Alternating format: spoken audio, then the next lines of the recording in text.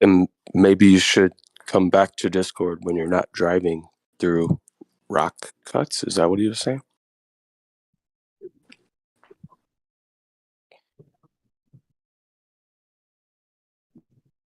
Whatever. He says he's in a break room with 15 microwaves running. It's not the car. I bet you they're microwaving poutine.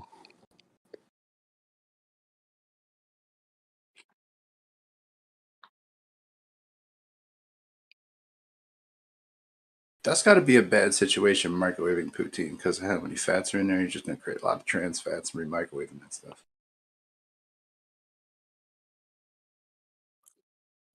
Watch out, Chucky. That poutine's deadly. Chucky, who I think his name is actually Brad, is going to turn chunky. Chucky will become chunky, microwaving poutine. The poutine age wasteland. They're all wasted.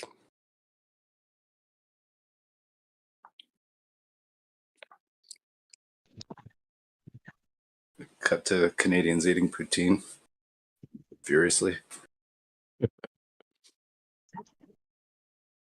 I met a Canadian in Venice Beach, and he was like, "Yo, man, I'm waiting for this poutine place to open. This is the best place in Venice Beach to get poutine. There's one place to get poutine in Venice Beach, by the way, but it's the best place that this guy knows, and he knows because he's a Canadian snowboarder. That's it. World's greatest cup of coffee. Congratulations. The homeless Olympic snowboarder. You gotta love it. He's an Olympic poutine line lined up outside before they open. Is it Ross Repligliati? You know.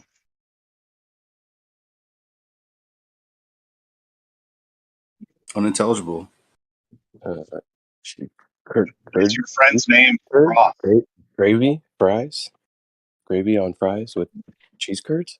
Gravy fries. In the States, we call it disco fries. Seems a little dated.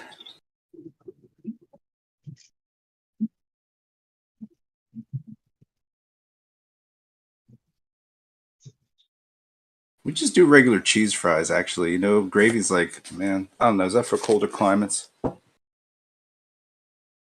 a big gravy place. You don't ever eat gravy on potatoes? Like mashed potatoes? Sure. Yeah, any kind of potatoes. Brown gravy, yeah. Mashed potatoes. Fries, I get it. Potatoes not quite mashed yet. Halfway there. If gravy's already at the place, then it's a possibility to just order gravy.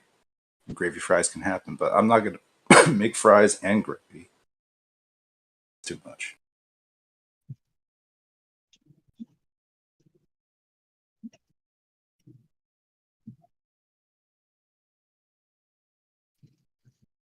But yeah, I'm glad I don't live in Canada, though. Me too. Yeah. Why? Too safe here? Safe? So scary in the U.S. So scary in the U.S. Oh, no. I didn't say scary. It's like being in Canada is like being an alternate U.S. from like 20 years ago. How so? It just feels like that. It will, like, because you guys aren't as fucked up as us.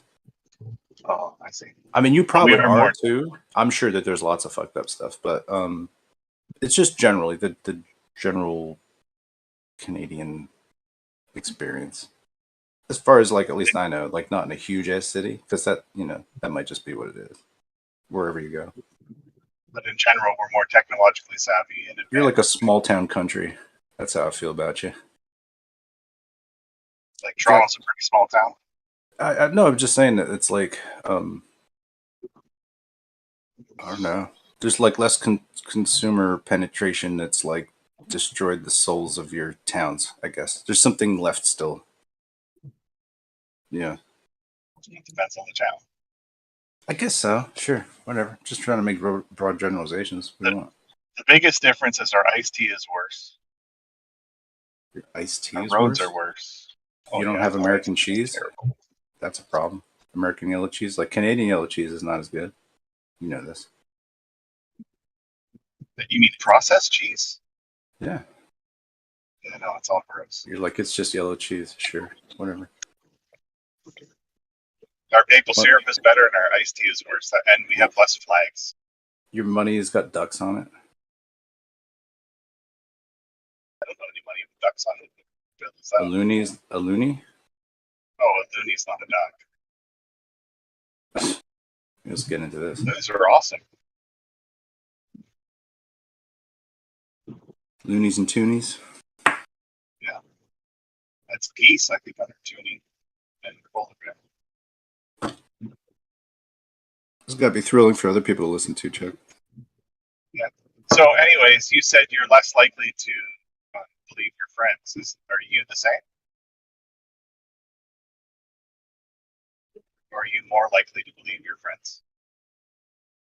I said, in general, take advice from your friends. Yeah. Or believe them, sure. Am I? I don't know. So you'd more likely believe somebody who's not a surveyor but he's your friend than ordnance survey. You can. Somebody who's not a surveyor compared to my friend who's a surveyor. No. I have a friend who is a surveyor. You're okay, and he believes you're this flat. I don't discuss that with him. Why not? Huh? Why not? Because I haven't talked to him in years. It's a close friend. No. So would you be more likely to believe him if he's a survey or another guy on here that you've talked to more recently? Believe him what? Why would... So what you're saying is somehow somebody who does like planar surveying or even geodetic surveying is somehow investigating the overall shape of the Earth? Is that what you're saying?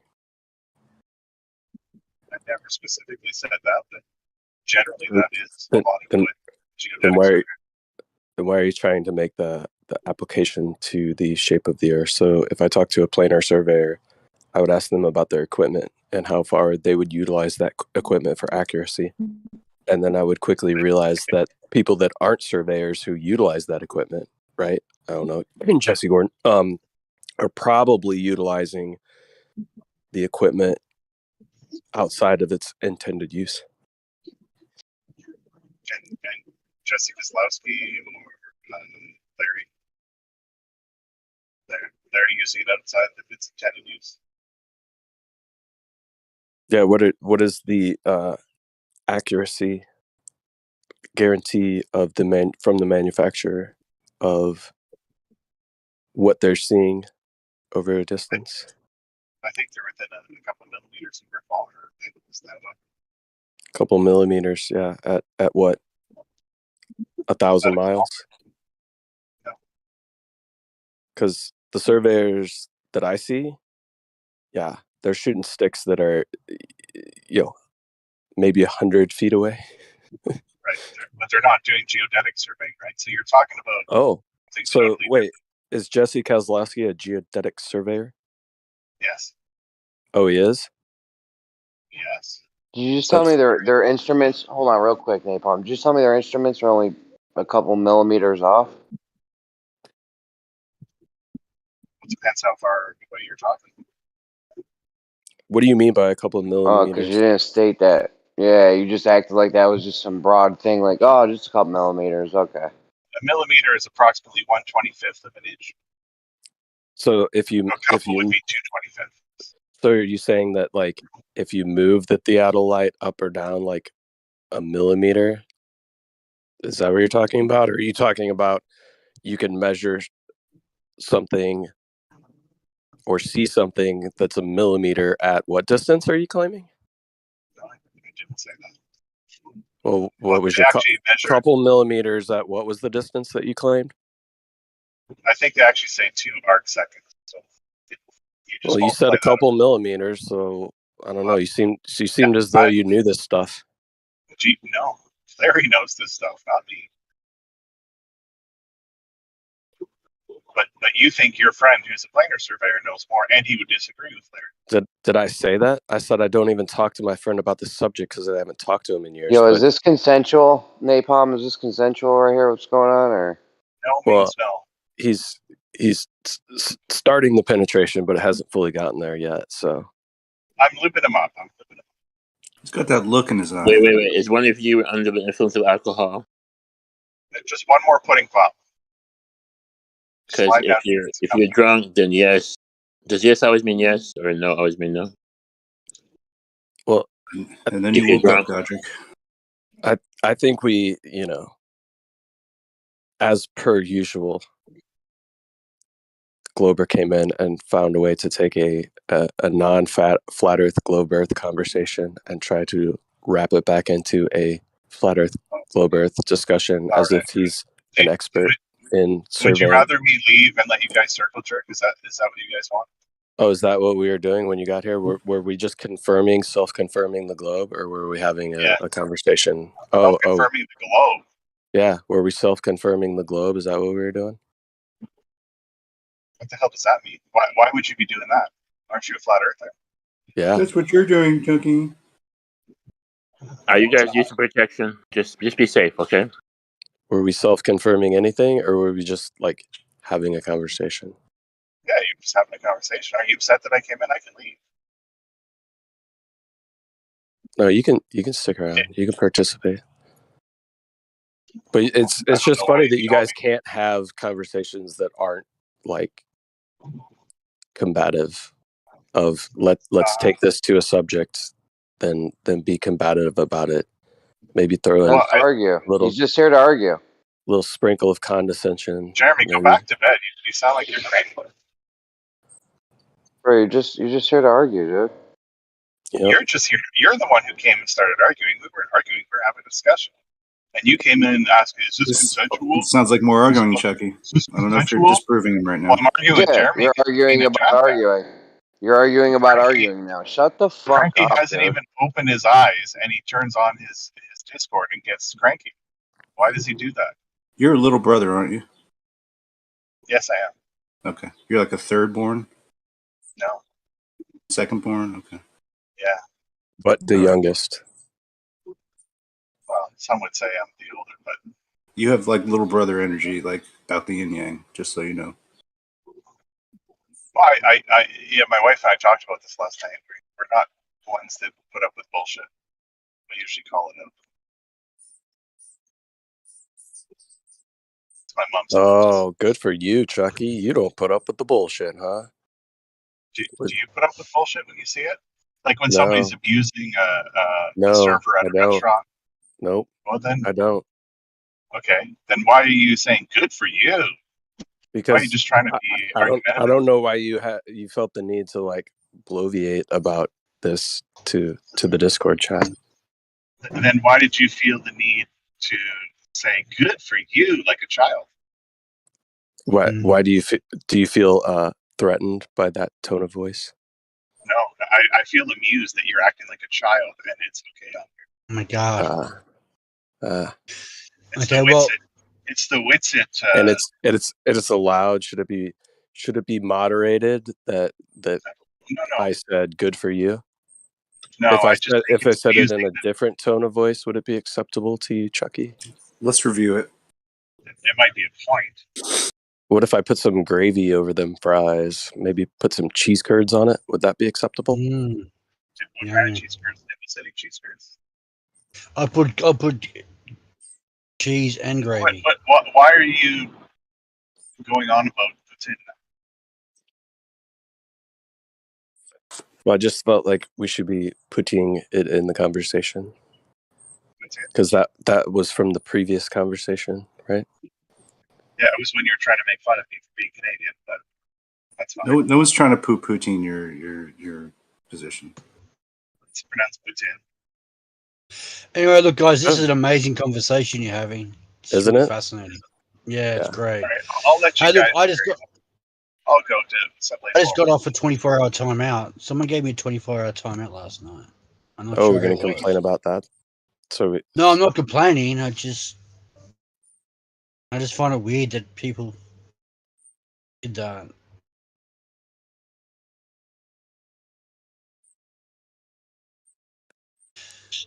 Oh, Chucky left. Oh. disappointing. I mean, I was hoping you guys would converse with each other. That was going to be good.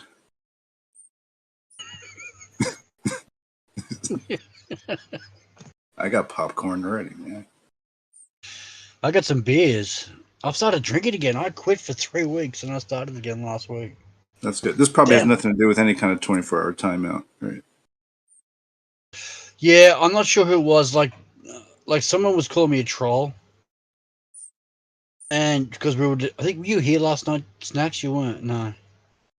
And It's possible. so I was talking about how there's a possibility the moon is man-made, right? Oh, I know. There was some you guys getting triggered by this. And I said, No, look, I I'm know. not doubting creation. That's a possibility, but and I don't know, they just didn't like it, and then someone gave me a timeout. Okay. But 24 hours, that's pretty severe. Is it? I mean, a week would be severe. Well, 5 hours, yeah, then someone goes to bed. You can't Only log back 5 hours. on. Okay. All right. 24 hours, I was like, wow, that's huge. You didn't know what to do with yourself? Yeah, no, I went to bed and it was kind of late, so. All right. You think about your moon and how they get it up in the air yet? Yeah, well, it's just helium.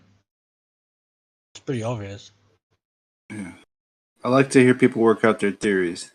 It's not so useful to hear people just, claim that the moon's man-made or made of cheese. So how did it get to be like that? Either way, tell me. Yeah. Yeah, it's quite a remarkable piece of engineering, I must admit. But it's people would think, no, it's just too far out there to be done.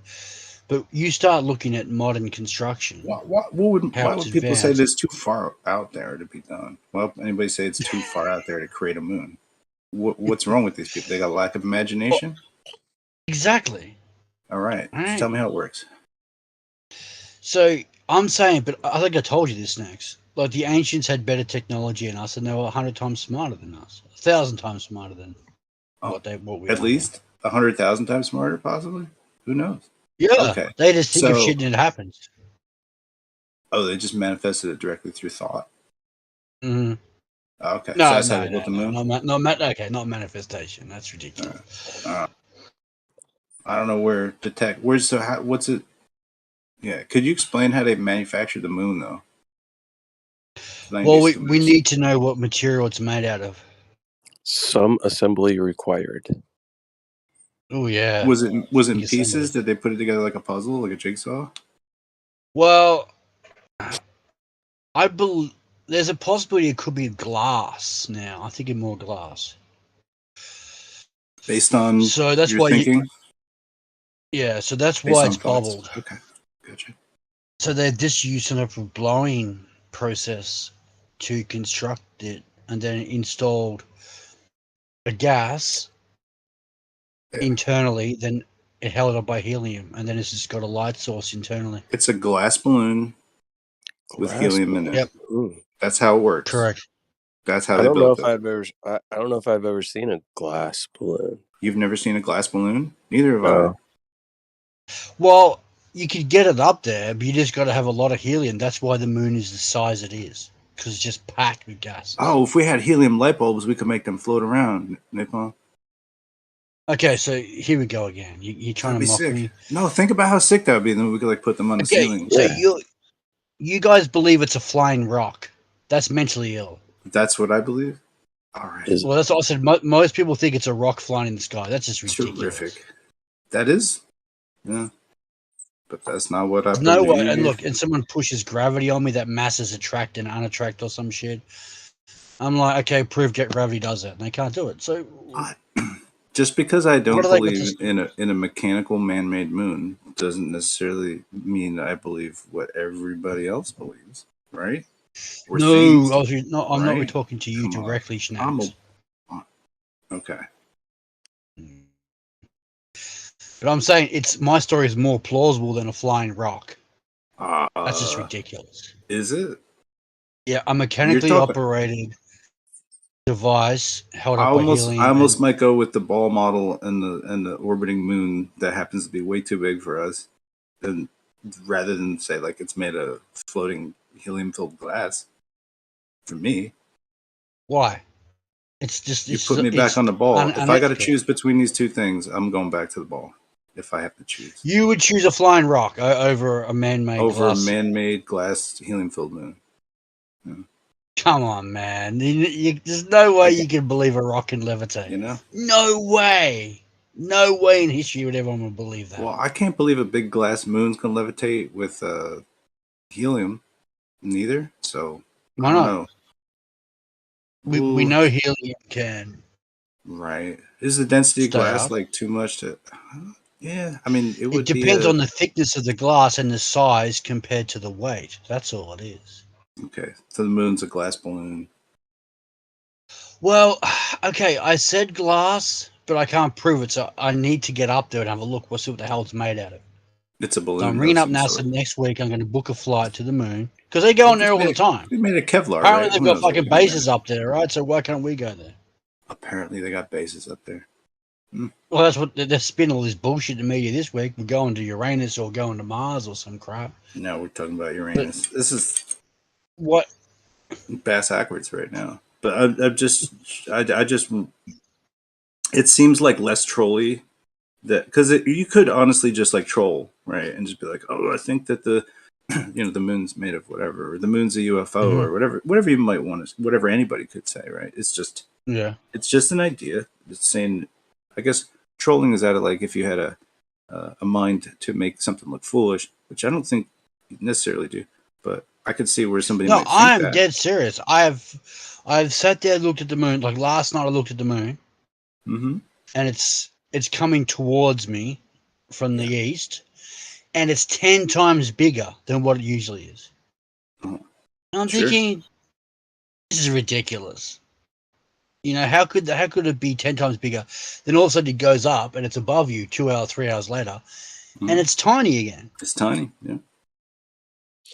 So how does it go from huge to microscopic to small? That's probably a transformer changing sizes. Because it's glass.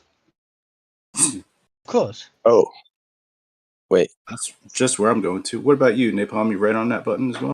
Yeah, I don't know about increasing and decreasing in size based on glass. I don't know how glass increases or decreases in size. So I'm slightly confused. Can you explain it? Okay. Gases expand and contract judging by their temperature, right? Think about it. Mm-hmm. Now, I'm saying glass because that's the best explanation I've got at this point in time. But someone said it's a possibility it could be a plasma. And I'm like, yeah, okay. That could work. So I don't know what plasma is exactly. I've heard a few definitions, but I can't buy it. So it's some type of ancient... What's that? It's a state of matter. So it's only a state of matter. So you explain to me how this moon could, it's a lighthouse. Sorry, correction. The guy said I was trolling because I called it a lighthouse. But a lighthouse is a better explanation than a flying rock, isn't it? Because it has phases. I'm just and a lighthouse curious. has phases. So I'm just curious, right, before we get too far into the conversation. So you're saying you got a 24-hour timeout for basically the discussion that you want to immediately go back into after getting a 24-hour timeout? Well, no, but I'm not sure what the timeout was. Okay, in the chat, I did call Globe Earthers communist, atheist, nut jobs. Maybe that had something to do with it. I'm not sure. Probably, yeah. Name calling is that's probably what it was. no bueno. Okay. Yeah, not kosher here. Yeah, not kosher. And the guy was saying, I'm a globe earther, but I'm not an atheist or a communist. I said, well, you probably are. You just don't realize. You know, the government's always fucking with us on everything we say and do and how we act. So, but you can imagine, right? If you have an object full of a gas and it gets hotter, it expands, right? So the lighthouse is expanding when it's at a location above the flat plane, but there's something to make it shrink again. So the moon is just contracting back and forth. So See, where you're located, when you observe the moon coming up on your eastern horizon, you see it very large. So this is where huge. your I should have taken a photograph glass, of it. It was so big, this it was is where probably your 10 times the size. yeah. So this is where your glass balloon is big, and then as it goes over your head, it becomes smaller, and then maybe as it goes away in the distance, it becomes big again. So my question would be like, what appearance would it have for a person that would be underneath the moon when the moon is on your eastern horizon? Would it appear That's a larger at good their argument. apex, or would it appear similar to the way that it would look when it's over your head? That's a fascinating argument because the only way we can prove that is to have all cameras in different angles at one point in time. Mm-hmm. And look, the population is so dumbed down, like 99% of the population. They're not critically trying to break down what the moon is. I'm probably the only one I've ever met who's actually sitting here. Okay, there have been a few books produced in the past, correct, about what the moon is. But no one in this group or anyone else I met has ever sat down and said the moon could be this, could be that, could be this. Everyone's just like, yeah, the moon's there. That's it. And I'm like, yeah. I've heard a lot of conjecture about the moon over the years. Yeah, but it's always been based on how far away it is, and did we go to the moon, and all this stuff. No, I mean, there's another video that talks about like the lighthouse idea that you said. There's a There is video a lighthouse that talks concept. about. I'm saying that there was a video like that in 2014, probably. Yeah. Is it on YouTube or somewhere? Yeah, I forget the guy's name. He's dead now. Okay. Good luck finding it. Was it Jibby Jedi? No, from whatchamacall. He was in. It's an English guy from Thailand. Oh, Antonio Suberts? Oh, wait, Phuket Word? No. Right? No. Got a lot of the names here. It's deep in a file vault. I need to inception myself. I'll remember it. Did the guy die like 2 years ago? Was around Earther? A flat Earther, I mean. He was like pushed out a window, apparently, allegedly. Oh, the CIA got him. Oh. In fact, I don't know. But so hopefully, there's a reason why there's so much secrecy around the moon, because they're hiding something big, yeah. Like a big glass balloon? Yeah. But that is fascinating that you mentioned that. Like, why is it bigger than smaller? Well, I brought it up, and then you mentioned the angles. So. Yeah. Because your idea of the moon, right, is that it's increasing and decreasing in size based on where it's at on your horizon, but it's actually physically increasing and decreasing in size, not any type of like perspective change or something, or optical illusion or something. Yeah, so that would lead me to another question, which would be, how is this glass increasing and decreasing in size? Is it because it's being heated up, so it's becoming a non-solid glass, so it's becoming more of a liquid? It's in like between a states. Yeah. It becomes malleable, increases in size, and then this is a good conversation. We're getting somewhere.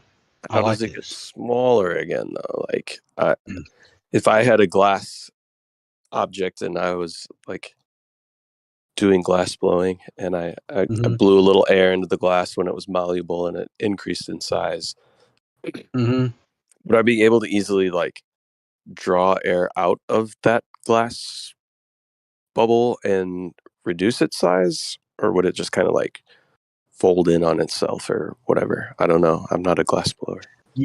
Well, if that comes down to a pressure, like a car tire, right? The car tire is always minimum 14 degrees, 14 psi. So if there's a pressure in the area that is surrounding the so-called lighthouse, it would expand to that region and then contract to that area. So there may be like areas of high temperature or some type of pressure, low pressure, maybe a wind of some type. Yeah, but for me, like a car tire has an already specified size, right? And it's characteristic of what it's made up of. So it's a malleable solid. Doesn't have to Okay. change in order for it to Yeah, like that's a increase good in argument. size, right? So it's So got this yeah, elasticity to it, so that when it gets blown up, it wants to revert back to its original shape. Like I don't know if exactly. I don't know if I've seen No, this glass. is good. This is good stuff, man. You're thinking. So yeah, the lighthouse is expanding to some other force around it. So is it So yeah. like a rubber then? Well, we don't know. More That's the rubber point. like than, yeah, because you have these materials that will tend to hold their like original shape, right? Like we can mold Yeah. rubbers into a specified shape, but then we can, just like a regular balloon, right? When it doesn't have air in it, it's just that shape of rubber. Yeah. And then you can put air into it, increase the pressure inside the balloon, and it expands, but it always wants, it has this elasticity and it always wants to try to revert back to its original shape, Exactly. even though it This is has a a better malleability. discussion than I've ever had. Right? This Yeah. is the type of We're, conversation I was trying to break through in this group for months. yeah, we're I said, we're let's off start talking about what the moon is. Start we're creating off ideas and concepts, and and get somewhere. you and I are Because off to see the wizard, my friend. We're going down yeah, the yellow because brick road. everyone was just stonewalling me and calling me a nut job. I said, no, it's obvious the moon is man-made or I just haven't constructed by figured out someone if or I'm something. I haven't figured out if I'm the Tin Man or the Straw Man at this point. It doesn't matter. You're just creating ideas. So this is what it's about. You all these dipshits you went to university with in college and fucking school. How stupid were they? Like, I think about school and university now. I'm thinking, oh my god, everyone was a fucking retard. Like everybody, the science teachers, the math teachers, the biology class, the physics class. I'm thinking these people were dickheads. Like they're just reading off textbooks, not creating anything, not developing, not expanding, just regurgitating. I remember we had female math teachers. They didn't know the math. So they used to call kids in front of the class to explain it and shit. I'm like, what is this? This is like a circus. School's a circus. Yeah, I'm ranting.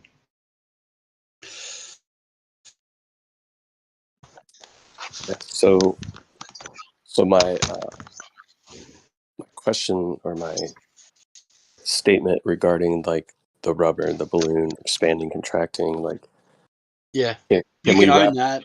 That's Can we? yours. Uh, well, I think it's the nature of reality, of the elasticity of the Look, rubber. it's the nature of Um, physics and science. It's the right. nature of physical science. Things expand and contract due to heat or cold. Why aren't we applying So, science to the moon or to the sun? so This is that's bullshit. where You understand? This is how stupid people are. I that's don't where get I'm it how stupid. that's where I'm wanting to go. He's Let's walking away from the mic. It's talking. let's apply the same concept of the balloon to glass. So does glass have this No, elasticity I said I property don't that know what the balloon properties. does? I said glass is the best explanation because the Uh, ancients would have had the ability to make glass, all right? But now, because the ancients were so smart, they would have had the ability to make other products that we don't even have anymore. So Smart if we've determined that glass doesn't really have this elasticity that maybe like We can discount it, moon correct? does, yeah. Do you Mhm. think we should discard the glass then maybe and say Mhm. it's maybe has glass-like properties in some way, but doesn't have this Because elasticity? it's bubbled. So it might be something Yeah, different. no. I'll post a photograph in the group chat. And once you look at this, you'll understand what I'm talking about. Because this is how I made the discovery that the moon was man-made. Yeah, I don't know if my line of questioning is based on a lack of understanding, but possibly. No, we're creating, dude. So someone was posting photographs and they were trolling me, right? And they're going, look at these photographs. See, this proves it's craters. I said, no, it's not craters. It's bubbles from a manufacturing process. That is 100% bubbles. Did you see the photograph? So we're on the right track, but we just need to know what it is.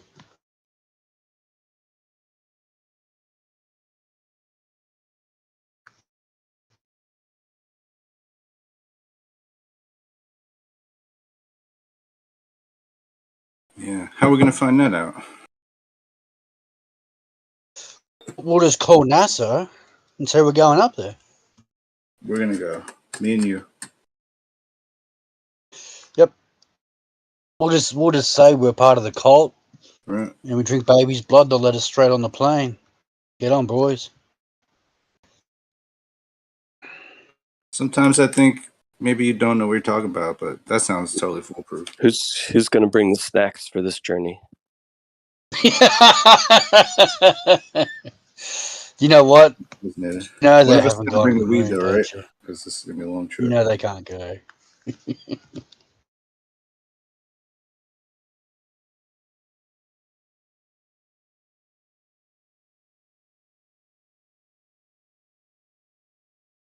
Yeah, you're going to have to go with like nylon plastic. You need a flexible moon. Nylon. Why Holy not? shit! Yeah, that's actually good. I like There you go. this. Fuck yes. Or So maybe it doesn't have to be flexible because optically it might just appear slightly larger on the horizon than it does overhead nah, due to I optics. thought about it and I think no, that's expanding. Okay. It is All right. expanding because there's no in science. There's no explanation for it, right? People talk about refraction and the light and the distance from the Earth and all this other garbage, right? Nah, it's scientifically the only explanation that we can come up with is expansion contraction.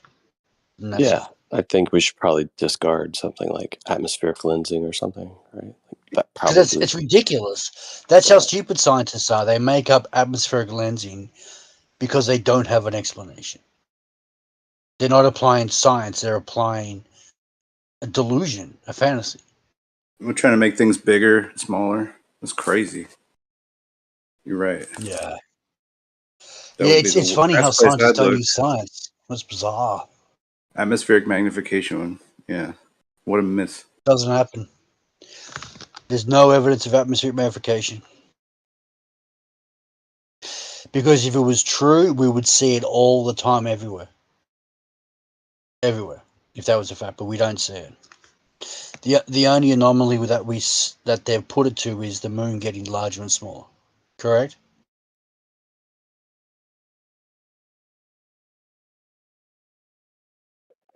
No, not actually, because atmospheric lensing can, magnification can cause things to appear to not decrease in size as they go away in distance. So they can appear to be a fairly similar size or decrease in size at a much uh, smaller rate than compared to the Mm-hmm. distance. So yeah, it's actually kind of a plausible explanation for some of the images that we see that are claimed like boat going over horizon, bottom up obfuscation from the leading Okay, edge correction. rover.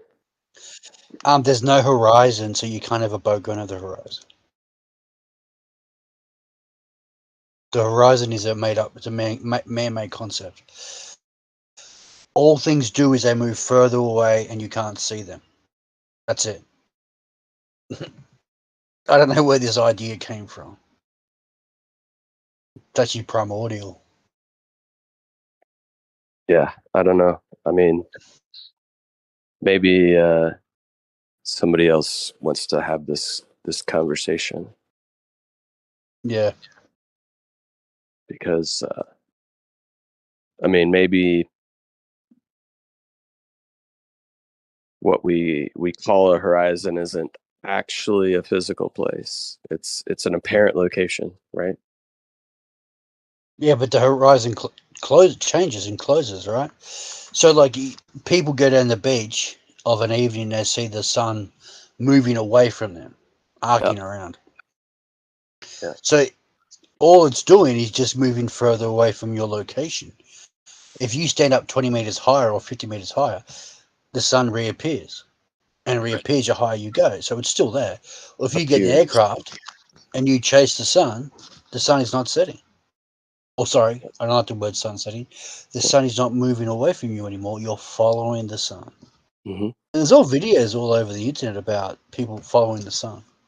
But we still have this this area that we call a apparent horizon, right? Like that's not going to change. Like when we use the word horizon, people understand what we talk about, right? No, but it's a scientific inaccuracy. Oh, okay. Because you've got to apply science to your thinking. People are taking it ideologically. I do. I need to apply science. Okay, so when we talk about a horizon and we look at scientifically how it's spoken about, it's called an apparent horizon, meaning it's the appearance of something that is taking place that isn't actually taking place in reality. Meaning, it's an explanation for an ignorance. It appears as though the things in the sky are meeting the things in the ground when we know in actuality that they are not, right? So it's an apparent thing. It's an appearance, and that appearance is what we call the horizon. Yeah, but it's not a horizon. What is a horizon if not what I just described? Well, it's a perception based on what do they call that? Perspective. I don't disagree with that statement, but that doesn't change or if you disregard move what I closer to the so-called horizon, it's not there anymore. It's all of a sudden just the sun moving away from you constantly, right? Round circles. So your definition or your description, right, of the horizon being based on our perception of our perspective, doesn't change what I previously stated about the sun. I don't know if you can hear that, but I'm pouring water into my coffee maker. I'm not using the restroom, but so the appearance of something, in the sky appearing to meet the ground is due to perspective, right? That would be the cause of our definition of the apparent location of the horizon, right? So what I stated about the horizon that you say doesn't really exist or whatever is just kind of backed up by what you stated of this being a function of perspective, right? Meaning something in reality that isn't taking place is appearing to take place due to our perspective, our perception of what is taking place, right? Yeah, correct. That's a very good explanation of what I was trying to say. So it's not that the horizon doesn't exist. The horizon exists in the realm of an apparent thing, meaning correct. It's not, the horizon is not an actual place. The horizon is how we perceive things in our field of view. And since you're the first person who actually understands what I'm talking about. I've been trying to talk about this stuff for years. You're the only person who's I'm not sure if you're trolling, but I don't care. But you're actually making sense of what I'm trying to say. No, I'm not trolling. this is how we see the world. This is something that I enjoy Yeah, but talking about as I'm perspective. just pointing out what all these idiots in school and universities and the government, they all need to go away and just hide in a forest or something. They're not worth it. You know, Yeah, I no, had to school these people, mate. It's ridiculous. I'm not really saying stuff that would necessarily go against what uh, the average person in academia would conceptualize the horizon being or perspective being. I might be going against what some people that come into this conversation would say about these things because they have an objective or a motive to support a side that they have taken, a flag that they have stuck in one specific side that they will defend. But for what purpose? Why would you defend something that's indefensible and embarrassing? You might as well just concede defeat and say, let's create new science. That's what I've been saying for years. This is the greatest scientific period of discovery for hundreds of years, right? We now have all the technology in the average person's hands to discover all this. But they're choosing to stay in what they were told 500 years ago by a group of people who had no technology, had no idea what they were talking about, and just made stuff up. How does that even make sense? Oh yeah, but the ancient Greeks said it was round, and so did this guy, and so did Copernicus. And I said, yeah, well, they were probably wrong because they didn't have any evidence. They couldn't have any scientific instruments to test anything. So why are you supporting a group of people who were clueless, blind? So yeah. Yeah, no, I had this conversation or discussion, or I had a ranting about it the other evening. Yeah, where I do not personally think that the science of how we perceive the world in our perspective view has been fully fleshed out on how that world is presenting itself to us based on various scenarios, right? So yeah, I don't think enough work has been done in this area, and the people that seem to have done work in this area don't seem to come to or draw specific definitive conclusions as to how we can properly apply some sort of Scientific method and applying real science to what yeah, we're seeing like instead of making shit up. That's what like pisses me off. yeah, like there's no like real silver bullet mathematics that I can say, okay, I'm looking 7 miles at a 6 foot observer height at trees that are 30 feet tall. This is what I am exactly going to see every single day of the week if I do these mathematics. There is no such thing, and there will never be such a thing unless you have a bunch more data that you can apply to that situation. And I think even then we need to better map out how we visually see this 3D space, because we have a two-dimensional application of a 3D world. Yes, Even this in is our correct.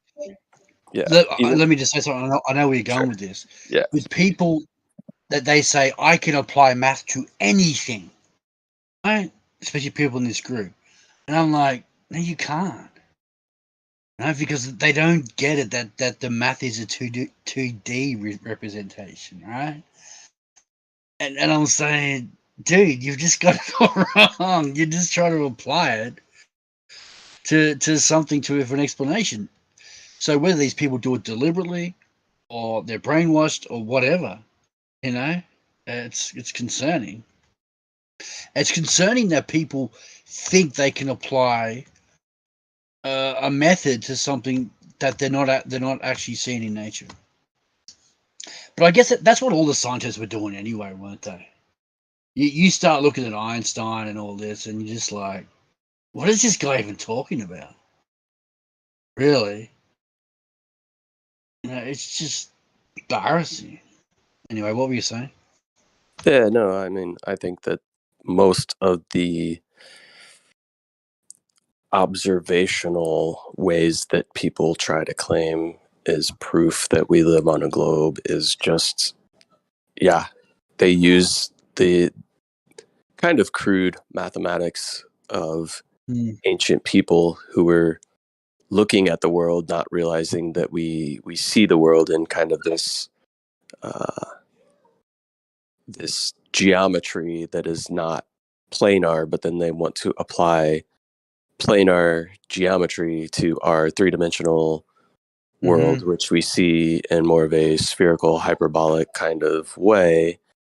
Yeah. So you get some deviation there. But then the thing about it is, I think their dimensions of what they claim we live upon was solely constructed off of these observations. So it's like if they took the sphere in which we view the world in and the sphere in which is presented to us visually based on our perspective, if that world presents itself to us in the spherical way applied to a two-dimensional surface, so we have to perceive it two-dimensionally, receive it in a two-dimensional surface, perceive it three-dimensionally, right?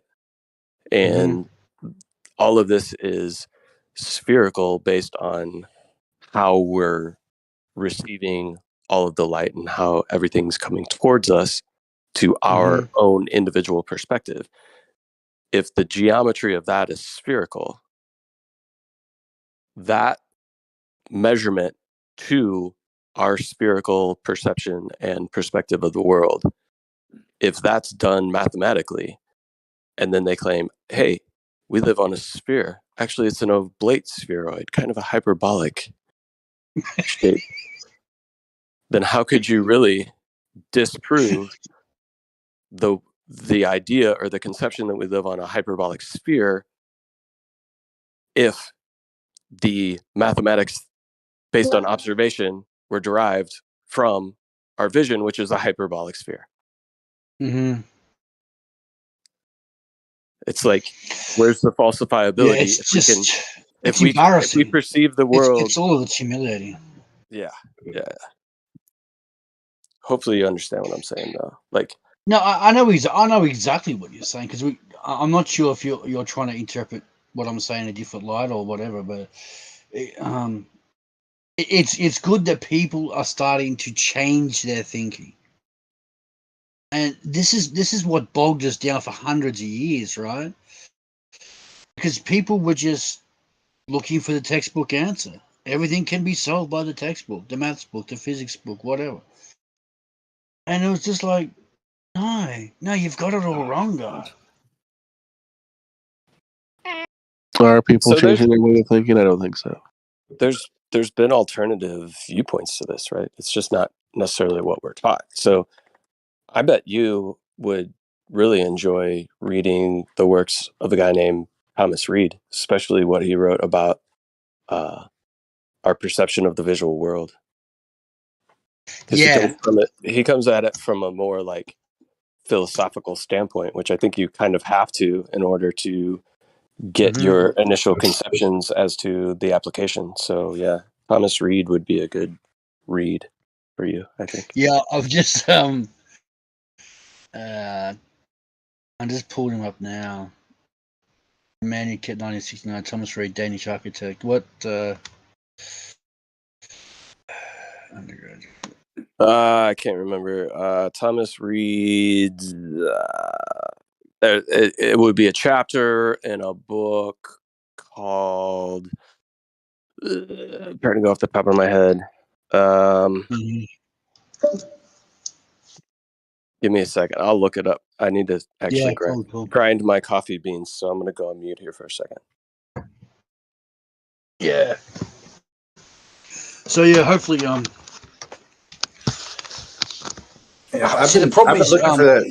been looking for that video all this time since I stopped talking. I can't remember the guy's name. It's crazy. So what was your video about? The video on Thomas Reid? No, The snacks is looking for a video. No, it had something to do with the moon. Moon lighthouse sort of concept. Okay. I think y'all are moving past that. I really haven't been paying attention to all what we're talking about. Yeah, hopefully we can crack the code pretty soon. We're pretty close. Don't It's like the first It's just that Deadfire I can obvious. remember. I don't know why I can't remember his name right now. Which is why we need the Yeah. Flat Earth Valhalla. But I'll bring that up later. I do actually remember off the top of my head somebody who did a video regarding some of Thomas Reed's work. The YouTube channel is Vortex Puppy. Vortex Puppy. So yeah, look up Vortex Puppy, like Visual Space or something like that, or Vision, and he'll probably reference Thomas Reed's book. I still need to look it up, but I'll find it for you. Okay, great.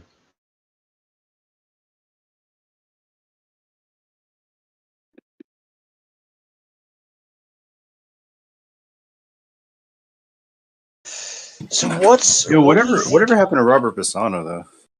Never resurfaced, or he did, but then he went away again. Probably deep lurking. What can you think of? There's a guy from Britain who was here around a few weeks ago, and he was big into materials, constructive materials in his real life, and he was trying to problem solve what the moon could be made out of. Because I sort of gave him the idea about it, and he said, "Well, we could probably work that out." So it's an expansive, opaque material that has heat and cold properties. Yeah, that's it. Do we know that it's opaque though? Well, we can see it's opaque because when you have when the lighthouse is doing its 360, you can see that this side of the moon is still facing us, but the light's facing the other direction. You understand, and you can see through it. There's photographs of the see-through moon. Did they engineer the No, sun for also? fuck's sake. Is the sun engineered as well? Blathic. Yeah. Somebody else trying to talk. Sorry. Yeah, Blathic, you're a Poe. Why am I a Poe? There's no fucking photos of seeing stars through the moon. I didn't say stars, but when the anything lighthouse through is the on moon. its 360, you can see the outline, and you can see what's the word I'm looking for? Textures or interior type structures. Just look it up, dude. Here, look. Dude. I've done my own observations of the moon. You can't see. He's seeing deeper into the moon than you, Rufus. Okay.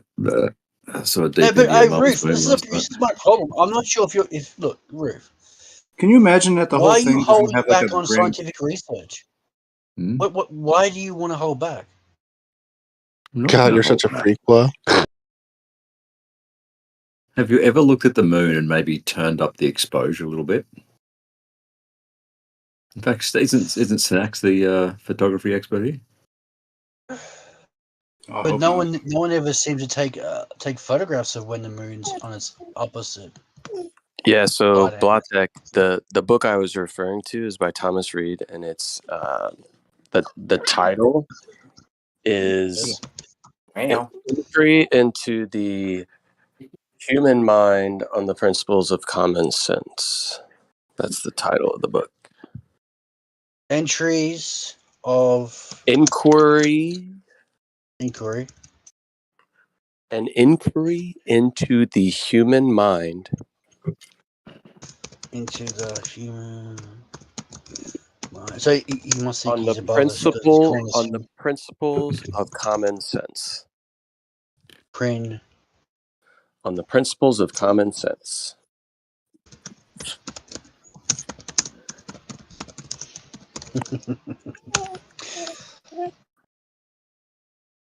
So, Blartek, have you ever turned up the exposure when looking at the moon? Yeah. Okay. What would it achieve by turning up the exposure? You can see the moon. Look. I don't want to have this debate with you, Rufik. Okay. All right. Because the problem is, all I get from you is this like stonewalling reaction to everything people try to investigate. So Well, if you're it saying tells me stupid shit, no, but it tells me you're unscientific and you refuse to investigate. Yeah, you're just insane, dude. You're insane. Yeah. Insane for checking that I can't see through the moon. No. The boomer Blautek. Yeah.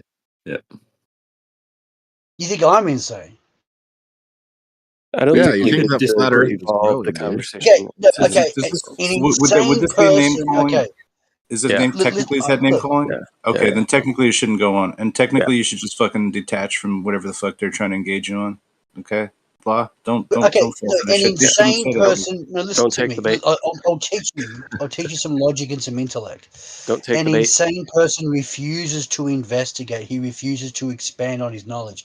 An insane person thinks he's above everybody else. Right? Right. I've Delusion. All your investigated. claims have been like No. debunked. An intelligent person and a person with high logic investigates everything and You're tries to such a find. po. You are such a po.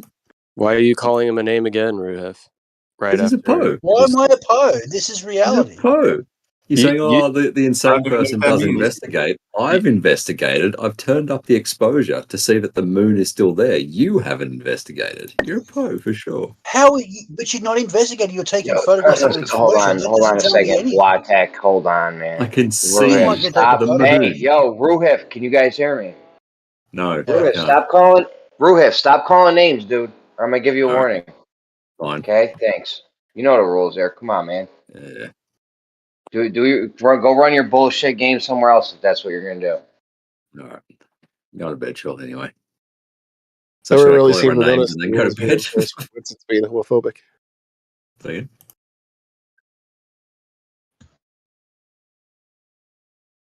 Can I call everyone names and then go to bed, Jeremy?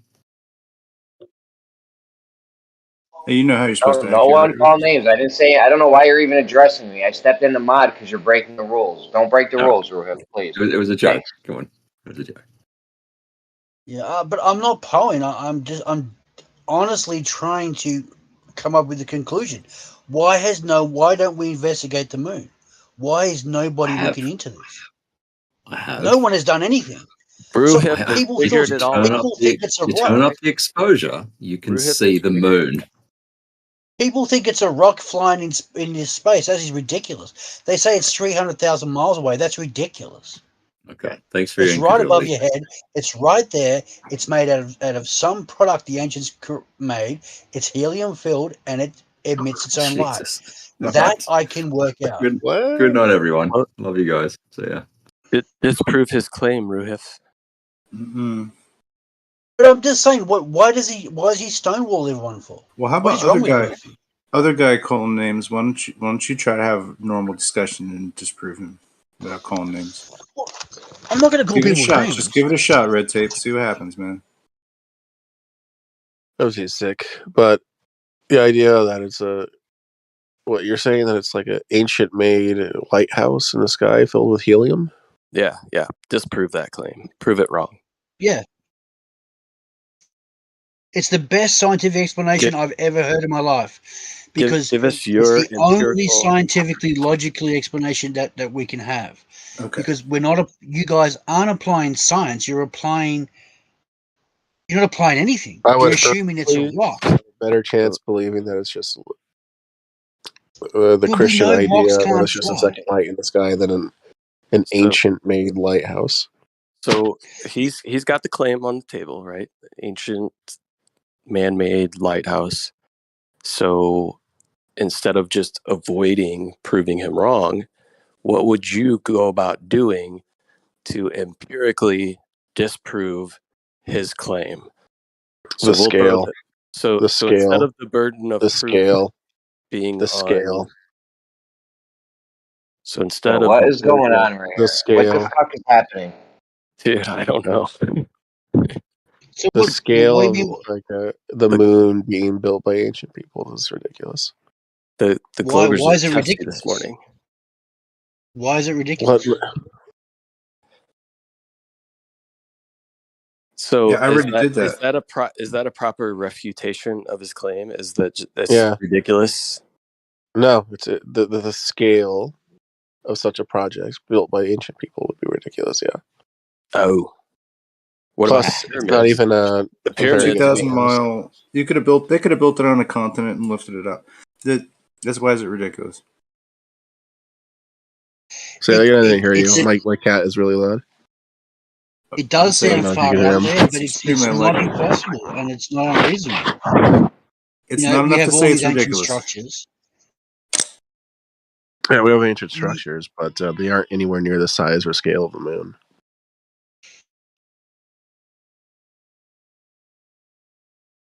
So aside from the logistics of what you, Yeah, the logistics in would your be insane. expert Like, opinion, I'm sorry. Can you let me just finish what I'm saying, bud? So aside from take that stick out of your ass. It's fine. well, we try to not just overtalk everybody, especially Come when we're on, in it's a the middle of Discord. a It's never happened. conversation. Dude, every time he talks, man, yo, you need All to right. chill, man. Since I'm in conversation and Jeremy's modding, like I'm sure Jeremy will tell you that like you continue down that path, you'll just get warnings and shit. So anyways, so aside from your inability to conceive how it would be constructed, can you disprove that the claim of what he's saying it is or it could be? Can you disprove that it is that in which he is claiming with some sort of empiricism? Okay, we're opening up the The discussion empiricism because is the fact that it what is we've that the been scale told of the is projects incorrect. would. So Hold on, we have to wait, come up Cat. with a new idea Just scientifically let him because we block. have technology now. Okay, sorry, you go.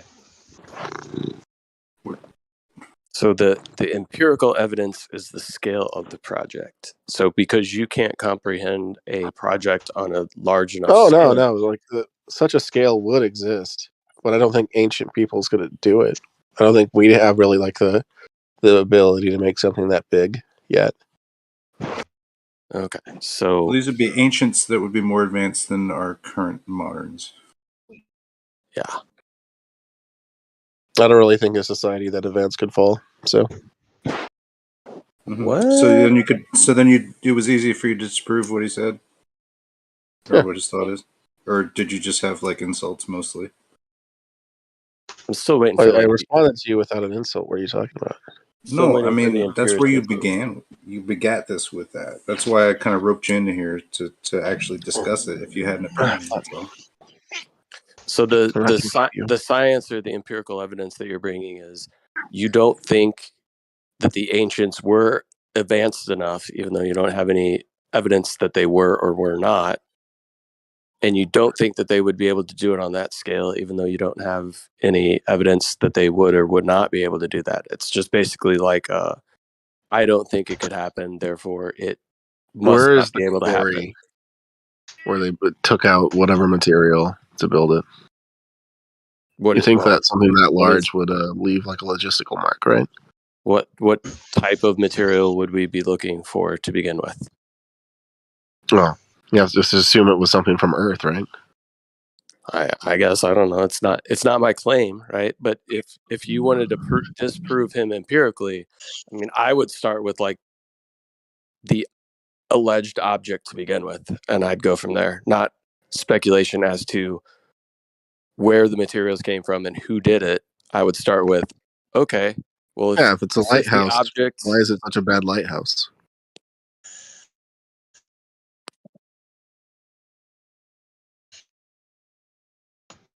Why is it such a what? Lighthouse? A bad lighthouse.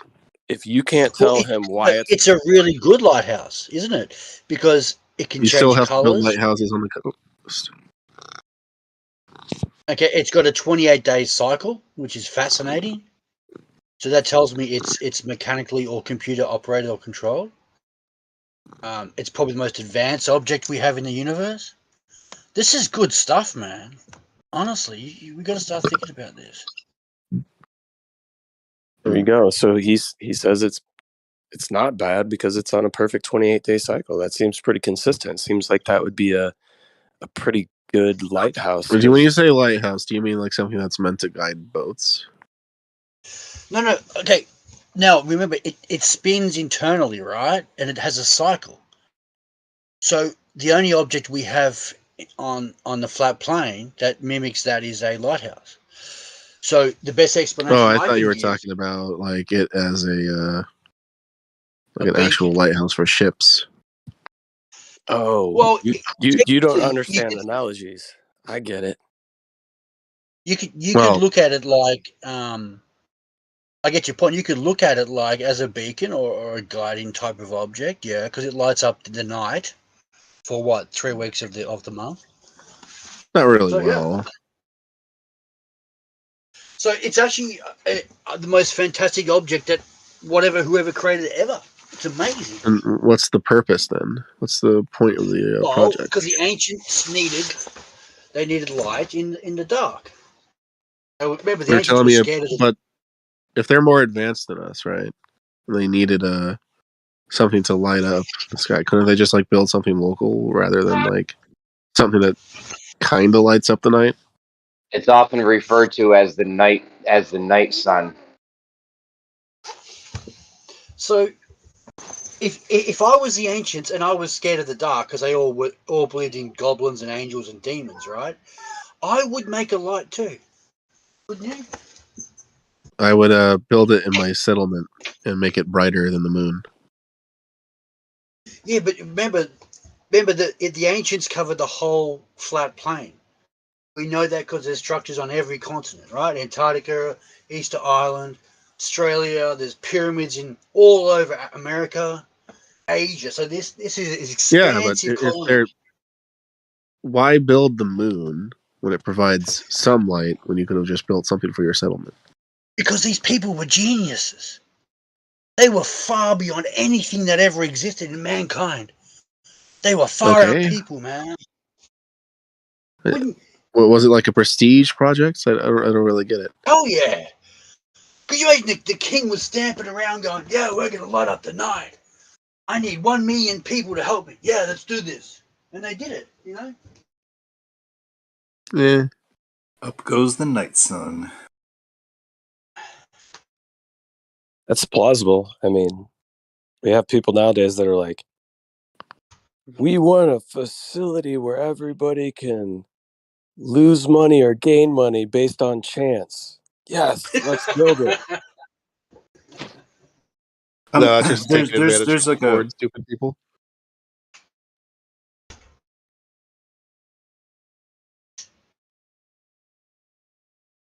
What did you say?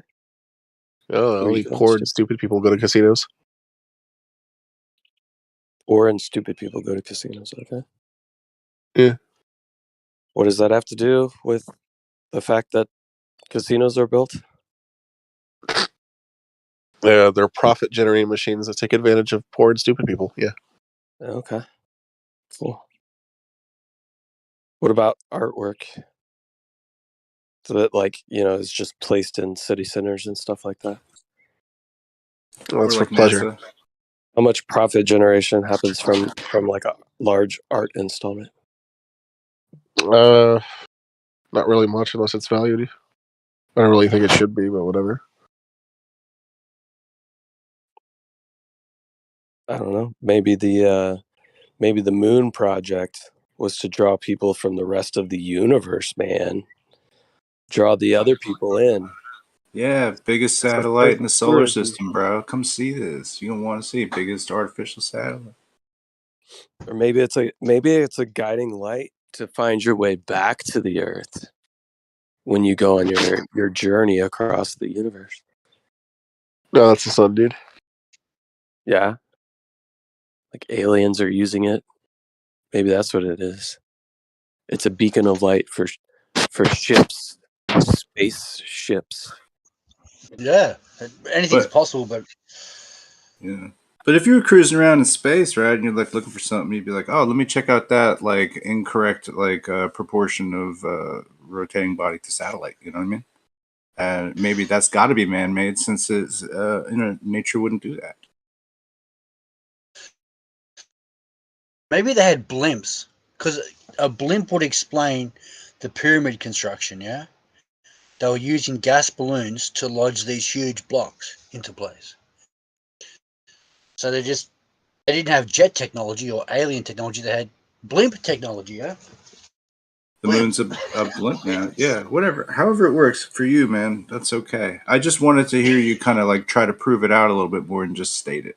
Obviously, Well, we can't prove anything. We can only create ideas and speculate. Yeah? That's all we got now. Well, I think if you applied some more thought to it, maybe you'll even modify what you're thinking is currently. Yeah. Clearly, the other guy can't talk you out of it. Right. Because they don't look. The problem is with the Globers, they don't have anything. They're just going by what they learn in school, right? What we all learn in school. So they're stuck in that mantra, that penny wheel that the mouse gets stuck on. You've got to step out of that, and we've got to start creating new ideas, new science. Well, I mean, we can only imagine some kind of way that you'd make a moon on the ground and lift it up, but maybe that's not how it's made at all, right? If you could make a moon, you would do it. You'd show us how, wouldn't you? Okay, it does sound a bit delusional, I must admit. Okay, fair enough, but it's a better argument than a rock in the sky. It's fairly delusional, but still, red tape can't stop it. You know what I mean? It's just. Yeah, right. I know. But I'm saying, we know scientifically rocks can't levitate or fly. So we know we can deduce the moon's not a rock. And we know it's not reflecting the sun because we can physically see it's emitting light. We can deduce that quite easily. Red tape, you think the moon is a rock? I don't know. I don't fucking care about space, dude. Oh. So you're just... What? Then why are you having the conversation? You don't... It just sounded like a weird... Yeah, it sounded silly. Oh. So do you have a claim or an idea about the moon? That we can It's probably what they say it is, but it doesn't matter to me. Who is they, and what do they say? Space agencies? I don't know. I don't really care. It's not really something that I kind of like built my life around. Okay. I'm pretty sure the moon has some influence on your life. Not really. I can't really see it from the city. Not really? In the sky. So you don't think that like some of the food that you eat is dependent upon moon cycles or utilizes the moon for its growth? No, I'm sure. It's just not really something that I care about. You don't care about food? I don't really care about the moon, dude. What do you care about? Of course I care about food. I get hungry. What do you care about? Yeah. The destruction of America.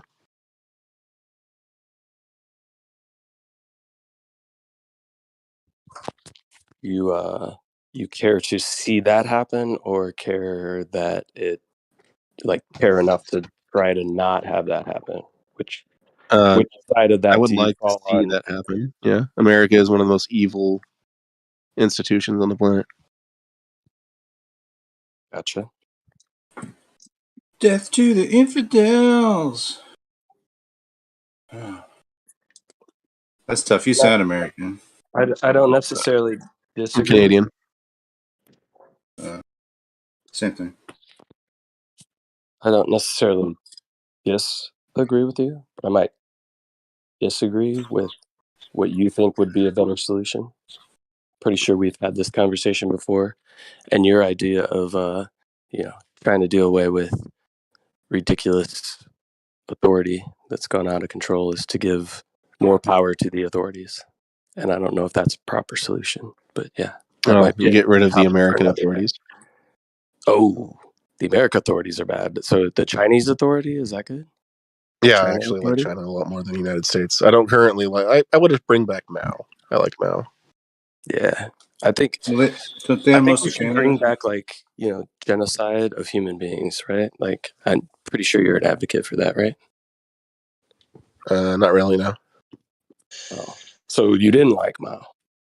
Nah, Mao didn't kill or do any genocides, dude. Oh,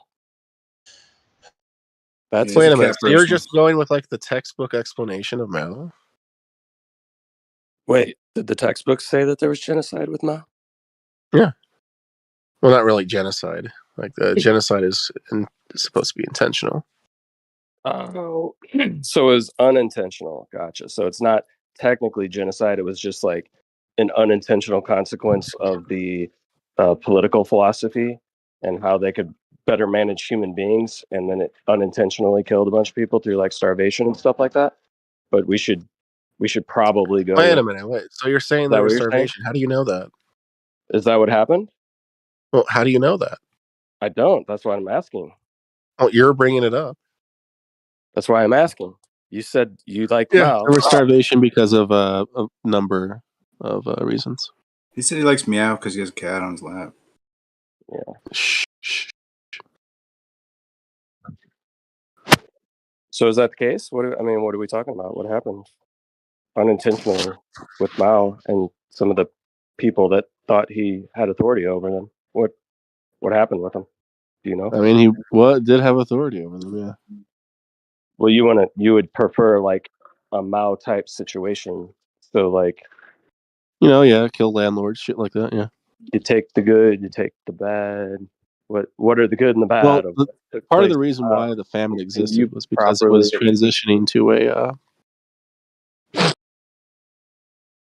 can you a new properly society. They were also trying to introduce mechanized agriculture. They were going through land reform, and there was some sabotage. Oh, so saboteurs. So with these like I gave other reasons. do you have some empirical evidence for a sabotage of what they're trying to do with the land, or Yeah. is this just like your idea of what may have happened? There was the landlord class essentially trying to like fight off like the reforms and cause chaos in the countryside.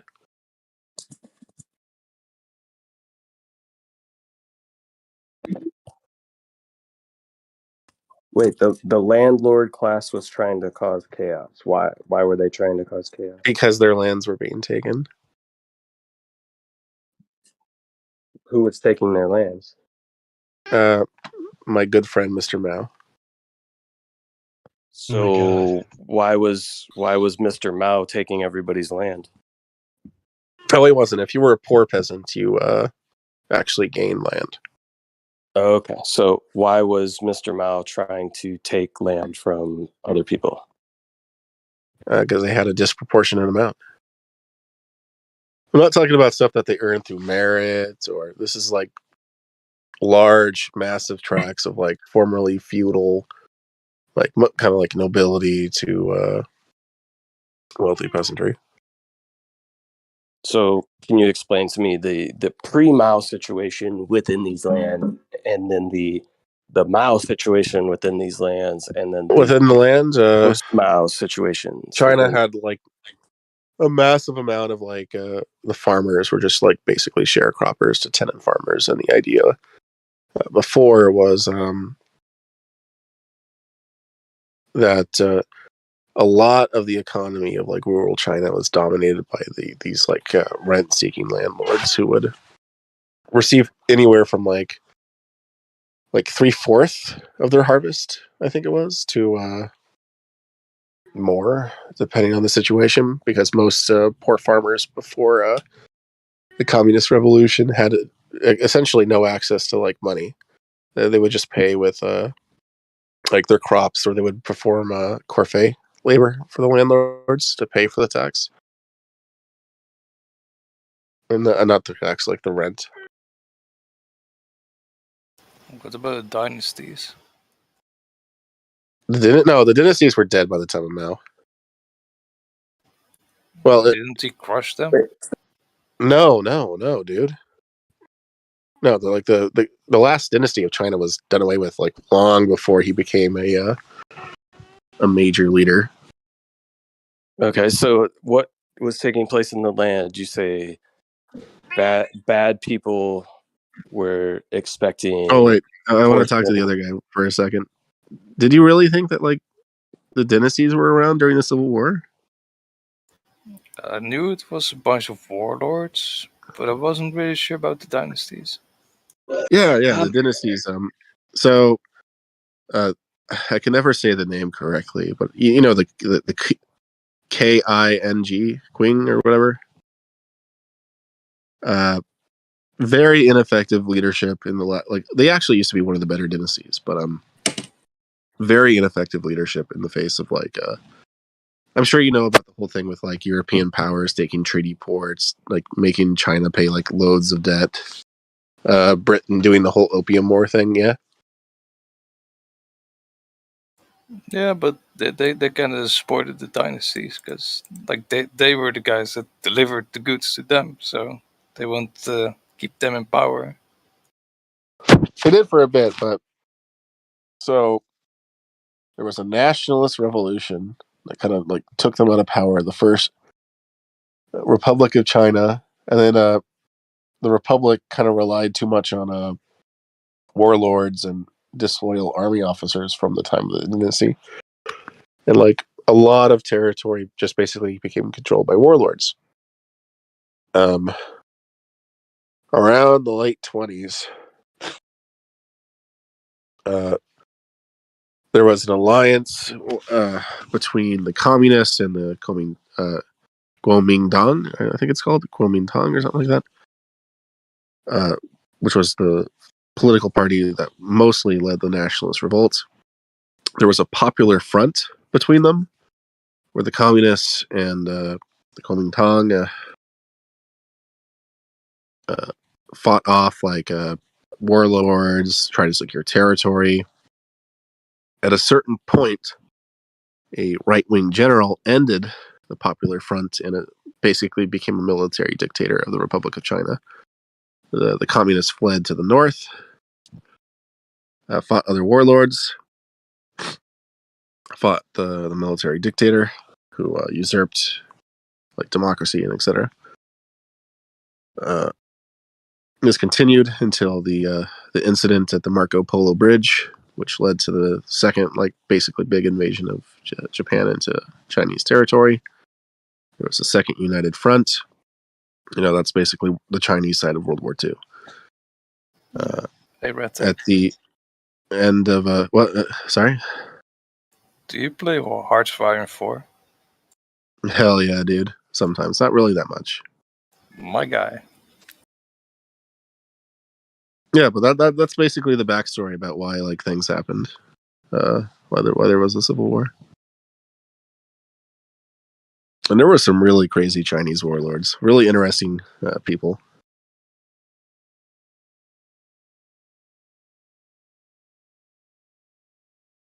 Mao Zedong being the most prominent one, though. You ever heard a concept called the mandate of heaven? Yeah, of course.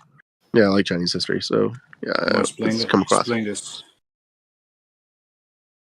A very basic explanation is that heaven chooses who is in control. If you're in control, it's basically like how Christian monarchs in Europe would say that they rule by the approval of God, right? Mm-hmm. Good things have happened. So you're saying there's some similarity between British monarchs and Chinese monarchs? Possibly. Well, it's kind of the same concept, you know, like rule by divine right, right? That God literally placed you there to be in charge. Now, the Chinese one is a bit different, but I don't really remember the details that well. But like if things like floods happened and like the state didn't take care of it, or you know, the big thing was like famine, right? Because that would cause peasant revolts, and if like authority kind of slipped away too much, the dynasty would be kind of considered to have These lost. things all have material causes, or do they assume that some of these are just caused by the heavens themselves causing these things? You would. Some Chinese philosophers did say that. I believe so. But the scriptures do talk about that. But yeah, it would be like things that heaven disapproves of. So like you would basically be considered to have lost the mandate of heaven if you well, it's like clearly if you lost the empire, that means you no longer have the mandate, and the new dynasty would be considered to have had the mandate.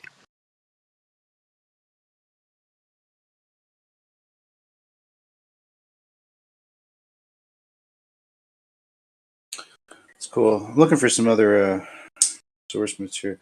I don't know if they've changed this article somewhat, or I'm just not looking at the right parts. But I thought it had something to do with like a series of different constellation and time as it went. That the constellations would pass overhead, and then at some times in the cycle, they would make the people act very crazy and want to uprise and overthrow. I think there was one dynasty that talked about that, but that was more like propaganda. They would name their armies after like zodiac signs and shit like that. Well, but their monarch, the monarch, whoever is supposed to like be the, I don't know, not the arbiter between the two forces, but something to do with like he's the person that's supposed to be able to like manipulate things on Earth to comport with heavens, because heavens can't really change them. Well, generally, if the monarch acted virtuously, clearly things like famine, etc., wouldn't happen. So that kind of also incentivized the dynasty to like make sure that if there was a famine, there was like granaries with like extra food just in case. Well, that's like civil planning, or whatever. I think it's just it's why China was basically like the superpower of the world up until like industrialization. Because in all honesty, China was probably the most advanced and successful state to up until like European industrialization. Do you know anything about the canal system? Oh, go ahead, Snacks. No, you go. The canal system was why they were the superpower. They were able to move food around, troops. They could get around. Same reason why Rome was a superpower, because of their roads. If you can move shit around quick, that's why we're a superpower right now. Because we had the infrastructure we had. These other rinky-dink countries don't build roads and bridges and shit, and they're slow, and we're fucking zipping around we're a fast now. superpower because we control like nearly half a continent, and most of that land is good. But you guys never had the Ho Chi Minh Trail. But unlike Rome, China basically survived as a civilization continuously throughout most of its history. What? A red tape. Yeah. Have you ever heard about the Nicobine? Nicobine? Mm-hmm. No. It was like a system the Germans used to point their bombers to a location where they wanted to drop the bombs. It's like a great example that only works on the flat Earth. Was this during World War II or one? Two. The World War One bombers weren't that sophisticated. What were the heights of the bombers? Well, we also use, what like, were the heights of the radios? It's not like the Germans ever really. Oh, hello, Mr. Cat. Moyak, you got could turn up a little bit or something. What was that? I was going to say, what were the heights of the bombers, and what were the heights of the radios? Oh, I gotta turn them up. Well, there were like two stations. There was one in Denmark, I believe, on top of a hill, and there was another one, I think France, somewhere around there. northern France. But anyways, if you would point those two signals at the same spot in England, you would still have to cross hills and the curvature of the Earth, of course. Right, the altitude of the airplanes. I'd have to look into it. I'm not really sure how their system works.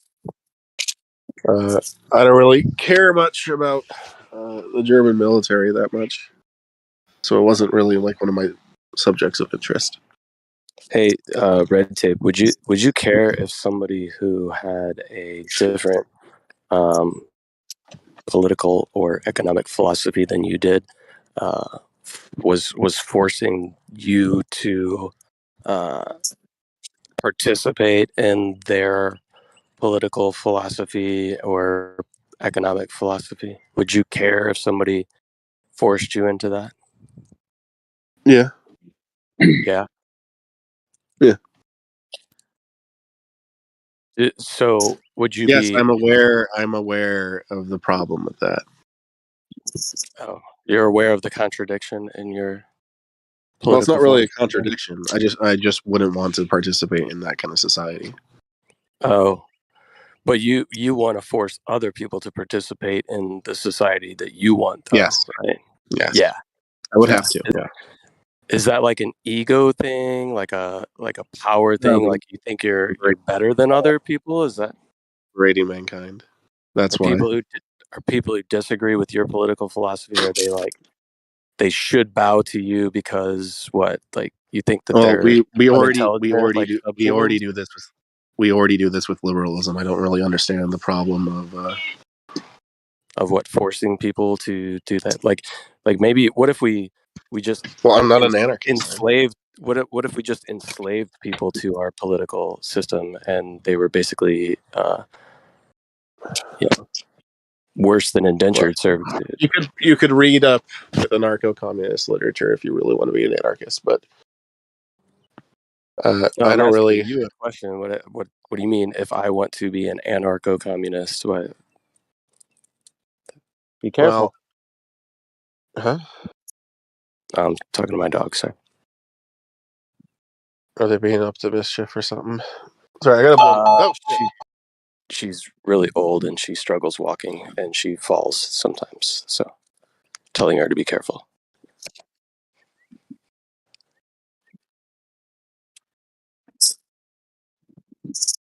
Narco-communists, you snitching on other communists. How's that fair? Oh, is that what? Being a narc. Oh no, narco So you think? narco communism is kind of a joke within leftist society you want? circles. Huh? I don't think so. Anarcho. All right. Don't act like I'm talking about a different word here, okay? We all know. You say narc or anarcho? I mean, like, I get it. I understand what you're talking about. I understand that much of the anarchist philosophy came from kind of the left-wing communist side of the political spectrum. Is that Well, what that was the big split because Marx disagreed with anarchists, so he got the. Was Marx an anarcho-communist? No.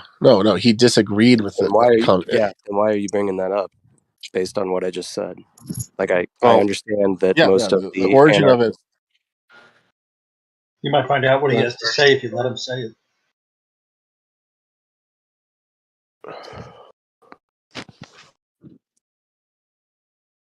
He doesn't have anything to say, obviously. He's Well, not saying no. I was waiting for him.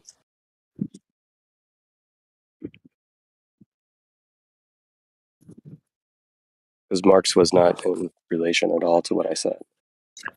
Because you said if you want to look I into, thought you were going to talk. I thought you were going to talk about the split between the Marxists and the anarchists and like this like First International. No.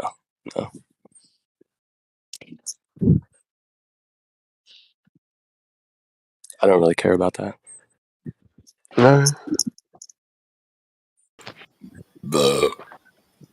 Damn, dude, could you not do that? Sorry. No, that's fine. I've let it slip sometimes too. I know it happens. No, don't do that. Come on, guys. I'm sure it was an accident. Oh, fuck my eyes. I haven't been able to sleep all fucking night. Got a really bad head cold. You smoke spliff.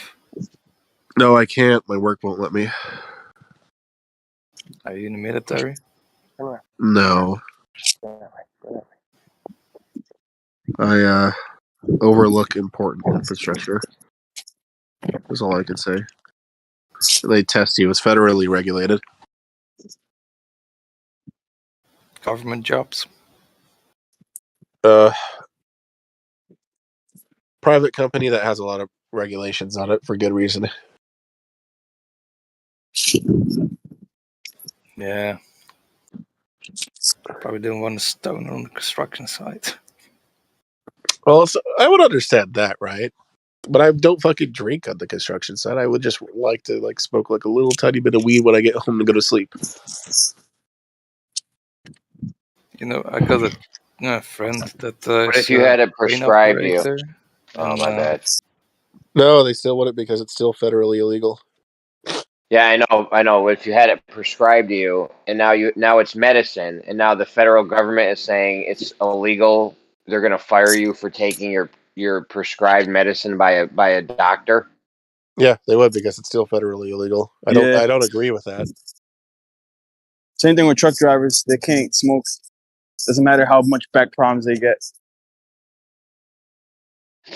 Yeah, that's a lawsuit waiting to happen right there, if you ask me. A doctor prescribes me medication. A doctor, the guy that knows what my body needs, prescribes me this thing to help me, help me with my body, and then they're gonna say you can't take this shit. It's fucking. I don't know. If you're driving a truck and you've got 26,000 pounds of shit that you're going down the road with, I would think that there would be some say in whether you can do that again. Maybe you're not allowed to drive anymore. Yeah, you can't drive high. You can't drive when you're on pills, right? All the pills say do not operate heavy machinery. So that's not. We're not talking about what you can do like on the job. Obviously, you can't operate heavy machinery when you're fucked up. However, when I do it on my own time with my own prescriptions that the doctor prescribed, should be my own fucking business. I feel you, bro, and I agree with you. But the thing is, it's very difficult to regulate because if it was by honor code, right? Everybody would be smoking on the job, dude. Most people aren't going to stick to that. Well, here's the thing I would think about off the bat. I mean, tractor trailers crisscross our country every year. Whatever would impair your judgment, whether it's a prescription medication or alcohol or anything, I think you should not be on it if it's going to impair your judgment or ability to drive. So I do. We already went through that. You're not allowed to operate heavy machinery. The fact that he even brought that up was fucking retarded. You're not allowed to operate heavy machinery when you're fucked up. We already know that. I know. Well, I mean, that's what only thing I would say because it's so funny. I was reading my daughter's got her some allergy medicine, and on the bottom of the bottle it says, "Do not operate machinery or drive when taking this medication." I'm going like, and this is allergy medicine across the counter. Question I have is, when officially, like, I decided to go on a bender on the weekend, go and smoke a couple spliffs or whatever the fuck you want to say, and it's now Monday morning, and I hop in my truck. When are you completely free from any of the reduction in your cognitive ability? How many hours? That's a good question. If you're not used to smoking at all and you like go Bob Marley and spliff out all weekend, you might be fucked up on Monday and Tuesday a little bit. By Wednesday, I think you're like, oh yeah, I'm fine. That's my guess. I would say you would have less effects than if you went on a bender and started drinking excessively for 2 days straight. You'd be less affected on Monday morning way less. If you would just be smoking spliffs. Let's think about this. Let's think about this in another direction. It could just be being impaired. would you want somebody taking care of your equipment that does not have the responsibility to take care of their own life in that way? What do you mean? Okay, They're you gonna know, show if up you go out drunk and get just to show up to wasted, work. yeah, right. Or you know you're going to be impaired the next day. You know you're going to have a hangover from drinking too much the day before, but you're going to be a doctor in surgery and you're completely hungover. Would you want that doctor operating on you? No. Exactly. So, I mean, the responsibility is, you know, I mean, there should be some level of responsibility on the person doing the work or doing whatever. I mean, yeah, I don't know if the drugs should necessarily be illegal per se, but the reason they're illegal is because people don't work. They don't take them responsibly. They don't No, do they're the same. illegal That's because very silly. no, That's very dumb. stop, hold on, hello. They're illegal because Big Pharma lobbied for decades to keep them illegal because I don't know why. Because I mean, come to find out, they had serious medical health benefits. I can't imagine why Big Pharma would have wanted to stop that at No, all. it wasn't Big Pharma. It was the alcohol industry. It was Well, Big either Pharma way, and Big Alcohol and prison guard unions. Anyone who had a vested interest to keep the shit illegal lobbied to keep it illegal. Obviously, if you're the prison guard, you want more prisoners. If you're a big alcohol, you want people partying on your drug. If you're Big Pharma, you don't want people healthy off of some natural medicine. You want them taking your Weed does chemical not make shit. you healthy. I'm a guy who used to smoke every Really? fucking day. It doesn't make Why you are healthy. people moving their... All right, go ahead. I want to respond after, though, please. Go ahead. I Your don't know. statement's wrong, but go ahead. I've never seen, like, I know plenty of people who smoke. At best, it just helps them manage pain and go to sleep. That's it. yeah, Okay. most of the people Can I I see. respond, please? I know you heard me say I wanted to respond. I know we all have no social awareness here, but why if it doesn't make you healthy, why were parents uprooting their whole families and moving them to Colorado because the medical marijuana was stopping seizures in children? It does make you Okay. healthy. It does have many medical benefits, and they were fucking lobbying to keep it illegal. It's a crime against humanity what they did. Well, there's Sure, two there might sides be to a the few equation. outliers, but I think like the idea that it's a natural medicine in the sense that like anyone could benefit from it is a bit silly. Well, You let's accommodate. Stop the. Go ahead, Paul. well, I thought he paused and I was just trying to get in. Go ahead, Jeremy. Well, I can just chime in because I've actually read a medical paper on that. And believe me, I don't recommend it. The Latinized words that they use, oh my god! But one phrase, one sentence really stuck out and stayed with me, and that was that the cannabis seems to form a protective barrier around the central nervous system. Isn't that interesting? Because as we know, alcohol does the antithesis; it does the exact opposite. So I would recommend if you could somehow take some CBD or something before you start drinking. That'd be a good idea. Well, Perhaps here, afterwards as well. well, here's what I say. The people I've experienced that smoke marijuana, if I had a job, and I knew even if it was legal, and I knew they smoked marijuana regularly, I probably wouldn't hire them. But mainly because the people that I've seen that smoke marijuana do seem to be a little bit more lazy, lackadaisical, you know, a little bit more laid Oh, back. come on, dude. The people I've experienced, I mean, you tell me my anecdotal experience is wrong, but that's what I've seen. I mean, if I know somebody that's an alcoholic and they can't control their alcohol, even though alcohol is legal, you know, and if I know that, I probably wouldn't hire them, you know, because how do I know that they're not going to drink on the job? They're going to drink behind the wheel. You know, what are they going to do? You don't know. Some people can You know, do now, their job great, John.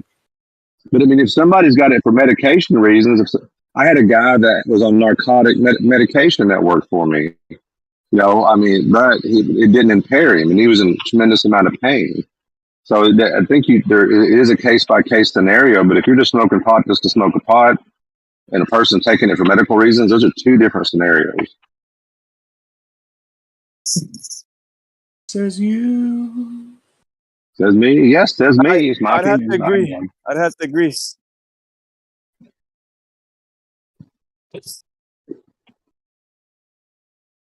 And then, by the way, the guy that was on pain medication, I actually watched him go through withdrawals in the office when he was coming off of it. forgot to take it, and I saw him go through withdrawals on it in the office.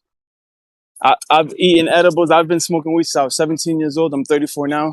I quit when I was 30. Once I turned 30, I'm like, all right, this is enough. I had to get my life in order. Weed was a big component in delaying my growth.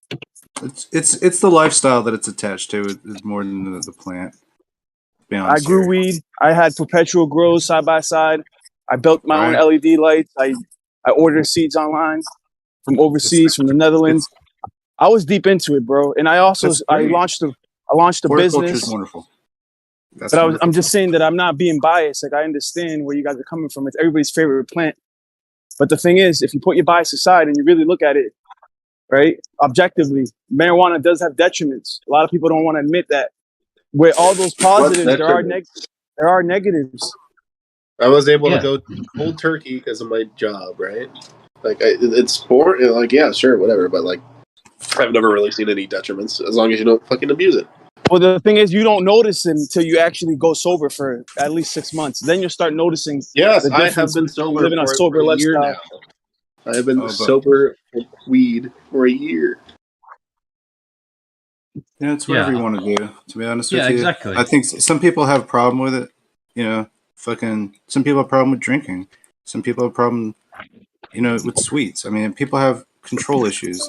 If whatever you like doing, if it's ruling your shit, then you need to reorder. Yes, and they should rely on their friends and family to like help them get out of it. But like, keeping it illegal is just going to keep more people in prison.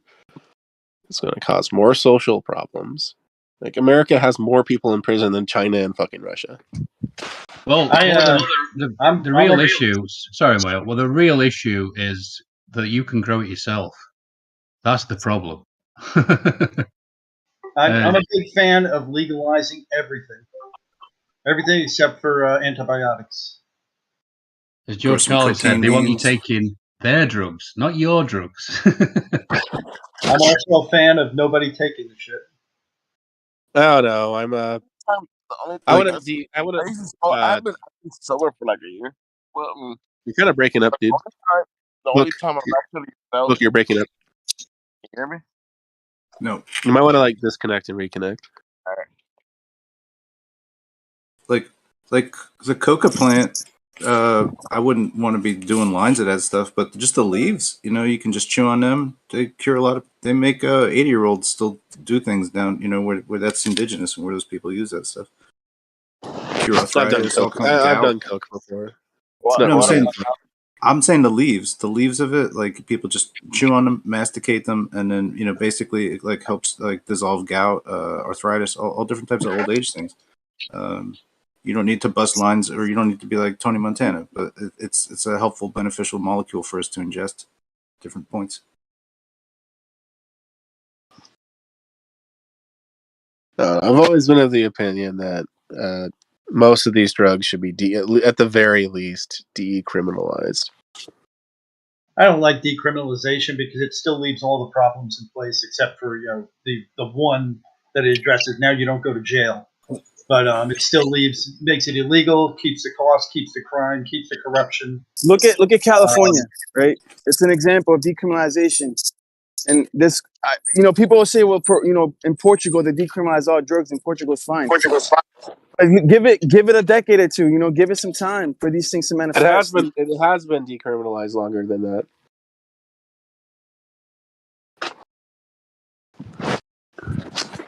But all I'm saying is that you can't just completely decriminalize all drugs and expect society to get better. Theoretically, that might be possible. On paper, it sounds good, right? But when you actually put it into practice, we're seeing all kinds of variables that unforeseen variables. It's been decriminalized for 20 years, man. Yeah, but sometimes it takes a whole generation for things to manifest, right? So 20 years might not be enough. But that's what's going on right now, because when this whole legalization of marijuana kind of began, we were still dealing with Cypress Hill, okay? And things have changed. This has been a long amount of time. Like, people have grown up through this, and I would assume that in another 20 years of this being a freedom, that we don't have to pretend like we're little kids, that the marijuana culture in this country and the world, you know, could definitely like fucking mature, you know, for sure. And there's other health beneficial things that have nothing to do with the THC high, but have everything to do with the terpene profile, and they're able to treat things like depression, asthma attacks, all of the beneficial parts of like what medically the cannabinoids are doing to us. I think you can extract them just through the terpenes, and you don't need to be high. But it's a medicinal plant, has medicinal properties, and it's treating a wide spectrum of things. And so even recreational use is as beneficial as like just, you know, chewing on some fucking gummy bear gummy vitamin, at least, right? It's doing something probably better. You know, in Israel, they actually created a way to produce buds like in a petri dish. Like they can grow buds, and you don't have to wait 8 weeks for a plant to fully mature. They can grow buds like literally from like, you know, they get the cells to divide, and basically they grow buds, dude, in the lab, like they're legit buds. It's insane, dude. And they can control and manipulate all the terpenes, the level of THC, everything. Like they're playing God in the lab with the marijuana, dude. It's insane. Like I don't know, man, but that's what they're gonna end up doing. I like your brew. Did you say you grew some with Ormus? Yeah. Like I would love if you could make some more of that, and I could try some of that, because I'm sure that it would take me like a long time just to be as good as cultivating the plant as you, and try that shit out. You know what I'm saying? When I used to smoke, bro, I would go for like the most anxiety producing plants that I could find, and the most, you know, the most freaky strains in the world come from Thailand, and they produce like fear. I like the fear. I like the getting scared. I like, and those plants are usually pure sativas, and it's like being on a trip, bro. Yeah. Yeah, I like sativas myself. It's a pity they're usually pretty weak, and you have to just go through a whole bag to get to, you know, something. What, you're getting homegrown something? I mean, sativa would be tough to home. I mean, you'd just be growing a lot of plants. I mean, it's just it's not the most potent, you know. So it's like, I mean, debatably, I mean that's just because sativas to me are way more potent than indicas. I mean, indicas are more inebriated. They make you tired, sleepy. yeah, you know. But that tends to be. But it's also like it's okay. I mean, that's like the recuperative portion of the plant that makes you sleep, that makes you repair yourself. It's probably got a lot of good things in there. But I like the sativas because it's kind of like the energy, brainy part of it. And I would think like if I only smoked sativa, right, and then did my normal things, that I wouldn't suffer like some kind of like lazy drag, because I'm like, you know, putting myself to sleep basically. So like if you only smoked indicas, yeah, you probably have decreased efficiency. But if you're like me, drinking coffee and smoking sativa, it's just like extra coffee to me, you know, where it's like it also takes some of the edge off of the coffee. So I get to a good functional place. I think that's what we just want to get to, you know. I really don't get what you're saying. I smoke sativa, but it still gets me sleepy. Well, so yeah, there's just like, that's probably something to do with the terpene profile, or also that you're smoking the plant, and then that is also like going to add to like a body sort of effect. So that might make you sleepy. Whatever. I'm not advocating everybody smoking anyway. Most sativas are hybrids. You're not gonna get a pure sativa nowadays because it takes too long. It takes 12 to 14 weeks for it to fully mature. Mm-hmm. It's a more special plant than the indica. The indica you can grow real fast, and it has a huge effect. Very difficult to do so with a pure sativa. But what's wrong with hybrids? I don't know. Nothing. Just you're not gonna get what you would get on a pure sativa. It's gonna be like a little bit of a tired feeling, plus a little bit of head high, a little bit of body high. Yeah, my whole I have my gripe against the logic of the growing is that we're not growing like pures. We're growing too many hybrids, and then therefore there's like a lot of variation get this from strain to strain. But like I would much rather prefer to like just buy pure lemon and pure, I don't know, whatever else, and then mix them together, just like take from jar A and jar B, mixing them like herbs, if you will, rather than crossbreeding the herbs together. What do you mean about lemon? Limonene is one of the terpene profiles that's found. Anything like lemon haze, Northern Lights. Yeah, I grew lemon haze. I grew lemon haze from. I was going to say I had a bit of a story about CBD. Once I first got sober and I was in a real bad way. As you can imagine, that's why I started looking into it, like healing myself and just seeing what I could do. And I started taking huge amounts of vitamin C, like 20,000 milligrams a day for 2 years. Not medical advice, obviously, YouTube. But I remember that I had this weird off balance feeling, and I had it for months. Like it was so uncomfortable. Like when I was stood up, it was just an awful feeling. Like that's the only way I can really describe it, as feeling off balance. And Vertigo. well, yeah, I don't really know. That's why I was hesitant to say vertigo, but just very uncomfortable feeling. And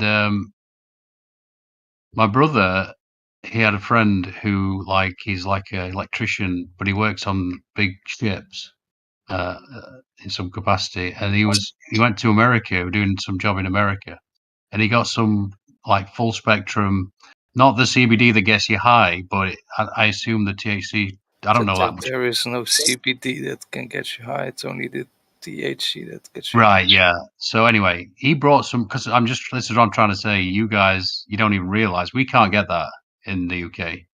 You can, but it's illegal. We can only get the sort of hemp stuff.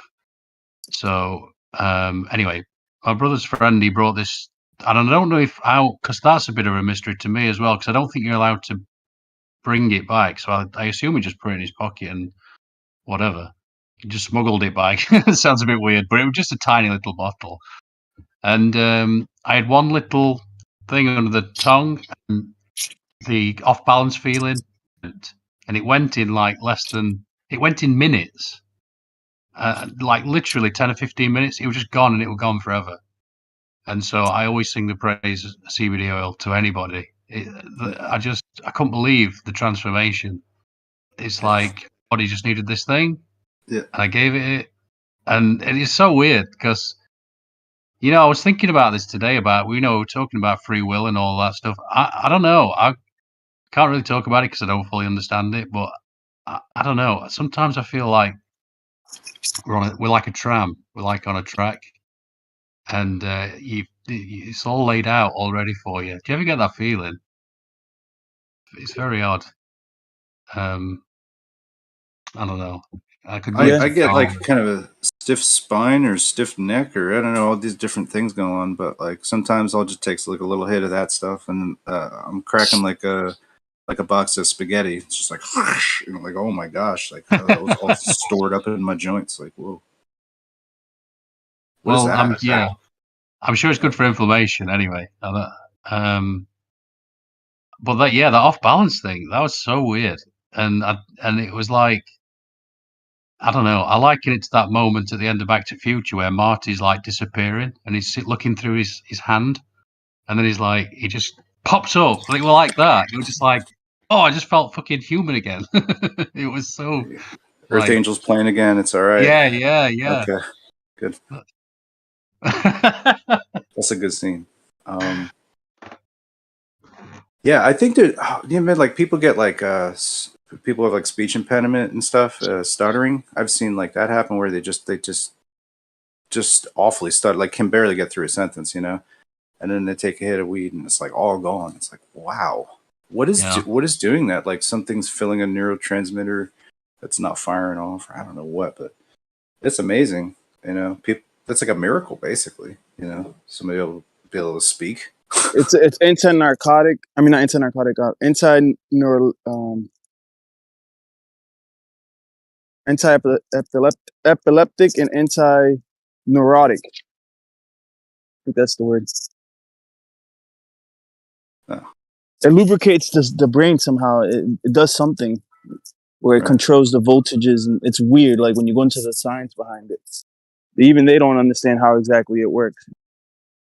But it, like you said, like it'll stop seizures instantly somehow just by applying it topically. Like I've seen children applying the marijuana oil onto the soles of their feet, and within seconds they stop seizuring.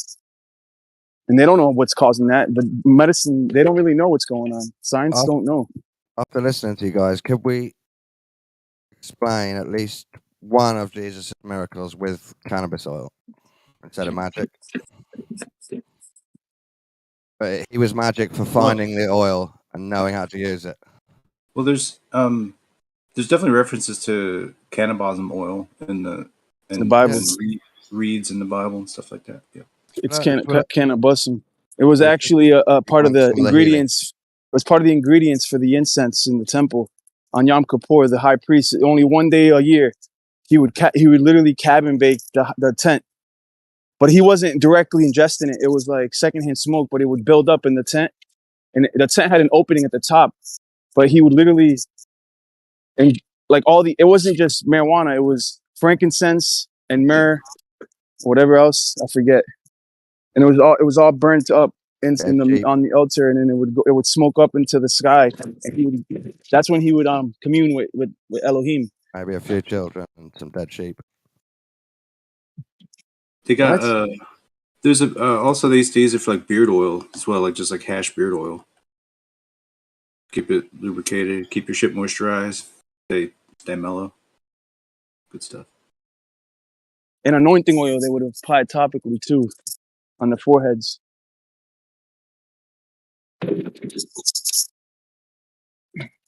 Also, it's interesting that their currency was what the metal and silver, right?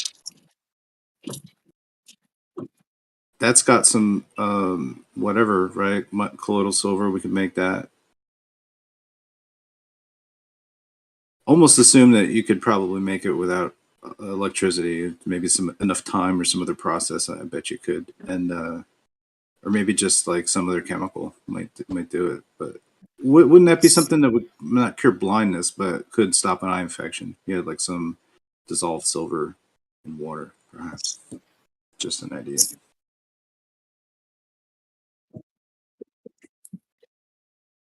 Or did he just spit on his hand and fucking make people see? That's possible too, right? Maybe that happened. Or maybe he had a bunch of colloidal silver in his mouth. It's like, phew, there you go. I don't know. I followed it's just interesting that a guy that heals lepers is also a guy that's like into silver. I find that interesting. Silver, I don't know if it helps, but if you take too much, it's bad. Some companies have like. Somebody's trying to speak. I followed a UFO cult, and the leader killed herself, ascended by taking an overdose of alcohol and colloidal silver. How crazy is that?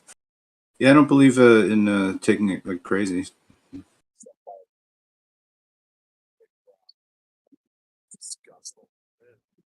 You like a drop of it, to be honest. Something's precious about it. I think we just need to keep looking into it. Oh, well, I mean, externally though, yeah, it's antimicrobial. It's high conductivity, so like really any kind of you hot micing, yeah. I'm not really sure. Yeah. Line of you hot micing. Just question.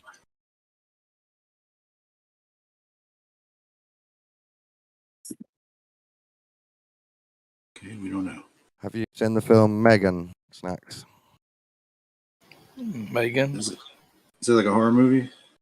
Oh, hi, Tal. Yes, it's Blumhouse, BH. So I've seen the ad for it, I guess, but I don't know what it's about. I watched it. It's retarded. 33 minutes in, and this ugly doll is starting to have its own thoughts. Oh yeah, They made a second one, right?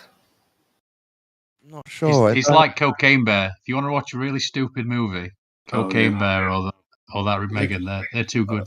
Good No, ones. the cocaine version that bad, but it's kind of funny. My It's No, that's mate what I bad. mean. said he likes Sometimes you're in the cocaine, mood but to watch something just utterly stupid, and that's a good one. Good candidate. Is it like the first horror comedy movie? Well, Yeah. that's the thing. I don't like that Megan. I don't think you're intended to be a comedy, but it's just silly. I don't know. I don't know if you're like me and you watch a Tarantino film and just find it funny. It's just, I don't know. I don't know what that is, but I don't think they intended it to be a comedy, but it is funny. yeah, Megan is very badly done. I'm giggling through it. Well, isn't Megan? Didn't they do that with clay, like stop motion? I don't know. No, it's live action. It's Deborah from Dexter. She's invented a doll. Oh. And she thinks it's great for kids, but it's creepy as fuck, as usual. Poor Dexter series. Oh, just fucking sacrificed right there. Oh, terrible. What they did. Deborah's gone as an actress. The final season of Dexter. So terrible. Oh my god. How many seasons did that go? I remember watching the first one, and then I think I gave up on it. I don't know. The last one was great. He gave it to his son. So How many Forrest seasons was is there of born. Dexter? Fuck his son though. He's not cool. I don't even like him. He is though. He's got. I the hope he same- gets killed. I he's hope got he the gets same- caught. Same anti-hero blood. Yeah, but he's gotta be likable. Yeah, but not after he kills Serial people. killer's gotta be likable, or else you're gonna hate him. And I don't like this. Eight seasons. Holy shit. It's like 8 seasons and an extended extra season. Max, he's going to try and go to therapy and get rid of this monster. That means the world will have more killers. So dumb. So good. No. I love it. Still, nothing's gonna beat Prison Break. That's a show? Yeah. You dare mention that in the likes of Dexter? Okay, go ahead. Make your case. No. It's like Obviously, you didn't see it. Tell me how Prison Break is as good as Dexter. Go ahead. It's way better. There's a map and there's a cliffhanger each episode. That's why they like it. I didn't see Dexter, so I can't really judge.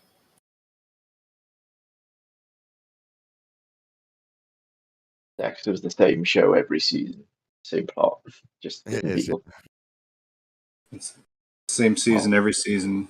Worse writers every season. That's why I like the last season, because they changed it and handed it over. I could have let that ended 1,000 other ways than that, for sure. Yeah, no, I like an ending other than just fading out into nothing. Okay. It was, he's got to die, basically. He lived in the ending of the regular series. It's like very similar to Prison Break. Horus killed Set, basically. Oh, that's why you like it, because you think you see some whack myth connection. That's not what's going It's on. the Lucifer bloodline, where it's the paradox, where It's called you're a the psychopath. bloodline of the spin-off series is what it's called. You're a psychopath, but you manage to put down some other psychopaths. So it's just fascinating for me.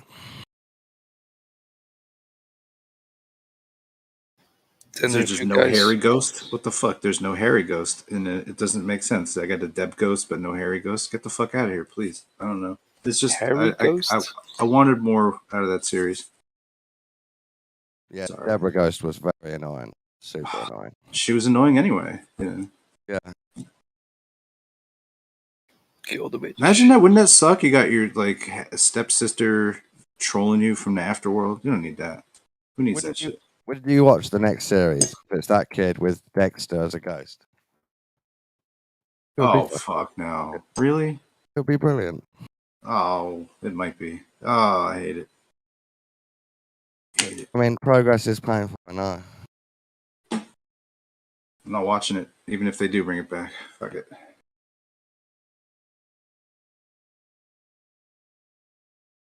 So, have you guys seen Band of Brothers? No, sorry. Missing out, man.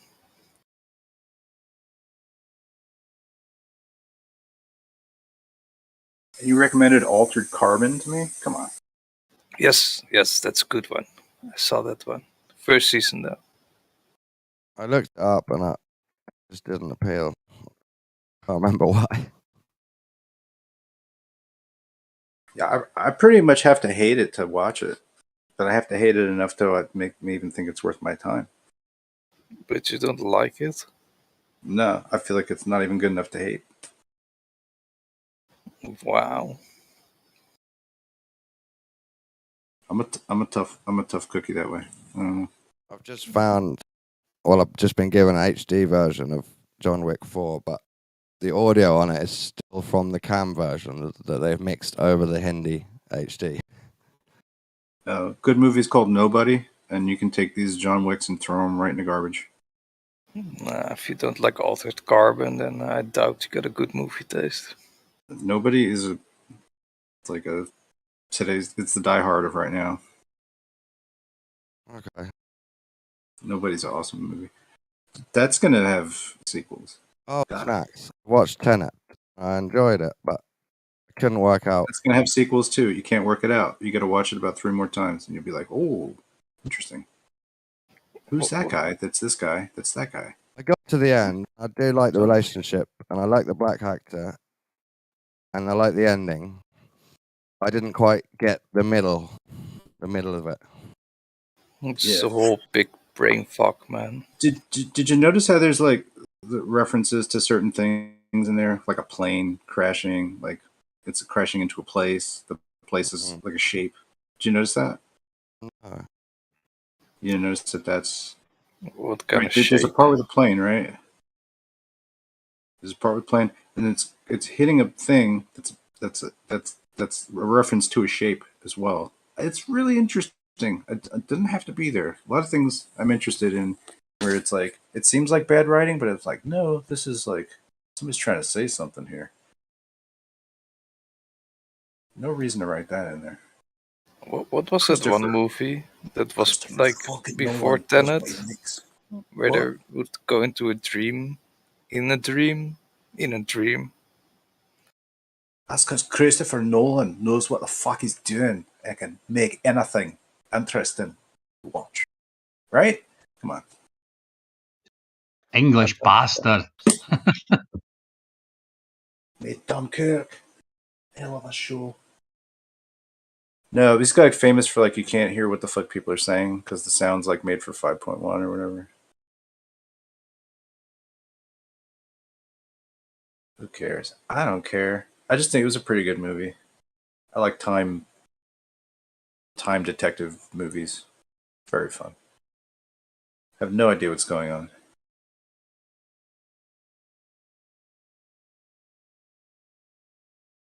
Yeah, and that's all the good movies there are. Moving on. That's what you call thrillers, right? I watched Stigmata last night and this morning.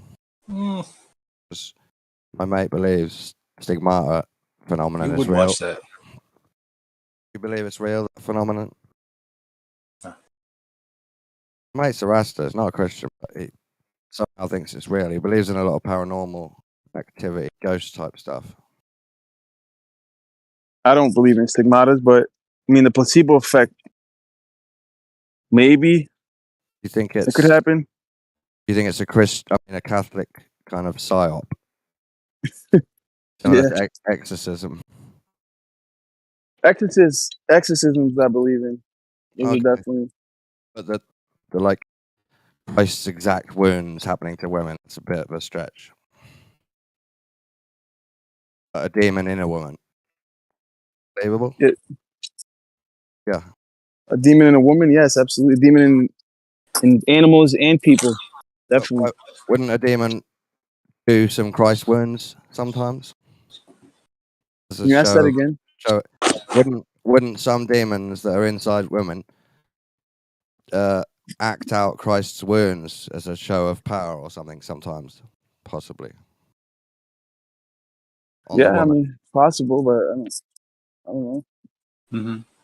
What if it was like something like a pig, but have a pigmata? Nah, man. That would be really creepy to watch. A pigmata.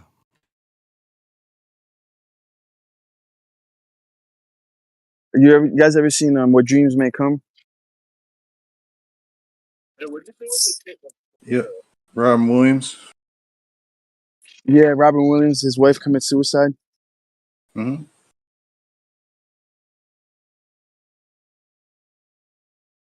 A lot of people like that movie. That movie was dope. Do you like them Stanley Kubrick movies? Yeah. All right. Clockwork Orange. Eyes wide shut. I'm fascinated with it. I love it. What do you guys think about his testimony before he died? You think that was really him? Nope.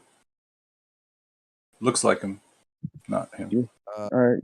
No, I do think he was killed for being too close and saying too many weird things. He definitely was killed.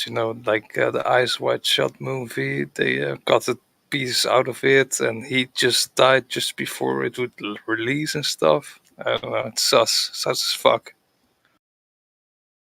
Yeah, it's like a little whistleblowy, that movie, right? Somehow. He probably broke one oath, got warned, broke another one, and then offed. Is Who are you The talking Shining? about? You mean Robbie is the Williams?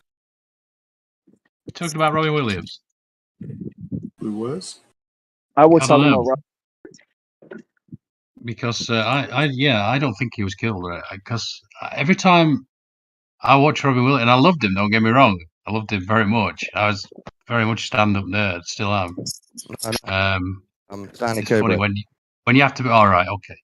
When you have to break down jokes, it's very nerdy and makes them unfunny. But anyway, yeah, Robin Williams was very painful for me to watch, and still is. Because you can feel that terrible. You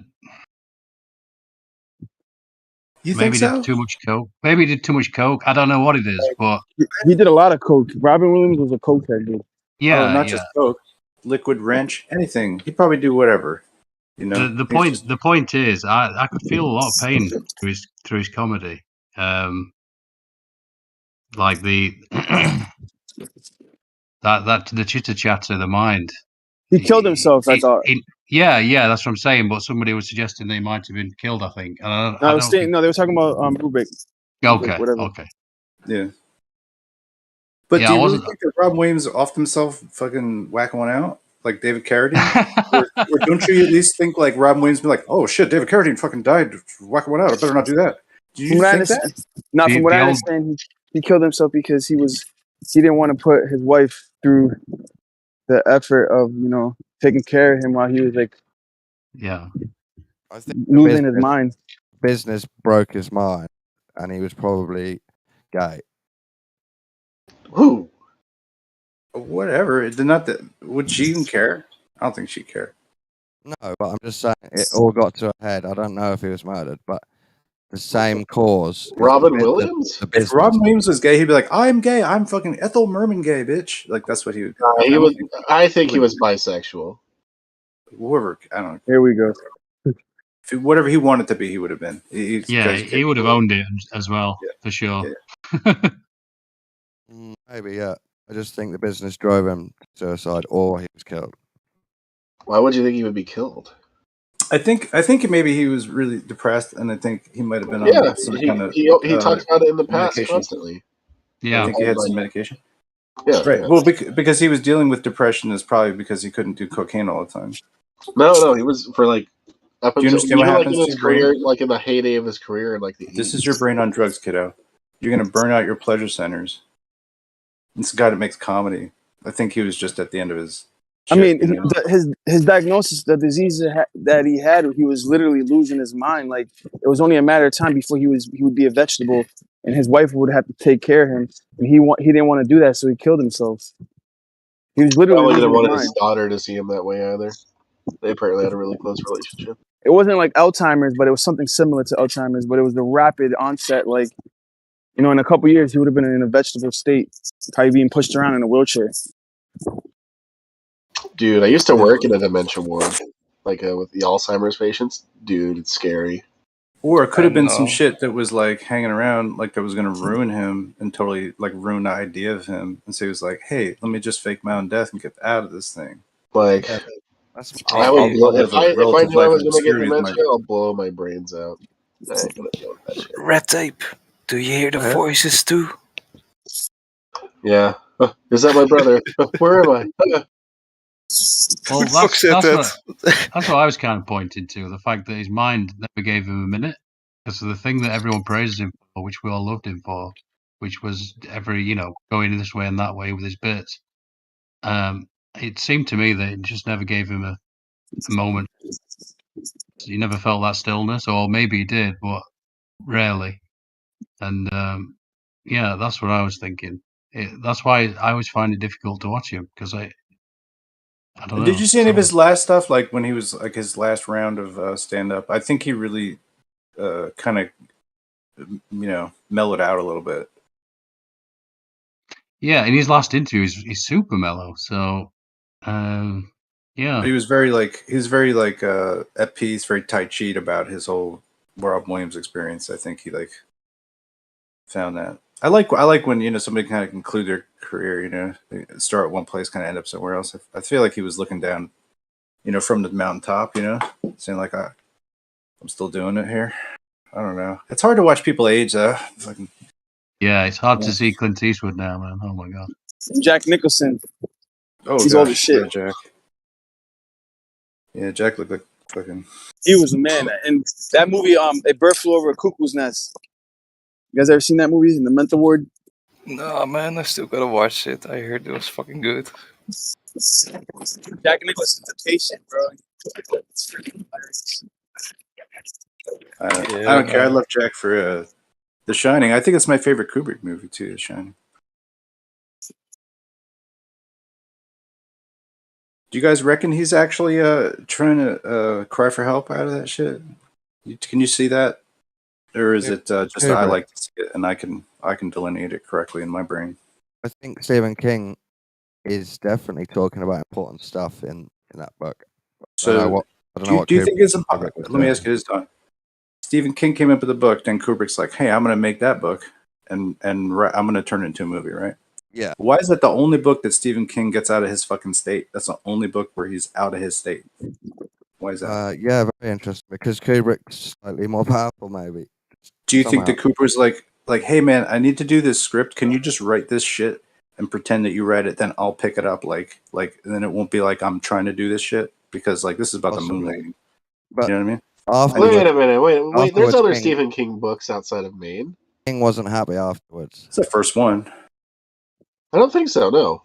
Might have been. Oh man. The ones that are based in the real world, most of them are in Maine. I don't know if this is right. That it's the first one. Like he visited the place. Like they took a trip specifically to this one random hotel to write the story for the place. It's just. He's a homebody too, right? He doesn't leave his own state very much. The one about the author who's kidnapped by a crazy fan, and she forces him to write a book or whatever. Misery. Yeah, that one's outside of Maine. I've got the book on my shelf of that. I think it's in Colorado, actually. All right, I'll. It's just I hear something. I remember it. I no reason. I refuse to watch anything that looks like that piece of shit. Bro, go watch it. This is a Stephen King book. No, because that's not what The Shining's about. This is all nonsense. Oh my god, it is. It's King's Part 2. Yeah, it's witches feeding off the energy of children. You've got to watch it for your research. I'm not watching it. You go. That ain't What's Up, Doc to me. That ain't no Scatman Carruthers. Fuck off with that. It develops the idea of what The Shining is. Yeah, to fucking lie about it. Don't they expose some of the moon landing shit in The Shining somehow? I don't remember. Room 13 or something. Some would say, and then other people would say that Dr. Sleep is better, and I should watch that. That's what some people would say. But I think that The Shining is almost just about a fucking, I don't know, kind of confession. That's what I feel like it is. It's about abuse from the father to the kid. Yeah, well, it's also about the duality between these two characters, and they're effectively the same character. Yeah. It's very nice. You can't escape. Danny's always Jack. Aren't a lot of his books linked to the what's it called? The Tower or whatever it's called, the Dark Tower or something like that. The movie? No, the books. Like, I'm pretty sure that the Dark Tower was like a way for him to like link a bunch of his books together. Yeah, probably. Is that did they base a movie with the Matt McConaughey It's and a Idris Will Elba Smith. called The Dark It's a Tower? Will Smith one. It's not very good. Okay. But the Dark Tower has 3 myth books. But the I mean, Dark that guy Tower was was a like movie, pumping wasn't out books by like the dozen in the 90s. Like, he was fueled purely by coke. Mm-hmm. Alcohol And as typewriters. well. He said he has the heart of a little boy. He keeps it on his desk in a jar. Haha, this is a quote. Seriously. Anyway. But do you think that is what's in The Shining that makes you think it's talking about the moon landing? Anybody? I don't remember. It's been a long time, man, since I've seen that movie. A long time since I've seen. There was like some videos where they kind of like unpack it all, but I don't remember. Danny's jumper, the scene on the carpet is the main bit. Yeah. Okay, Plus, he also wears a sweater with like rocked on it. The Apollo 11 hand knitted for the movie, not in the book, T-shirt or sweater, right? This is not in the book. Oh shit! Right? The The guy guy who that's made obsessed with props. the guy who made Samurai Jack has a new cartoon. Wow. Cool, man. Yeah, great. Oh no, he's a great animator. What's it called? I'll post it. The first episode's free. Okay. But what about The Shining? Do you think it's talking about the moon landing? That, like, besides the sweater, there's also like I think it's room 16 or 13, referencing to the rocket Room mission. 273? Yeah, there was something with a room number, but I think you're right with that one. Right. Is that the amount of miles? Is that the moon room?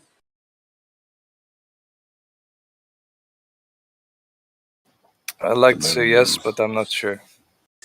It's funny that that's where he runs into the ghost, right? Like the hot lady that eventually turns into the old lady. Do you remember that scene? It's like a hot naked lady, and then she turns like an old hag, and then melts all over her or whatever.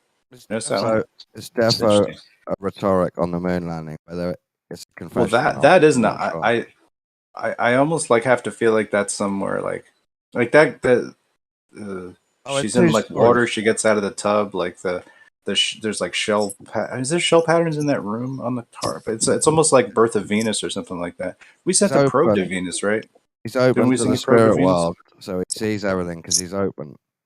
Special child. Okay, I'm trying to make a space correlation here, and that's like that the Venus probe just dissolved about like a couple minutes after it was broadcasting. Okay, yeah, sure. Like it just Venus, goddess of beauty, destroys the camera. I just think it's really interesting that this hot chick just for no reason turns into a old hag and then dissolves basically in this sort of way. Maybe I'm drawing too much into it. There's more to draw too much into. Well, you can see anything in anything if you want to, but maybe you're. But how many anythings can I see in one thing? Well, some things are obvious, and others are just straight out too far. Snacks, hexagons with a willy poking into the hexagon. Okay. And those cars are also like those are repainted cars. Like I don't know why they are those colors. They are not the vintage car set that they would have been. Somebody stage painted them to have different colors for some reason. Don't know why. Don't know. But yeah, also like the hexagon is like the launch pad that it would have been on. Like it kind of resembles the facility. If you look at the where Apollo 11 was launched.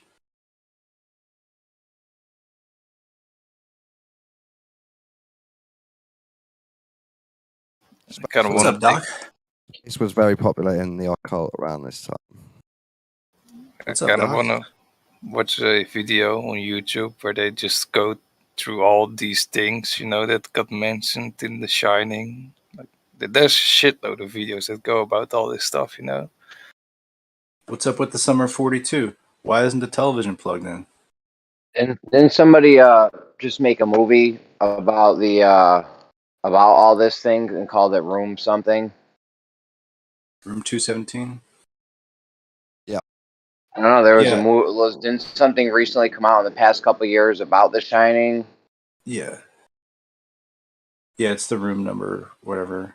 But I feel like that's obfuscating some of the things as well. But it does have a couple interesting parts about like the cowboy and the bull and the minotaur maze kind of connections. I think that is sort of legit. But why are there twins that seem like Gemini? You know what I mean? This strange thing. No. Why? What do you think about twins? I got some Well, insight on twins, but I'm just saying if this is all like allusions to space program shit, I find it interesting to consider that twins are Gemini. Gemini is a program preceding everything else. That's what happened before Jack ever gets to the hotel. Is the twins get slaughtered by the guy that axe murders him anyway. That's in the past before Jack gets there. Just like Kubrick would have been to moon landing, to having walked in on what had already been the Gemini program to Apollo it, right? I think he's working with CIA because one man can't handle that much symbology into a film. But with help, He's a Mensa level genius. He's Yeah, I smarter know, than I know. me.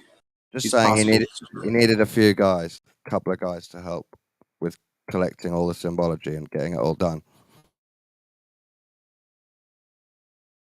Well, if he was actually put into the position of having to be the producer for some kind of video that he didn't necessarily want to, and seemingly maybe was like threatened or something like that, that he had to do it in the way that the kid is kind of like manhandled, like who ripped your sweater? You know what I mean? Right? It was the ghost that did it. The ghost that did it. But is that part of the story where it's like really you have to look at Jack and Danny as the same character? You know, hey, that's up to your interpretation. You know what I mean? How do you think people encode or decode story material? You know, there's always a second layer to a story. There's allegorical layers to There's things. two layers to this, isn't there? There's the space confession, and there's the supernatural, seeing into the spirit world, demonic shit. Or yeah, it's a ghost story that's taking place as a confessional. Yeah. Similar to how Cocaine Bear is not any of those things. You should watch Doctor Sleep because it's not just Stanley Kubrick. It's Stephen King. Imagine if you could watch Cocaine Bear and be like, oh yeah, this is talking about the moon landing. Imagine that, right? But that's not what occurred here.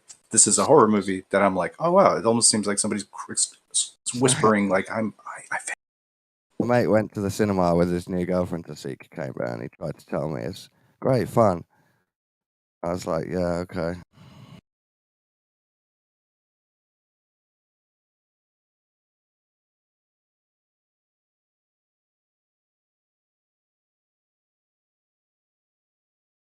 Anyway, it's fucking obvious Stanley Kubrick helped with the moon landing footage, and there's a confession involved in this film. I actually like the Stephen King layer about feeding off children. That's more fascinating to me. You know, I thought that Cocaine Bear was about the Hubble telescope.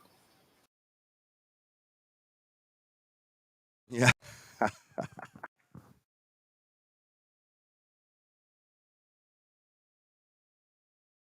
You should make a movie about it.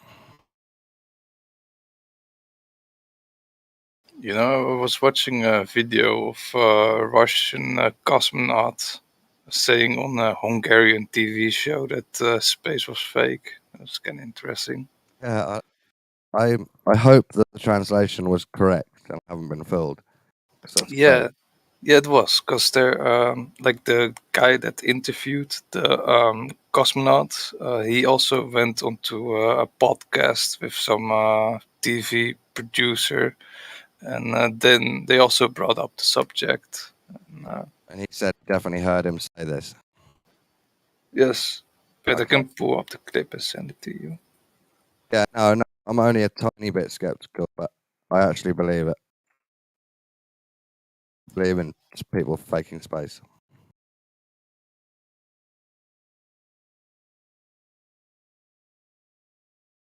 One step closer.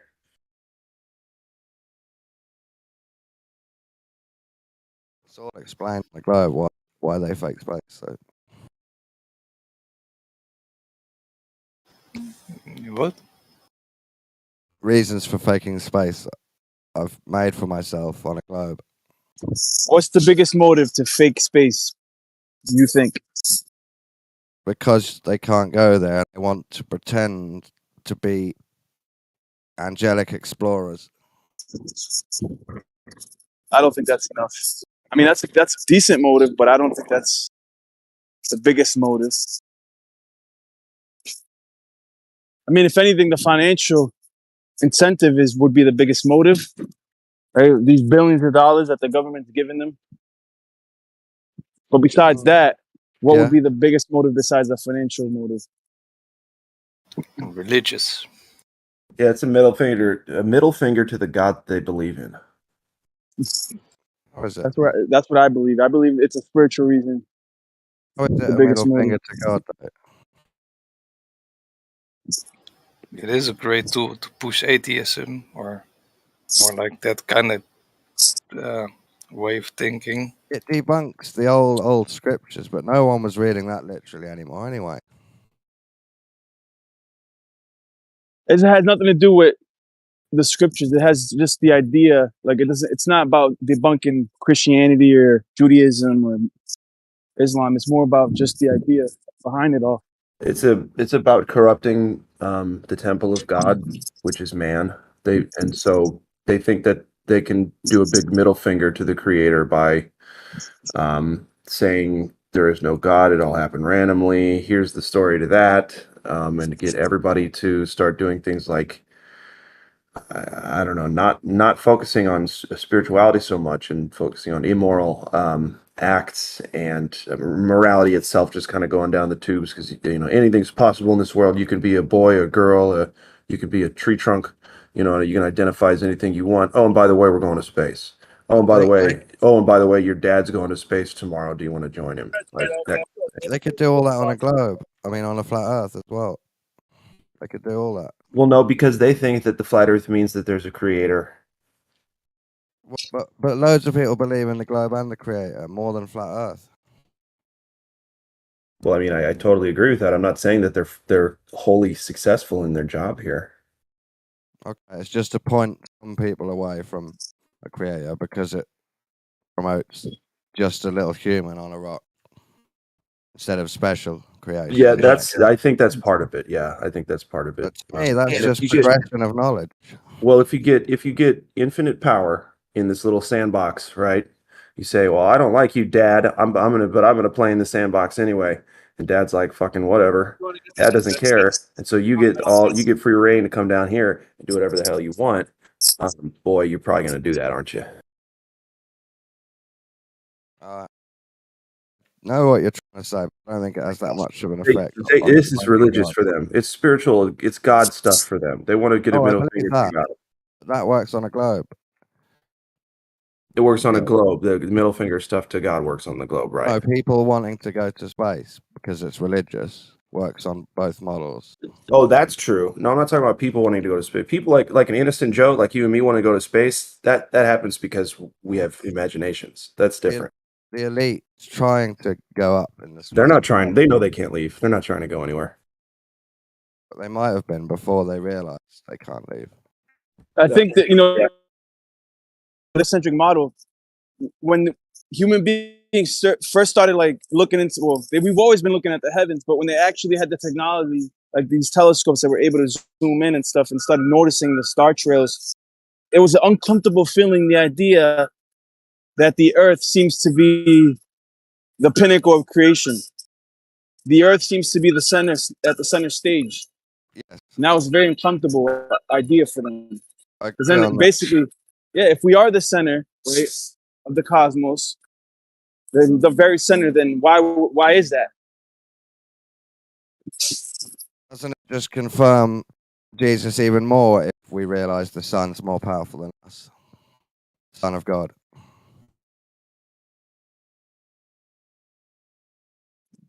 Well, it's also funny that they take like the sun as the center point of going round our thingy, the space. Like the sun is the center, and you have like a shitload of sun religions in the old days, you know. See, on one side you have life being an accident from random chance, given enough time, right? That we're just like there's no purpose to life. That we're just like a random rock of trillions of rocks, possibly in the universe. And now they're even talking about multiverses, right? So if we're just like this random accident, right, in the grand scheme of things, we're just like inconsequential. There's no real moral high ground. There's nothing. Like life is literally meaningless. Like you can do whatever you want. You don't have to account to anybody. There's no creator. You don't have to, Truth of nature on Earth you anyway. have nobody to account to. That's the truth on any model of Earth anyway. Because God doesn't show his face. You have to believe. So even on a flat Earth, you're still left as a human in the dirt wondering what's going on. So do you not agree that this is why they're doing this? One of the reasons why they're doing what they're doing? You don't agree? No, I don't think faking the globe is a good way to point people away from God. I don't think that explains why they would change the model just because they want atheism to be a slightly promoted. Like I said, it's part of it. There's so many reasons to reverse engineer this model. But yeah, keep going. Go ahead. The flat Earth geocentric model is conducive to a creator. It's just way more conducive than just being a random planet, one of trillions of planets. You know what I'm saying? Yeah. Like we can get hit by a fucking meteor any second, and the whole world will die. You know, like it makes you think we can do anything. You know. Don't make jokes. That might happen anytime. Sorry, a protective creator that's looking down, that's made a special area for you. But you can apply all that to the globe. There's a nice father energy just outside, call it the sun or call it the solar system or the universe, but it's looking out for our planet. It's put hairy green hair on our planet, no other planets nearby that we can find. So we're still a special creation. Absolutely. He's right. I mean, that's what they call the Goldilocks zone, right? That's what they themselves refer to us existing in the Goldilocks zone of our solar system. Perfectly designed, and we happen to be in it. They can only use like fairy tales for children to describe where we live. That's cool. No, the best lies are wrapped in truth. Yeah, that's the best way to hide.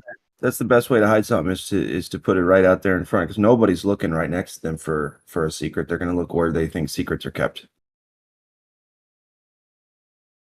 Where secrets kept. I definitely agree that changing the model, cosmos model, changes the idea of what a creator did. I definitely agree with that. I think that could be down to progression of human thought as well. It's a big idea, a new world order.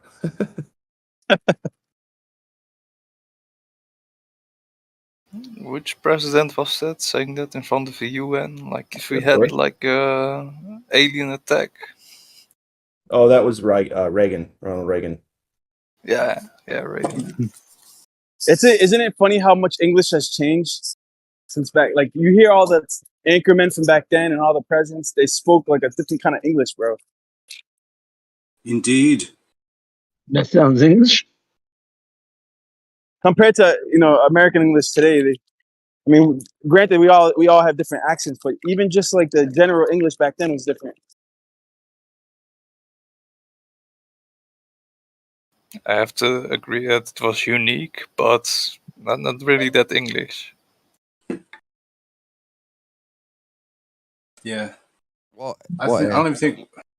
I was gonna. I mean, just like simple words, like corn, corner, silly shit like that. I think that we're hearing it different.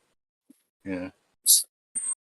And I used to watch a lot of those World War II training videos for GIs, and they talk English in a funny way. Why, I called her the other day, and Yeah, like that. Jimmy Stewart, like, and I was out to the store and I couldn't believe I was. I couldn't believe. You know what I'm thinking? Because you said globe is made to turn our eyes from God, I want to suggest the opposite. Flat Earth is designed by Freemasons to make Christians look antiquated in their thinking. Perfect. I've heard people make that claim. I'm not a Christian. Opposite day.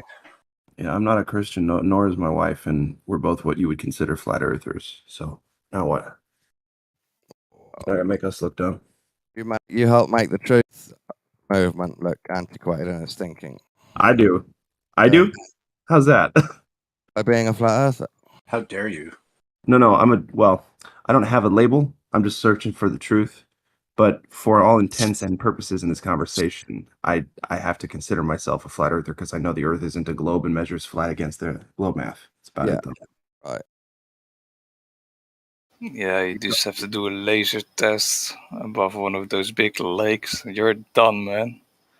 Hold on. So I'm not even a little. I don't. So flat earther is a way to pigeonhole people. Same with Christian. Same with all kinds of stuff like that. Same with the globe model. Huh? Way to pigeonhole people and ideas. The globe model. Oh, sure. Yeah, get people focused on just the one thing and don't let them think outside of that. Because why do they have to keep reminding us? They got to put the universal logo with planets and stars and shit every fucking year trying to remind. Why would they have to remind us of something that's right there in our face? I mean, the way you apply the globe model to hang normal people's beliefs in a few things, you say, oh, well, you must believe in the Big Bang, gravity, space-time bending, blah, blah, blah, blah, blah, blah. You pigeonhole them. Yeah. Into the model afflicted, even though they only believe a few bits of it. Oh, I'm sure they believe the whole lot. Find me someone who doesn't. It's just not true. The same with you and Flat Earth. Well, and I'm an anomaly. I like to live as the anomaly. Really? But Don, you can't just believe a few bits of it. You have to accept the whole model. Commit. You can't just say I believe a few bits of it because it's a package deal, dude. No, I'm talking about a few other people, normal people in the street, believe we're in a solar system. They believe the sun's ball, but they don't know the whole model and they don't care about the details. So you can't. No, they just accept it. They don't believe it. They just can't pigeonhole them. They don't actually believe it. They don't actually believe it themselves. They don't even think about it. Do you know how your car works? You know everything about how your car works? No, I don't. But I still drive it. It doesn't matter. All I know is I put gas in here and I put the pedal down and it goes on. It's not a package deal anyway. Change the oil. It's the same as Christianity. But if I told you your car was an elephant, would you believe it? Guys, one at a time, guys. Come on. All right, answer that question. If I told you your car, I know you heard him talking when you started talking. I had to feed it hay. Yes. Guys, what are you guys doing? Can you go one at a time? Is it possible? I'll just mute people. Somebody else go ahead.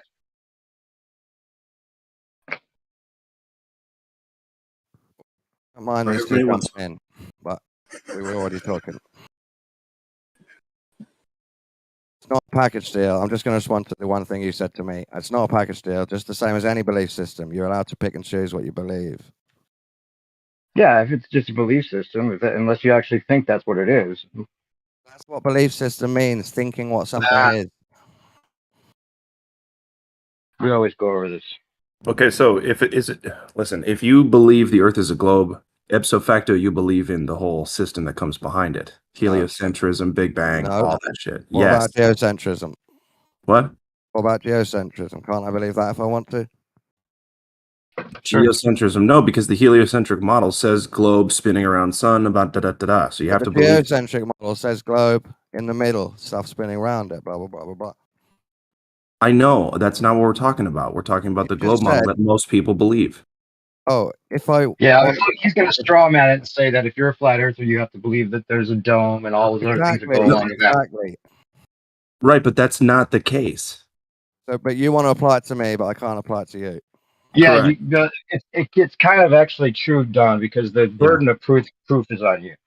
Honestly. No, it's on you. If you want to convince me of anything, it's on otherwise, you. reality is just like it seems. If you want to convince me of anything, it's on you. Our bias is just better, man. There you go. That's good. That's a good reply. If you want to convince you, then it's on us to convince you. If I don't care to convince you, but if you want to get a normal conversation out of people, then you're gonna have to like agree about the extreme claim compared to like the idea that reality is like it seems. You have to at least acknowledge that. To have a conversation, I have to submit to a straw man. Is that what you just said? No. Yes, it is. No, I would just hope you do. That's all. Well, that's I can't control you.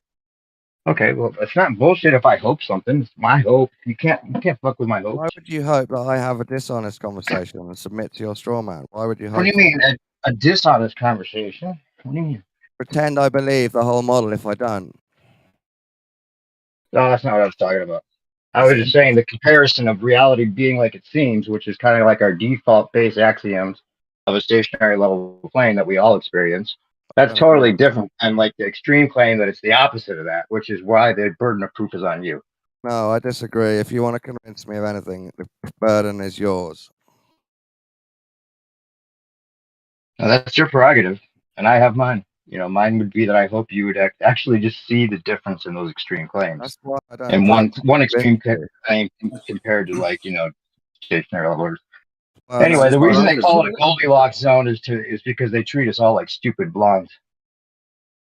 And it's not just the Goldilocks zone. You also have like the moon and the sun. Like when you got how do you call it when the moon moves in front of the sun? That's the you mean the day moon moves for the night sun? That's the Red Riding Hood zone. Yeah, but the moon darkness thing. Whatever, it doesn't matter. Like they're the fucking same size if you put them in front of each other. Like what the fuck, man? Eclipse. Eclipse, my guy. All right, it's a hot conversation right now. We got words. Eclipse. Very good. Excellent. It refers to the Goldilocks zone, you know, that like everything is so perfect.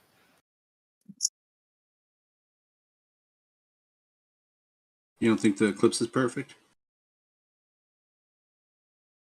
Couldn't be any more perfect. Well, everything's the Goldilocks zone. That's why I say they make us sound like stupid blondes, because like it's everything in the Goldilocks zone. It's spinning at just the right speed and just the right rotation and just the right orbit. That seems like it's completely stationary level. You know, it just seems like it's the opposite of that. Right. Oh, so you think that you're stationary? That means you're moving. Okay, that's okay. So reality is everything that you don't feel, that you don't see, that you don't hear. Your reality is the opposite in every way that it seems like. The moon's a perfect distance away from the Earth. Yeah. The Earth's a perfect distance away from the sun. 400 times further away. Coincidence. Who said it's perfect? It makes people that believe it sound like dumb blondes. I'm sorry. That's why they call it the Goldilocks zone. Oh, but now they're saying that the moon's actually drifting away. No, they call it the Goldilocks zone because it's because it's the Goldilocks zone because it's not too hot, not too cold. It's because it's just right. The porridge. NASA engineer literally says perfect. That's what she said. What? Perfect porridge. Perfect porridge. Just how it ended up. Just So what happened if it was a foot closer, a foot further away? I didn't hear what you said, when you came in. People were talking. The NASA engineer literally says like the word perfect, like in a video explaining how the sun is 400 times bigger than the moon. Mm-hmm. Yeah, just cosmic coincidence. By lucky chance, the sun is 400 times further away from the moon and 400 times bigger, so that we can have perfect total annual eclipses. Right. Everything's a perfect coincidence. I mean, I've been lucky in my life, but that's ridiculous. Okay.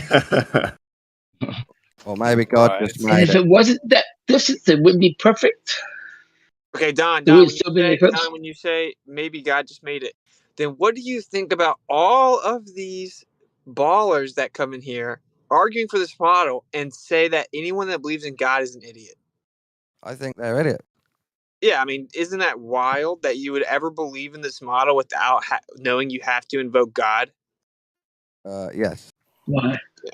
Because how would the cosmic chances align in such a way that something completely unrelated to sustainability, merely optical, after some rock hit the earth and broke it up into a bunch of pieces, that the sun and moon look like they're the same size in the sky to such an extent you can have a total eclipse and actually the sun's 400 times bigger?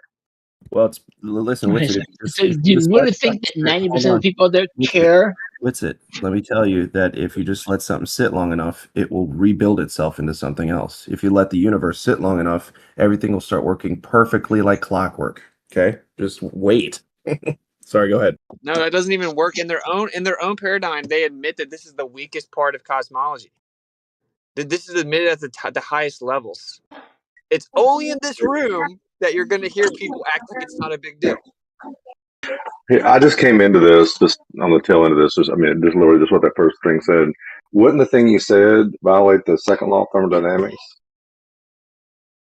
Like if you just let it happen long enough, things will just happen random. Is that what I heard? Like, Yeah, so they think so. So people who believe the whole cosmology think that because evolution, you can let something sit for long enough, it'll turn itself into something, right? So humans were a sludge once, but it sat long enough, and we turned into fish, and then fucking monkeys, and then humans. That's very interesting. Seems like in the universe things decay, die, go from more complex, more ordered to less ordered, less complex over time. I mean, we all age and die. We don't get better as time goes on. We get worse. Did someone just defend evolution? I'm not defending it. No, I was describing it. I was describing it. Question. You described it. Okay. Do you guys believe that there's gold in the body? There's probably small quantities of it. I would guess. I would imagine. That's what they claim in science, at least. And then the second part of that question is, how did the gold get there? Like, somebody's hot micing pretty bad. Like that would be suggesting that alchemy is real. Like you can create gold from chemicals, essentially.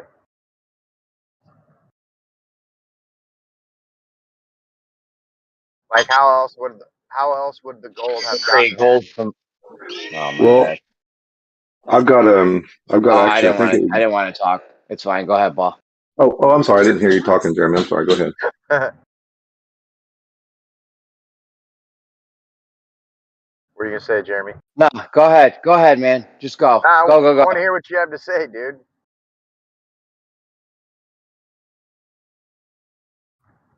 Come on, Jeremy, get it out.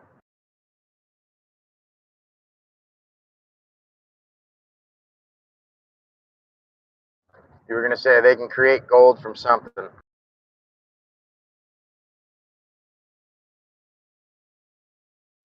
Oh shit, he left, dude. Damn, Okay, Paul, well then I'm gonna say pissing him off today, dude. I guess so. Holy cow! It's nobody's fault. He didn't sound like he's having a good time. I don't know why your voice is so loud. You didn't interrupt him, Paul. You're good. I was actually even talked to one of these evolutionist guys, and so they don't even know how gold would have formed in stellar media in the stars. They don't even know how that would occur. How would you get where did gold come from? Right. But yeah, I mean the question is how did the gold come about within our body? Like, was it through the environment, or is it through the DNA? Is it there's some sort of a chemical process, or is there even gold in our body? I believe that, when you talk about trace minerals, right? Trace elements like gold, rubidium, indium, cesium, these things are in our bodies in trace amounts. Now, how do you get that gold to into the brain, because apparently they say that at the center of every neuron there's a trace amount of gold, and gold, contributes to our consciousness in some, mystical way. We know that gold.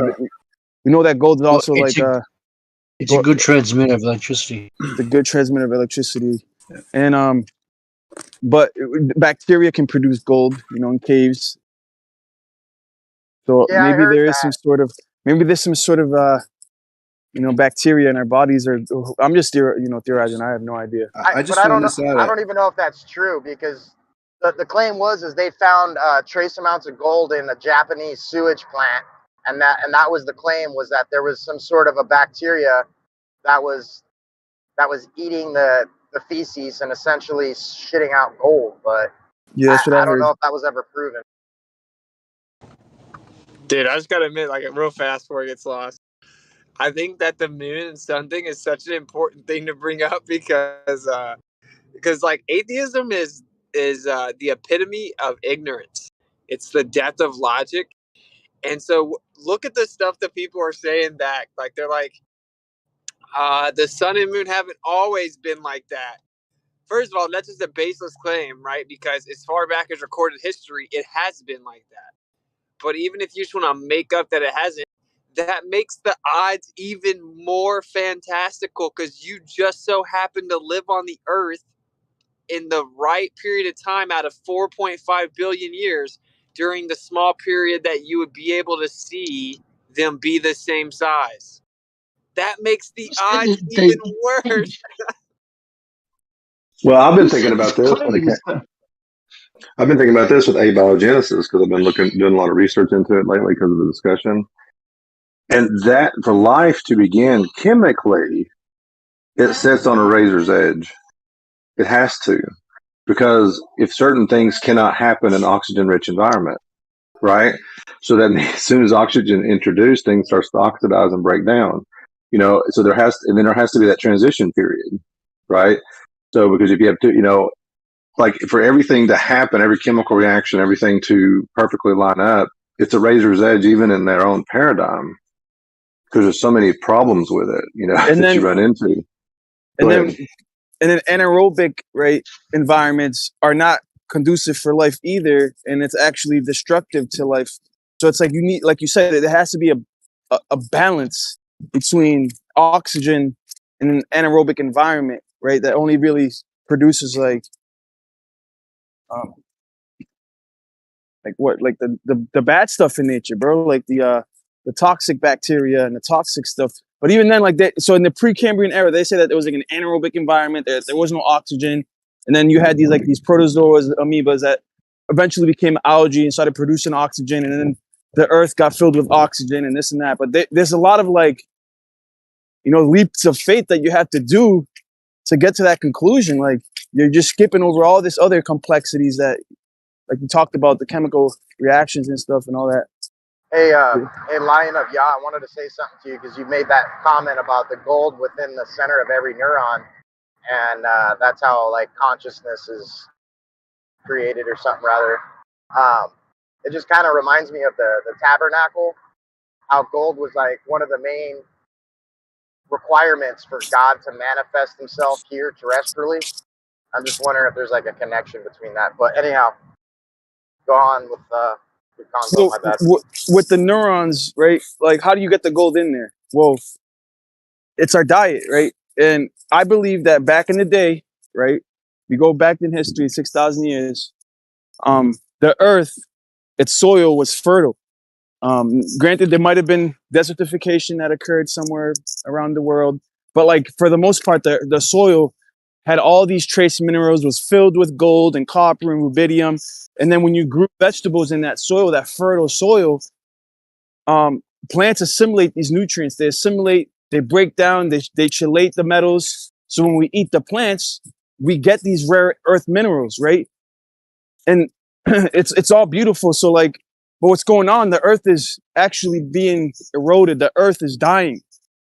People, our genetics are dying. Like we are becoming more corrupt. The earth becoming more eroded.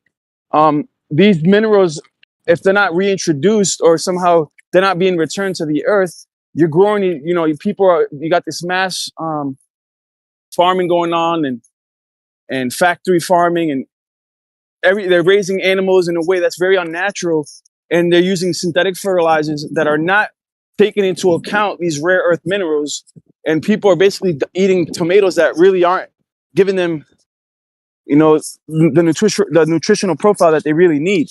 And if you reintroduce the gold back into the soil and the silver and all the rare earth minerals, these not only do the plants grow better, but they're more nutritious and they solve a lot of diseases and problems that really just comes down to deficiencies.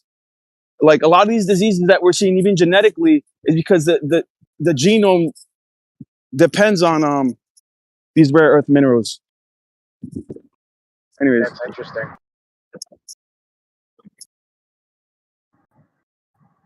All right, sorry to carry the conversation off. Let's get back to the moon and the Goldilocks zone.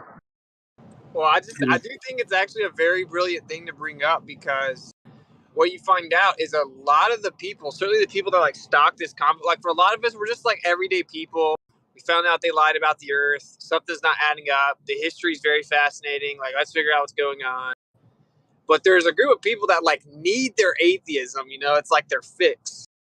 And frankly, it's how else can you justify moral degeneracy?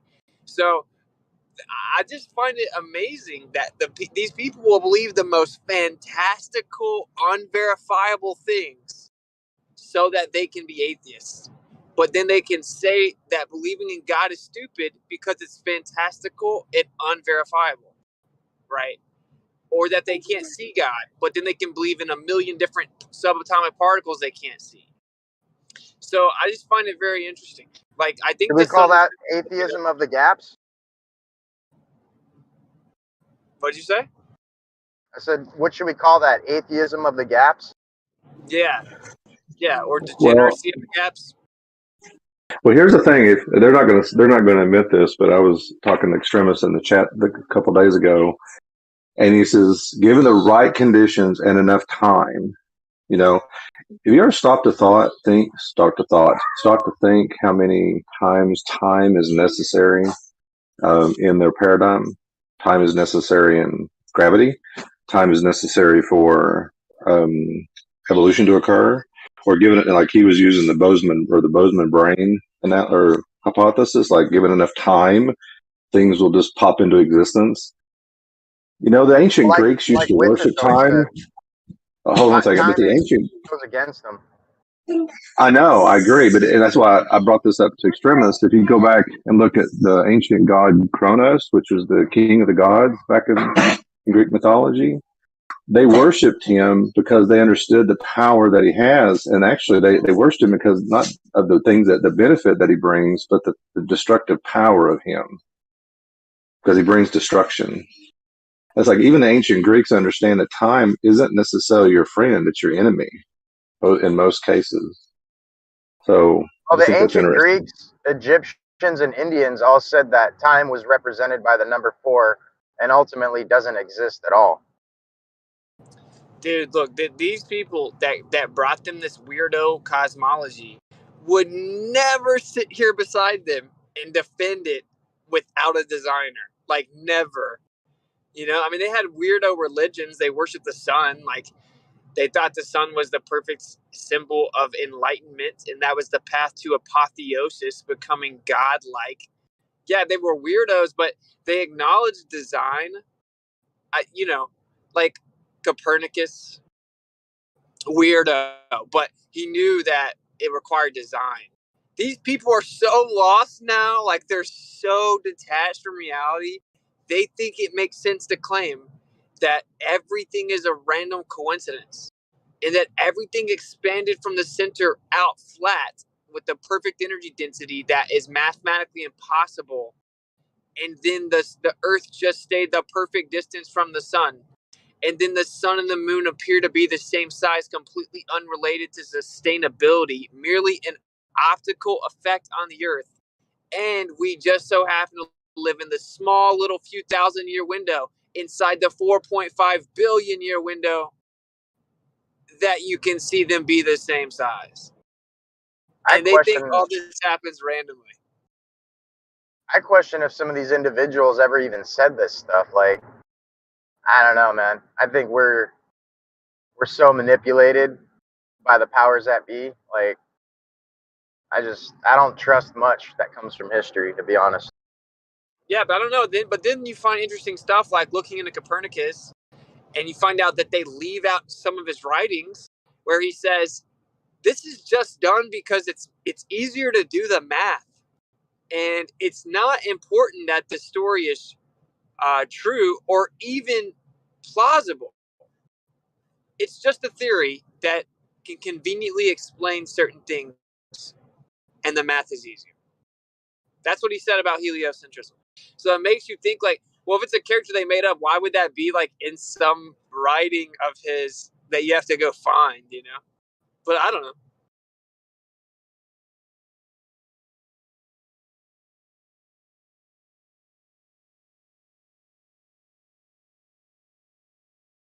I've got an expansion of this idea because I do believe stuff is perfectly coincidental and it seems very divine, even on a globe model. But the expansion is maybe 8,000 years ago, maybe the moon was a different size to the sun. Maybe 20,000 years ago in Atlantis, maybe Saturn was close and it was the same size as the sun. Maybe the cosmic systems change quite fast over thousands of years.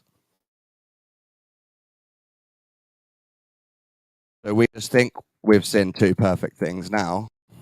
It is just a coincidence. Well, that's what I'm saying. That makes the odds even worse, dude. Like, that doesn't invoke God, does it? Just because you've lowered odds into a coincidence. Well, wait a minute though. Let's think. It's about. Astronomical coincidences, man.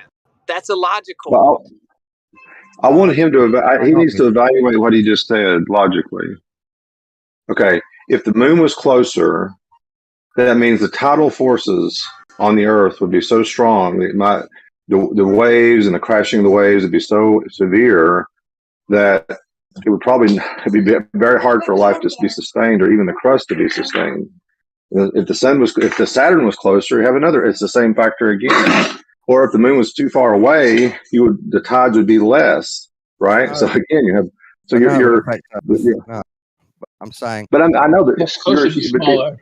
On my hypothetical, but we don't have non-God cosmic globe model, stuff can change in the heavens and end up looking like perfect, but actually it's just changed over time. Yeah, this is called religion. This is a religion, dude. I'm saying without a God, without a prime mover, it could just happen. But that's just a religion. Like, it's another form. I promise that it happened before. I can test it or verify it, or it could have been recorded. I promise. No, the moon moves away from the Earth 1.5 inches a year.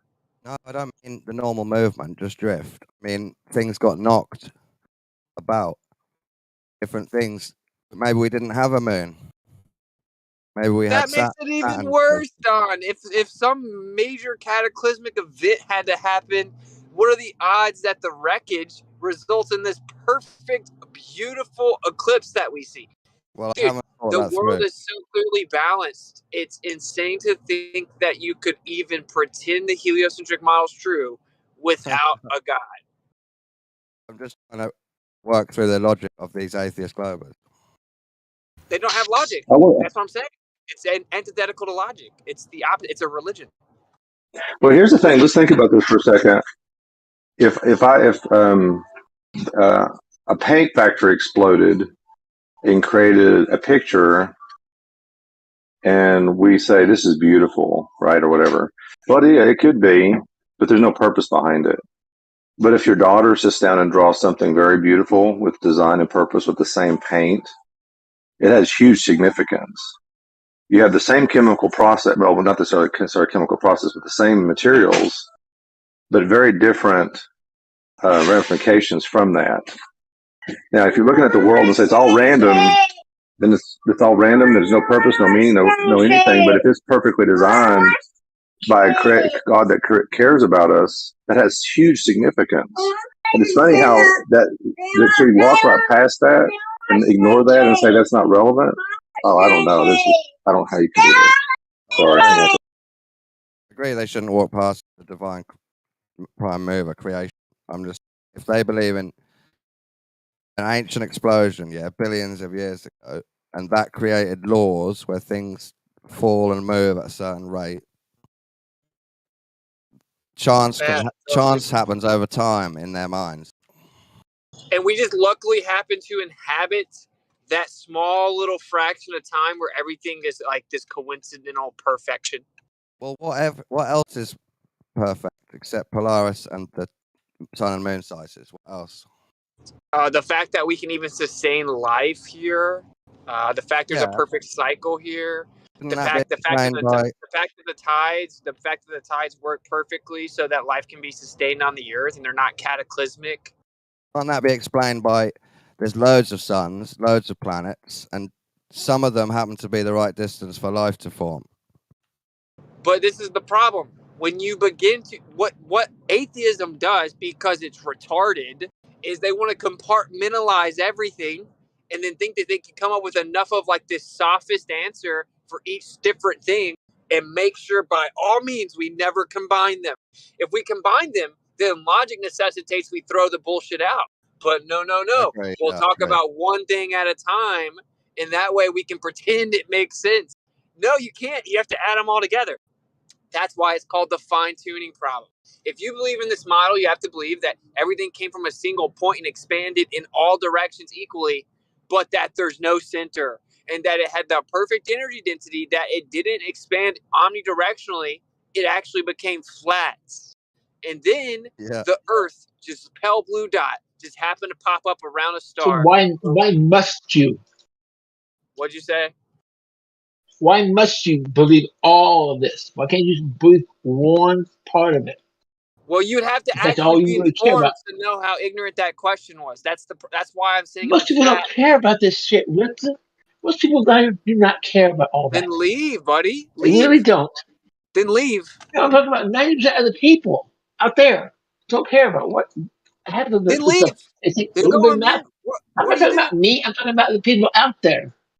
All the diverse citizens, people out there. And you've been out there to talk to them. How many people just look at, yeah, whatever, man. Because they got their math and science and history and class. They don't want to hear it anymore. They got a little bit they need, and that's all they care about. Get on with their life, and that's all they do. Right? So they tell them. And I They thought don't that my dig into it English like was we do. bad. They What's really dig the into it. purpose of this comment, dude? Is there an audio problem? No, it's just Probably gibberish. so, yeah. That's just how he sounds? Wow. Yeah. This makes no sense at all to jump in with this comment. Really? So you think people out there really care? I don't. And they have to believe in all this stuff. People out there is a vague, useless, worthless thing to say out loud. People out there, right? People out there, let the idiot box tell them that the air, which is what keeps them alive, is actually going to kill them. I don't care what people out there. Going to kill them, buddy.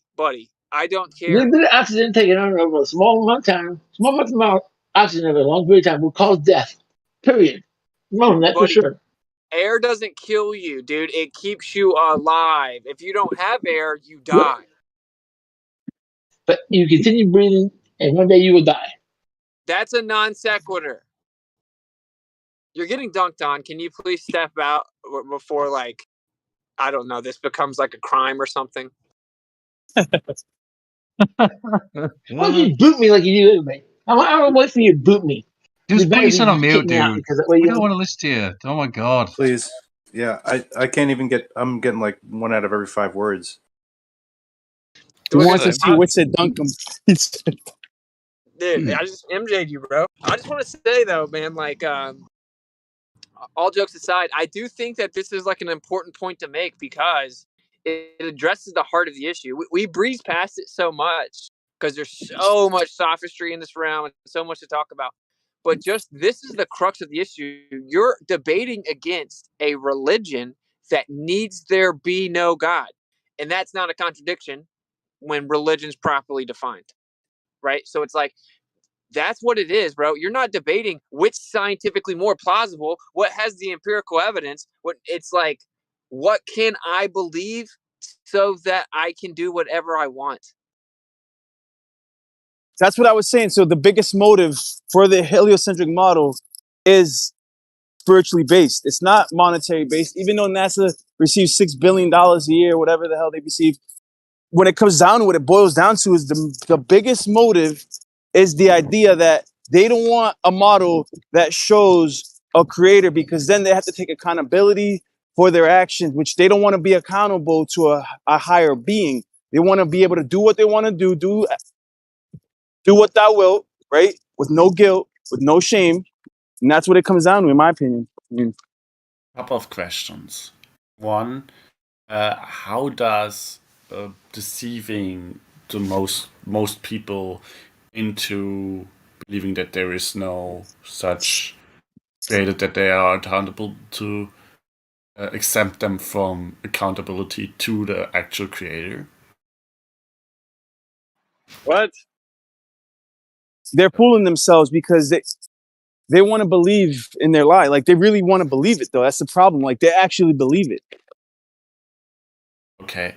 Then the next thing is, how does the heliocentric, or like what's being taught, how does that understanding dictate that there cannot be a creator, or that there... It doesn't. It doesn't. We're pointing out that it requires a creator, but ironically, the intellectual motivation for it for the last 200 years has been to explain existence without a creator. If you can't keep up with the convo, man, I don't. Don't get it Okay, like, twisted. dude, They're they're still going to be accountable. They're still going to be held accountable according to their actions scripturally, whether they believe in God or not. It's inevitable. But the fact is that they're deceiving themselves. They're being deceived. It's a spiritual deception.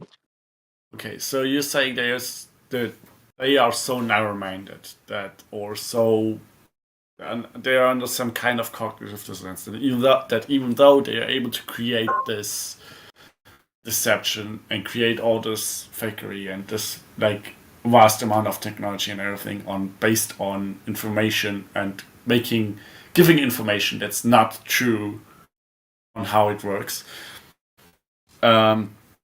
but at the same time they're deceiving themselves on something so simple as to, like, we act as if there's no creator, therefore we're not accountable to a creator, and fooling themselves into the lies they themselves create. Is that... Yeah. Okay. That does not seem like a sensible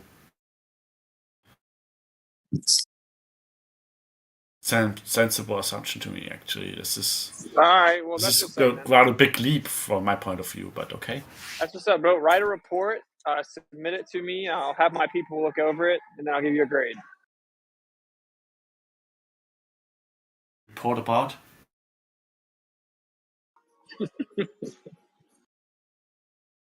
One thing also, I don't know if this lines up with what you're talking about, is one thing that I find very ironic is when you talk to most atheists, they're not atheists. They have some weird quasi spiritual belief that is just kind of like off the rails. And so I actually was in an atheist group.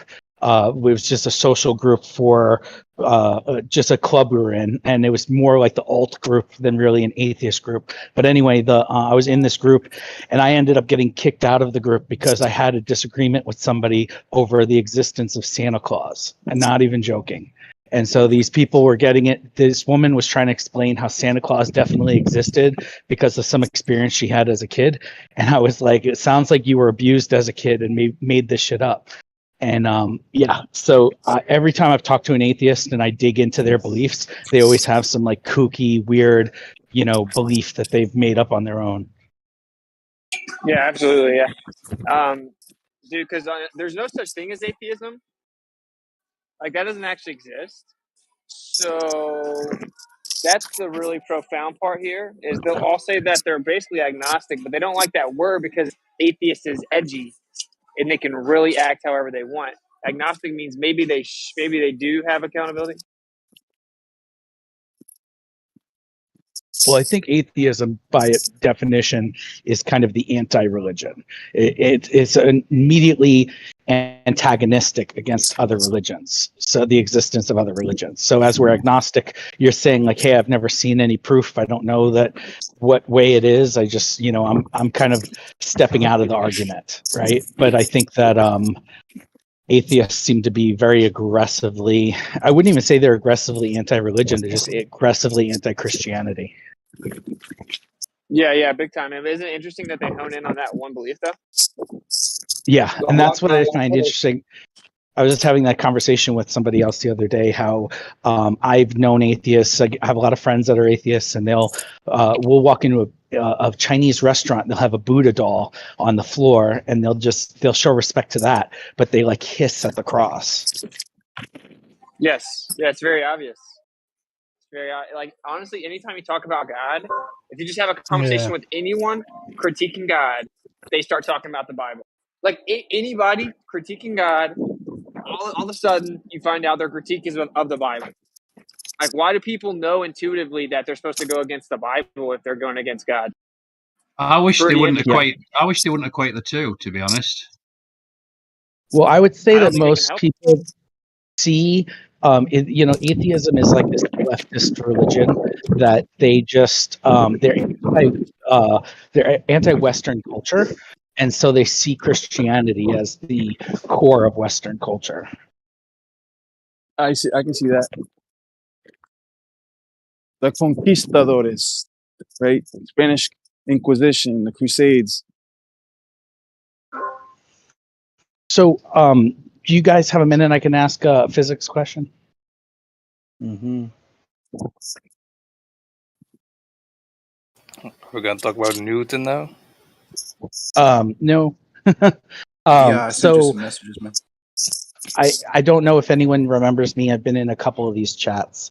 I have. I would say at this point in my life, I identify as agnostic, just because I don't. I haven't seen anything in my life reflecting one way or the other. I'm really deep into this flat Earth thing because I'm hoping it answers a lot of questions that I have. I used to be Christian. I just, I guess life has pushed me away from that.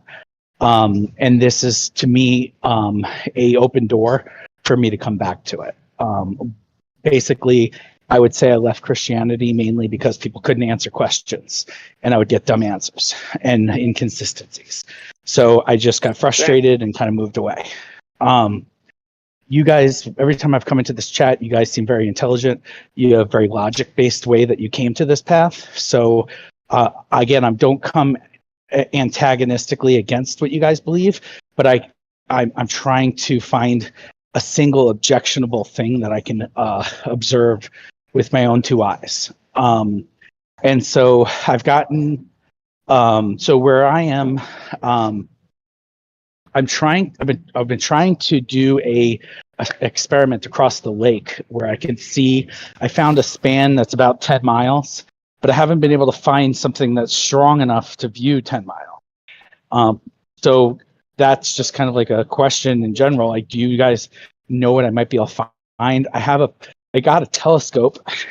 I tried using that for it, and it was just impossible to aim. And still wasn't even strong enough, in my opinion, to accurately see anything 10 miles away. I then just picked up a pair of 140x binoculars. I'm going to give them a shot, but I just haven't a chance to get out there.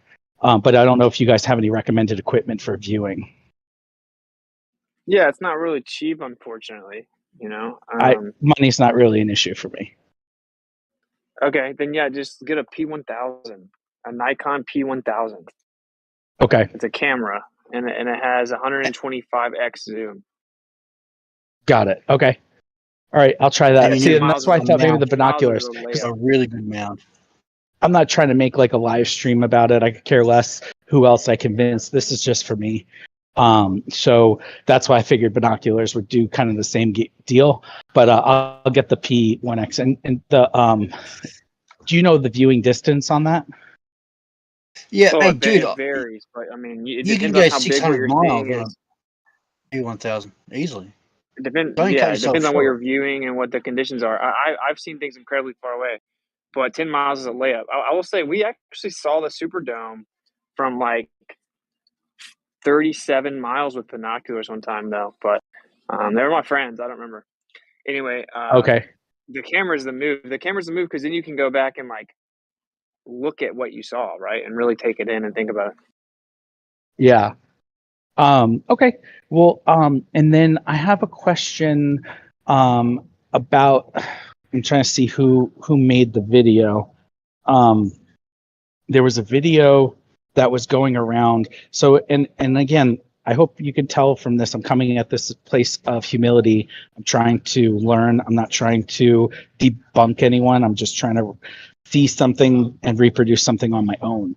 I'm sure you guys know there's a lot of bad information going out there about flat Earth and a lot of things that they say, here's proof of flat Earth, and those are asinine. I'm sure you've seen some of those out there, right? Yeah. So, yeah, of course. I've been getting in some disagreements with one of the groups that invited me here because they, I'm aligned with all of this stuff with the, the political side, the bank side, all of the historical aspects of it. I'm 100% aligned with that. NASA, all of this. This just one last fact of whether or not the shape of the Earth is flat is something that is observable to me. So I'm agnostic to it. In other words, I'm not heliocentric. I'm not flat Earth. I'm just right now I don't know the answer, or I'm agnostic to it. So I'm trying to go out there and find the correct answer. But anyway, there was a video going around by. Damn it, I'm trying to find the name. But anyway, do you know how when you look at most of the heliocentric models of the curvature, they'll have the person kind of looking down, and then the way they have them on the curve, they have them on like the downward side on the left, and that's how they justify the curve. Does anyone know what I'm talking about? Can I share a picture? Not necessarily. I think you're but talking about stereotype. Not stereotype. Orthographic. Orthographic. Orthographic viewpoint. Yeah, but you did say a lot there in your statement, and I just wanted to touch upon at least one of those Sure. I things. apologize if I'm monologuing. Yeah, no worries. I get it. I do it often. One thing that you said was flat being the shape of the Earth, which flat is really just kind of a surface description. I don't know if anybody on the opposing side of the globe would claim that flat would be an overall shape. It's just it's a surface description, right? Like a circle is a shape, sphere would be considered a shape. Flat would just be a description of a surface. So the overall shape still is not necessarily claimed or to be officially known, because we have an inability to really explore and figure out all of the territory to give an overall shape. Sure. Right. So in other That words, makes- you're not arguing what the underneath is or what the over is, but the surface is flat. Yeah. Just kind of the place in which we reside appears to be what we would call flat overall, but obviously a topographical scenario where we have hills and valleys, but we're overall on a flat planar surface. Yeah, well, the oceans Gotcha. are flat. And so therefore obviously the that will ocean should be debunk flat. Yeah, it'll debunk a shape claim, right? But it isn't itself a shape claim. Sure. Okay. I get that. So Rob Skiba is the name of the person who put out this. Skiba? Okay. Is he in this chat? Just out of curiosity. Rest in peace. No, he died. Rest in peace, Rob. 2021. Oh, he did? Yeah. Okay. So he had put this video together, and it was titled "How Pythagoras and Ethiopians Gave the Flat Earth Trump Card." And what he had done was, there's a lot of these models, like I said, on a heliocentric calculator and whatnot, where it says that where it shows someone kind of on the lower side of a curve on the left, and then on the and then they're looking down instead of looking straight ahead. And so he did this whole long video about that, and I completely either misunderstood what he was talking about or disagree strongly on his entire assumption. Because what happened was, and again, I'm opening this for discussion. I'm not hoping come off antagonistic. I hope you can, if you can tell me where I'm wrong, I'm all about listening. But basically, his whole thesis, in my opinion, was that, hey, we're not looking down, we're looking straight. But we're not looking straight. We view in a cone. So I think that all these heliocentric drawings were trying to show the lower, because we're looking for the horizon, right? So would be looking for the lower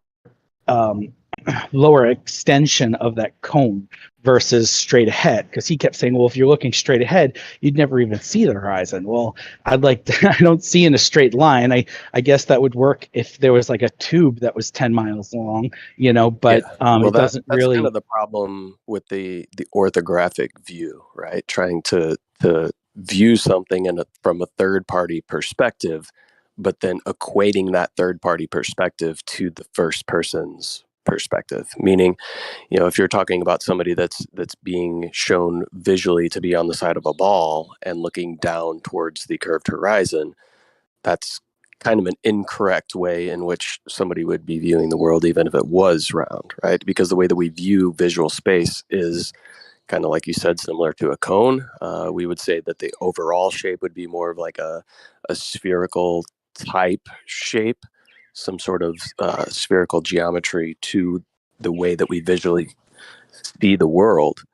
So to pull yourself away from that and look at it from like a third party orthographics, I could understand why there would be some contention there. Because if you were on a ball, effectively the earth would be constantly dropping away from you. So you would have to effectively look down towards the horizon, but our vision makes things appear to rise up towards the center of our field of view due to perspective effects. And I get that too, where we kind of like they come to the middle. And that's one thing I found interesting, that when I look across the lake, I don't see the lake going down progressively, right? The whole thing with how a ship disappears. I do agree that, from memory, and again, I'm trying to get back out to Florida where I can get to the beach, but I'm limited to lake access right now. And so, but it kind of comes to the middle more so than going down. I've never seen an ocean going down from memory. No. Yeah, hey nerd, I'm going to send you a picture that I took a few months ago. This will give you a good idea of what you can do. All right. But yeah, I've also I mean, if you're about to be a flat earther, by the way. Yeah. Say again? Yeah. Oh, like I said, I'm just looking.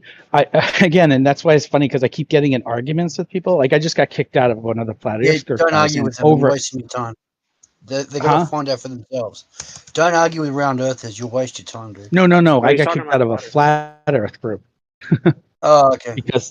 Because I asked that question about the cone, and again, you guys seem way more knowledgeable on physics and things like that than I am, but they seem like they have no knowledge. And so I've brought up problems with some of the issues that they have, and they don't have an answer, and I guess they feel like I'm questioning them or trying to debunk them, and I'm not. I'm just like, look, this is where what you're saying just doesn't make sense to me with my knowledge, and if I'm wrong about something, show me. That's all I'm asking. Sure. Like, what am I doing? So what are some of those contentions that you had that somebody might not have been able to previously answer? That was the one that I had recently, was the am I able to share a picture on the live chat text or no? Doesn't look like it. Maybe. If it doesn't work, DM it to me and I'll share it for you. What's your name? Likewise. Jesse Gordon. Okay, hold on. I'll do that. Hardcore Glover. Jesse Gordon. No, Yeah. I'm hardcore. I'm a hardcore truther. So the thing about the conversation, right? So you're looking for affirmation of one or the other, right? A surface claim of being either flat or having some concavity to the surface. And it seems like you're trying to come to that conclusion through like optics or vision, right? Is that correct? Yes. Yeah. Because the mantra I feel that I've heard from a lot of the flat earth things is just observe the world around you. Well, in 43 years of my living, I haven't observed either. Not a single thing. I've accepted heliocentric, but I have not observed nothing. So what I'm just trying to do is have a single thing I can observe. Hey, Yeah. nerd, Wait, do do you have you agree do you that have when you good look out vision? Do over you wear like the glasses? ocean, though? Wait, when I'm you look sorry. out over the ocean is noticeably flat, right? Like it has waves in it, but it's like doing what water always does. Like if I put water in a bath and slosh it around, like water's flat. You can look over great distances and water's flat, and sometimes you can go and see more, sometimes you can see less. Like you have actually observed a horizon that's horizontal, which is where that word comes from. So I do encourage you though, you have to take the next step. What I don't even consider people real flat earthers unless they've done that. I don't want to be ugly, but anyway, like go out and test it. I think we would all encourage you to do that because then you can't unsee it. Exactly, and that's all I'm trying to do. And again, I'm just doing it wrong so far because I bought the wrong equipment twice. So I think people are kind of getting to the end. They're like, "All right, well, you need to start accepting this." And again, I wasn't 100% on board. There was one guy like trying to swindle Bitcoin on me. I'm like, I'm not, Well, I'm not interested in anything you have to say at this point. That's weird, but I would also encourage you, right? Like what's it saying? Go out and make observations, and the more observations you make, and the more time you spend making long distance observations, the more you will start to. There's more than the eye when it comes to how we visually see the world and what the atmosphere can do to change things that are going on, and I would also strongly encourage some research and some study into how the human eye sees. There's many different philosophies behind that. There's many different, I guess, philosophies that have been put forth as to visual space and perception, as well as perspective. So, learning how we visually see the world is kind of key to make a proper analysis of what you're observing when you're making observations. So it's kind of like if you're going down that route of observations for confirmation of something one way or another, I would suggest a really deep study into optics, perception, how we see the world, how people in the past have come up with ideas, how people currently experts in the field are figuring out how to properly map the way that perspective is presenting itself to the human being, as well as cameras and things like that. And Yeah, the good thing is you can just do these. Hold on a second. The good thing is you can just do these observations. You can do standard trig on them. You don't have to cherry pick anything. Just use all the observations. Don't cherry pick a single one of them. Use all the observations. Then you can just do standard trig. And when you come across one, anyone, all of them, do all of them. And then when you come across one where standard trig doesn't fit the globe model, it's debunked, right? Yeah, it is because the globe model was using standard trig and Euclidean perspective. So, like, even if perspective is not, you can use that assumption to test the globe because that's what it claims. But I would like to just save you some time here, okay? So, anytime that you see something way too far, 10 miles is a layup, dude. You're going to be able to see stuff from potentially hundreds of miles, okay? So, like, when you see stuff way too far, this is, and I'm sure you may have heard this, but this is the answer no matter what, every single time for the globe proponent. That it just looks like that. You actually can't see that far. It's just refraction. The stuff's lifted up over this magical curve we can't find, no matter how far you see. Okay. Yeah, And I'm they've not sold changed. on root fraction, so don't worry. Yeah. I'm just telling you in advance, right? And then they also changed the argument from when flat Earth became a thing, from the horizon is this physical curve that blocks our view, to never mind, it's not the actual curve of the Earth, and you can never see the actual curve of the Earth. Okay, so I'm just can assure you, since you've come in this room, this is more of like where we intellectually spar. So there are like people that would literally stop breathing before they let go of the globe, and they're gonna rein you in. They're gonna. I'm just telling you what they're gonna say before they're gonna just probably in your DMs already. And something else I would say. So anything optical, they're gonna say that. Now, like a good faith person is gonna be like, this is not adding up. But you can make yourself believe anything, right? But there's also physical tests that remove optics entirely. Like, for example, microwaves. Like, if you shoot a microwave at a hill, it doesn't go past the hill. Even if the hill is like just 20 feet away and the microwave can go miles, it won't go miles because it gets blocked by the hill, right? That's how microwaves work. So the really thin band of like line of sight propagation straight out, boom, gets blocked by the hill. We can shoot microwaves on the Earth up to 250 miles, right? Where the curvature of the Earth should block it at 12 miles, 21 miles, no more than 50 miles based on altitude. But they go 250 miles. Just straight line of sight, physical microwaves shoot out and go 250 miles. All right, so that debunks the globe dead. Like, it's just dead. They make up every excuse in the world as to how they think it could happen. They claim that there's some area a few miles up where water in the air reflects the microwaves back down like a V, and it lands right where it's supposed to. But that is provably wrong because the person all along the line can receive it. I don't want to get you too in the weeds. I'm just saying, I'm making a distinction for you. Anything optical, what you're going to hear as a rebuttal is that it's refraction. To such an extent, they'll say you could see around the entire world, the entire Earth, because of refraction. You could see your own butt with a telescope with the right conditions. Like that's literally what they will say to you.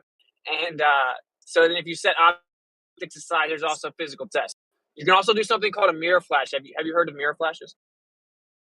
I have not. Okay, so you can take like a big mirror. This is a pretty cheap test. That's why I'm bringing it up. You can take a big mirror and go to a beach, and you need one other person, like you and your friend. And ideally, whoever has the mirror, the other person has a camera. So if you really want to buy that camera, which you can use it to look at the moon and everything and time lapse of star trails, you should definitely get the camera if you can afford it because it's dope. Anyway, have your friend have the camera, vice versa. You sit on a beach, you get down on the ground on the beach, and you hold that mirror on the ground, okay? And then a person can be like, say, 20 miles across the water, and as you move the mirror back and forth, it'll flash. The only time that you can see it is whenever there's a direct line of sight to the mirror. So the light from the sun's coming off, and then if you keep tilting the mirror at just the right angle, you'll be able to see it flash because it reaches the line of sight for that observer across the water. The military uses this for like covert, the covert ability to determine where their fellow soldiers are without making any sound or using any radio transmissions or anything. Anyway, we've gone out and done this, and you can see the mirror flashes across from the ground. It's on the beach, 20, 25 miles away over the water, where there should be hundreds of feet of earth curvature blocking it. You can see that mirror flash direct line of sight across the body of water. So you can go test that, and there's really no way out of it. I mean, again, they'll try to say refraction, but it requires line of sight. So, well, doesn't that's a pretty cool test. refraction, and again, I don't necessarily using the right word for refraction, but it does. Okay, not in the use case that we're talking about, but is refraction a thing that exists or not? Like in general, yeah, I mean, in other words, it doesn't do what they're saying it does, but does it exist? Yeah. Like, it's really typically described by what's called Snell's law, which is two different mediums. So like if you take a pencil and you put it down into water, the pencil will look like it's moving, right? Like if you look at someone in a pool, their body will look detached from their head because the way that you see the light in the water and the air is different. That is a real thing. Expanding on that, does gradient optics work? Gradient optics. Yeah. Gradient what does optics. That mean? Gradient optics is a field of optics where you have where you have allegedly refraction that is not at the border between two distinct media, but rather within one medium that has a gradient of refractive index. Yeah, they So say you don't have that. That's what they borders. say. That's what they say. They treat it like it is different mediums, though, for the math. They treat it like it is different mediums, even though it's No. not different mediums. Then they do tests like putting salt in water, which is two different mediums. Okay, what's the and then border claim that between what is the border between one part of a medium with a gradient of refractive index and another part? What is the border? Where's the border? You see, Okay, just you to the have other guy, like, just to the you other have guy, a this is what medium. happens every time, bro. They just they just You have a- dive into the you have- refraction thing and make stuff up. Go ahead, man. Yeah, we try to have explain a things. medium. Yes, of course. That's You what have a you. That's medium. what you call it. Yes, gradient index optics is a real thing. Thank you. Wow, thank you for your profound input. So yeah, that's cool. Gradient optics. So who has established scientifically the gradient optics for an atmospheric condition? Go. Answer the For question. any medium, all media, every Atmospheric. single possible I was optical media. specifying. If there is a gradient in refractive index, light will take a path that is bent toward the index of refraction that is higher. Every single medium. A gradient of refractive index. So who has established the gradient of refractive index within the atmosphere? You can In do that yourself. air, the density of the air is more dense toward the surface and less dense above the surface. That causes looming in the vastly common case. Of course it does, because that's your belief. That's your belief system, right? So you need it. Can you admit that the reason that fact can that you admit that can denser you admit air that is that lower affect than Bloody? I less don't know dense if you realize I was in the middle of widely known. talking, man. I was actually in the middle of a sentence. So can you chill? So, like, can you acknowledge that if this didn't happen, the quote unquote vast majority of the time, then the globe would be debunked because we see way too far? If it didn't happen, then all of optics would be incorrect. If we're talking about the refractive index of air is always higher when air is more dense. Maybe another baller can answer the question, because he couldn't answer the question. I didn't answer the question that I answered. Of course No, not. you didn't. You have to You didn't lie answer. to other people because that's what you do, Witsit. Can you reply with Okay, so specificity? to answer with No, let me just repeat my question because he didn't answer the question. It's called sophistry. Okay, so the question is, can you acknowledge that if it doesn't do what you're claiming, which is that it looms objects up the vast majority of the time, if that's not true, then the globe is debunked because we consistently see too far? If that's not the case, then all of optics is incorrect, Witsit. What do you mean Did you all notice or he can't optic? answer? He can't answer the question. It's an all or nothing fallacy. You have a false premise. You're creating an argument with a false premise, Witsit. No, I Okay, said it's a so hypothetical preface, man. It's to just a answer the good question- faith question. It's if it doesn't happen like you said, looming so- objects up the vast majority of the time, do you agree that it would debunk the globe because we consistently see too far?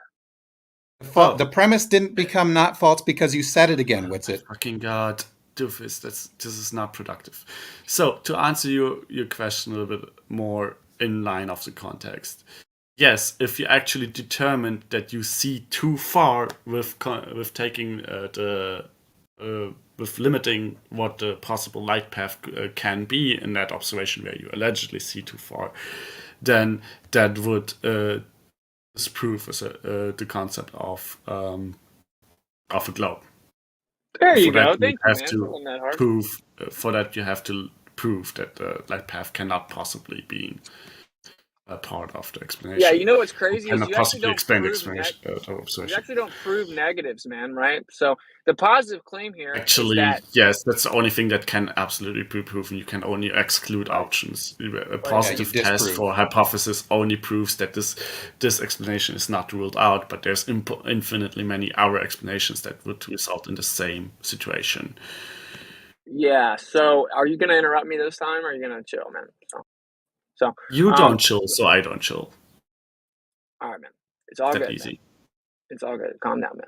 So the point is that if you're making a claim that the gradient index, thus refractive index of the atmosphere, and then you're claiming what it's doing to objects, you have to substantiate that with empirical evidence, meaning you need to show me actual empirical measurements of the vertical density gradient, the humidity, the temperature differential between the surface of, say, the water and the air above it, and then show me exactly how it matches a prediction based on what we observe in those conditions.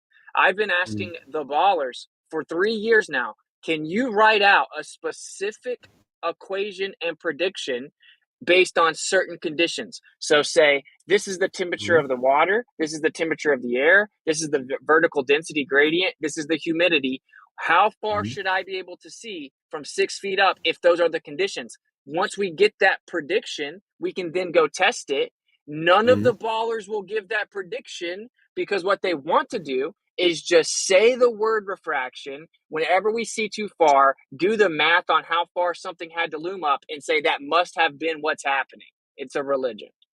That's it. But you also acknowledge that the other way around, if you make a claim that this is seeing too far, or if you make a claim that, well, this should not be possible according to Globe, then you would have to do the same math and the same prediction that excludes that possibility of refraction. And this is also never presented. I agree. And a lot of these observations take place in optical corridors that are typically over water. Is water vapor more or less dense than air? Less. Water vapor is less humid dense water than is air. actually less dense. Okay, so Doofus's previous claim that towards the surface is always more dense is not necessarily the case. If we have a scenario where we're making an observation over water and water is evaporating, wouldn't it stand to reason that there would be a evaporation at the source, meaning the water? Let me be very clear, since you said my claim was false, so I get to chime in. I said in the vastly common case, typically we tend not to be next to surfaces that are of a different temperature, for one. Two, I didn't say when we're talking about water vapor in air, water vapor cannot make up 100% of air. The fact that water vapor is less dense than air is not sufficient to counteract the pressure gradient, causing a change in density in the vertical direction. I never said that it would make up 100%. So yeah, show the math. Show the math where you show the differential in density based on a certain altitude through your visual corridor, and then show me where you accounted for water vapor being less dense. Show the math. You've never done it ever. You don't have it. You made it up. Can you show me the math? Yeah, So you can I made it up, substantiate but Walter Bislin has it posted, which people have shown to you before, right, Witsit? People have shown you Walter's page on this before, correct? Standard atmospheric refraction, is that what you're going with? Right. The established index of that? refraction as it changes with humidity and with pressure and with temperature. Walter's already done all that, right? Can you provide me with how? peer-reviewed scientific evidence for the claims of standard atmospheric refraction? Yes. Do Cool. it. Because we them. went to the subject field expert, right? The guy you guys all love, Andrew Thomas Young from San Diego State University, considered the field expert, right? And he specifically tells us he can't explain a lot of the phenomena, and that his explanation is unfinished. It's incomplete. What's funny is in this arena, nobody mentioned Andrew Thomas Young until flat earthers brought him up. So that's funny. Dude, where do you think Walter Bislin got his information from? Well, let me find it for you. Okay, and this is why I keep on asking. This is like a good faith approach, right? This is what flat earthers did. They went out into the world, like on the earth, and they started making observations. And you're like, whoa, dude, this is crazy, right? Like, I'm consistently seeing further than the globe predicts, like consistently. And the objects are not like inverted and distorted all which way, or they're just what they are, where they are. And it's way too far. The Globers just sat on the internet, and then they waited for the globe response and then repeated it. But in order for me to wait, I'm almost done. In order for me to take the next step, because I'm interested in actually testing it, I need something to test, which means I need the globe claim to dismiss these observations quantified and predicted. Meaning it needs to say, with this temperature differential, with this humidity, with this vertical density gradient, you will get this amount of refraction. Therefore, if these are the conditions from 6 feet above the beach, when you look out, you're only going to be able to see this far. I need an actual prediction to test so we can go see if those conditions do in fact do what the globe claims.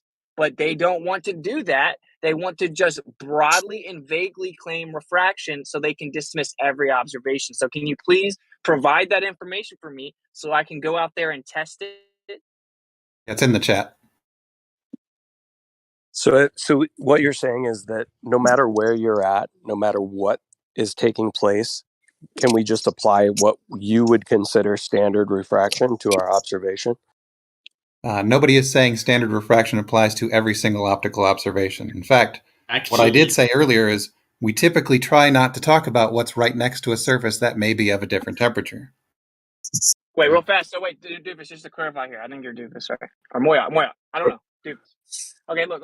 Real fast. I just want to ask. So this page you sent me, because I'm walking into the gym, if I look at this page, it's going to have a specific equation for what I just asked.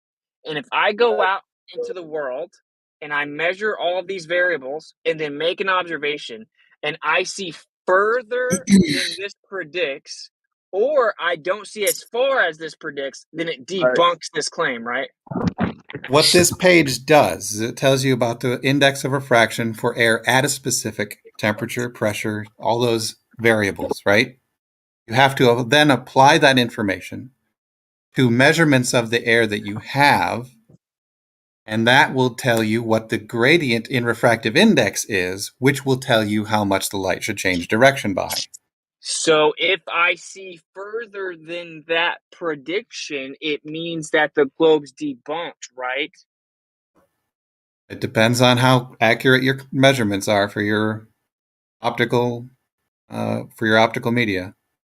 Hey guys, I think Nerd Juice still has a question. So if they're accurate, then it would debunk the globe, right? Right. I've yet to see somebody who's actually posted accurate measurements and says that they saw something they shouldn't have seen. Well, so your answer was yes. Okay, go ahead. It doesn't really matter one way or the other, because either way, if you see further, Globers are going to say, well, you did it wrong. And if you see further, Flat Earthers are going to say, well, I see too far. So it really doesn't matter what the measurements are. Okay, that's only a religious type of comment, right? Like, as true earthers, we're just looking for the true earth. We don't care about religious bias. So we want to test this claim, okay? Because we know that when we go out in the real world, things change drastically throughout the day. Like the horizon itself just moves all over the place. It's just an optical effect. That's all it is an optical effect. So if you really want to know the truth and you do get answers that confirm the globe, will you accept the globe? Of course. Okay. But see, that's kind of the problem though there with observations, right? Is you can go out on different days and get vastly different observations, right? And you can take many of these measurements. The problem is if in order to fulfill the requirement of understanding what's taking place throughout your whole entire visual corridor, you're going to need readings across that whole entire thing of so many different variables that you should be able to plug in somehow, some way to get what it would appear to be based on some sort of specific claim, like a globe claim, right? Although, Napalm, to expand on that, that's true. You can go out there, and with regards to some observations, you can make vastly different observations, all in clear view, like given visibility is good, on different days, right? But you can also change your approach to what parameters are you observing and how, and you can minimize those variances and the effect of it's really tough. I just want to say something real quick through the atmosphere, because if you have a pocket of air that is vastly different, either in temperature, humidity, or anything like that throughout your visual corridor, wherever that pocket of air is, at that point is going to have a different type of lensing effect to your observation. So in order to accurately get all of that information, it's pretty difficult. So I just want to say real quick regarding the same topic that when you shoot lasers, even the high-powered lasers that go out 60 miles plus, right, the size of tables, there seems to be an effect. And they've demonstrated this in the lab where you can shoot lasers through different grade densities, and the lasers do bend up or down. Like that is a thing. So theoretically, if you do try to shoot a laser out 300 miles, it can actually bend the laser up and down depending on the gradient. And to avoid that, you would have to build like a 300-mile tunnel and have it be, a vacuum inside that tunnel and shoot the laser through that tunnel to try to prove flat Earth. But that's why Whitsitt, he mentioned the microwaves, because as far as I know, microwaves don't bend because of the gradient or the or density gradient, right? Or has anybody demonstrated microwaves or gamma rays or bending because of the different gradients? Nope. So exactly. So like, what's the problem then? Why we keep talking about refraction and gradient density when it's been already demonstrated through microwaves that it doesn't happen like that? I believe All right, X-rays. the example that Whitsitt is drawing from regarding microwaves is 146 mile span that both ends of the span were highly elevated. So it wasn't a problem for Wrong. the globe. Why are you lying? Okay. I mean, can you show me what example you're drawing your experience from then? Yeah, sure. But can you just admit that you just made an assumption based on some other claim you've heard debunked by Globers, and you don't actually know what I'm claiming? That was just a straw man. It's not a straw man. I guarantee you that's what you're referring to. Really? Because I thought I was referring to the declassified documents from the microwave transmissions in the Cold War from the government, who says that they attained up to 250 miles.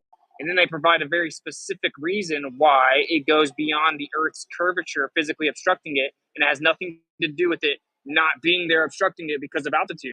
They have a very specific explanation as to why they think it can go beyond the curvature of the Earth. Are you talking Oh, about it'd be when the they first use time I've heard of it. Can you post it, please? massive amounts of Well, I'm in energy a in gym. huge dishes? Are you talking about scatter? Scatter? Yeah. Is that the Scatter? reason they gave, is what he's asking? No.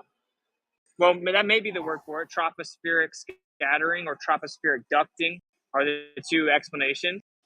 So, can you explain what that means, Jesse? Since you know so much about it, if I shoot a microwave from a 300-foot tall tower and it should only go like 21 miles, but I can shoot it 200 miles. Can you walk us through the process of how that works? I'd be glad to, but could we let Nerd Juice back in though? He's been waiting for some time. Yeah, sure, yeah. You wouldn't be glad to because it debunks the globe. So Nerd Juice can go ahead. Are you there, Nerd?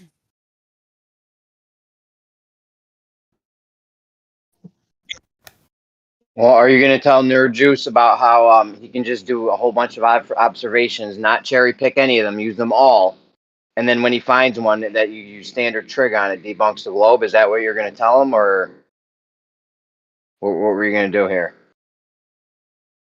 Maybe tell him he's cherry picking. Maybe tell him he's cherry picking if he finds one that debunks the globe. That's a good Jeremy, you know point. what they do? You know what they do, bro? Like they heard a guy that was sincere. This guy was just like genuine and sincere, and like is on the brink of when to go out and test it. And they take it as like they're being clocked in, like a job description. Like they must come clamp on that dude and make sure he believes it's a globe. Like Yeah, that's legit why you. Because That's what it is. That's it. the funny thing is, the Globers have been in the room all day and not really jumping into any conversations until somebody legitimately just has some honest questions. And unfortunately, there was good, cordial conversation taking place of just like, hey, man, go out, do this for yourself, do some study, do your own research, come to some conclusions, maybe come back with questions, blah, blah, blah. And the Globers had to jump in to just, I'm sure they're in his DMs as well. No, I know all day except I got here 30 minutes ago. All I'm entire still day I've been here. still here. I just was on mute. And victim Yeah. card. Yeah, so you still booked into that overtime Like, tomorrow. look, I'm just gonna tell you, Hmm. dude, Gotta before start you 24/7. before you let them gatekeep you, right? Like, just don't let them talk you out of testing it. Like, definitely the move, if you can afford a P1000, is to get a good tripod that's pretty sturdy, because it's a pretty big camera. It's kind of heavy, and it'll lean forward, because it has such a great zoom, and it's heavy. So you want to get a pretty good tripod as well, and then just go out there, compile all kinds of different observations, and that's the first step. No matter what you end up concluding, don't let anyone try to gatekeep you. Definitely do measurements. Get a theodolite or a total station too. Go for it. Yeah, I would also ask for like maybe some scientific evidence that's been proved out through experimentation as to how we visually see in perspective. Meaning we've done some experimentations in the physical world to prove out the claims of our visual field of view and how that is represented to the human eye, void of any atmospheric conditions, and then how atmospheric conditions would affect that baseline that's already been established scientifically through the peer review process as to what visual space is doing when it presents itself to the human through the human vision. Perception is not perspective. No, it's Well, also I interesting. think the whole entire scientific process. What did I if say we're about fol- perception? This guy's in the middle of talking, dude. Visual space Sorry, is inherently When you're talking perception. about visual spaces, that involves the human perceptual You're system. just gonna continue talking anyway when he was in the middle of talking, dude. I think the entire scientific process is just basically go, reproduce it and then, reproduce the next step. Like, so there's got to be a, basically I'm starting from the bottom here, right? So if I can see across 10 miles and it looks flat to me, right? I'm not going to, it leans in the direction of everything's flat, right? So, but to ignore other tests would probably not be an intelligent thing either, right? So if they were to be like, okay, well, here's how I can prove refraction, I'd look at it. It doesn't sound right to me from anything else I've heard, because I thought there was distortion in refraction. So, but again, if I can reproduce it, then I go, oh wait, here is proof of that, and I think that's how you should treat anything that you're looking into. Like, hey, if A does this, it proves this. If it does B, that proves that. And then you go on to the next step. Like, okay, well, what else? What other elements did I not think about? Yes, sir. Like, basically, the way that Dave Weiss says it is like you have a flat Earth basket, you have a globe basket, and you have a both basket. Large amount of stuff falls in the both basket, meaning it could happen on both. You want to find one that's exclusive, right? And that's what you want to find, stuff that's exclusive. And another thing that really helps with observations is infrared. Infrared cuts down on quote unquote refractive effects, like optical effects, drastically. And they'll Well, make so up the that. reason why I didn't do a laser, and I was sorry I talked over you.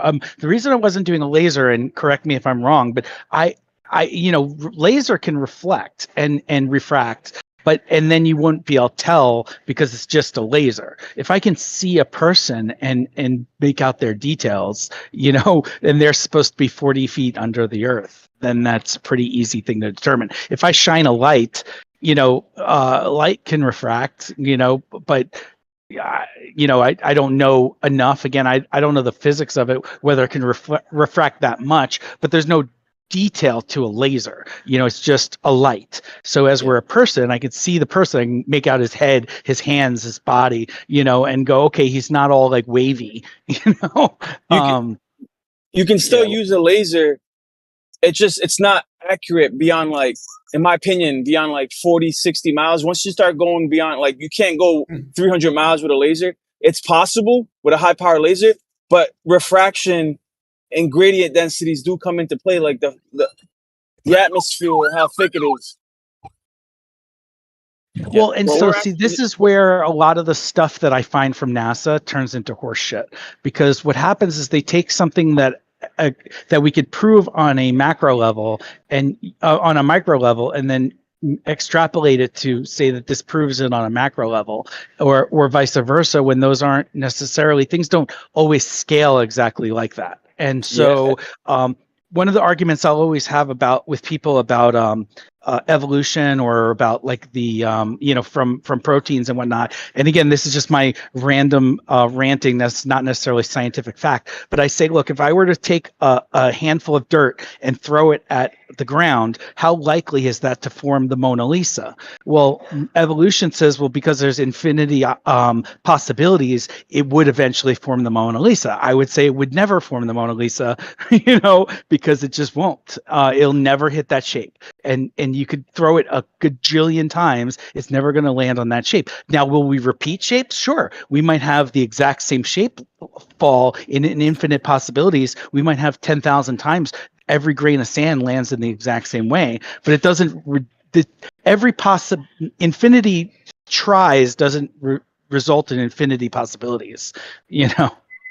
Yeah, For and sure. there's Like real fast with the laser, dude. I found a laser. It costs $4,000, and it's claimed to have a beam divergence of only 6 inches over 5 miles. So if you were to put that like just above the ground and shoot it over 5 miles of water and be able to hit a target, it debunks the globe. Like if you can physically land on the target, it debunks the globe, right? And that's why we're looking into buying that laser, or even a stronger one.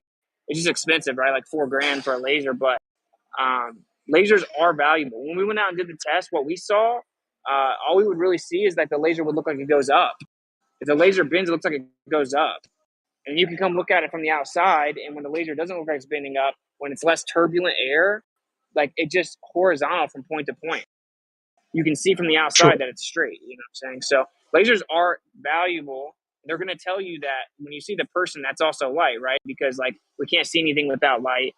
So it's all light. That's what they're going to tell you. It's like when you look at the person, I think that this is there's a major difference here, and you may fall in the category more aligned with us, which is like, we're just like, we look at it from like a good faith perspective. And like, when you go out there, you kind of can tell, you're like, oh man, I'm seeing what's there.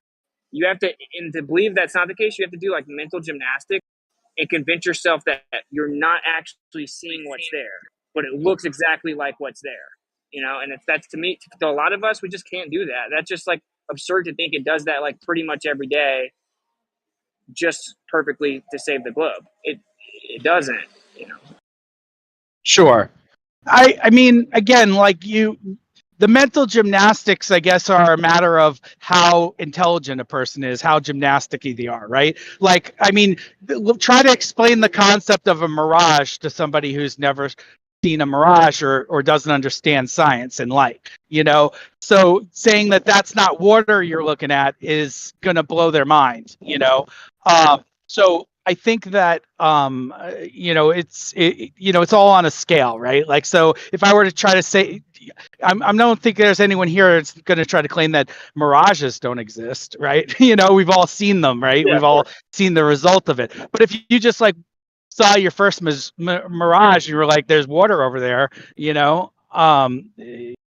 a little bit of a mental gymnastic, right? To kind of wrap your head around how you're not actually seeing water. but mirages are like distorted and inverted and displaced. Sure, and that's I agree with that completely. And I'm not trying to say a mirage proves or disproves anything to do with flat or round Earth. I'm just saying, like, it's a mental gymnastic for someone who doesn't understand that stuff. And again, that's part of where I've been getting in disagreements with some other flat earthers, because they just, there's a lot of this. I always say in the truth and the people that are part of the truth, your biggest stout believers are more often not your actual your operative. And so that's the way the government does this stuff. And so the last person you would ever think was that person is the person. And so a lot of these people, in my opinion, that are putting, and again, I'm not trying to claim against that guy that made this video, but if they'll put together these videos and then they'll put things that make you look like an asshat because they want that flat earthers to look like asshats, and so they'll put something together that doesn't make sense. It doesn't follow Pythagorean theorem. out, It bro. doesn't follow Nerd juice. trigonometry. Nerd What? juice, yo. Yeah. Your mic is tweaking out, bro. I don't know what's going on. You got some kind of mic thing going on. Maybe you're too close to the mic. I don't know. Oh, I apologize. Is that better? Yes. Yeah. Okay. My boom You fell didn't off, sound so that I bad. just have the but they'll throw some crazy shit out there, and so when I look at something and I'm like, look, this doesn't make sense. If you want to look at the picture, I think Jesse uploaded it, so I could show you kind of what I was talking about and what my wasn't screen making share. sense to me. It's on his screen share. I can show you exactly what I was talking about. So if you look to the right, these are two pictures I had posted that are just separate. But if you look at the drawing on the right, that blue squiggly line was my attempt at drawing a straight line with my finger. So just pretend it's straight. But anyway, so the right is kind of the globe model on how to measure the horizon and how the horizon works. And so what that video from Rob was saying was that, look, he's looking down. We don't look down. We look straight ahead, which would be my blue line. And therefore we would never see the horizon. And then I drew the one on the left and I said, well, our vision's more like this. And then therefore, if we were on a round Earth, this is how that would work.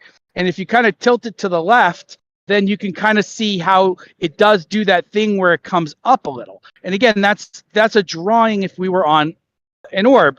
I'm not saying we are, I'm not saying we aren't. I'm just saying if we were, Well, wait. this is Think about how it this would though. work.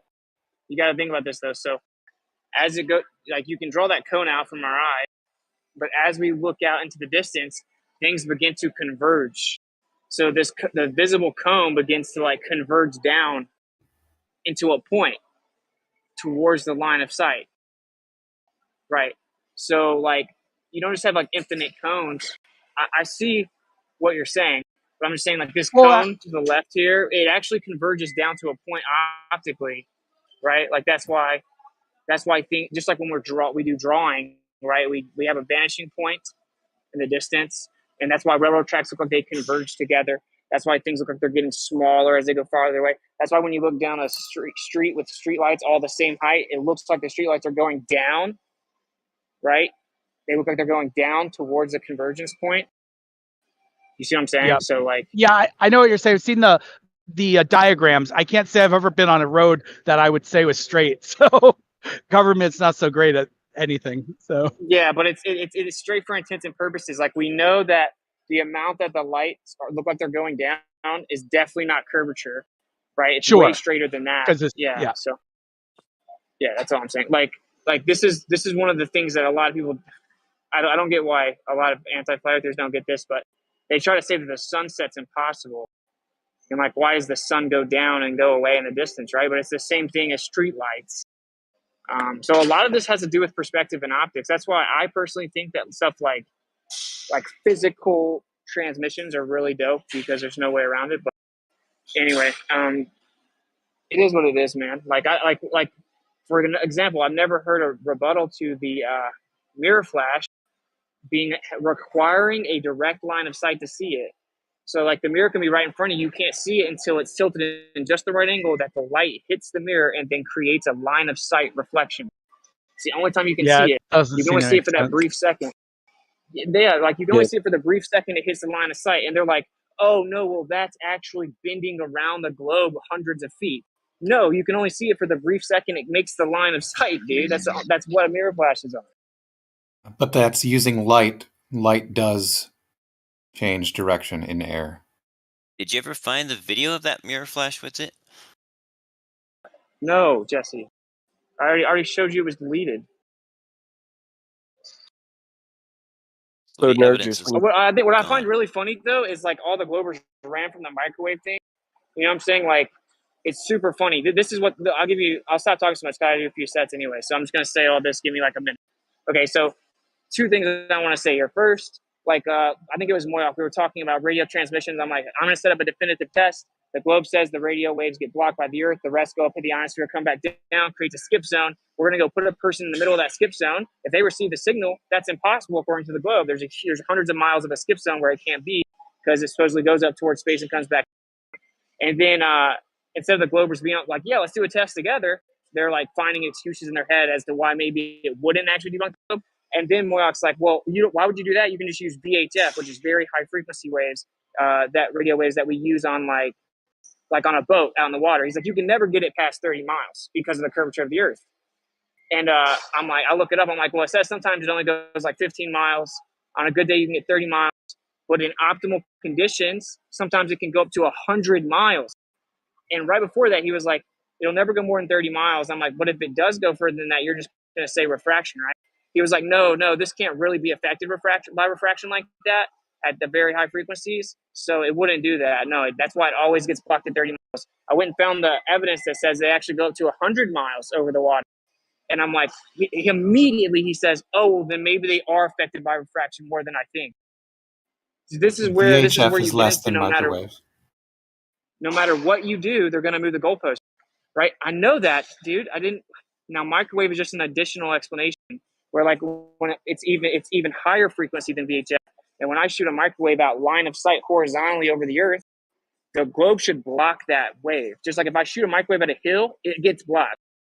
And they just move the goalposts and make up stuff to claim that it's like going up to a certain area in the atmosphere and then reflecting back down to the person right where it needs to. And the government was doing it consistently with 99% efficiency, according to the document. 99% efficiency. They were just guessing where the water would be in the air exactly the same every single day that it reflected back down. And then another way that would debunk the globe, if you send the person in the middle of that, then that means they can't get the microwave right there. But we know they would because microwave is line of sight. My whole point of that is no matter what you do, they're going to move the goalpost and come up with a new excuse just to make the globe work. And so this is where it comes down to like personal discernment and looking for the truth. You're never going to have certain people like concede it. It doesn't matter what happens. It's an individual thing. All right, I'm done. Hey, Witsit, I have a question. Have you heard about the Nicobene transmitter? No. Oh, okay. It's a World War II tech. Nicobene, yeah, it's the German radio waves that they use to triangulate planes over England for bombing missions. The Nicobene system. Oh yeah. Okay, I've heard of that. I didn't know the name of it. Yeah. Well, what do you guys think about this? Like, what do any like flat earthers or anything think about that? Right? We send the microwaves out, dude, and they know that because it's such a high frequency, they can't claim refraction or diffraction. Well, because normally when we shoot radio waves, they claim it just diffracts around the globe forever. Yeah, please enlighten me how it happens 99% of the time, Jesse. So I think what you're talking about was that tropospheric scattering, and that can be even illustrated with a laser. If you take like the cheapest 5 milliwatt, lowest power little red laser pointer you can find and go out at night, direct line of sight, you can see that thing at 3 miles, no problem. Just shining right, if it's shining right into your face, it shows up as this bright red. You can see it, no problem. Now, if you were to aim that up over your head, you could not see the beam glowing in the air because there's just not enough power and your eyes aren't sensitive enough. But if you switch it out for, say, a 100-watt laser, you'll see that beam glowing over your head. And because such a small percent of a percent is being scattered all along the beam path, if you make the beam powerful enough, you can see that scatter path. And so that's what they do. You know, if you're doing line of sight microwave, you don't need a whole lot of power. But if you don't have line of sight, you can literally build these huge building-sized antenna. You can go look at the pictures on the internet. They did it in like Russia or whatever, in Germany. You build this huge antenna and use this multi-kilowatt transmitter, and you transmit this incredibly powerful radio beam up over the heads of the people you want to receive it. And because you're transmitting so much power, it's like the super powerful laser. That small percentage that scatters can then be received by the people on the other side of the obstruction, because their antenna is pointing at that same path in the sky, and where the two beams cross each other, that's where they pick up the scatter. Just like seeing You just made this up. You just made this up. So it doesn't say anything about aiming the microwaves up in the air. You literally just made it up. No, I Why didn't. do you do that? Why do you do that? The picture you guys posted the other day showed exactly that. Let me No, get it a doesn't. diagram. Let me get a diagram. Okay, cool. So goofy, dude. And of course, what he's going to show is that they're showing a curved surface with it shooting out horizontally over the surface. But if you're looking at a globe with an object shooting horizontally over the surface, it's going to look like it's going up because the Earth is going down underneath it. Like what they claim is that when you shoot it out horizontally, that there's an area in the troposphere because of water in the air, it reflects it back down to the observer. It scatters it in That's all what they claim. directions. Right, it scatters it in all directions. Okay, so it's going to happen consistently every single time where I can shoot it out horizontally and it's going to hit the water at a certain height that where it's going to land on the observer. No, and if you read the documents, they say that they actually have multiple links simultaneously operating in a diversity setup so that they can reduce the downtime, because any given link isn't always going to provide a solid connection. So they have multiple links working simultaneously, which with a system to automatically roam to whichever one happens to be working at that moment. Wait, what link are you talking about? The microwave link. What microwave? I'm talking about a specific thing the government did in the Cold War. Are we talking about tropospheric scattering propagation? I think they say tropospheric ducting and maybe also tropospheric scattering, but they explain with even the diagrams that it goes up and then reflects back down. But this is not what, dude. See, you intentionally show stuff that isn't what I actually invoked. I'm disengaging. I'm working out. Like Jesse, what you're going to do is to make me take an hour where you intentionally misrepresent what I say, and then pretend like I said it. Right? It's like it's weird. It's annoying. Doesn't Pretty this hardcore, diagram Jesse. show Don't even exactly worry what I about just it said? because don't even worry about it with it because Jesse said we can use standard trig to for our observations as long as we don't cherry pick them. So we got to use them all, but we can use standard trig on all the observations that we make. So right. Well, that's right. We were going to do, you're going to present a site and we were going to use standard trig and see whether it was closer to globe or flat Earth prediction. And then I was going to pick a site and we were going to use standard trig and see which it was we're going closer to go to. through them all. Yeah, we're going to go through them all. We're not going to cherry pick any of them. We're going to go through them all. Or we could just start with them. Instead of going through them all, we can just pick the one that, like, you know how they say all swans are white? And then if you find a black swan, we're not going to go through all the white swans first. We just go to the black swan and then, boom, you're debunked. You think it's cherry picking, though, if we go to a black swan. It's fucking stupid. I'm disengaging, too. How you like that? Yeah, I don't know. I will say it was like such a more positive vibe. But the other guy just had honest questions. This is like Groundhog Day for me, where it's like, dude, they'll just believe anything and everything that's said. What can you do? Basically, summarize the globe position is you can do everything on the Earth as if the Earth is flat. You can shoot things directly over a flat Earth horizontally, line of sight, and just because of the cosmic luck of the globe, which is the giant wizard waving its wand, it will always work as if it's flat, even though it's actually a globe. So, I mean, you kind of explain it to the new guy as well, Whit. So yeah, it might seem like Groundhog Day to you and some of us, but I think it's important that for the audience at least that you go over it. no, I know, but I'll be honest though, like Jesse isn't showing good faith in my opinion, and I'm working out. So if someone else wants to engage, I mean, I would suggest, I would prefer not actually listen to it, but it's whatever. I'm gonna just do my sets.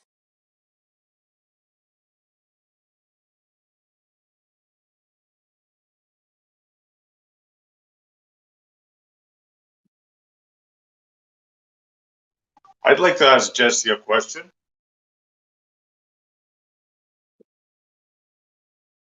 Don't you owe me a couple answers? Yeah, I'm here, but don't you owe me a couple answers? Do you really want to, SE? Do you really want to ask him a question? Yeah, because I broke out in laughter before, and I gotta know. It's just too funny. Jesse, you know the you posted 2 pictures before, right? One with a yellow triangle, Uh-huh. and another one with some lines. Yeah, Nerd Juice posted those, and he doesn't have, or he needed to post those because he doesn't have image permissions yet. So he DM'd them to me, and I posted them for him. So Well, that was. ask Nerd Juice about those. Oh, okay. Because there's this squiggly blue line going up. I was wondering what that is, what that represents. I don't. That was my poor attempt with my finger at drawing a straight line. Basically, what I was saying with that was that one of the flat Earth videos I saw, they were saying your line of sight is straight, and I was trying to say that no, our line of sight's more like a cone. And so, he drew basically that blue line only straighter, and said, "Hey, we'd never even see the horizon." And I was kind of saying, well, I thought our vision was a cone, and then that's why, we would see it if it was there, But Yeah. And then when I asked that question, I got kicked out of a flat Earth group. So. So yeah, our vision is kind of like that cone, right? Meaning our field of view can be set like that cone. But if you think about it, think of it this way. So your image with the yellow cone, and you have a little bit of the ground touching that yellow cone, right? Yeah. But when we go back from the third party orthographic view into that observer's eyes, what we see is almost 50% of the lower portion of the field of view is being consumed by the ground. Yep. Right? So when you look at your cone there going outward and ever expanding,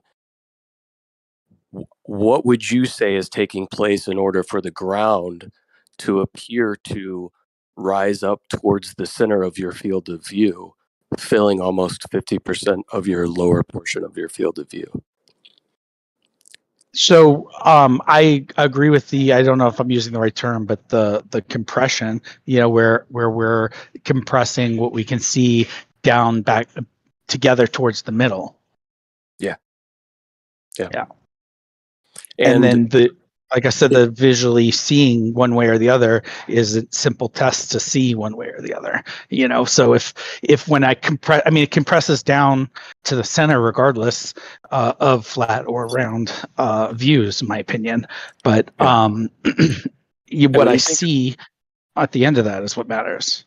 Yeah, and when you think of it this way, so one of the tricks that is sometimes employed is to say that since the horizon doesn't come up to exactly your eye level and it's below it, that somehow can only take place on a spherical surface, when in reality we understand that if we're looking straight forward, even on a flat surface, that flat surface is never going to actually interact or intersect with your direct center of your field of view. Because if you're 6 feet above a perfectly flat surface for infinity, that surface is never actually going to be at 6 feet. So you're always going to have some sort of slight gap between the surface and your exact center of your field of view.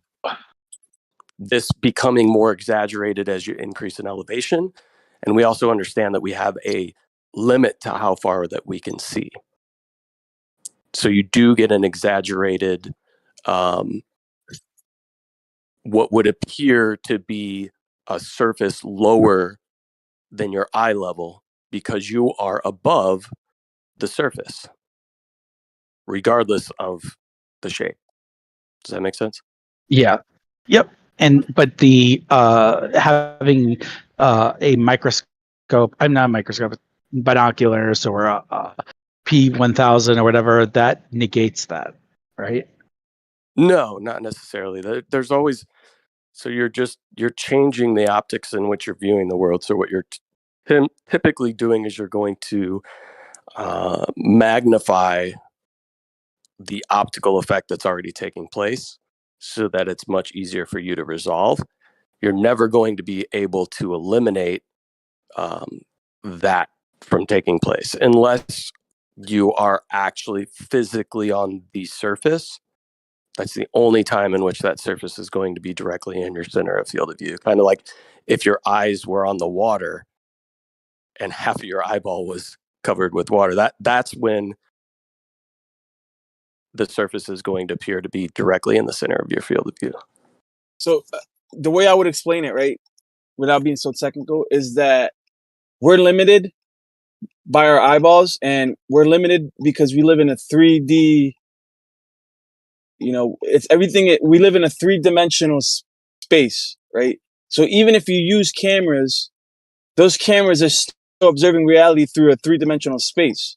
And it doesn't matter, you can zoom in, you can magnify your field of view.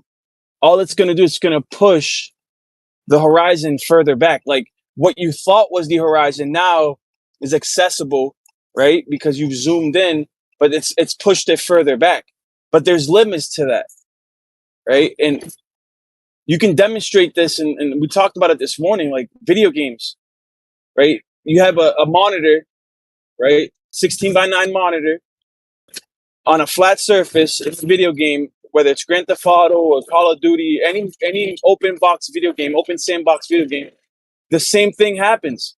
There's a horizon, there's a field of view, and the closer you get to the horizon, the more the image is, how do I say this? The closer you are, right, to the horizon, the more the horizon gets pushed back. But it's all about perspective. It's not that the Earth is curving. It's not that the video game's land is curving. It's just that's the way in a 3-dimensional space. That's what we're limited by. Now, theoretically, like if we were in a 4-dimensional space, who knows what you would be able to see, right? And that's just the limits to our perspective, literally. Like that's why I always say that reality is an illusion. And perspective is an illusion. It's what you're perceiving to be reality, but everything breaks down to like perspective and relativity. And I'm not even sure what reality is. And I don't know any flat earther that can tell you straight up like what the realm is. Like we don't have a complete model of the realm, but we don't claim to. The Globers claim to have it all figured out, even though it's almost impossible. So I do believe in that there's a finite truth. I mean, everything's not relative, right? But whether we know what the answer is, I find people who have all the answers usually have none of the answers. So, Yep. I think that there is a finite truth. We do live in a 4-dimensional world. Time is that 4th dimension, but but yeah, so I mean, I've been to a lot of metaphysics workshops where they talk about how my universe is different from someone else's universe, and I get that from like a sociological level, but from the reality is we're both standing on the dirt. If I throw a rock in your face, it's going to hit you and it's going to hurt. It's not like if you close your eyes and cover your ears, it's still going to hit you and hurt. I made that happen. So I just there's no I didn't push that into the world.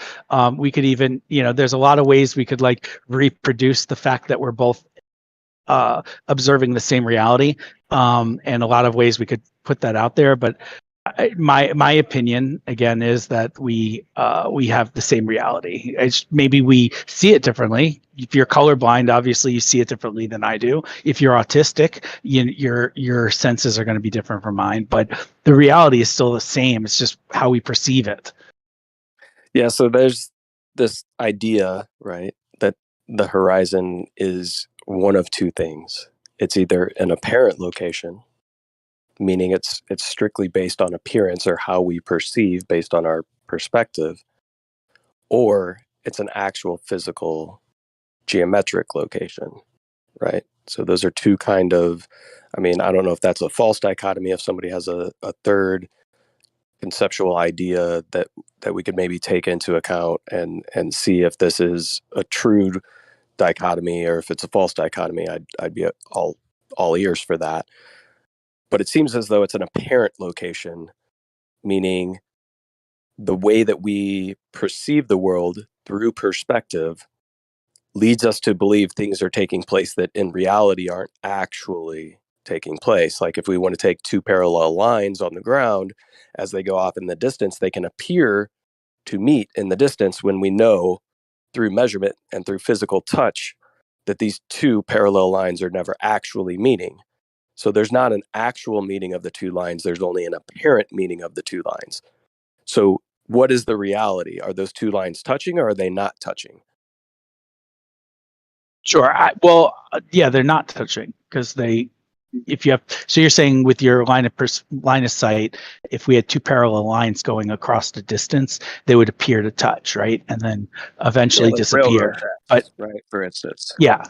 So no, I don't think that they're actually touching.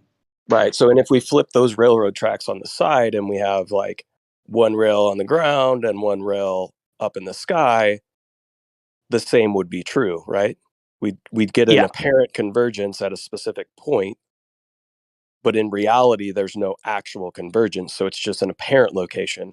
And I think that's why he's saying, it's kind of an illusion, because it is kind of an optical illusion, right? Sure. So I guess it's like any of those psychological games you could play where you describe something to somebody and they don't have any idea what it is. They might make sense to them. We're trying to make sense of what we're seeing and we're coming up with explanations. It sounds like Globe people came up with their explanation and you guys came up with yours, and it all comes back down to observation. So yeah, but this is what's so funny. If you were here since the beginning, what you would see was like one of the first famous observations way back in the day was that you could see Chicago skyline from like all the way across Lake Michigan. Yeah, I saw that. That was pretty compelling. Yeah, and so what happened was they covered this on the news, and they said that this is a superior mirage. And of course it's not. You see the city. It's not inverted, displaced, and drastically distorted, right? It's not a superior mirage. It's just there. So then a flat earther went out there, actually the same guy you brought up earlier, Rob Skiba, and he got in a boat. He could see Chicago and then went all the way to Chicago on the boat, and it remained where you could see it. It didn't just like all of a sudden become the real thing, right? Like if there's a superior mirage and you go towards it, what will happen is you'll get close enough to where it'll no longer be the mirage, it'll be the real thing, and it'll change. But it didn't do this. So then the globe moved the goalpost and made up a new excuse. And then they've since worked on it over the years to come up with this unfalsifiable fix-all where they just literally fluctuate a number as needed. Where it's called terrestrial refraction, 7/6R, R being the radius of the Earth. And so they increased the radius of the Earth roughly 15% as a base minimum average, meaning they've now changed it from superior mirage, which was ridiculous, to almost on every day, it's going to look like the horizon is roughly 15% too far, and it can go effectively infinite, meaning that it could bend around the entire globe, a coefficient of 2 or more. Like it could go all the way.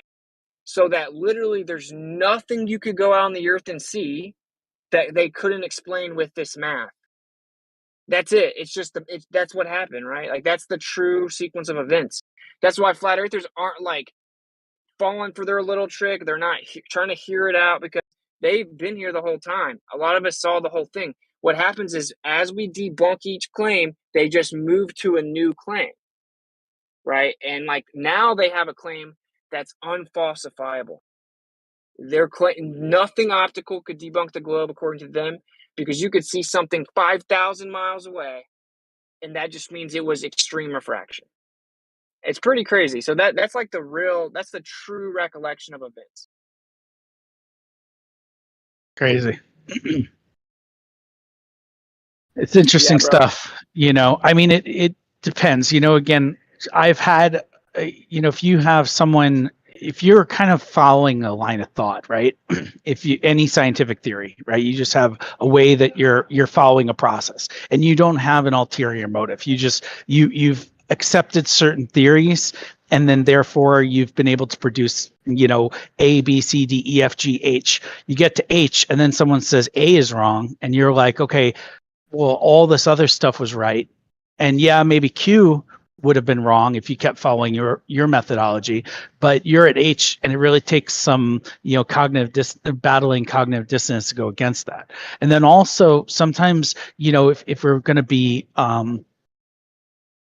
just look at it openly, you have to come up with ways to disprove that thing that you hadn't thought of before.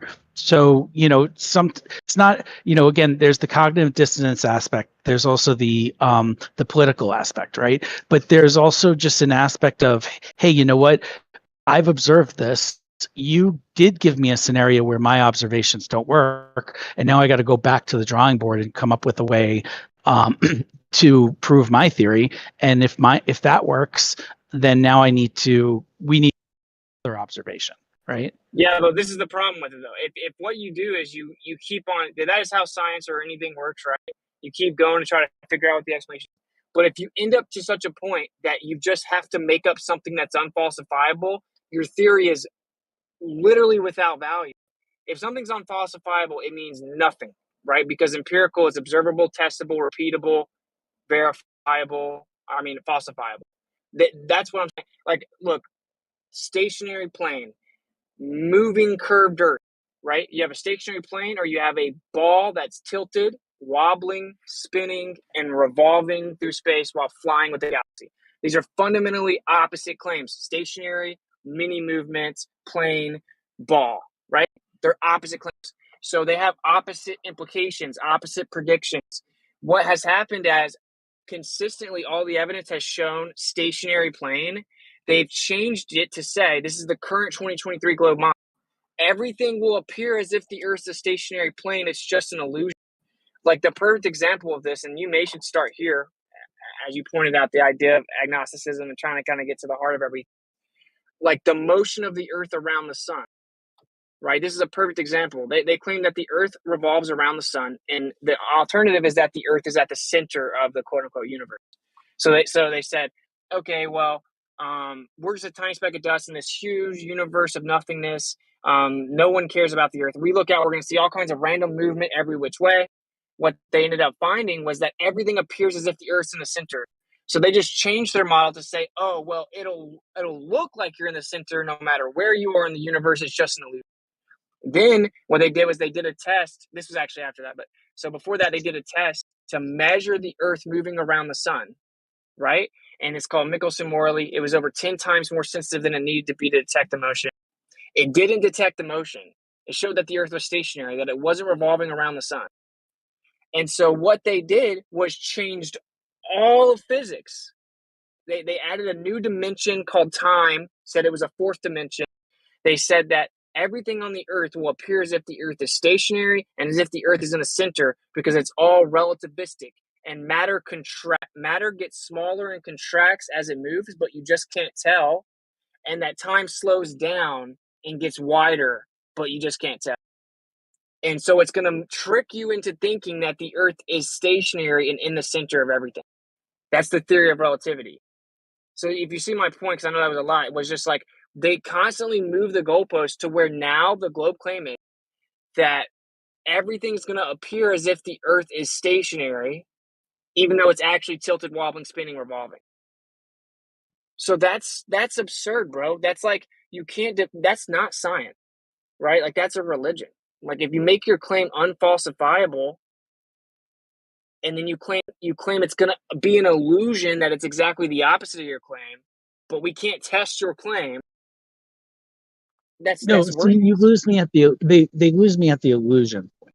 And that's where if it's observable, they create a different process that's observable.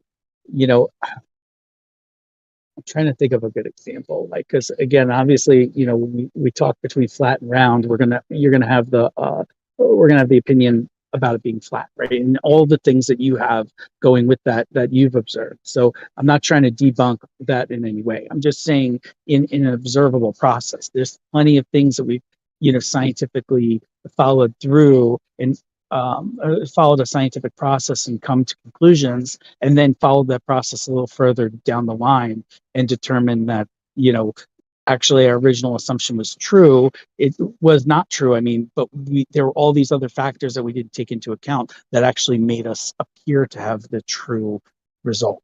That makes sense? Yeah. Watch the documentary called The Principle. Okay. You should watch The Principle.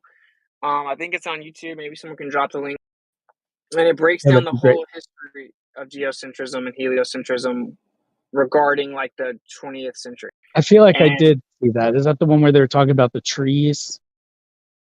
No. Okay. No. Mountain trees or something? Nah, bro. This is about like relativity and them saying that responding to what's called Michelson.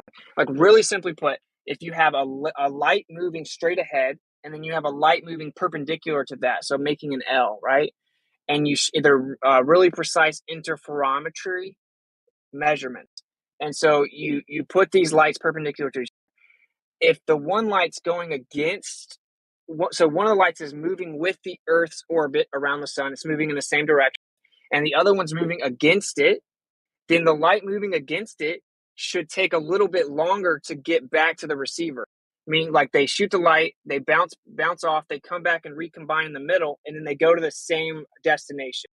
If the one light's going against the motion of the Earth, it should take a little bit longer because it's going to have to travel further. I remember the study. I did see the study. Yeah. And so what they saw was that it didn't do that. So then they claimed, oh, well, the apparatus contracted, but you just can't tell that it contracted. So it made it look like it didn't travel further. And time slowed down. You just can't tell it slowed down. You just can't tell it slowed down. So even though it traveled further and took longer, it just looks like it didn't take longer. But the Earth is moving. It's just because time slows down and matter gets shorter, and you can't tell that it made it look like it was stationary. That's the And that's official where I model. will agree 100% that it's theologically correct. So by globe theology, it is theologically correct. That all makes sense based on their theology. But I want to see something observable that will show me that. Yeah, but I mean, you see how that's like, it's just unfalsifiable. So like, Yeah. I can make up all kinds of stories. I can be like, unicorns exist. But every time you try to observe a unicorn, it becomes invisible. And unicorns actually make it rain. So every time you see the rain, that proves unicorns. But you can't see the unicorn; they're invisible. It's like, what? That doesn't mean anything. Interesting. Yeah.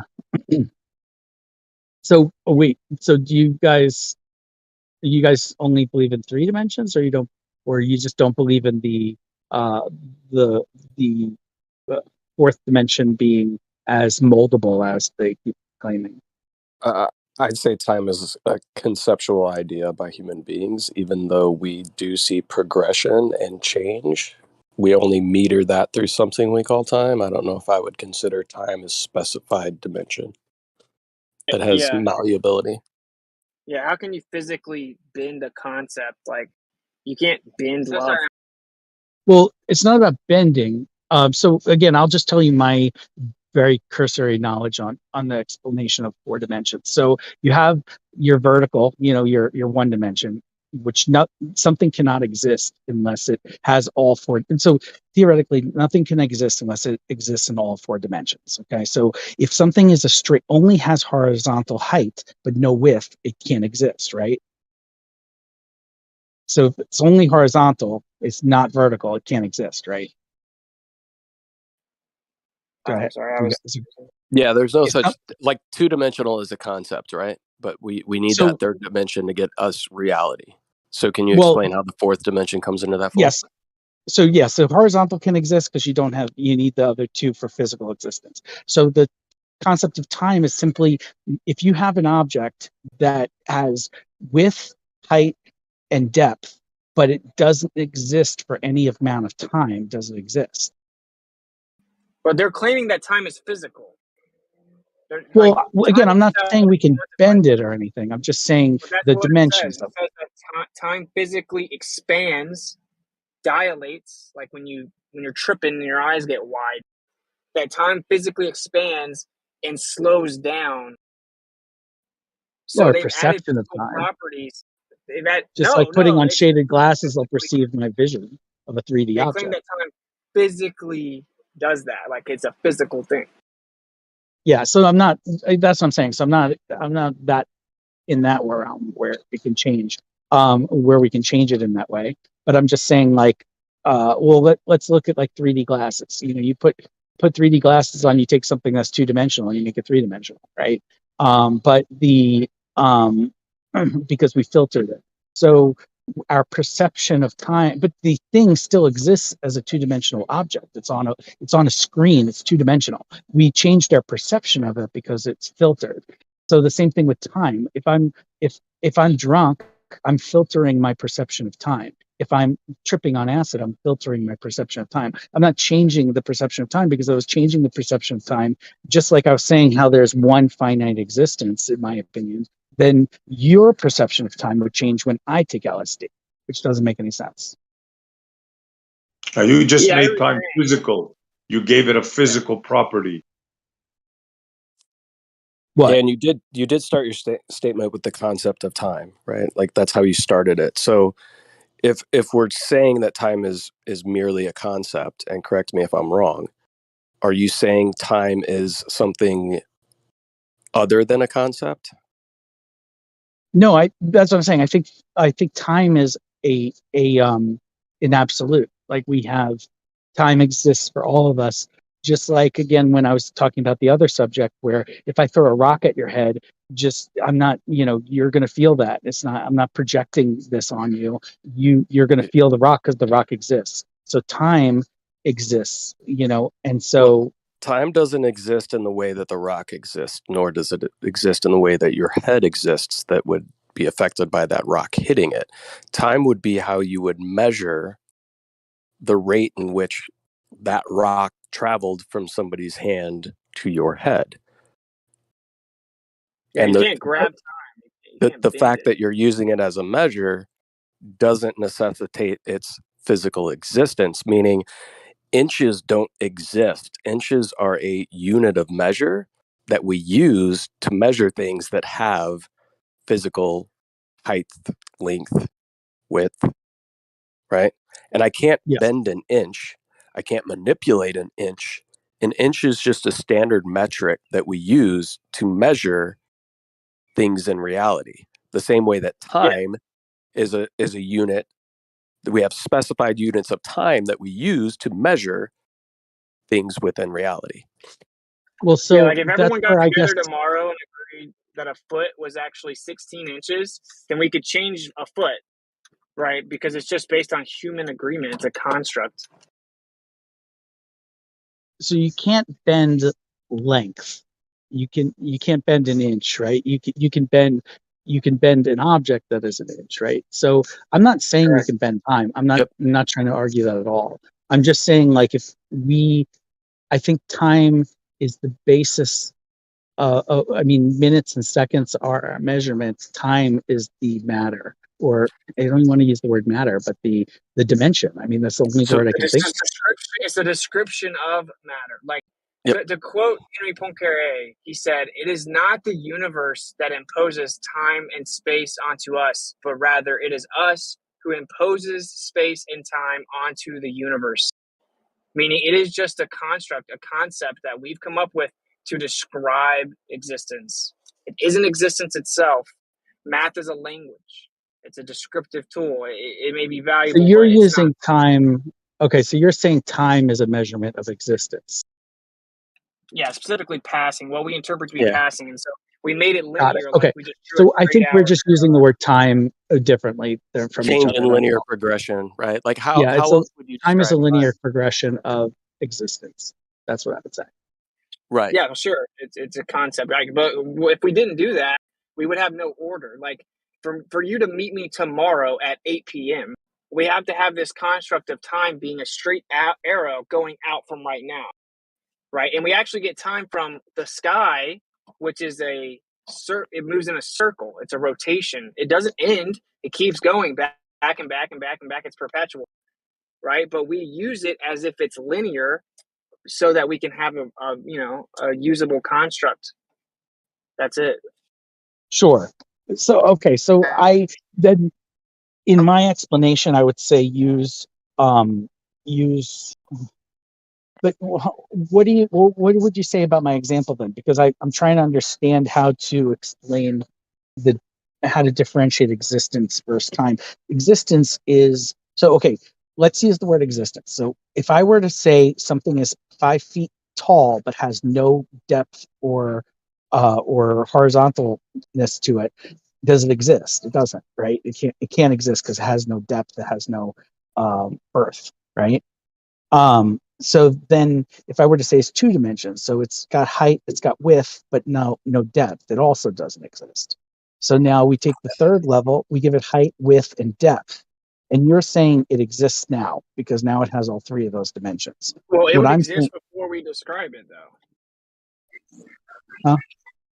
It would exist before we found a way to describe it.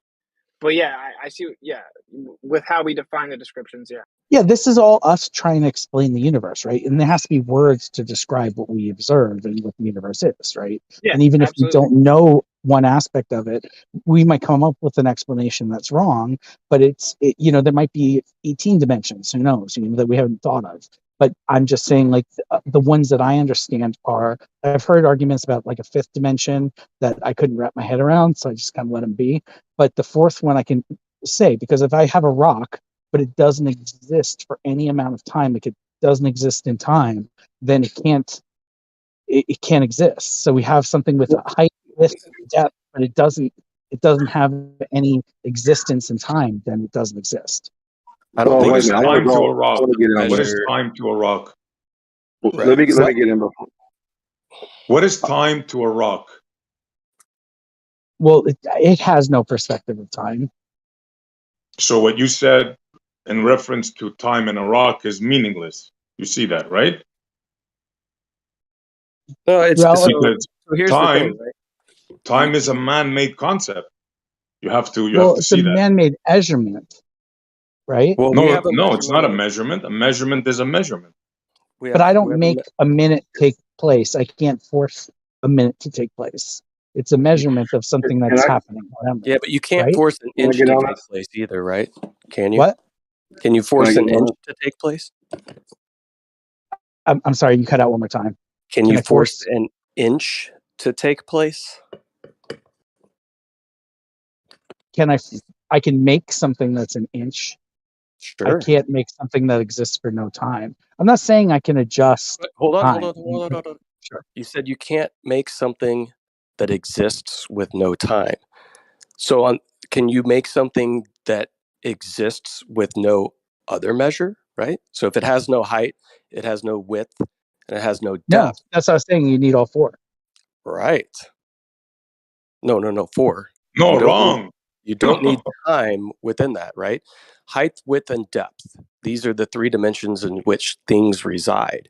Everything else is just a measure of things that exist within those 3 dimensions. Can I get in on this real quick? Let's say I'm going to use your imaginary rock. Let's say that rock's existed, or it's always been there. Let's say, but there's been no change in the rock. How do you know time has passed? Well, I don't know how I would have to come up with a way to measure it, right? Well, I right, mean, I you'd would have to see observe it some with level of my change. eyes or something. Well, see, but the thing is, the observer is changing. His thoughts are changing. So, in a sense, the thoughts in the observer would be a measurement of time. But the thing is, I'm saying if the rock existed with no observer, the rock does not change at all. There's no movement of the sun, nothing. Just the rock exists. But there's no change in the rock or anything else around the rock. How would you know time is passing? I don't really know. I don't know how to answer that. Okay, right, exactly. So, in a sense, to have time, a change has to occur. Change in location, a vibration in the molecule. The observer has to move position. something or something is changing in the observer, some change has to occur for time to exist. If there's no change, then time ceases to be. Well, if you're saying in relative to the rock, but in other words, let's use your example and we say the rock is sitting there for a year. And again, there's no change, no sun, no nothing. But there's two other people who are separate from it doing their thing. Time is passing for them. So therefore it's passing for all three of them. There's just no observable change in the rock. Right. Well, that's my point, though. If time, the observer's time is changing in their relationship to the rock, because there was a time, maybe in their perspective, the rock is in one position, they moved and they changed, but in a sense, their perspective of the rock changed, so time passed. But see, that a change is necessary. A change is necessary. If there's no change, time does not exist. Look, what if I go, if we all come, we have a world meeting tomorrow, and we redefine a minute to be 120 seconds. And now everyone agrees that 1 minute is 120 seconds. So 1 hour has 30 minutes. If we all agree on that tomorrow, we could update everyone's clock, everything, everyone counts time differently now. Nothing physically changed. We just came to a conceptual agreement to change the construct we call time that we use to describe the idea of passing. The fact that I can change it just by coming to a meeting of minds shows you it isn't a real physical, tangible reality. It's merely conceptual. Well, I would say, I'll say it a little differently, Austin. I would say the convention of the convention of the measurement of this change has changed. You just change the convention. It's the difference between saying I'm going to use a metric stick or a yardstick instead of a metric or a meter stick. So you think time is change, Paul? I've always just defined it. Time is the measurement of change. That's why I define it. It's a measurement, like you said. I Time agree. is the measurement of change. Okay. Yeah, that's not a bad description. It's not. It's not bad actually, but it's really not accurate. But I guess it's the best we can do. Well, time was originally. Why do we think that time exists? Because we age. Because if I have a plant that grows, it grows. Like it's a seed and it grows. Like we think time must exist because of change. And then what we do is we measure that based on motion of the sky. Yep. So that's what it is. It's those two things combined. Like it is actually change is why people think time exists, because you die. In reality, you die because your cells degrade over time. Eventually Exactly. you die. That's the aging process. But I'll agree with you with why we think time is like that, because we have a limited amount of what I call heartbeats, right? Before we expire. You don't need to use time, right? We're a biological. No, you don't. Yeah. So that's why we have a concept of time, I think. Yeah. Yeah. But do you agree? What the funniest part is, this is what, to me, I don't know why this doesn't click with people. We look up at the sky. It moves in a circle. So it moves every roughly 24 quote unquote hours. It resets every year. That's where we get years and days, plus minutes and hours and seconds. We get it from the sky. We look up at the sky, and that's how we made all this up, the whole concept of time. In fact, what does the sky do? It moves in a circle, and it just keeps going forever, perpetually, just circle, circle, circle, circle. That means it's not linear. The base of what we call time is not linear, yet our concept of time is linear, which shows you right there that it can't be a real thing. It's a man-made construct. Actually, I think we got it from the Sumerians, the base 60. I think that's where it all started. But yeah, it all has to do with the movement of the sun in the sky, revolutions back then, and the moon. That's where it all came from. That's a fact. Gotcha. One question, SC. Hold on. One question, SC. Does the moon, the sun, the stars change position in the sky?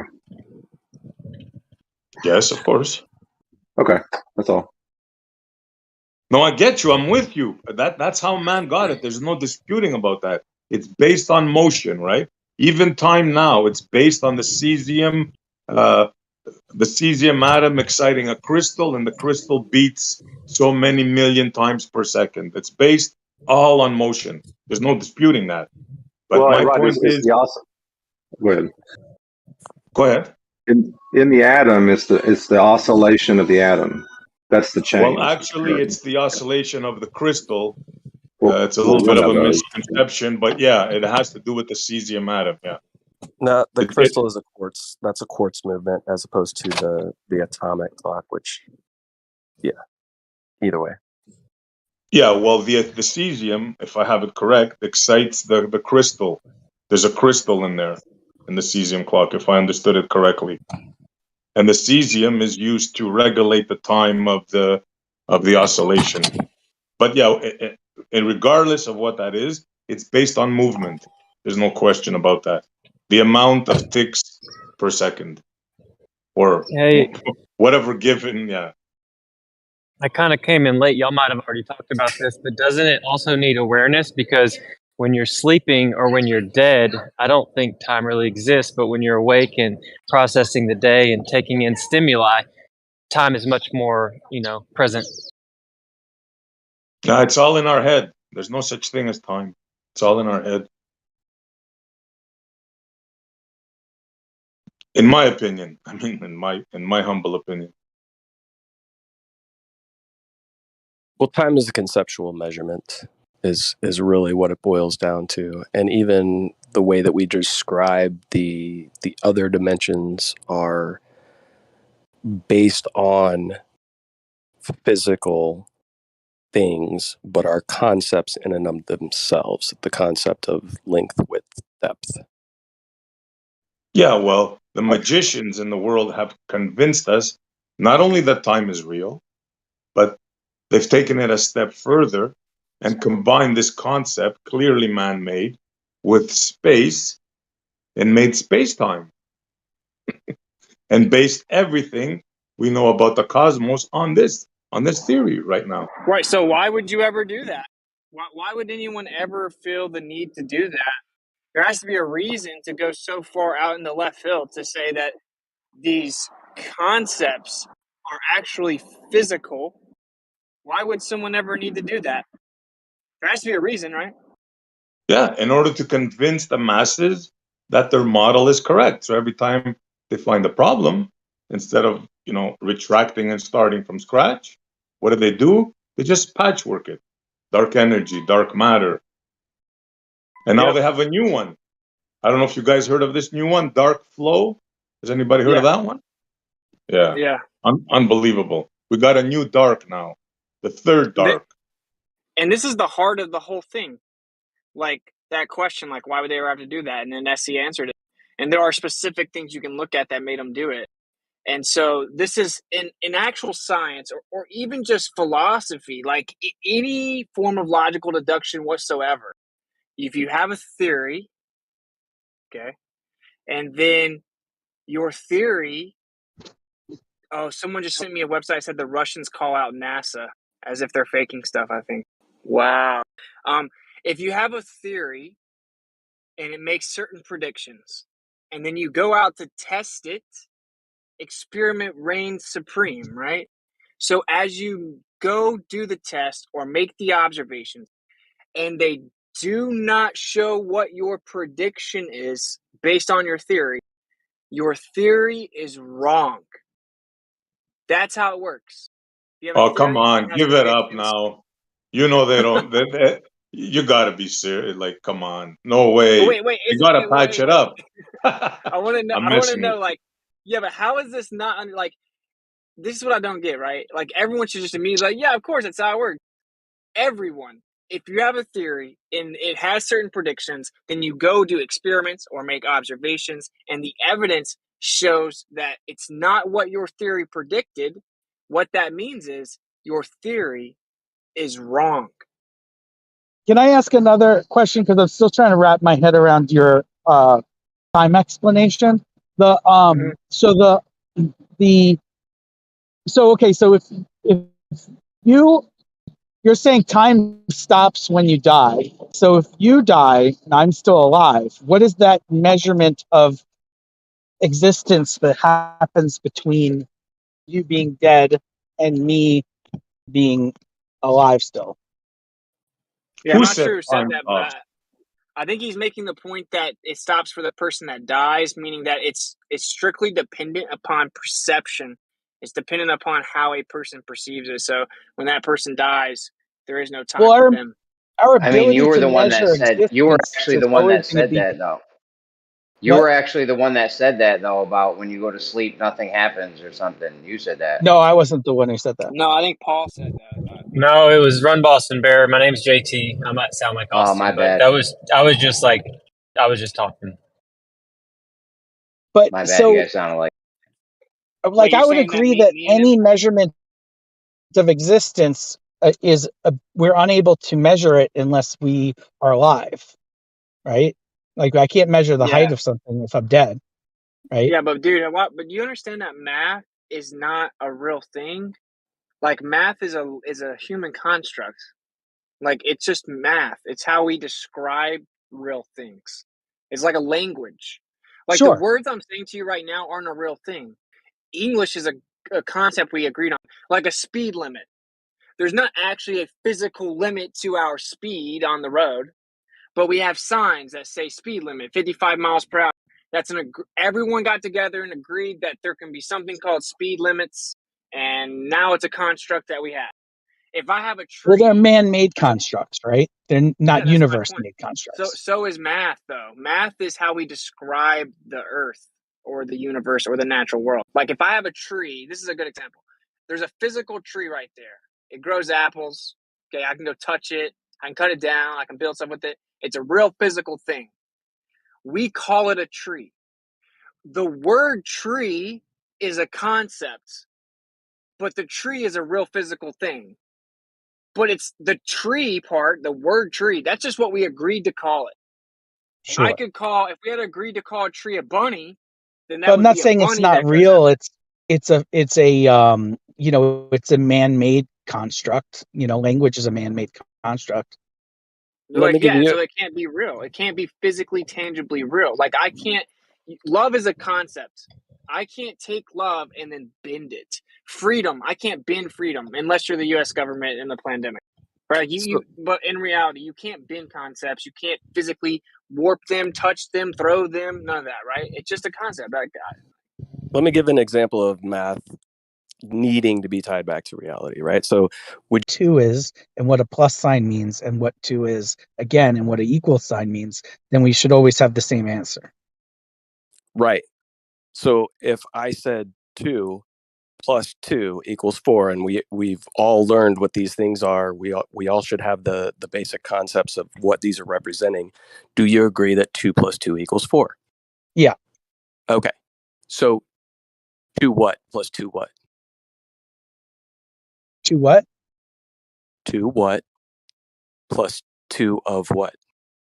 2 of what plus 2 of what equals 4 of what? Well, we're not. I mean, so you're saying, okay, we're adding 2 things that don't exist together to come up with an answer?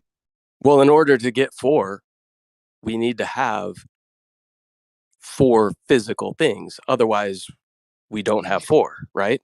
Yeah. It's saying so. Like even for that to even be a thing, you have to actually apply it to some real physical reality. Right. One is a unit. One is a representation. So let's go back to the tree, the apple tree that Austin was talking about. So if I pick up 2 apples from that tree off the ground and you pick up 2 apples from off the ground, what do we have?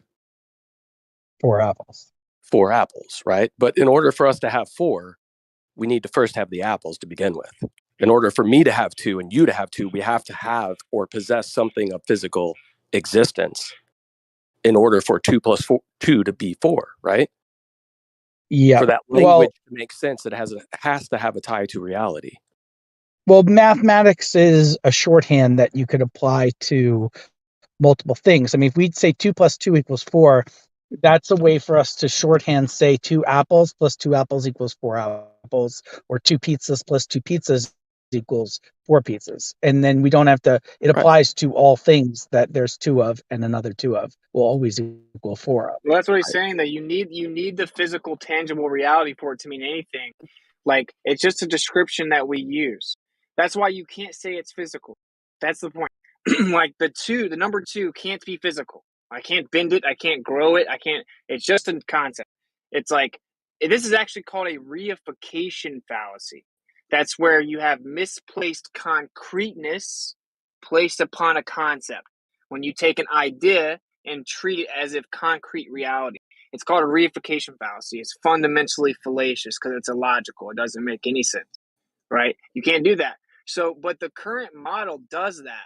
It says that space, which is how we quantify length, width, breadth, and time, which is how we quantify the motion of the sky and change, these concepts, they're saying, oh, they're not just concepts. They're real physical things that physically, like, have physical properties. That's impossible. See, I think this whole discussion is mostly just a matter of semantics. I think that I agree with you completely on every one of your end, result explanations of what time is, but I don't measure time by how the sun moves or how anything moves. Time is the thing that changes regardless of whether I'm alive or not alive. And so it's a measurement of existence, I would say, not a measurement of the sun. We use the sun to come up with the measurement, sure, okay? But I'm saying that when I say time, it's a measurement. So just like an inch was, foot was based on some king's foot or whatever, right? So what I'm saying though is the foot still, there were things that were feet long before the foot was discovered as a agreed form of measurement. The thing Don't didn't switch to change speed though. Go length. back to time. Look, keep it on time. What do you measure time with? I would measure with a stopwatch or depending on the purpose, a clock. Okay, what did they base the stopwatch on? Huh? What units did they base, or what physical thing did they base the stopwatch on? Yeah, so they measured it based on the sun, I think is how they came Okay, up. so you're saying you don't need the sun. You're absolutely using the sun every time you use a stopwatch or a watch or a clock or hourglass or whatever. Yeah, like, what is daylight savings, right? When you push the Got it. clock, when you push the hour earlier or further ahead when it gets warmer. Well, that's based on the sun, right? So it's based on our concept. Now the sunset time has changed, right? Here, I got one for you. Here's the overarching point, though, right? When we talk about things having effect on other things, time in and of itself does not have an effect on physical things. We can measure the effects of physical things with time, but time is not the causal thing that causes the effect that you're seeing. Time has no implication on physical matter.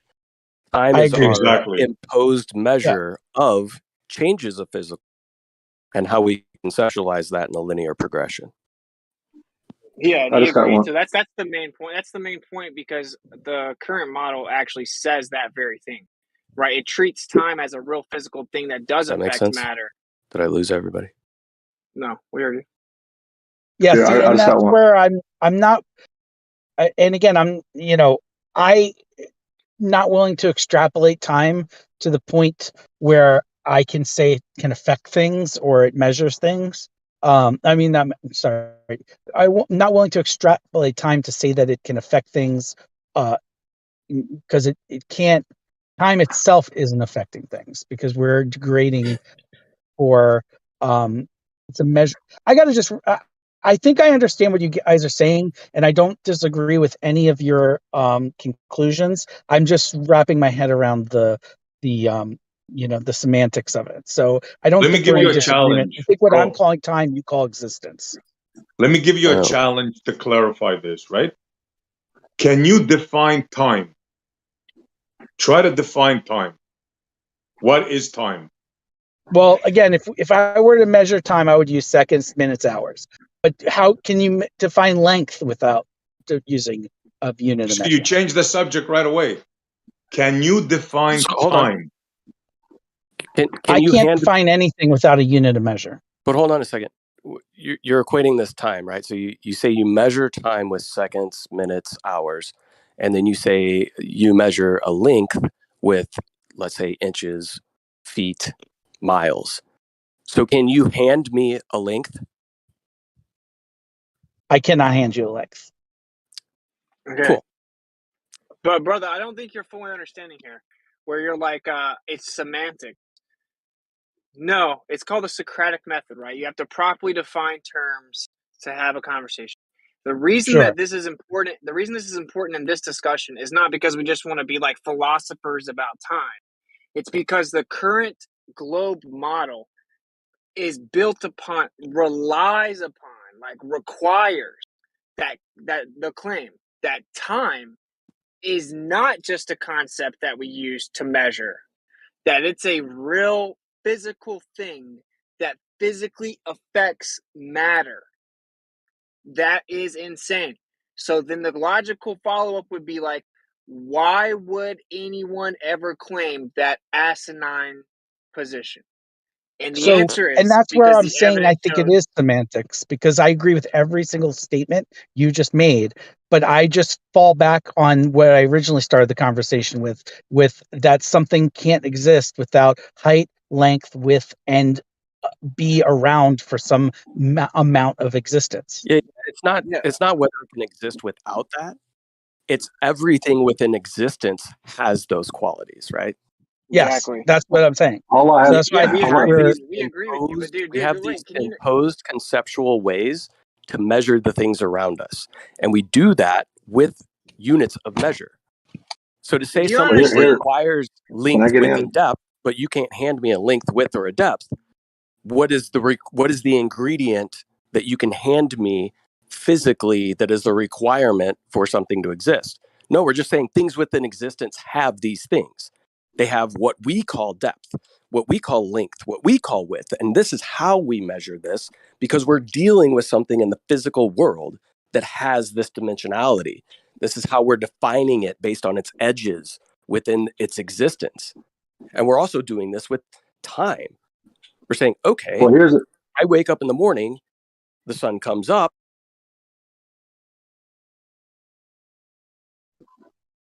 Go ahead, Napalm. I thought you were done. Sorry, no, I got a phone call that came in.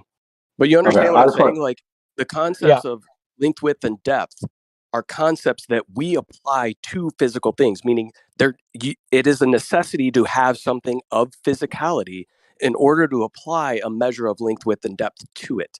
In the same way that it is a requirement for something of physicality within this realm to exist in order to apply a measurement of time to it. Got it. Yeah. I wonder. I mean, there might be a black swan out there, and this is the nature of this question. If you're saying it's just existence, is there anything that exists that is not affected by time? If you can name one thing, then saying time is just a passive existence, that's not good enough. So Can you I got, think of because that's one why. thing that's affected by time but not affected by anything else? No, the other way around. Something that exists. Well, no. Is there something that exists that is not affected by time? Now, existence That is could be not not just affected by physical time. existence. I mean, it could be physical existence, but it could be any type of other type of existence. Energy. Yeah. Well, to have, and the like only I thing said, about this seems energy. almost more philosophical, and that's why I'm just kind of wrapping my head around it. So I know, that's why I keep trying to I think drive home like the crux of it, why it actually pertains to this discussion. And I think people really like the convo and like talk about the philosophy of it, but like this is the actual important part, is they took that concept and claimed that it's a real physical thing. They claim that the combination of the concept of space, the combination with time, these two concepts come together, and all of a sudden it's not a concept. It's a real physical thing that bends and warps and curves, thus creates reality effectively. It actually guides reality physically. That is absurd.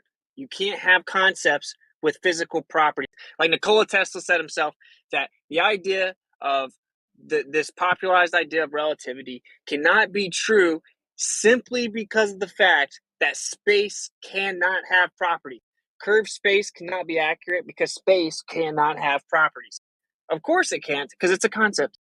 It's just a concept. And so you can't, any philosophy or worldview built upon the idea that these concepts are physically affecting the physical world is automatically ruled out as viable. It can't work.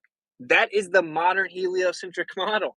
It's called the theory of relativity. Without it, it can't exist. The model can't even, in theory, exist without it, which means the model can't exist. I'm curious, in their paradigm, is space homogeneous? Who was the other gentleman that was interacting with us? Me? Yeah. Who's me? Nerdjus? Okay. So yeah, Nerd Juice, is space homogeneous within your paradigm? And if so, then what is space expanding into? He's not really like defending the mainstream model like that. Just so you know, Dice. So he's like, Yeah, I'm not defending any of. I'm not arguing that we can bend time. I'm not arguing that time is manipulable. Like we could arguably manipulate the length or height of something. I'm not arguing that we can that it's manipulable. I don't. And again, obviously, you don't know the inner workings of my brain, but for me, this is a matter of semantics. I understand where you're coming from, but when we both are coming to the same conclusions but using different words and we just keep disagreeing on the words, I think it's semantics. So I agree with you on every single thing that you're saying. I've always considered time to be time is the thing, and then the measurement is seconds, minutes, hours, just like Well, let me length ask and you. width are the things, but Can inches I, are. can I say Well, something real quick? Real quick, because I didn't get to ask him All this right. earlier. I was breaking up. Is in your paradigm or in your worldview, is time universal or is it relative?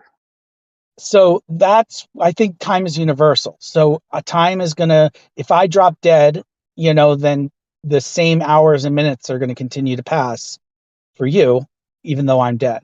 My perception of time changes based on what I'm doing. If I'm tripping acid, maybe 30 minutes will feel like 3 days, but only 30 minutes actually passed because of the,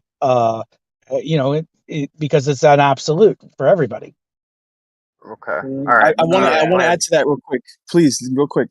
So there's a mystical component to the equation of time and how it actually passes by us. And I've wondered this for a long time because like time on Earth, right? Is it the same in the heavens? And I found a couple of scriptures, and bear with me while I read them. It's just a couple verses. So you have a testimony in the book of Jubilees regarding time and the keeping of time and how angels and Yah himself actually kept the biblical Sabbath since the beginning of time, or since the beginning of creation week.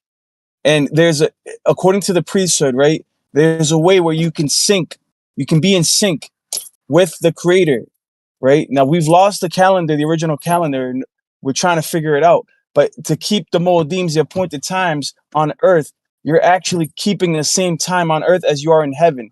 So there is a synchronization between earth and heaven that is possible, showing that time is consistent along all realms.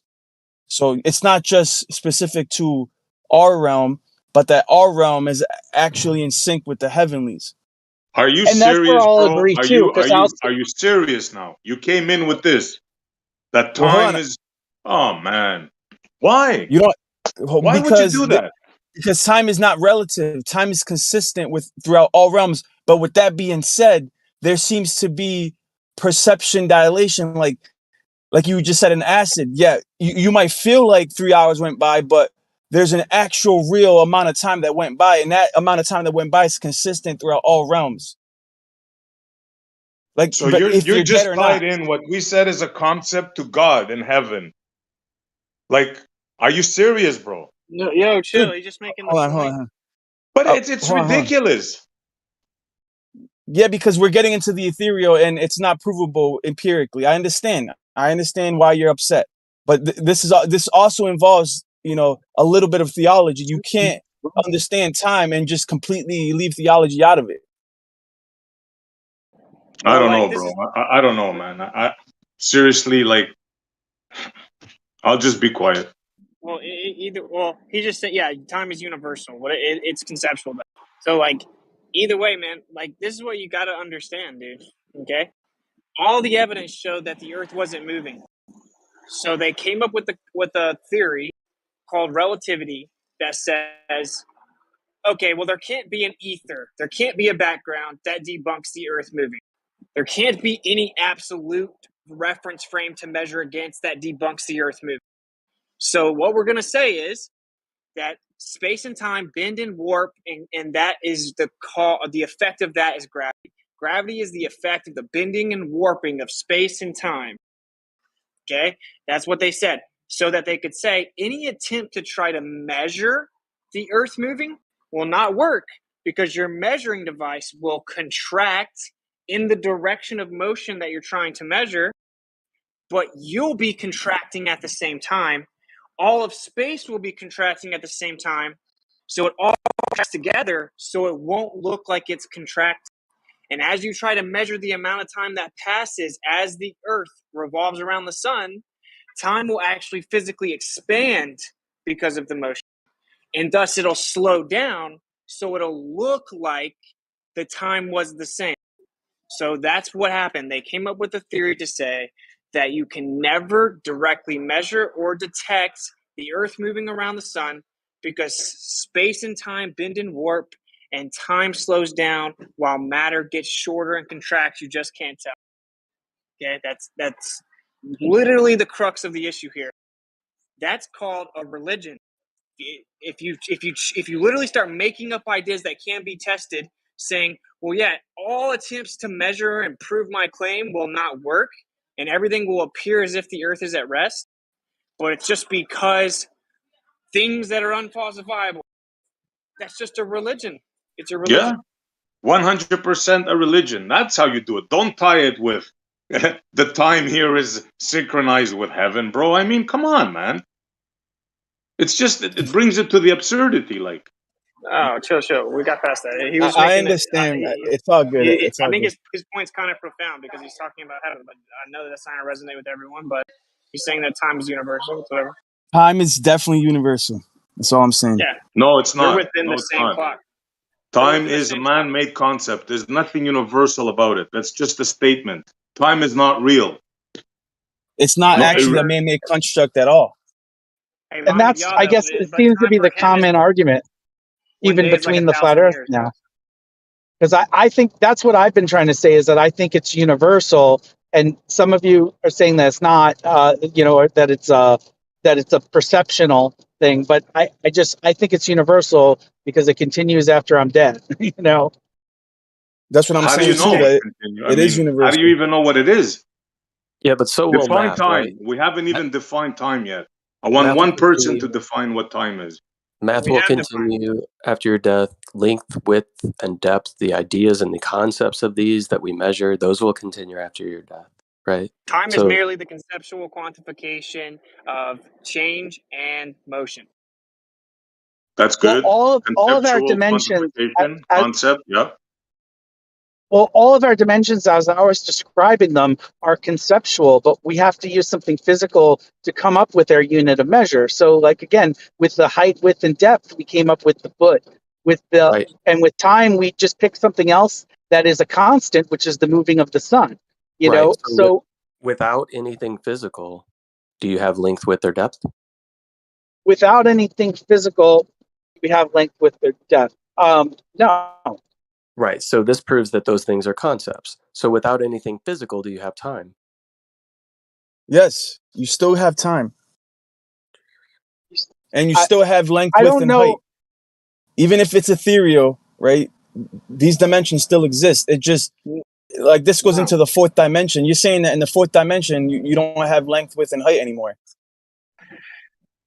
I want to get on this again. You can have time without something physical. And this is more metaphysical argument than it is a philosophical or a physical or scientific argument.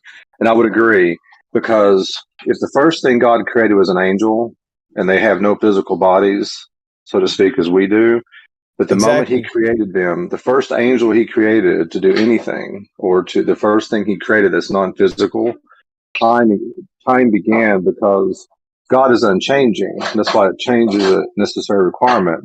But the moment he changed his existence, which means from just him, nothing else, to something else, to whatever that something else may be, whether it be, like an angel or whatever, time began because a change occurred.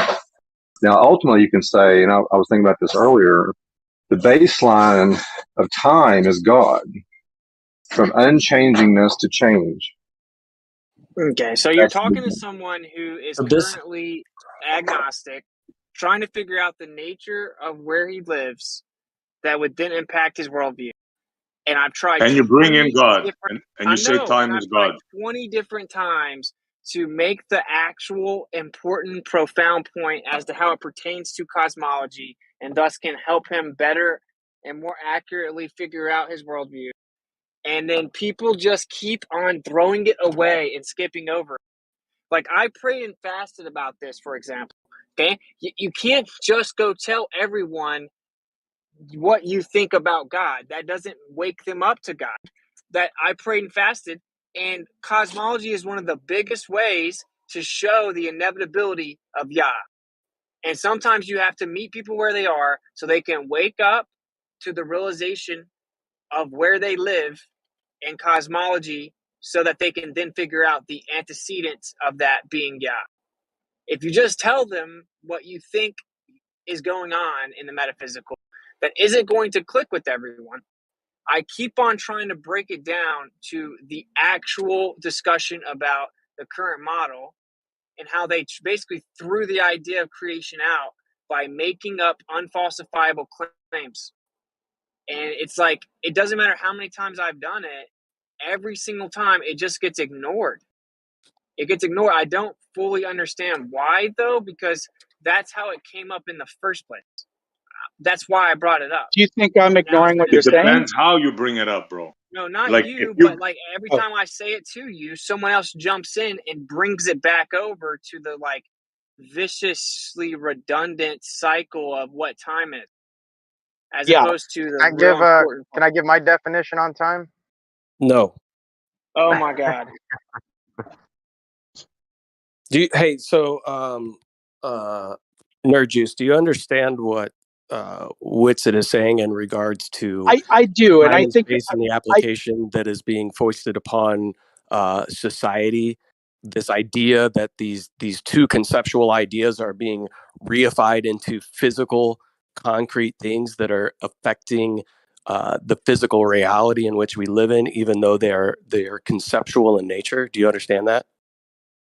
I think I understand where we're talking about change being time, it being necessary for time, and so I'm trying to. I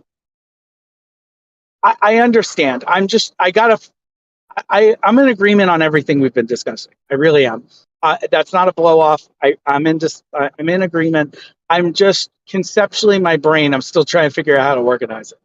You didn't even define time Have you yet, brother. tried to? You didn't even define look it. into- No disrespect. I did like 50 times. You just keep Either way. talking No, you over didn't, me. bro. It's No, you like, used all Why are kinds of you other. doing it again, Either way. dude? God. It's like people were in here for like a dick measuring contest or something at this point. It's like, What am I don't doing, know. bro? Excuse me. What am I doing? I'm asking him a trying to question. Is hammer that him not? down to So Do you not I've said agree it. with my Okay. question? Like, Penises are do you made What's want your to name? steer the What's your name conversation that's in a asking me to certain way, define it? maybe?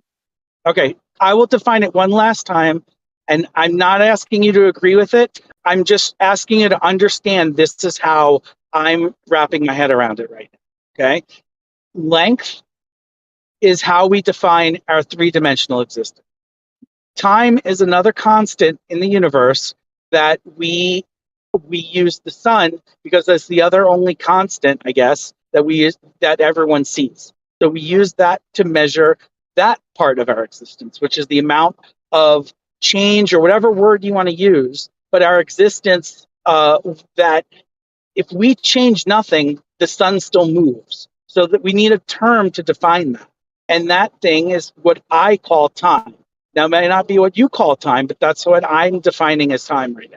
So I'm wrapping my head around all this, and I'm trying to come up with come to terms with some other words. I don't know how many people you've converted to flat Earth in a 30-minute conversation where you yell at them, but I'm not going to be that person. I'm just got to I'm wrap not my head trying around to convert you, nor was I yelling at you. They're yelling at me for asking you a question. I They're have not triggered raised for my some voice reason. yet. So But hold on, if you feel I've It's raised been my voice, if you're saying the same thing. Everyone just wants to keep on talking about the same exact thing. yeah, we're saying the for an same fucking hour. thing over and over Could be again. time to move on, right? No, but he didn't define time again. He said two definitions of time. But SC, we know that's Yeah, I we know can't get a that's kind of sentence like out. Holy crap! we know it's not really possible. I mean, it's a challenge that really can't be met because it's a measurement. Obviously, is what we're all been saying. But I think the point, I was listening on YouTube and I just had to say that I think that it's a little bit of an advanced thing in a way to expect that he might understand that they've substituted this idea of mass attracting mass with this idea of the bending and warping of space-time. Are you familiar with that at all? Yes, and I think a lot of that's horseshit. Right. Okay. Well, that's good. Yeah. So That's then a the start. next That's what I'm step would saying. be So to this figure out. isn't what The next step would be to figure out why they did that. This is why I'm getting Well- frustrated because I'm just trying to help this guy see what happened. It's like, Yeah. are people's intention not to be like, hey, man, just so you know, this is your decision. This is what happened. This is how it's related to this discussion and how you're trying to figure it out.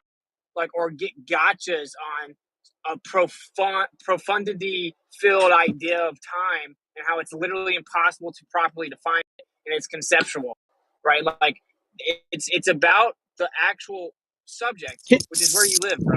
I tagged you in 2 different videos. I tagged you in the Principle documentary, and I tagged you in a stream I did called Geocentrism.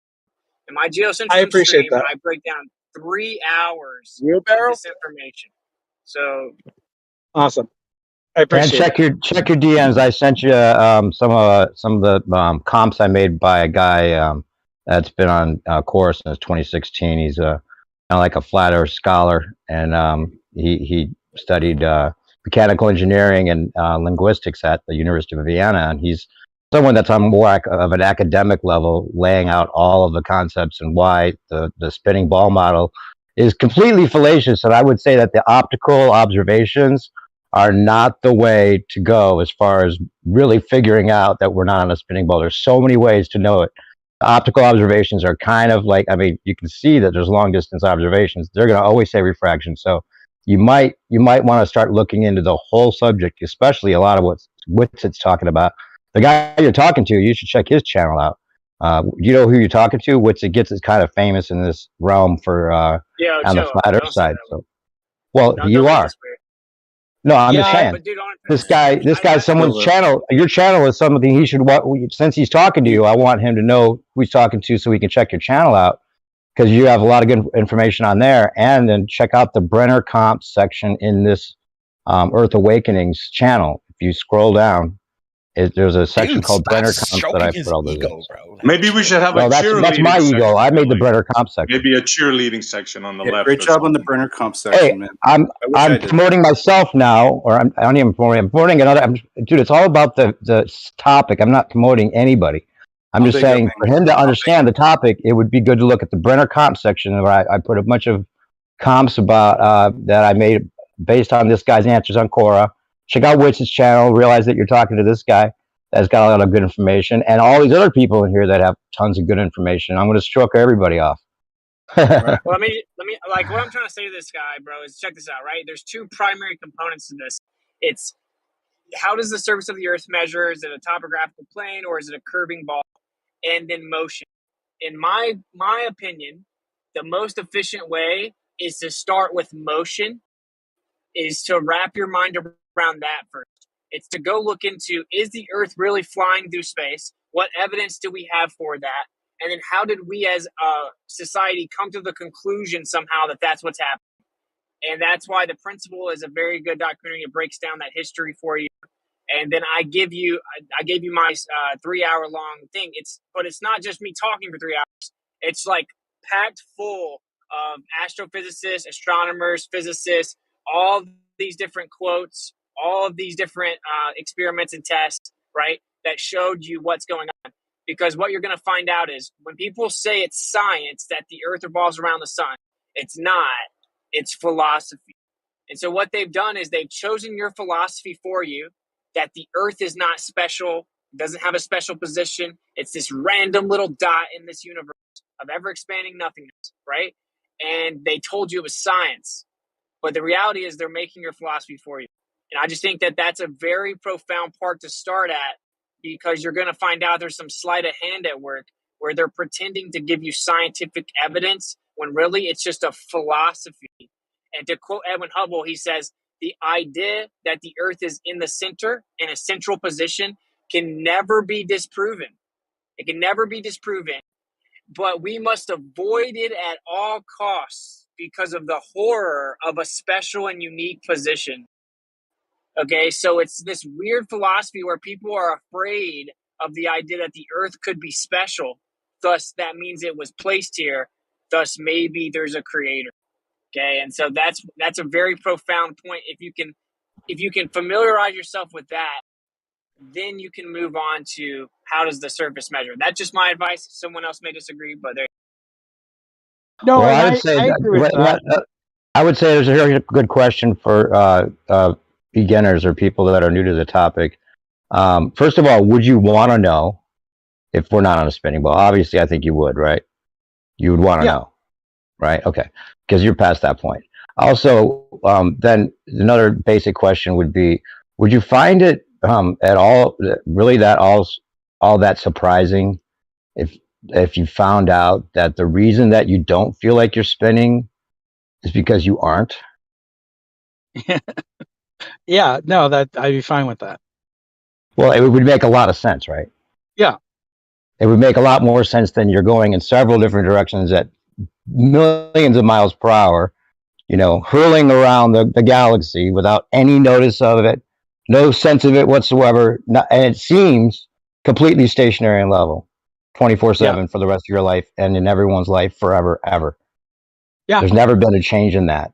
It has to be and that's so why I'm trying to bring it back to an observation, because obviously, because once I look at the curvature of the Earth, right, that's something I can see with my eyes or not see. Then I have a choice of theology, and my choice of theology would be flat Earth at that point. And it's not even a theology. It's not really. That's the other thing I would like. One last simple thing I'll offer for you. In my opinion, flat Earth is not a new belief. It's just the loss of one. So once you realize that you're not on a spinning ball, right, you're only left with your base axioms, which is all you can sense or observe, right? We all experience a stationary level Earth, right? That's all we all experience. That's all we all really have in common that we know of, right? We experience the stationary level Earth. It's the suspense of belief, ironically, right? It's like he said, the base axiom. It's just going back to what the empirical evidence says and saying, look, I'm not going to believe the opposite of this unless it can be substantially and empirically demonstrated. I'm going to suspend belief. I'm going to look at the evidence, accept it for what it is. And in order for me to change my position or go against what the evidence says, I need additional evidence that shows it's wrong. That's what flat Earth is. For example, when you see a sunset, okay, the flat Earth says the sun moves in the sky throughout the day, and then it keeps moving further and further away.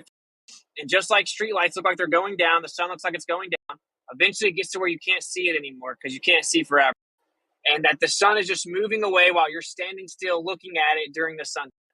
The globe model claims that the sun is not moving, that it's actually you that's moving, you just can't tell, and that the sun is stationary, it just looks like it's moving. And that during a sunset, you're falling backwards almost 1,000 miles per hour, right?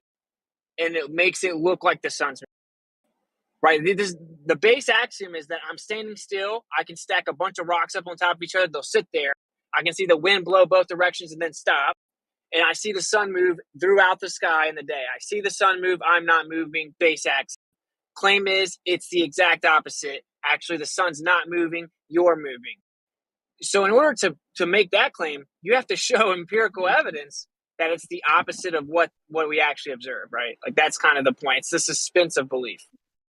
And I would say that, you know, you came in also making a good point about you noticing that there was some people putting out flat Earth videos that seemed like they were making intentionally bad to make flat Earth look stupid on purpose, kind of like the Flat Earth Society, you know, seemed to have been from the start to make flat Earth look stupid, right? And there may be other people out there that are actually globers acting like flat earthers, trying to make the flat Earth look stupid, right? But the thing is that they've tried to pigeonhole this conversation, even with us or anybody, into us making a claim about what the whole thing is, which is ridiculous, because how could we know what the whole thing is? How could anyone, right? Like you could, even if you could get up high enough, who says you can see the whole thing, right? And how Yeah, could you well, if know, you make like, up it's some not about, bullshit it's not math, claiming you that can. the whole thing's flat, right? We're not claiming the whole thing's flat, because who knows what the whole thing is? It could be an infinite Yeah. plane. We don't know. It's about not making a claim that you can't substantiate. That's what the ballers do. So we're not going to fall into that trap. And they've tried to make it the flat Earth model versus the globe Earth model, or a new theology, as you put it. It's not a new theology. It's not a new religion. It's the loss of one, and then once you lose that, you're just left with what you can experience and what you could prove to yourself. What we all experience locally. That's all we have. You know, I mean, that's not like it's not a belief. People never had to believe the Earth was flat before they threw in this idea that your reality is the opposite of what it seems. Right? The ball became the belief. Now flat Earth has to be a belief because it's the opposite of what everyone believes. But before the ball model idea, people were just like, well, why would it be a ball? Like, what? That would be ridiculous. Like, why wouldn't it be stationary and level like everyone experiences? That's not even a question before then. It Yep. wasn't ever like, I believe the Earth is flat, because there's nothing to, I mean, it's so counterintuitive to think it's not. Yeah, I agree, and you know, I agree completely. So Cool. Thank you for listening. I appreciate everyone. I appreciate all the time that you guys have put into discussing these subjects with me. I really do. Cool. Yeah. Yeah, of You course. seem really Please cool. do me a solid favor and watch at least one of those videos I tagged you in, or both of them, because I think it'll be pretty profound experience for you. Okay, I appreciate it. Yeah, I've been working my way through the literature. So these put them on my watch list. I've been watching it, trying to put at least 2 hours into watching stuff a day. I haven't had a lot of time for reading, but you know, just that, you know. So Yeah, Hey, bro, one just thing watch it. before you go, bro. One thing before you go. The reason why I was harping so much about time, it's very important because it's a concept, right? And it's the basis of their fantasy. In other words, they take time and they take space, they combine it, they make a fabric, and that is the basis for their gravity. You know what I'm saying? So it's very important, and if you understand that, those two fantasies put together, it kills their whole fantasy, their whole cosmology dies. So yeah, I think you were just trying to put it out there as something that, like, you know, like a lot of these yo. concepts we never really thought about, you know. Yeah. So he's just trying to make you think about it. Like we'd never think about like what it actually is supposed to be, right? yeah, and again, I don't want to go down the rabbit hole again right now, but Yeah. I think maybe the word concept is where I'm getting lost too, is because, you know, generally I refer to a concept as something defining something abstract, and I don't think our existence or whatever way we want to define time, I don't think that's an abstract. I think it's something observable. So, but maybe I'm thinking of it in a way that's still based on the scientific theology. So I was just kind of trying to wrap my head around it. Think about this, dude. Have you ever experienced love? Probably. Right. So, like, I have a wife and a beautiful little baby girl, right? I Yeah, love. Right. So I love them. Okay. I've experienced love. I've like felt emotions I would classify as love. Okay. But love is abstract, right? Like, how can you measure love? How can I bottle love up? Of course. But we know that love is like, what we call love is a real thing. I really have a wife. I really have a baby. I really love them. But it's just it's a conceptual abstract. Okay. So like you can have abstractions describe real physical things. That's pretty much It disconnects here. Sure. Got it. Yeah, Awesome. you can't So, yeah. manipulate a concept, really. I mean, you can manipulate the idea or change it, but you can't physically do anything with the concept. Yeah. Awesome. Well, thank you guys You're again. gonna be I very got it. surprised. I got to get Rob, going. come back. We'll see you again. All right. Thanks, everyone. Hey, Take care. my juice. My juice. Oh wait, we got one more. We got one more for you. Camera questions, hit me up. I'll try to answer them, or I'll refer them to somebody that knows what the fuck you're talking about. Hey, peace. Okay. What's your name? Snacks. This is Snacks. Okay, Snacks thanks. To the future. All right, cool. Later. Bye. FYI, I've been messaging him anyway. Did he? Oh yeah, he was asking about what camera to get, right? Yeah, but I also sent him other shit that he gonna need if he gets that camera. Right on. It ain't over with the camera, right? And then there's like, hey, do you want to modify it and get full spectrum? Use another question. Anyway, that's cool. That guy's more popular here than fucking anything. It's crazy. Everybody wants to talk. Well, he seemed like he might be actually honest and new to the subject, which is rare to find. And we don't get that much in here. You can put him on a pedestal too. I think he's already decided he's flat, man. Come on. I think he realized it. Right? He said it as soon as he said that. On the last three. All right, you go. No. I said as soon as he said that he thought a lot of that was bullshit. I realized that he's already a little bit further than we might have assumed. Go ahead. I think it's like backtracking over the last like 7% that he wasn't sure about or some shit. I don't know. Maybe, yeah. Right? I mean, you try to get to that, right? We're all doing that a little bit, just shaving it down where we can make some sense out of something. Right. Or as Jeremy says, chipping off another piece of the ball. What's up? Are you there, Winston? Uh-oh, here we go. Take another little piece of my ball now, baby. It's Whitson attack time. Huh, Jesse? No, but he did make some claims. He did tell us that but yes, field it light is. measurements were invalid because of curved visual space, but the document he provided doesn't actually seem to back that up, and I'm just looking for clarification, I'm sure he meant well, but I think he's mistaken. Shouldn't I give him the opportunity to show me what he's trying to say? Oh, man. No? Oh. Let me guess, Whitson's probably not available right now. I love hearing you talk, Jess. I do. But what do you think about it, Snacks? I just love the tone of your voice. Have you looked into the curved visual space stuff at all? It's like I can't even understand the words you're saying. I'm so in love with your voice. I'm sorry, that's a language barrier we're going to have right now. Maybe one day I'll grow over that, but it's not going to be soon. You know that this guy before thought that time is real, right? He thinks it's an actual thing. Do you, Jesse? Do you think that time's a real thing? I mean, it depends on how you define it. Well, then it's not a real thing because you should be able to know how to define a real thing. The answer is yes. Extremis is yes. Time is real. I mean, what is the other option? If it's not real, what is it? Well, is time a physical thing? That's the better question. How would you describe it, Extremis? How would you define time? I'm busy. I'm about to eat. I'll let y'all discuss it. Yeah, when you have the time, let us know. Going back to the future again? Is time real? Is time not real? You could think of it as real. But if time was like not so real, we could break the rules, bend it a lot easier, I would think. Bend it like Beckham. Is counting shit real? The act of counting is real. That's it. The act is real. Brett, it's man-made. The idea, what we call a dia, whatever you call that in whatever language base, that's a man-made thing that we call it as something, right? It's just like that. It could be man-made. I mean, if the outer powers made it and they're not actually man, it could have been invented by them and just given to us. Everything else is not man-made about it because. Who do you think invented it?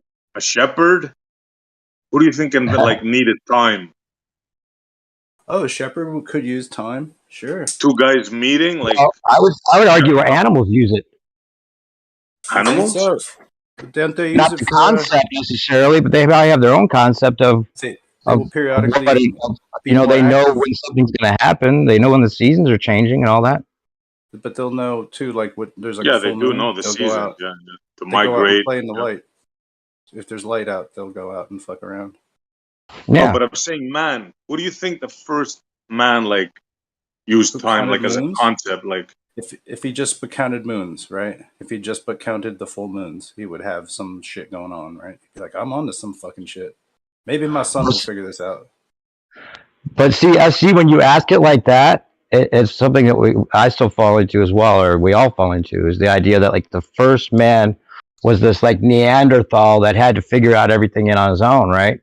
But if we don't think evolution is right, then who knows? You know, I mean, how are we to say what the first man would have thought about anything, or whether God actually gave him the handbook to begin with, or any of that? You know, we don't know, because if we didn't But then we evolve get from sharp monkeys, enough over a couple maybe there was people's never those lifetimes. stages. good point. A built-in concept of time. You're gonna start to see patterns in nature. You start to write them down. They all add up, right? We could start with the moon. We know that one guy would be bright enough to figure this one out, and then from there, somebody else is like figuring out these other cycles. But like it really, if you were to understand the metonic cycle, that's only 18 years. You could live through that and observe it. Like unlike these other geologically impossible shits that you'll never fucking live through to see. No, but it had to have some sort of use, some sort of practical use, or else man wouldn't have came up with it. I'm thinking maybe what a hunting thing, a hunting party would say, okay, when the sun is down here, we'll meet with our spears together to hunt something for the tribe. Well, you I would don't try know. to hunt. You would try to hunt at the full moon because animals would be out fucking around, and you could be About out there the too. seasons for planting crops. Well, that's Yeah. later on. We're gonna get to that agrarian too, yeah. society. But Just to going start through out, one day, you realize it gets dark and it gets light. That right there, you know, there's a difference between those two things. That's but a to concept use of those time on its things, own. to use those things is the idea. Well, Like then you to think, use- okay, you know, it's about this many hours of light and this many hours of dark. You might like intuitively have an idea. You may not have the numbers worked out or any kind of like designation in particular right away, but That's you the didn't know anything on. about it. That's the on, bro. That the symbol You of the kind of on like, will show you. yeah, That's yeah. what that is. It's like It would come period of naturally, I think. the on, the an. That symbol will. If that doesn't show you that they're charting like light and dark in season, winter and summer, you know. Yeah, what was it again? What's the concept called, Snack? What? Which one? Just an. It's the on. The No, symbol. not just that. I thought you were trying to refer to the sun is the moon and the moon is the sun. What was the phrasing before? That's a Lumi solar model that I have. No, there was like a play on words with the sun moon, or the That's out of what's his name's Robert Dole guy, Bob Dole. what do you call it? It's the moon, the day moon and the night sun. Oh yeah, the day moon and the night sun. Okay. Yeah, we just switch them over since we were talking pyramids. Pyramids, right? That's another good one. Pyramids. There's a few other things that are yeah. Anyway. So how do you convince somebody that you can take time and space and combine them? Right. Somebody else How does that work in somebody's brain? Like they're a MC trying to grab your shit. That's what I think. Like an MC squared. Einstein is sort of trying to be the MC, the master of ceremonies, a little bit of science. You know what I mean? He takes all of Newton's stuff and he says, "Your shit's mine. Now it's all space time." Welcome to science. Isn't that kind of what goes on? And then we're just trying to reframe all of our understanding through space time stuff and not physical push pull shit. Right? It's the beginning of another misunderstanding. Brilliant. That's what I think occurred. Otherwise, why would he start off a performance of his, which is almost like a stand-up routine for science, honestly. I'm sure there were a lot of professors that wanted to puke in a bag listening to him talk. But yeah. Did he drive there himself, or did the Earth move underneath him to bring him to the engagement to speak? You know, Like you think these professors, right? it's These a joke. Selskins and all these guys, right? Mhm. All these professors that are making hundreds of thousands of dollars with tenure and that. You think they actually believe that time and space make a fabric, or are they just saying the bull just for a paycheck? Like, because they are intelligent people, right? They can't possibly can they believe that?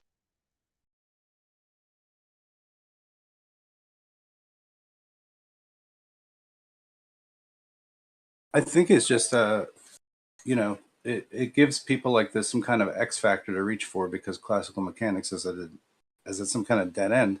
So to like suggest that there's some kind of new sci-fi way to look through it in space time, maybe that was just something trendy, like to get people to bite. Whatever. Sell them on the creation theory or something, some Big Bang theory or something. You come up with that, maybe a doomsday weapon. I don't know, whatever. You use this for a lot of reasons. Yeah, It's fascinating like, for me.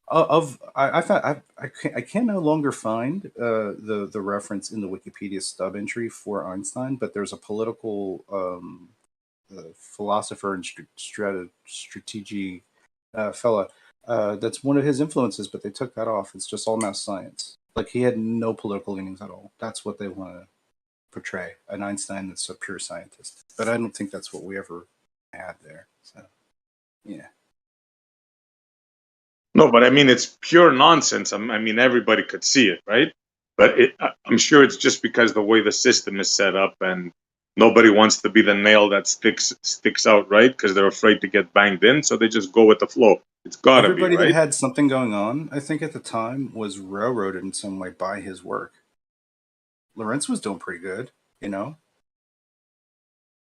They were trying to shut him down or whatever anyway. I think they fucked his computers up. They put a virus in there. But that besides, like, what, Tesla, like I don't know, there's just like a lot of other minds at the time, I think. Like, who did he have like agreement with, really? It's like he just like is known for having, I don't know, just ripped people off and ran away. And no super long continued friendships or relationships or partnerships over a long period of time. Hey, SE, have you heard? Or did I cut out? SE. Yeah, Stephen Hawking with all the concepts, the time concepts and everything. I used to love to read all that and think that I was, smart by reiterating some of these ideas. I never thought about it being ridiculous until I figured out that we're not on a spinning ball. Yo, right? It's only ridiculous. Professor Parks be quoting that shit about womps and wimps and stuff like that, and I learned that when I was like 17 years old. So whatever, that was a while back. I read that book, by the way, believe it or not. A Brief History of Time. Yeah. Loved it. Universe in a Nutshell, another one. I had the color edition hardback copies, and paperback copies were all like, highlighted with yellow marker. And it was just like, and fascinating and very believable for some reason if you think you're on a spinning ball. But once you get rid of that idea, then yeah, that it does seem ridiculous to think that time. These are some of the basic things that seem so obvious once you get on the side where you're like, oh, time's not manipulatable. You can't bend time. Yeah. I think it's just what Yao was saying. I found some semblance of understanding to what he was saying. But I don't know, man. Like, I don't think time is something that's like, Macho, you want to like check it out. You're like, fuck time, I think. And I'm like, time's happening, whether we call it something, whether however we divide it, it's still occurring. There's like, it has to, because all forces of entropy are what draw and allow things to occur to transmit. So like, there would be no flow of energy possible in our paradigm, universe, wherever we live. It wouldn't happen. It would be like locked, basically. If time were not to be able to happen, then there wouldn't be these like frames for things to kind of like move. Yeah, So like that's even as flat imagine. earthers, we kind of accept the idea that everything's in constant motion, even if the earth isn't. You know, we kind of still accept that like everything's vibrating at the core level of whatever, you know, existence is. You know, so I guess in that way, the fact that there's motion and it's perpetual and it's, you know, continuing on, that concept of time then could seem like it has to do with the bigger picture in this space-time way, I guess. Um, I mean, not to say it would seem plausible now, but I mean, I can understand why that jump in logic, as well as the theoretical physics that accompanied it, might be, you know, very believable, even by people that, you know, are very intelligent. But I think once they lose the ball concept, their intelligence would get the better of them and realize that the time's not what all that theoretical physics is talking about. Yeah. Well, I mean, you know, to some degree, like, did you watch any of the Secrets in Plain Sight stuff at all, Oh yeah. Montreal? Oh yeah. Like, Oh, in me, number yeah. You two, know I if you have. just watch a piece out of the number 2 one, it starts to get into the metrology, the meter, the seconds pendulum, ancient uses of the meter, like that the meter precedes its said establishment. Basically, it's already something before we call it a meter. It's already something that people have used in the past. And so these kinds of things maybe make it seem like everything's riding on some kind of harmonic that has something to do with light, which has something to do with all these other things that are interconnected to it, like some kind of way to kind of, I don't know, divide up reality to some way that's rational. I Speaking don't of know. reality, right? If they can convince you of time, it's something, right? Then they can convince certain people, for example, oh, I don't know, that you can see back in time with a certain telescope. Right. Well, yeah, that's the whole concept that was fascinating about time travel. Being, at least that was the way I could conceive of it as possibly making sense. If you could go far enough away from the Earth, right?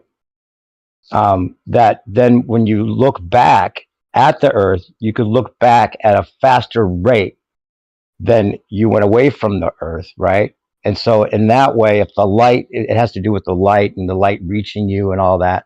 And so then if you could look back fast enough, then you could actually look back in time conceptually, because the light from the past hasn't reached you yet, is the idea. Yeah, you see the fantasy, how it works. Then we go to Star Trek, right? Right, that's some comic We book go shit. to, I mean, yeah. but I mean, for me, like, I know I've been in bands and stuff in school, whatever. You know, like time exists, and that, like, that's how I understand time. It's like music. Sure. You know? You know, nobody has defined time, right? Except using motion. Like time, I've been asking for a long time, and I haven't heard one definition of what time is. Maybe it's about time you heard a definition. Speaking of It's About Time, I thought that'd be a great idea for an art show. Remember that concept? I think I might have told you, Snack. The art show is, right, a warehouse full of black curtains, right? And it's like a maze of black curtains, right? You walk into the warehouse, all the curtains go up, and you see all these artists standing around with their materials to make their art project, right? It could be, you could even have like a DJ there that's making a soundtrack. You could have, you know, someone with clay, someone with paints, someone with metal, you know, welding, whatever it is. And then the curtains go back down, and there's a big clock up at the top, right? And the theme of the art show is It's About Time, right? That's the theme. So whatever the art project is that anyone's making has to do something with time. And so that leaves it wide open. It could be something about the past, something about the time period. It could be something about, you know, a clock, whatever it is, something related with time in general, right? And then they have 2 hours to make their art piece. And you could walk around through the maze and visit each little area where each artist is working. And wherever you want to go to visit, you know, or stay, you can stay. And then at the end of the 2 hours, the art piece is done, right?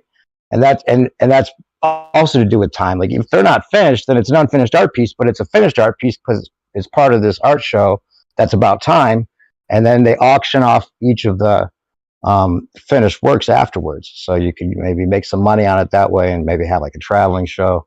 Anyway, I just mentioned that because it was Oh my timely. god, that was so OT. Whatever, but I love it. You love it? Okay, good. Hey, Super SC, were OT. you Did there you when get I that, was? Montreal? Montreal was like, yeah, I was thinking also of having an art show. Okay.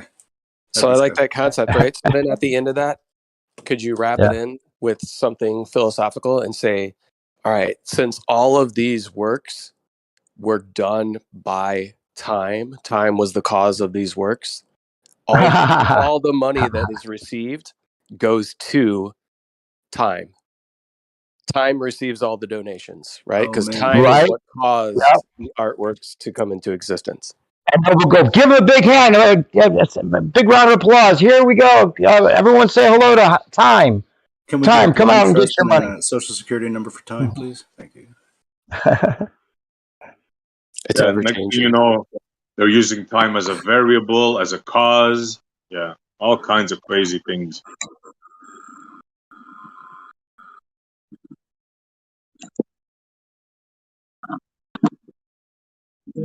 Time causes I can plants to grow. understand using time as a specific variable within something, but time cannot ultimately be the only cause of something, right? Like, we can't determine that time is the cause of what's taking place. It's whatever is affecting whatever over a specified time. That's all it is. You can control a variable of time, but time cannot be the cause variable that you are manipulating. Yeah. I just think if we Well, if that's we had not true in time, we would relativity, just work. because in relativity states that if an astronaut is in space and he's traveling at a faster speed closer to light, therefore invoking time dilation, he's slowing down time the faster he goes compared to somebody on Earth. There should be evidence of Which is aging. why That is relativity is That's complete where the magic. nonsense. Yeah. Yeah. Which is why relativity is nonsensical. But in a Newtonian way, you could say like space time is happening slower, like in the freezer, and it's happening faster in the frying pan. Just because of like the does that make no sense? But Einsteinian sense, I think. That's with the molecule thing. Molecules slow down and speed up concept. Right. Yeah. That higher energy state is like is equivalent to a kinetic, like whatever. Yeah, but what data says is very important, right? Because of the fact that they affirm time as take it out of a concept and bring it into physicality, right? And combine it with space, then they can do all kinds of crazy things out there and tell us time, like Data said, it goes faster, slower, with the speed and all this stuff. So that's part of the cosmology of their patchwork, to make things work. That's all it is. I mean, but also Montreal, did you want to hear an excerpt from my book called Gravity is Not the Application? If it's okay with everybody, I don't see why not.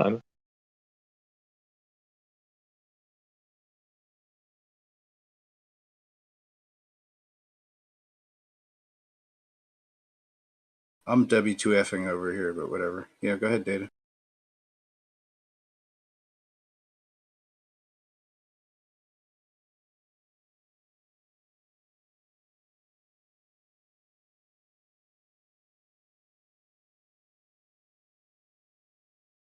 Is he talking, or am I the only one not hearing him? Maybe he's quiet. Hey, I see. Were you there when I was trolling Nate with the quote that I was trying to get him to find? It was like a quote that I wrote down. It sounded like it might have been from a real scientist, but it was like or it was like actually I was making up a list of like Illuminati quotes that were just like anonymous quotes that someone from the quote unquote Illuminati must have said at some point. And it was like, if we can get man to accept what we tell him space is, we will own his mind. But if we can get him to believe that we can manipulate time, we will own his soul. Whoa, that's freaking awesome right there. Yeah, I like that. Yeah, that's what they've done, bro. Well said. Yeah, yeah.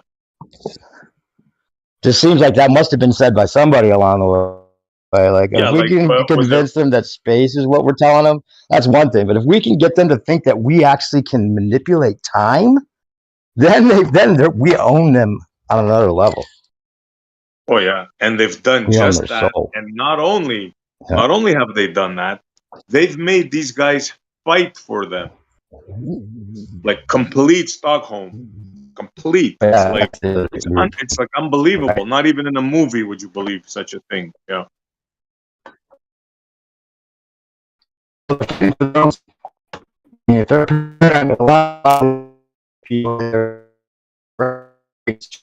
Your speaking spell batteries need to get changed.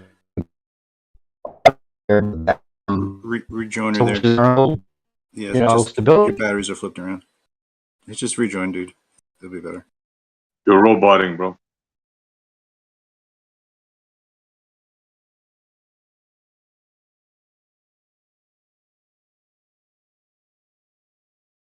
Better? Yep. Okay now? You can hear me? Yep. I don't know if you heard what I said. I said, SC, they're not necessarily fighting for those guys. They're fighting for their own mental stability. You know, if their paradigm breaks, it's hard to handle. Yeah, good point. Yeah. Yeah, I think, it's part of their psyche. It's part of their belief system. Yeah. The crisis of identity they don't want to face. Their model is sure hard to handle now. Yes, around.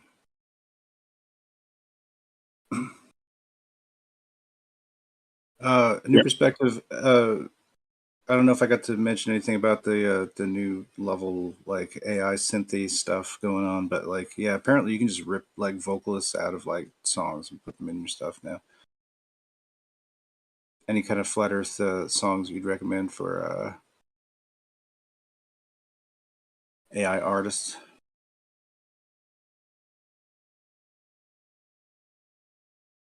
You know that's a hard pass. All right, we can go on. It's all right. Forget it.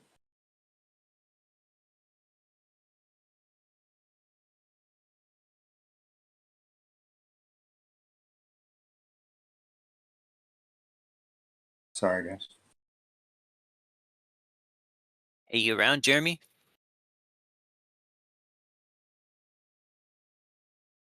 No, leave a message at the tone.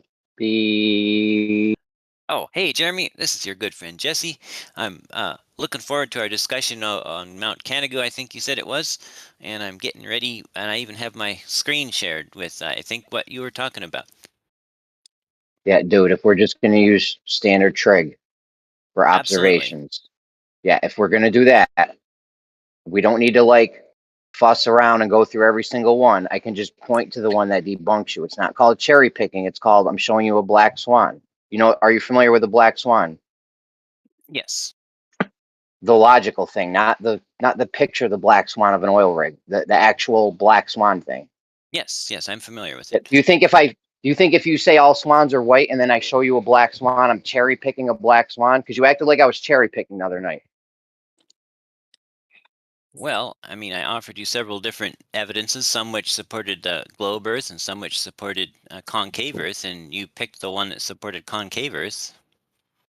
Okay, because we're not gonna go through all the white swans before I show you a black swan. That would take forever. I'm just gonna show you a black swan, right? That's how it works. You know how it works. You didn't answer my question at all. Yeah, Is it cherry picking? Is it cherry picking if I just show you a black swan? No, not if it truly is a black swan. Okay, then why did you tell me I was cherry picking the other night when I wanted to use an observation that debunked you, aka a black swan? Well, because I had two observations to choose from, one of which debunked you, if we make no assumptions, if we use pure trig, and the other which debunked me if we use pure trig. So we got a double-edged black swan here. If we use pure you trig, have a white swan. If Nope, you have a white swan. The one that doesn't debunk the globe is called a white swan. and then I'm gonna pick one. You can call it cherry picking if you want. It's not called cherry picking. It's called showing you a black swan. Yes, but if we're only using trig, then the one with the horizon below eye level debunks. It's the black swan against flat Earth, because it's impossible. You only need one. You only need one horizon below eye level. Cool. You only need one cut off bottom of something, and that's a black swan. It doesn't Right. matter all the But white that's swans. but Hold that's on, not man. the Hold on. claim, right? You debunked flat Earth. Great. Now I'm going to show one that debunks the globe. Globe debunked. We're all set? Problem is, we've got two contradictory debunks. So what do we do there? They can't both be right, I don't know. You're the one that said use straight trig. I don't know. Then maybe straight trig isn't the answer. Well, did you want to go over the Mount Canigou thing? Nope. That didn't sound like Jeremy. Nah, I'm good, man. I'm good. I have tons of them that can debunk your shit using straight trig. Right. We could just use that modus tollens argument, right? Like your claim was that straight trig can be used in any observations, right, to show how the world is presenting itself, to show the shape of the Earth. Therefore, if a observation with straight trig shows convex Earth, does that prove that the Earth is convex?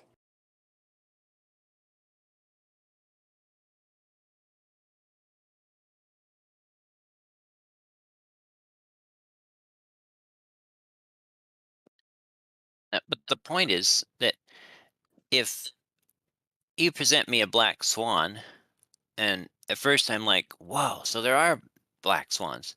But let's say we take that black swan, we kind of put it in the pool, kind of wash it off a little bit, and like all this black paint just falls off, and it's actually just another white swan painted black. Then have you actually presented me with a black swan? And then let's say I go into the village and I find the guy and the can of paint, and he's got the paint all over his hands. He says, "Oh yeah, I painted the swan black." Have you really presented me with the black swan? So were you the guy with the paint? No, refraction is the guy with the paint. Oh, so do we have to apply something other than straight trigonometry to our observations? When we're shooting close over the water, then we obviously have to acknowledge that straight trig does not model the entire realm of reality there, because Good. some So then days we we can see that disprove the water line on a ship is above eye level, and other days it's below eye level. So then we've disproved that straight trigonometry can be applied to any observations. Right. If they're right near the surface of the water, you can't just assume that Yep. straight trig can be applied. Well, I wouldn't apply straight trig to any observations if we can prove that the atmospheric conditions won't always follow straight trigonometry. Well, would you like to make No, nope. Oh, Not I not didn't unless think not you had unless somebody evidence. comes at me with the actual empirical evidence, scientifically proved out through experimentation and peer review of visual space and how we observe that definitively. To use that as a baseline to then apply towards observations along with scientific provable data fleshed out through experimentation on every single aspect of the atmosphere and how that affects the image that we're seeing visually. Until that point, I don't really care what you say. Wonderful. So is that why you keep speaking when I'm speaking? Because you don't care what I say? Nope. I keep speaking because I'm just exposing the fact that you guys don't want to actually rely upon any science to put forth your claims. You just want to make baseless claims because they have no basis within scientific experiments, and then call other people science deniers. Well, look, I'm just doing the best I can, right? So Do at least I better. go out and I try to measure. What? Do better. Do better? How would I do better? I would try to start with a baseline. How have you established a baseline to then say, based on this observation, I know X, Y, and Z is happening because I've established that this is the reality of how we visually perceive the world. And since I know that this is exactly how we visually perceive the world, then I can apply what we know about the conditions that I'm experiencing within the world and that I've measured every single aspect of that. Good luck with doing that. And how that applies to my image visually. It sounds like basically you're just saying we can't know, and yet you know, right? What I'm saying is I would not use an observation as definitive proof of anything regarding the shape of the surface of the realm in which we are residing on until I had that the parameters that I set out fully satisfied for myself. I mean, if you don't have that standard, that's fine. I'm just not going to accept your evidence without that standard. Well, okay, but can't you see how I'm asking a legitimate question here? If I go out and measure the angle to a mountain 75 miles away and I do it 36 times over multiple years using 11 different instruments and at different times of day and different times of year, and I get a surprisingly consistent missing 3,200 feet, isn't it legitimate of me to ask, how could this possibly work on a flat Earth? Not unless you've established a baseline to say that what I am experiencing here consistently is due to X, Y, and Z. The So problem is if I have some effect that is happening, like, I don't know, parallel lines appearing to meet in the distance, even though we know that they don't actually physically do that. If I observe that every single day, can I then say parallel lines actually physically meet in the distance because I see it every single day? Or have I established the baseline? Have I put my hands on the rails and gone all the way down as far as I can to prove that these rails remain parallel at an infinite distance? And I know that they are parallel because I've done the work to prove that definitively to myself. So then I go back and I continue to make observations and I say, okay, even though I know these parallel lines are not actually touching, they appear to be touching in the distance. So there must be something going on there that is fooling me into the idea that parallel lines intersect. Okay. So you have no idea how I could get 3,200 missing feet on a flat Earth? I definitely do. I'm just not going to discuss it with you because I know that, yeah, I'm just not going to discuss it with you. That's what they all say. I There's know it, nothing but I ain't wrong with telling you. Brother Napalm's eyes. So are you telling me how parallel lines can meet, physically touch each other? No. What? I see them every day. Yeah, but if you were to zoom in to the point that you thought they touched at, they wouldn't. You zoom in more, and the more you zoom in, you'd find that they don't actually touch. You drive a train down them, and you find they never touch. So zooming in changes what? Angular resolution.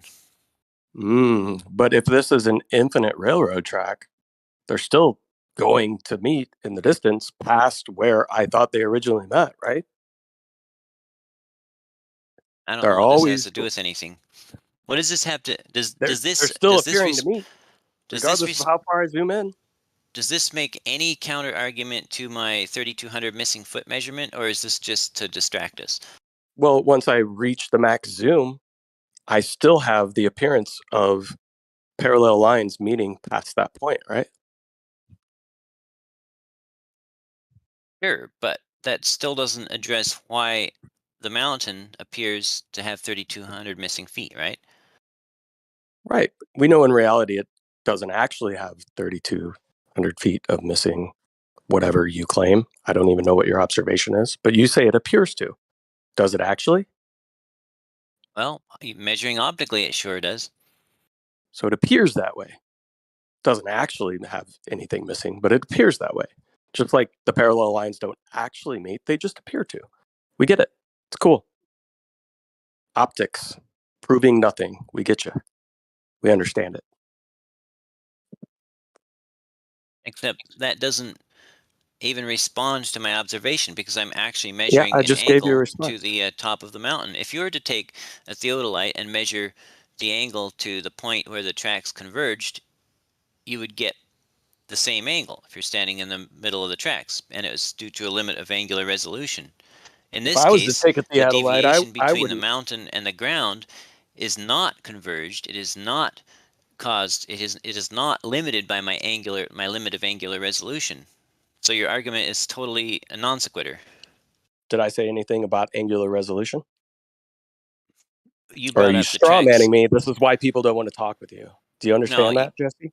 No, you Because brought you up literally just strawmanned me into you claiming my argument is exactly what you were talking about. And do you No, understand why people just say, nope, sorry, not home, leave a message, and don't want to have discussions with you?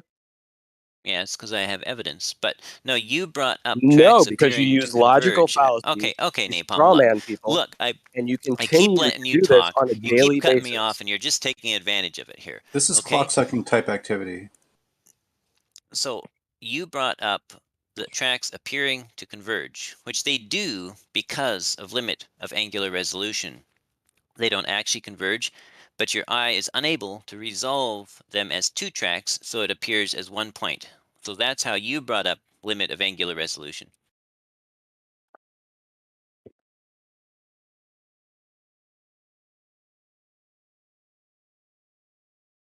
Compression, what is that all about? Visual field of view, what is that about? What do you think? Is that to me or to him?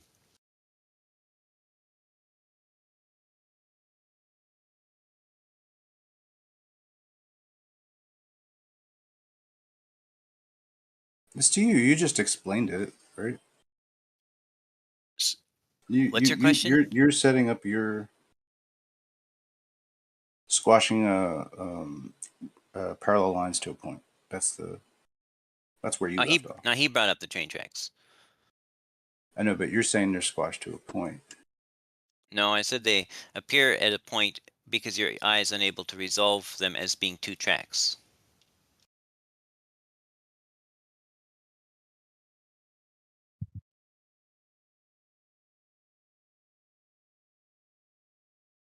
What's that due to? What's that? What do you think that's due to? You think that's something we call perspective, or you think that's something we call optics, or that's due to what's the actual thing that's going on though with image, right? Because it's about image, right? No, it's the limit of angular resolution. I know. But before all this bullshit and these word terminologies, we're talking about an image, right? You're trying to get out of a piece of optics, like a device, for getting an image. Yeah.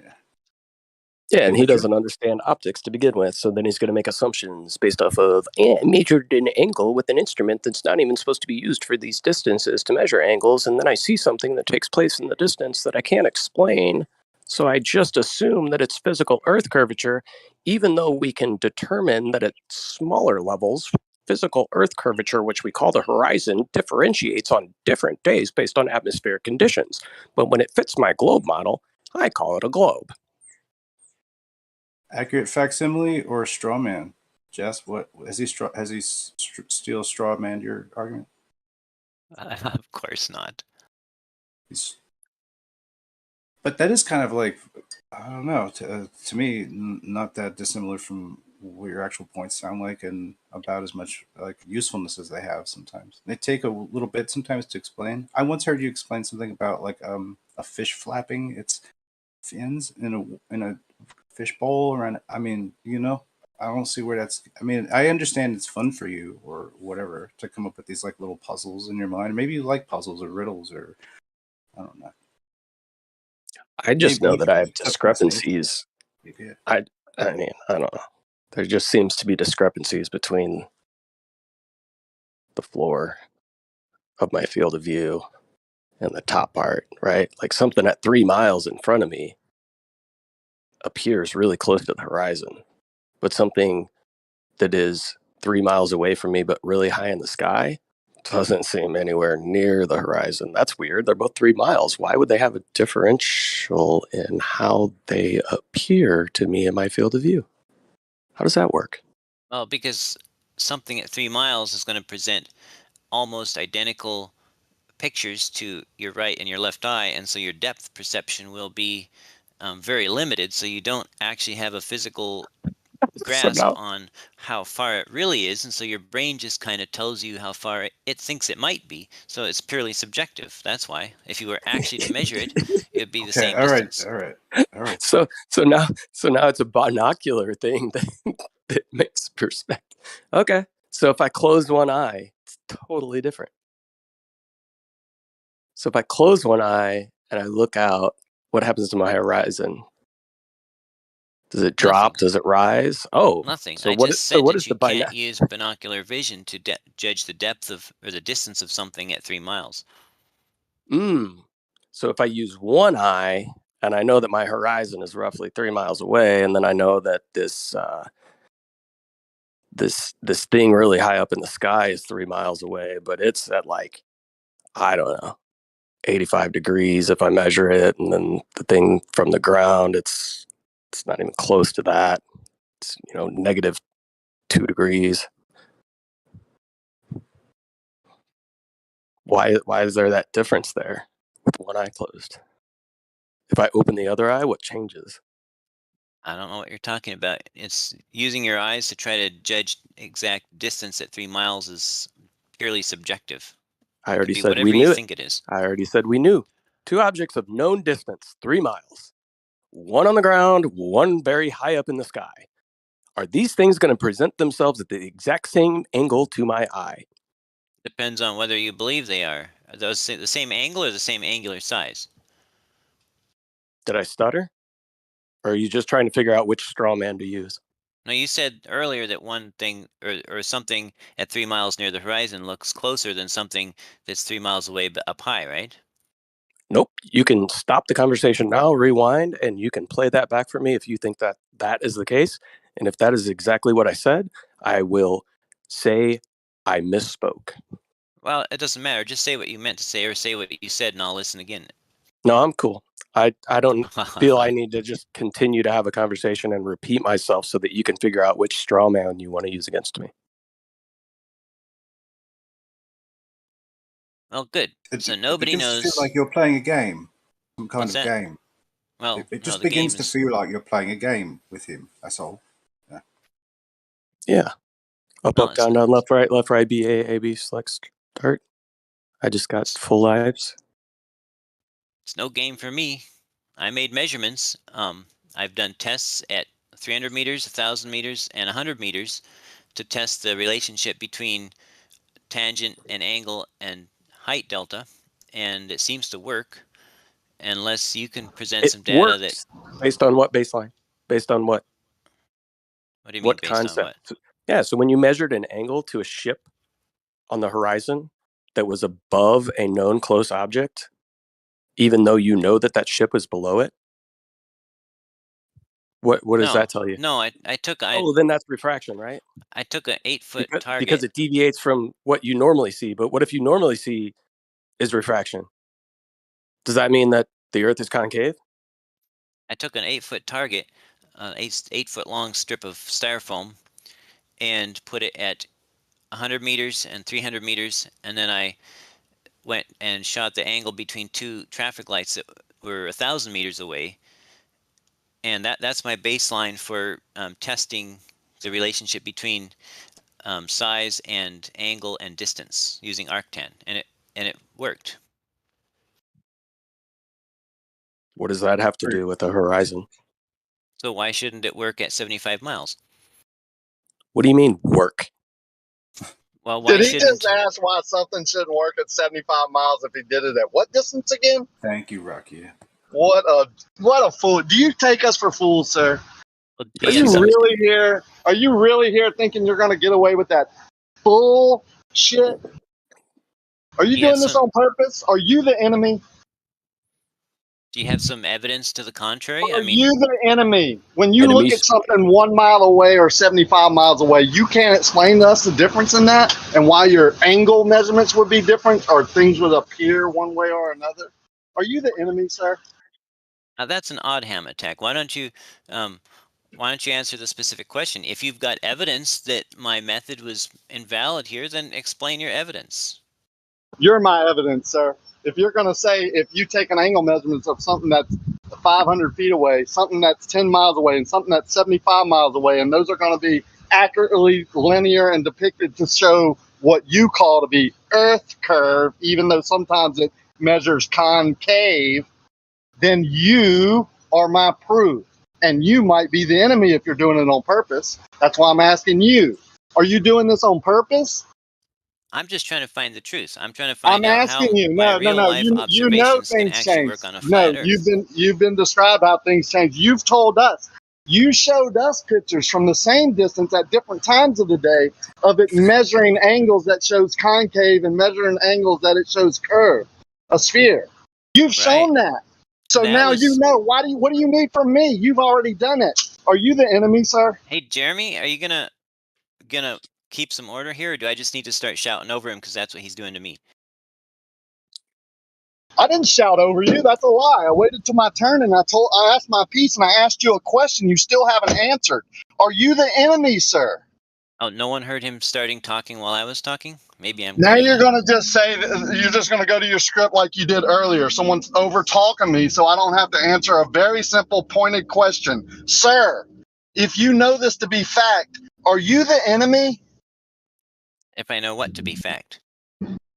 Oh my God. So you didn't listen to anything, right?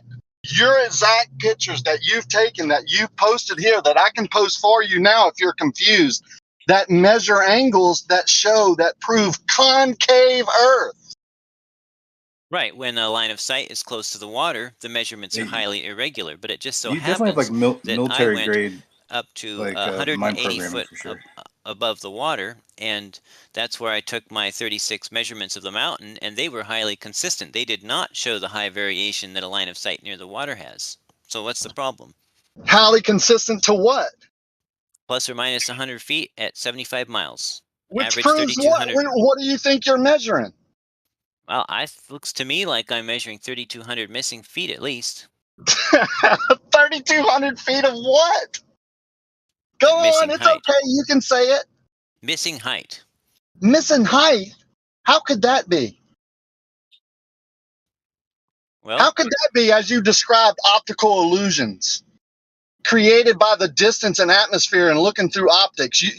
You're smart enough to realize that. So what are you calling it? I'm calling it an optical illusion. What do you call it? So are you saying that the I'm relationship... asking you, sir. Hang on. I'm asking you, sir. What so did do anyone you just hear call him it? cut me off again? Yeah, because you're not With the words, answering my "hang on"? question. Well, What do so you you didn't answer call mine it? either. What do you call Why it? do you have to? Why do I have to answer yours and you don't have to answer mine? I answered it. Why I do you called it have to an answer? optical Why do I have illusion. to What's answer your yours measure? when you won't answer mine? You can keep playing these games. I answered your question. What do I think it is? I think it's an optical illusion created by the distance and atmospheric conditions and looking through optics over distance. What do you call it? Well, it looks like 3,200 missing feet from the according to the flat Earth model. So you think the Earth is flat? Well, I'm testing it as if it may be. I'm taking your word that is, and I'm testing it with that assumption in mind here. Okay, so you think it's flat. Okay, you're assuming it's flat and you get a 3,200 foot deviation from flat. What is that called? A problem for flat Earth? Optical illusion. Yeah. Okay, so how would I test this optical illusion? What if I found two mountains that were 75 miles apart? Great question. Is no one hearing him cutting me off? You asked how would you test that? I want the answer. The flat earthers are always saying, how come the globers won't, call out each other? You asked literally, a he's question. cutting me off here. And You no one's asked a saying question. anything. How would I Feels measure good to that? me. I don't know. You asked a question. Do you want it answered? Not while I'm talking. How's that? Well, why are you going to ask a question and keep on talking? That's moronic. No, I asked it and you didn't answer, so you'd expect me to just not... You asked a question. How would I measure that? I would take a shorter distance and see if we get optical illusions based on that distance, which we know we do, which I can post that you've actually gotten with shorter distances, which would also prove that over a longer distance, knowing what we know about the atmosphere, easily would create more drastic optical illusions. Can't you logically deduce that? So I checked it 1,000 yards, or 1,000 meters, and I didn't get any illusions or I'll take diffractions or that errors bet. or anything. What? I'll take that bet. I'll take that bet. How much? Well, Not a single centimeter of Yeah, your. bullshit. I'll take that bet. You're was not telling the truth. Well, it was a right to left measurement. I measured the angular right to left angle between two stoplights at 1,000 meters. Then if you got it perfectly, you did it wrong, because there is no measurement that's absolutely correct. So you know that. And over 1,000, how many feet or how many yards? 1,000 meters, but it was a right to left measurement, right? So now you're changing it. No, I'm not changing anything. Well, you went from 3,200 feet vertical to right to left, right? Am I right? Well, apparently the 3,200 feet was left to right, because that's what he's talking about. So Really? left to right, I guess. I don't know. Let's see it. 3,200 feet left or right. Show it. My 100 meter, 300 meter, and 1,000 meter tests were all left to right angle measurements using theodolites. So how are those applicable to what was just previously being discussed? Well, because they test the relationship between distance, angle, and size, right? Holy crap. Do they not? Because it worked out good. I tested the numbers I got with arctan and tangent and all that, and it worked. It checked out. My So this methods is seemed like accurate. this would Checked be out like what? he said it checked out. this would He be got like his tangent and telling your all girl. those things and cosine, and he took the square root of the cosine of this tangent at this angle measurement left to right, and it all checked out. Checked out to what, dude? This Rakia, this is equivalent of like, you telling a girl, be like, yeah, 8 inches exactly, yeah, and she comes up and measures left to right, and she's like, no, 2 inches. So then goes and tells her friends 2 inches, as if it's the same measurement. This is comical. I mean, this is seriously. This is where it's come to. We knew it was coming, right? We knew people like this were coming. They put him into the fire about a year ago. Now they've left him here on his own. There's no one else here, Jesse. So they all left. Are you saying there's a difference between a degree in the horizontal axis and a degree in the vertical axis? Are they not both I'm the same saying angle? you can't even tell me what you're measuring. You're not even saying it's Earth curve, are you? So tell me, yes or no, Is it is a degree in the vertical axis the same as a degree in the horizontal axis or not? I'm not telling you anything. Roxy, if you're going to engage with them, please, you got to not interrupt. Yeah, see you later, man. All right, later. Peace. Dude, nobody can hear anything when you interrupt every time. It's a tactic you're using. I'm not saying he's not using his tactics, but you're doing a complete domination, whatever you're doing. I don't know. It's like flat earth data. You guys do this stuff. Please just do that. Yeah. If you don't want to engage with them, don't engage with them. Otherwise, we can't hear anything that's being said because he's getting cut off and you're screaming at him. It's just a mess. Yeah, I actually was very careful to not start talking when he was talking and to stop talking if we both started at the same time. And he was just totally taking advantage of me, just talking over me, cutting in the middle. I called for moderation. There were no moderators, so that's what happened. Jesse, you're such a great guy, man. You are too, my friend. Yeah, so Rocky, if you can't interrupt, you don't want to have the conversation. That's the deal. It's only if you can interrupt. No, I just chose to disengage, man. I might have an issue with this guy. I can't talk to him, so I'm disengaging. Don't make it out to be a big deal, please. I'm just disengaging. He can have the whole floor, man. Go ahead. Yeah, Gio. Sometimes it's kind of like a Xanac thing, right? So, like, if I was in a conversation and I just keep throwing out straw man and red herring and straw man and red herring, at some point you're eventually going to interrupt so that it can't continue on, and you just have to address the initial question. I get it. Like, there is over talking. I do it as well. Yeah, maybe he just came in and heard me over talking, which I was. But this has been going on for hours, dude. And he's going to sit there and say, "Oh, I've not interrupted." That's bullshit. That's just a flat out lie. So y'all go ahead, have fun. Well, But if it's nobody just- wants to engage with Jesse's same thing that he comes with every day, which is the same stuff Ruhif does, pointing theodolites at mountains and claiming it proves something. I mean, we could totally just move on and have a different conversation. Sorry, Jesse, you don't get the floor anymore. Like you bring the same stuff every day. If no one wants to engage with you, then we're moving on. Totally. Yeah. But someone chose to. So No, well, I because you responded. continue with the antagonistic stuff. Like, we're not just going to completely shut down the floor and mute you because we don't want to talk to you. But then you do those little straw man jabs, right? Throw out the little red herring straw man jab just to get somebody back into the conversation. And it's I don't know. It's obvious what you do. It's called fishing. We call that fishing, Jesse. All I did was tighten up the drag and try and reduce it. Like, just really, man, hurry up, reeling in so we can move on to something else. But that, whatever. I'll take the fall. Let's go. What else can we talk about? You got a real. I agree, Rakia. Yeah, I mean, like, Jesse, we were having some philosophical conversations earlier. Like, are you not programmed to engage in any type of like philosophical conversations? Does it just have to be specific things that you are tasked with talking about or something? Like, I don't get it. I'm not Like tasked with talking about anything. Right, but it's like this. We have this open forum for conversation to grow and evolve and go in various different places and become very intellectual or philosophical and all kinds of different avenues that we can go. And it seems as though like it's cool if there's just certain things that you want to talk about. I understand like there's many things that I talk about more consistently than others, but I just find it interesting that like conversations can take place on deeper levels, and it's almost as if people hang around for those conversations to just find the one little point that they can interject into the conversation, something that's going to pull it back into some sort of dichotomy of globe flat, let's go fight, duel.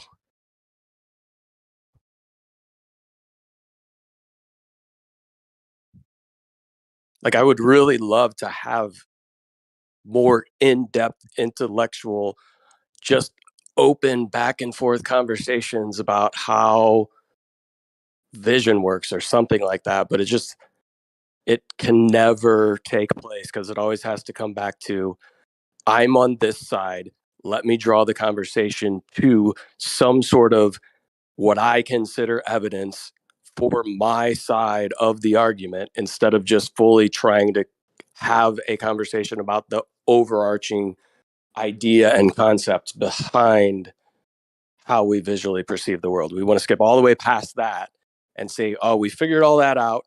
So since we know that, here's my determination based off my pre-assumed assumption as to how all these things work. Let's not discuss that. Let's talk about after the fact. That's the annoying part. Well, I mean, we could philosophize all day long and just get ourselves, worked up and whatever, but that until somebody goes out and does measurements, you could put all the brightest philosophers in a room, but give them no information from the outside world.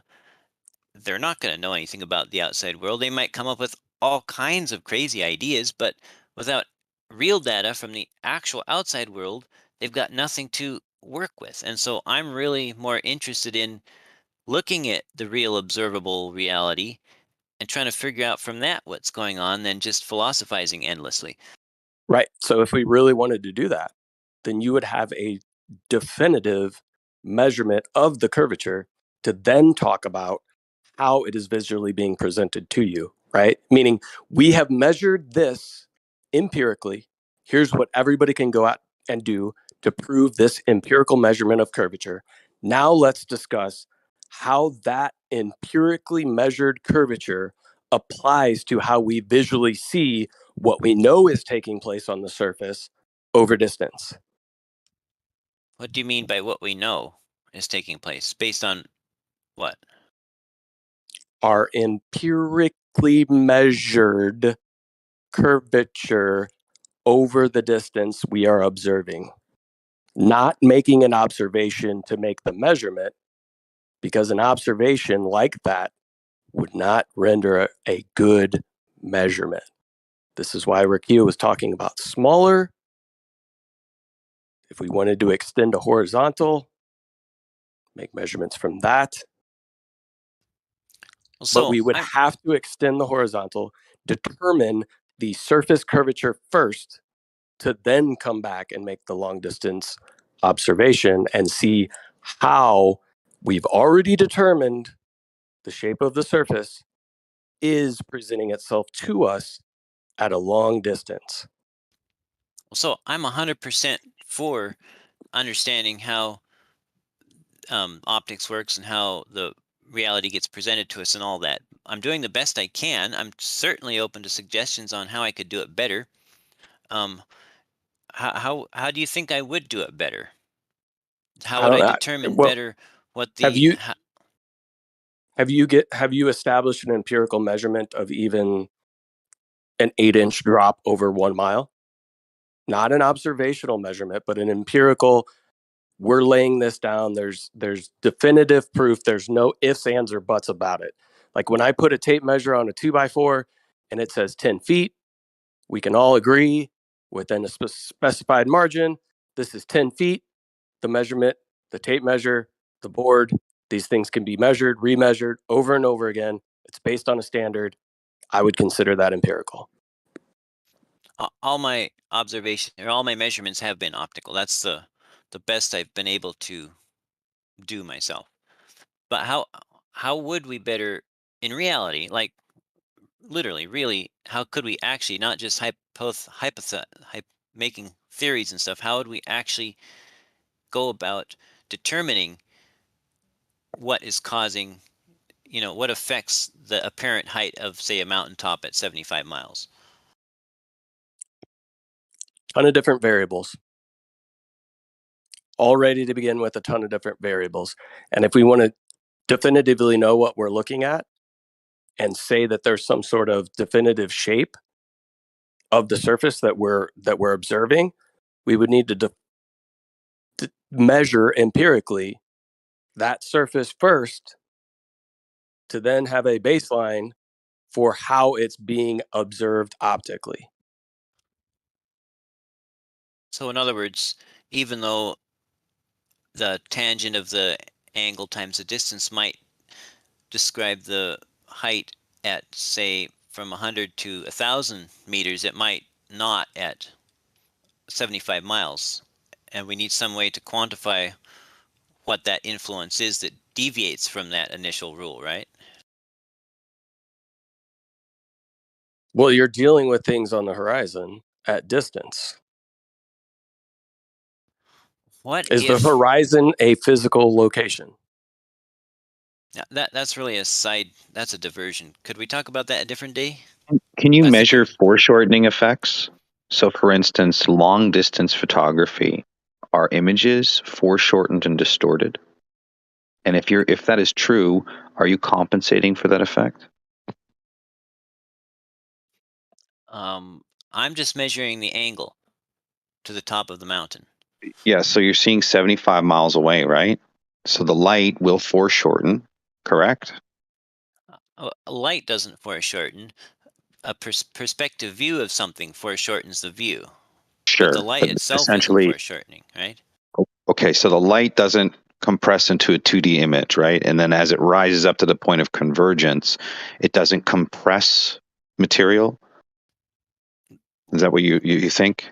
The light is always recorded as a 2D image in our eye. Yeah, I know, but the idea is that the beam of light that's transmitting the image over a longer distance, as you reach that convergence point closer to the horizon, if you will, or your limited vision, there's actually a compression and a distortion. Are you measuring for that? I'm strictly measuring the angle of the light as it enters the lens of my theodolite. So there's that error with foreshortening of light and distance. That's why when you measure shorter distances, you're going to have more accuracy, right? There's less foreshortening effects. But what error? Let's say there was a laser pointer on the top of the mountain pointing straight at my theodolite It's not going to go 75 miles. Spare me, dude. That's not That's not an answer to my question. It's a thought experiment. Besides, a big Again, enough, it's not a powerful thought enough laser experiment. could. It doesn't match reality. And so what you're doing is you're orthographically imaging it in your mind and then negating the perspective convergence, the optical illusion due to eyesight, plus the refraction effects over longer distances, what light happens to do, entering and exiting medium changes. So you're saying the laser beam, even if we had a laser that was that coherent and that focused, would not go straight to the instrument? So you want to do 75 miles. What was the distance at 3,500 feet? What was the distance between two mountain peaks when they tried to quantify the speed of light? What's the distance between those two mountains? Why don't you do something that was actually done in reality? And here's the thing, between the two distances, the reason why they chose that height and the distance to test the first gauging the speed of light using a wheel with mirrors on it, they did so with the presupposition that at that height and that distance, there would be no bending of light. So why don't you do something with that principle first and then apply your orthographic and then apply optics over top of it? Are you saying that the laser beam would not go straight from the top of the mountain to my lens? I'm saying in your thought experiment, you're negating much of reality. And it's not a very good thought experiment, since if you can take a practical demonstration that has been done in reality, there's a reason why they chose that distance and that height. In your thought experiment, you're not applying logic or reason for that. But if we put a little guy on the top of the mountain with a laser pointing at me, I could see it, right? You're still struggling, right? Over 75 miles is what you're claiming, right? You don't think you could see a laser at 75 miles? I'm not interested in the only reason why you're choosing the 75 miles is because over longer distances, you end up with more illusions, especially optically. Now, can you compensate for that? Yeah, you go higher for sure. You're going to see less of these things, but the idea is that you're measuring an optical effect. It's just ridiculous. Well, your incredulity really doesn't answer the question, though. You're measuring an optical effect, right? So there has to be a culmination error, there has to be refraction errors, there has to be errors because these illusions are created over longer distances. In your thought experiment, you're not concluding any of those real issues. So your idea is, if I can see the mountaintop, I obviously can see light coming from the mountaintop, which would indicate that I could see a laser as well, right? That's what you're indicating. I can see the mountain, therefore the light's reflecting off the mountain back to my eye, right? Sure. Okay, so in the same principle, you're applying the same idea. I'm saying that you're ending up with more errors in your measurement over the longer distance, especially if you're using, what are you using, a theodolite? What's your time zoom? 30 times zoom? What are you doing? Like, come on. Yeah, it's like a 30x zoom or 30x Yeah, dude, magnification. 75 miles and 30. Dude, these are built for 1.5 kilometers. And you're using it for 75 miles. It's just ridiculous, man. But it still measures the angle of the light as it enters the lens, correct? So again, your thoughts are not concise. They're scattered, and there's a reason why you want to compartmentalize this one thought experiment and not apply reality to it. If you're looking over a longer distance with optics, you're going to run into the chances of your angle being incorrect, especially with 30 times zoom and you want to see 75 miles. How accurate do you think you can get?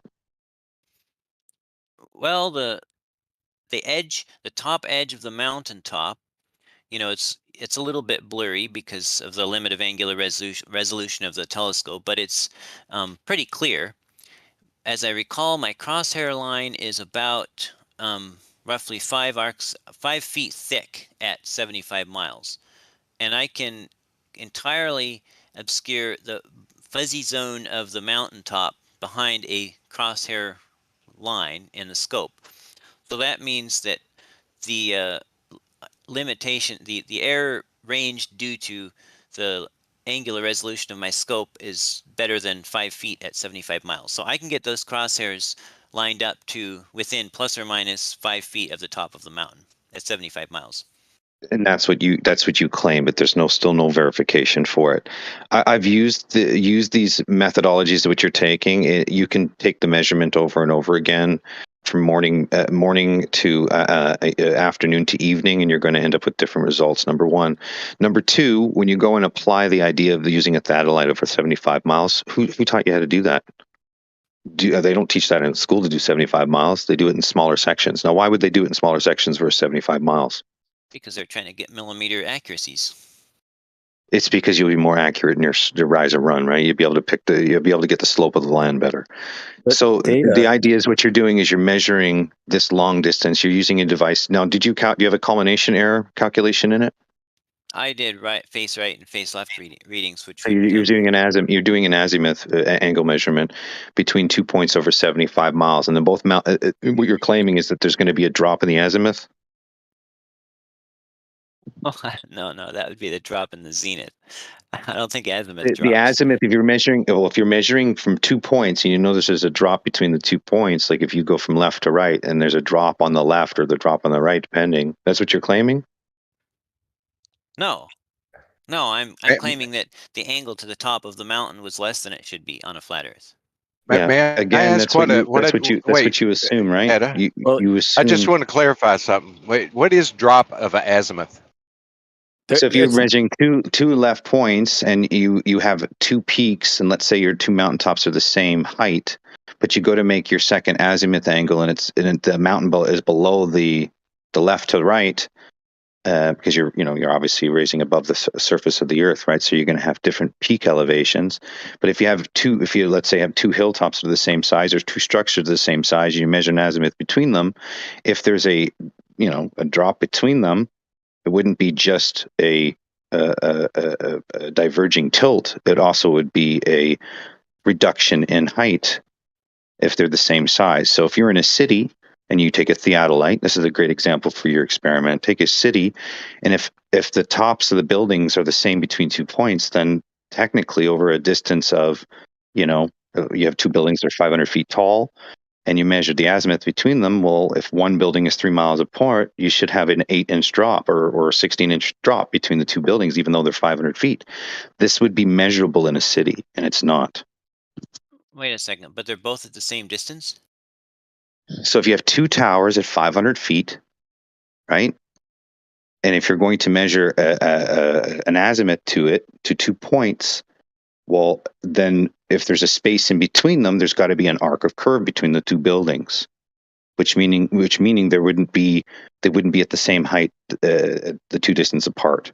So if you're measuring an azimuth this way, and between the 2 azimuths there's a distance greater than 3 miles, and there's 2 buildings at 500 feet tall, well, then you should be able to see that one of the other buildings is below the other at the distance, and that's never been done. But they're both the same distance from you, right? That's the idea. Yeah. That doesn't make any sense. If you're doing this on a basketball, the distance between the observer and the 2 targets are the ones is what matters. If the 2 targets are the same distance, they're going to have the exact same drop, right? No, they won't, because they'll be apart from each other. So if you're looking straight in, and you're standing in between 2 buildings, and you're 3 miles away from 2 buildings, let's say 5 miles away, and they're 500 feet buildings, hypothetically. Let's say 200 feet buildings. You have an azimuth angle between them. If they are between 2 points and they're a greater distance of 1 mile apart or 2 miles apart, then they're not going to be at equal elevations between the point, because your curving Earth curves at 8 inches per mile squared. So you can look at any city and see that that's not happening. So if I took a 4-inch round metal plate and set it on a basketball, so it was touching the basketball in the middle of the metal plate, you're saying the outside rim would be different distances from the surface of the basketball at different angles around the circle? If you knew that the distance between 2 buildings was 3 miles, and they're both the same 500 feet, and you were equal distance from them, in the middle of them, and you measured from point to point, tower to tower, one of them should be technically shorter than the other. Because according to your model, the buildings are like you claim this at the boat observations, right? Like the windmills, or what do you call them? The fucking the propeller, whatever they call them, the turbines there. You claim that the turbines at a distance, listen, at a turbines at a distance you claim are diverging at like 0.08 degrees or something like that, which is like hardly noticeable. Well, the point is, if that exercise is true in that calculation, then it would be true where 3 or 4 miles from two building tops that are the same height and a known distance between them, and your equal distance to them, you should be able to measure an azimuth change, but you don't. You mean a zenith change? So if you want to look at the verticals between the two buildings, the verticals would be different. Yeah, they wouldn't actually be at height. So which means if you had an angle, an azimuth angle, you make your 1 point and you knew that you measured that one angle and all you had to do is go straight over to get to the top of the other building, but it didn't line up, you would know that you're measuring a drop over a distance of 3 miles, 4 miles. It would be slightly deviated down. It would be change in height, right? But that's not what's observed in cities. You can go do this with a city. No, I'm not missing anything. You can go do this in a city. Go find two buildings, measure the azimuths between as long as you're an equidistant part between them. If there's any curve between them, they should, and they're the same height, they should have a different angle. But they don't. They have the same angle as the point.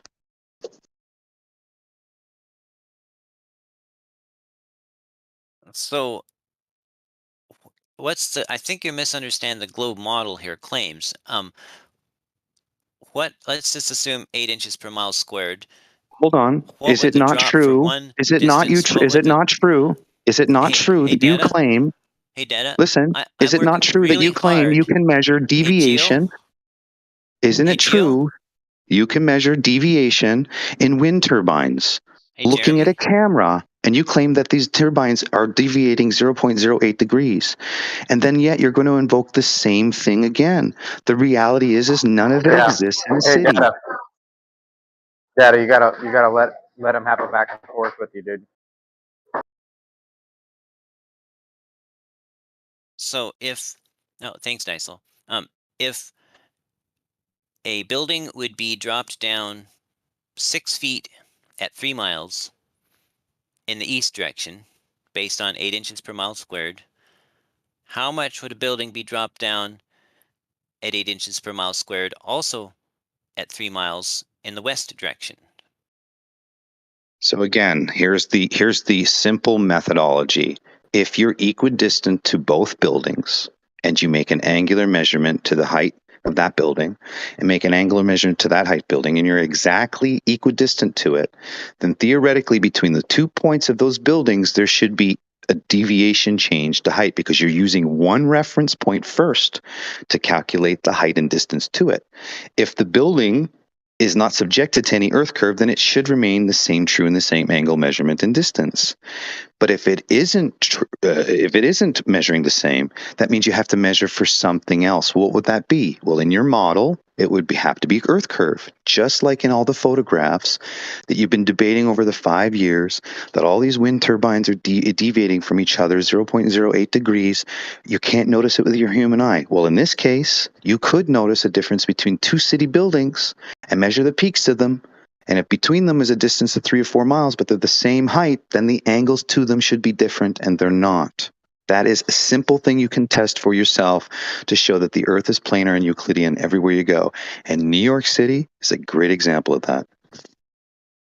But you still didn't answer the question. Wouldn't the two That's buildings what be your dropped response down is. the same if they're the I same did answer the distance? question. So I told you they're equidistant from the observer. The observer makes one angle measurement to the peak of that one, makes another angle measurement to the peak of that one. The two buildings are apart from each other 3 or 4 miles. Okay? Right? So if that's the case, the angle to them will be different if you live on a sphere. That it would be just evidence of a sphere. But you're going to tell me that it's not noticeable, or you're going to give some other ad hoc example. My example is true. You can test it, and it's very simple. But it doesn't make sense because you're saying that two buildings of equal distance from the observer, one would be dropped down more than the other, which makes no sense. Between the two buildings, if you're looking at an azimuth between left and right, okay? They're above the horizon. You can see the two peaks. These two buildings, they're the known height of them, which means if they're apart from them and I'm looking at them, you should see a drop in distance between the two of them. They can't be at the same height if you're equidistant to the building, they're going to appear to be the same height and same angle, right? I think Jesse thinks he lives on a toilet paper roll, not a ball. Well, that's what I'm saying. I'm trying to show that, okay, so maybe you're right with the equidistance part. I have to think about this again. The idea is that you want to see a drop. And if it is true, a city would be a great place to see the deviation and, the height drop due to the curve of the earth, right? I mean, this would be recognizably true.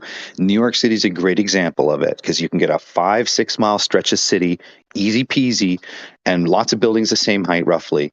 And none of this stuff is happening. There's no there's no drop, no dip, no curve. I mean, you can clearly see it in the city. So let's make it real simple. Let's assume the Earth is flat, and you've got 3 buildings exactly 1,000 feet tall. You're right on the top You of want one to of them, quantify and you can flat see the for me? one, and you You can want see to the other. quantify flat for me, just in your mind, because again, you may have wrong think what the words flat mean. Can you quantify what the words flat mean for me? Planar? So is Let's just Earth perfectly planar, or is there undulations, land sloping up, land sloping down, mountain, hills, and valleys? let's, for the sake of discussion, let's say that this particular city is built on exactly a flat plane. And we only need a 3 by 3 mile area, so that's no problem. We've got 3 buildings exactly 1,000 feet tall, and they're all built on this exact flat plane. And we all agree it's a flat plane. Are you okay with that? So the idea is you're assuming what a flat plane is supposed to look like. I'm saying if there's a rated drop of curvature, it's not whether it's a plane or whether it's a sphere. It's a whether or not you can apply Euclidean or non-Euclidean. And the idea is it's all Euclidean you're applying. So at what point are you trying to apply non-Euclidean? So could we call this a Euclidean city then? Again, look, dude, you realize that the cities are all built on Euclidean, right? So why would you call it Euclidean city? It's all built, like the fact that you want to engage and keep going on, just like, I'm not going to indulge you anymore because I know this is bullshit. To even talk about 3 miles, 5 miles, when I can show you a photograph of a city that's got 30, 40, 50 miles and there's no curve in it. Please, buddy, do better. Well, just hear me out. I let you do most of the talking. I don't want to hear it out because, dude, you have to be like a weirdo, a paid agent, or just like a weird liar type guy. I'm sorry to say it, but if you're not really just being genuine, there's no curve at 3 miles. There's no curve at 5 miles. Like, I mean, this is just evidently true. And you want to invoke optics, which is a non-Euclidean effect. He's just going to duck out at the nut cutting. That's what he's going to do. No, there's nothing like that. I'm just done with talking to the guy because the guy, look, I can show visual evidence of a city 30, 40, 50 miles. There's no curve. You don't got to left repeat lane. it. You don't got to repeat it, man. Let's let the guy get a back and forth with you, man. There's no point in just fucking bulldozing him, dude. Like, just He's be trying fair. to invoke a cylinder Earth, man, and I just want to entertain it. No, someone else strawmanned me on the toilet paper roll. Dude, you literally want to invoke 3 miles as evidence of curvature now after trying to invoke 75 miles. It's ridiculous. Well, so just bear with me. It won't take long. We've got a flat. What am I to bear with, city. man? You're literally disavowing the fact that Data, you just stop. He's going to respond now. Please allow him to respond, and you can respond after. No one's going to stop you. Just let him get his 2 cents in. Go ahead. Thanks. So if you had a flat planar city and 3 buildings equidistant apart, 1,000 feet tall and 3 miles apart, and you were standing right on the top of one of them with an auto level, and you could sight out to the one building 3 miles away or the other building 3 miles away. On a flat planar platform that these 3 buildings are on, the 2 other buildings would both appear right at the crosshairs, right at eye level, right at the same height as the observer, right?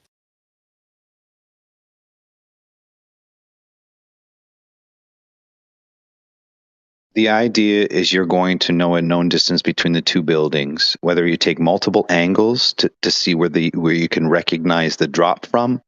Equidistant would be just getting the position between the 2 peaks and the known you know the distance to it, you get your elevation information.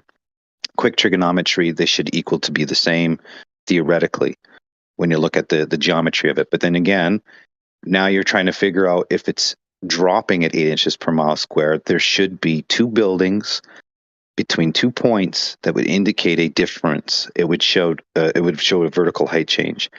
What I'm saying to you is we don't need to go any further, because in the cities of New York, you can go see that it doesn't exist. So when we talk about a thought experiment, I just have to present a photograph of New York City and show you 20, 30 miles of a city that's all planar.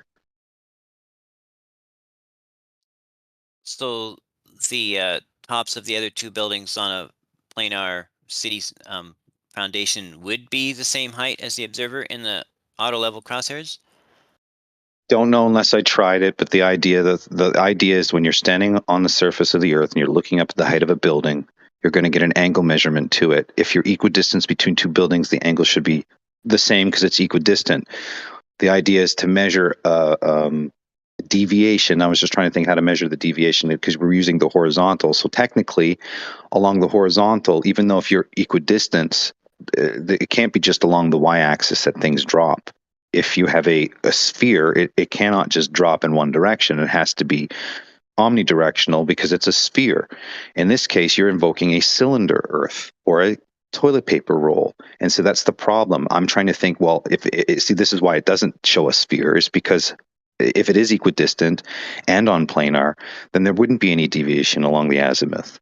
But on your sphere, if it was spherical, you would have omnidirectional dip and drop from the center. Well, if you're at the center, no matter where you look, you're supposed to see that, but it's only applied to one observer. As soon as you throw in a second observer, that first observer is completely an optical illusion, because now a second observer has a different vanishing point, a different y-axis, because it's based on optics. So our optics is non-Euclidean, and the world that we see is Euclidean. So if this flat cityscape suddenly became curved at 8 inches per mile squared, then the first building would appear to drop down 6 feet, according to the guy looking through the auto level, and the guy on the other building would have to hold up a rod, and he could measure the drop, right, from the horizontal, and it would drop down about 6 feet, right? The drop essentially is going to be depending on the position of the object. All objects above the neutral point of the eye will appear to drop, not because of Earth curve, but an angular relationship to eyesight. So when you claim drop, what are you invoking? Are you invoking due to optics, the convergence, or are you invoking a curvature of Earth? What are you invoking here? No, I said if this hypothetical cityscape became What are you curved at the invoking? rate of 8 inches per mile squared, This would doesn't the matter. first building drop down by 6 feet? Listen, dude, when you say 8 inch per mile squared, it's related to optics. I'll give you an example. If I take 3959 and I multiply it by the size of an object, I will get a convergence point to it, a perspective point. So this 8-inch drop is solely based on perspective optics, nothing to do with the shape of the Earth. How do we know this? It's because I can apply a different focal length and see at different positions of convergence. When you apply and invoke the 3959, you're invoking it based on optics of the human eye, not the sphericity of the Earth, but you're conflating the two. So the drop that you're claiming is, in the thought experiment, is due to what? The position of the object as it's above the eye line moves downward. It's not really dropping. It's not really changing size. It's just a spatial relationship to light mean the object. Well, maybe we should eliminate optics from the thought experiment and say that instead of on auto level, we have a 6-mile diameter flat planar glass disc that we set balanced perfectly level on the first building, on the observer's building, and the other two buildings are just right at the rim of it, and it's just touching slightly on the two other buildings, the two target buildings. I think we agreed that on a planar Earth, the two outside buildings would just be touching right at the same height as this flat glass disc, this flat level glass disc. Now let's say the Earth was suddenly curved at 8 inches per mile squared, that first building would drop down 6 feet below the glass disc, right? If there, you're saying that it's Earth curve causing it? Because if that's the case, then you have to show water doing it. You have to show this diverging verticals doing it. You don't. All you're doing now is saying, I suggest that it drops at 6 feet due to a mathematical representation of perspective. That's what you're saying. I'm saying to you what position you're at, where the horizon is to that position, is all going to be optical. The idea of measuring an azimuth between 2 points, because it's along the x-axis, is that correct? The y-axis is in front of you, the x-axis is left or right? Or do I have that backwards? Zenith is the vertical measurement, and azimuth is the right to left measurement. Yeah, I understand that. So XY is left to right. Yes. Y is your cylinder Earth that you like to hijack with the 8 inches per mile squared. And then, of course, you got the vertical. I'm saying that between two azimuth positions, even though you're a known distance between the two, like distance to it, the angle of height should change based on the two relationships of the buildings being at two different spots to each other.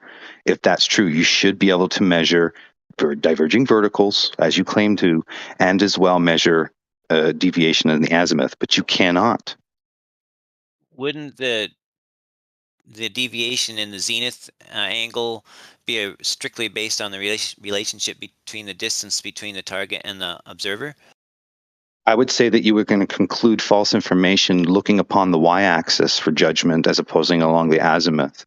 It appears that you cannot judge any curvature along the azimuth, which would indicate buildings not dropping, but appears that you can optically influence the way that buildings appear to drop along the y-axis, and that has to do with perspective, which is apparent size change to object due to a spatial relationship. In other words, none of the objects in reality are changing size or taking any other shape. It's just based on optics. So if that is true, you have to imagine what that is like first, and then apply in optics after it. And I don't think you're doing that. Well, since we're stuck on optics and we can't look at the glass disc, maybe you could help me understand how I would test the validity of the angle and the arctan and Sure. the distance at Sure. 75 miles. Could I You find first of all, you're beyond your limitation for tools and limitations for optics, because you want to reduce as many variables as possible, right? That's the idea of accuracy. So the idea is if the Earth has physical feet and inches values, then it should be measured locally. You claim that you can measure it locally. Now, what's the Jesse guy claims to do it in 1.5 miles, right? Anything I've ever researched, they're doing at least 70-mile measurements and doing like 13, 14 triangles or something stupid like that, just to get 1 degree measurement, right? So when you claim to invoke you do all these measurements and do all these things, you're not doing what they did. You're not doing it all. You're taking one instrument and invoking an idea of an optical illusion as evidence. What I'm saying to you is if the Earth has physical feet and inches values, then it should have a principal rate of drop that you can test at small scale. In my book, I'll give you an example to do it. I've said it before. It's nothing new. If the math is transposable, planar or spherical, in other words, if I just take planar geometry, distance and elevation, and I reduce it to size, or I take the curve and I reduce it to size, there's going to be implications when it comes to what visually occurs. And in your model, you only compartmentalize the y-axis, the optical illusion as Earth curve, when if you take another set of measurements along the azimuth, you do not have two distances between two objects showing any deviation due to curve. So what is correct? The azimuth or along the XY axis, or the y-axis where I'm looking at through optics and where there's an optical illusion due to convergence of light? Well, let's say I found 2 mountains that were about 75 miles apart, and I was about 75 miles away from them or more, and I measured the right to left angle difference between them. Would that be a valid test of whether arctan of the rise over the run was valid even at 75 miles?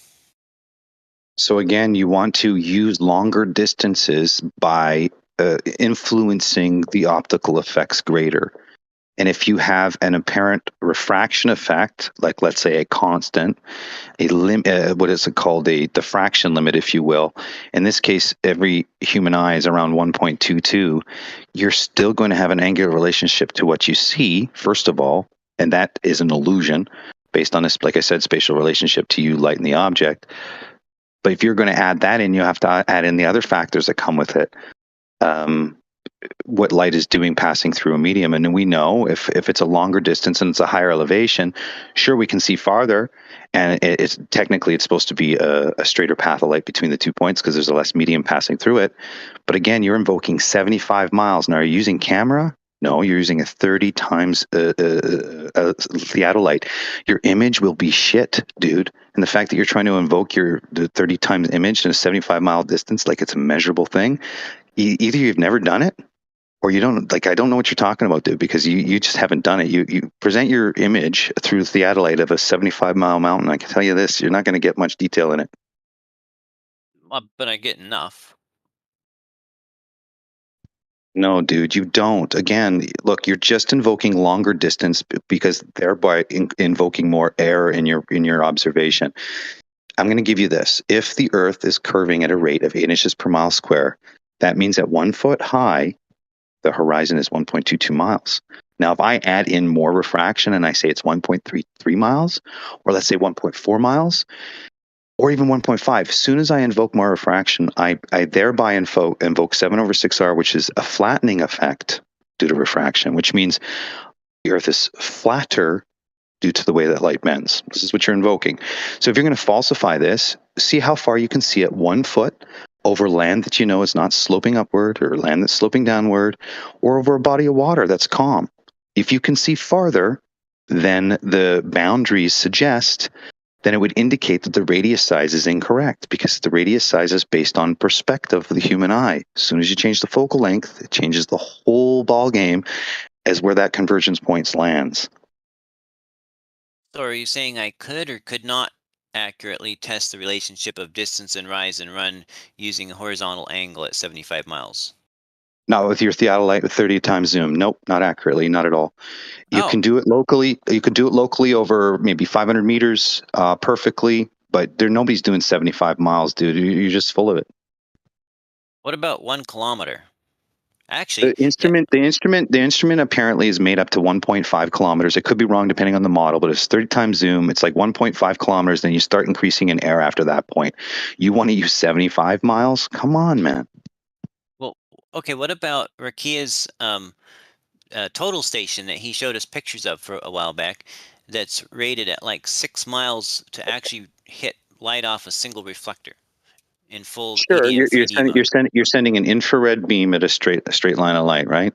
There's probably a limitation of why they say 6 miles. See, here's the thing: you can take two walkie-talkies and talk 6 miles apart, thereby negating the horizon due to the Earth curve, right?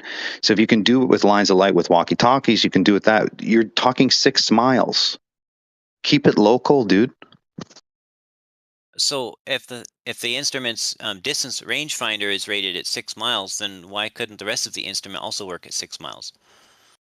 So it's rated at 6 miles. After that point, you're finding air. I'm saying that most of them, I don't know guys measuring 6 miles. They're measuring local small distances, even planar surveying. So you want to invoke 6 miles? Go ahead. I'm not saying it can't be done, but after the 6 miles, your instrument starts to fail. So what is the limitation to your instrument, and what's the miles it starts to fail? I guarantee you it's not designed to do 75 miles. And again, you're invoking errors as evidence when you're negating optical illusions due to perspective, and then obviously refraction anomalies due to the distance that you're taking. So if the Earth has curvature, you should be able to falsify it at a shorter distance. You want to invoke curvature at a longer distance because it's full of errors. So why don't you start smaller? At 1 foot high, how far should the horizon be in your model? Well, measuring the distance to the horizon from a low elevation is not very reliable because, as you know, it can appear above or below eye level. We would actually need to take and put markers up a known height above water to get out of that high refraction zone, right? Again, at 1 foot high, how far is your horizon supposed to be?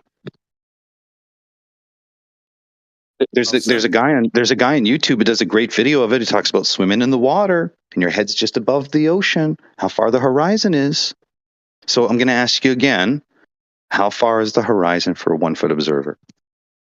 Depends on conditions. See, we've got to find some situation where we can't just cherry pick whatever model we want to support, something that gives Whatever consistent you readings, want. right? Let's do 1.33 miles. Let's add in 20% refraction for you, and let's do 1.33 miles. Can we do that? Not if the observer's 1 foot above the water, because you want to when invoke the 75 observer is 1 miles. foot above the water, it's quite often that the horizon is literally above eye level. Okay, so if that's the case, then it would if you were claiming that, then obviously you haven't done the test. You don't know, because it depends on whether the land is sloping up, the land is sloping down, or depends on the undulations of the water. So that's not true again. If the observer has his head above the surface of the Earth, how far away is your horizon? I just told you.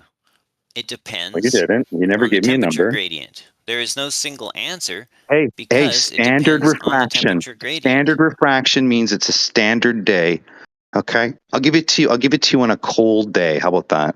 And then we'll do a warm day, and then you tell me that one. Pick whatever day you want. What is the standard refraction, standard day, 1 foot observer height to the horizon? How far is it? Oh, I don't know. With standard You refraction, then it you probably put would be me all 1.something miles. through that, and you don't know. So I'm going to give you 20% refraction and put it at 1.33 miles. So if that is true, and I add in refraction because I'm really worried about weather changes, and if I see much farther than 1.33 miles at 1 foot high, would there be a problem with the math, the globe math? You mean with or without taking into consideration Did you hear what I said? that there may be non-standard refraction going on? So Say it again. non-standards, I added 20%, right? 20%, 1.33 miles. It's not 1.2. I added additional, like, 20% onto the math, man, to give you that. Now, if I change the 1.22, I change the radius of the Earth, okay? Because 7,918 square root 7,918 divided by 5,280, end up with 1.22459. If I change the 1.22459, then I change the diameter of the Earth. I change the radius of the Earth. Do you understand? So I can invoke to you 1.33, right? Because now I think the diameter of the Earth is like 9,000 miles or 8,600 miles or something when I go 1.33. I can't remember exactly. But it's much larger than 7,918 miles now. So if you want to look at the mathematics, the contention would be is if the ancients, the Greeks, looked at boats going over the horizon, Ptolemy looked at the horizon, he devised the model, devised everything based on the convergence of light, the vanishing point, the optical convergence. They all talk about it. They all mention it. So when I ask you, 1 foot above the surface of the Earth, how far away is your horizon now? Was that a question or a speech? I just asked you a question. I told you all the ancients acknowledged the convergence. They acknowledged private perspective, they called it. They all acknowledged it. So when I ask you to acknowledge your own model, you find it very hard to do so. And maybe you don't know, but at 1 foot high, how far away is the horizon in your model? With standard refraction conditions? You whatever, the worst conditions ever. Just whatever you want, man. Well, if you don't specify the refraction conditions, then it can be anything you want, depending on the conditions. It could be This kid thinks that they're standard close. It could be very refraction. far. That's a problem, Jesse. You think they're standard refraction. Well, he asked about standard refraction. But hey, Glad, you got something to tell us about, right? Why don't you tell us a little more about your laser test? He's running. It's all right, Jesse. You're probably a good guy outside of this debate. I don't know why you're here unless you're here to deceive people. The other thing is 1 foot observer heights. Without considering refraction, the horizon could be a mile away. It could appear to be 6 miles away. It's undeterminate. A 1 foot observation is not a good thing to do. Awesome. So the point is if that's not true, let's do 2 feet then. No, At what point would it just do appease 20 you? feet. Do 20, 20 feet. How about that? So again, is the horizon a physical location, Left Lane?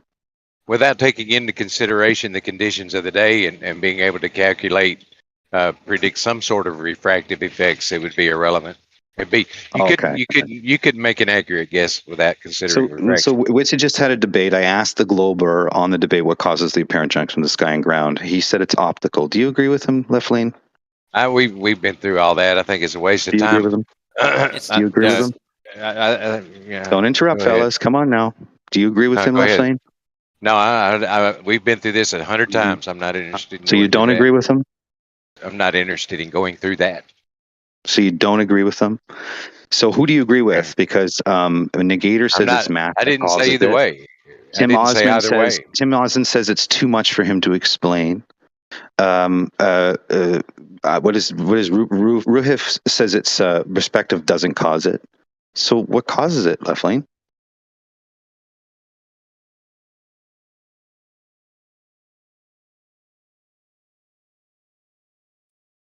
It's the intersection of the light rays and the surface of the water.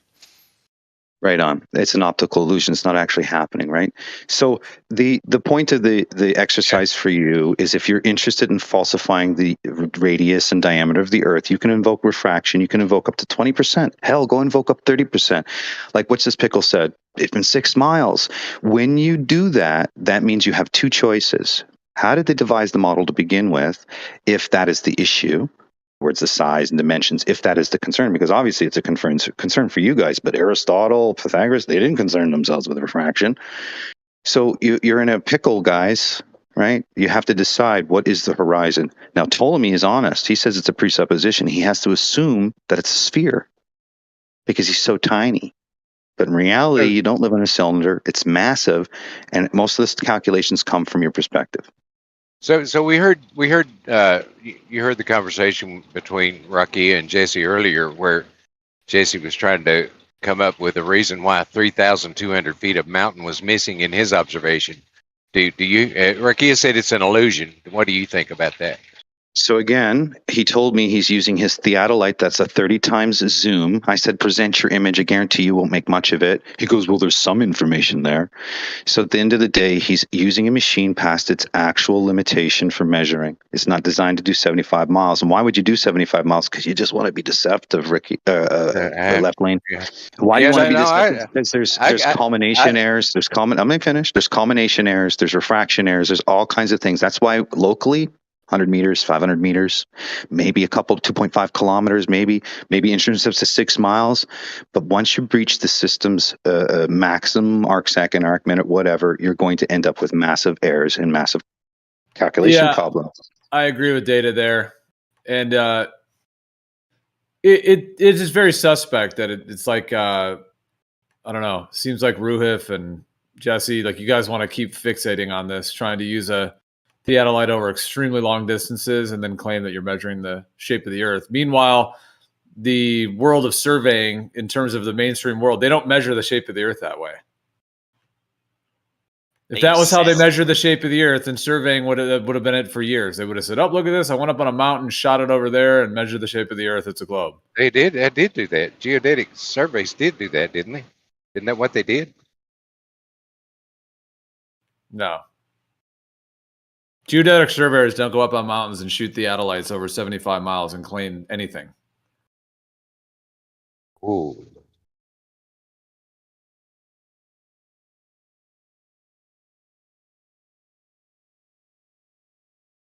Do you see how I can debate fairly, Geo, as long as I'm not overtalked or disrespected? I respect the other individual, and I do my best to allow them to speak.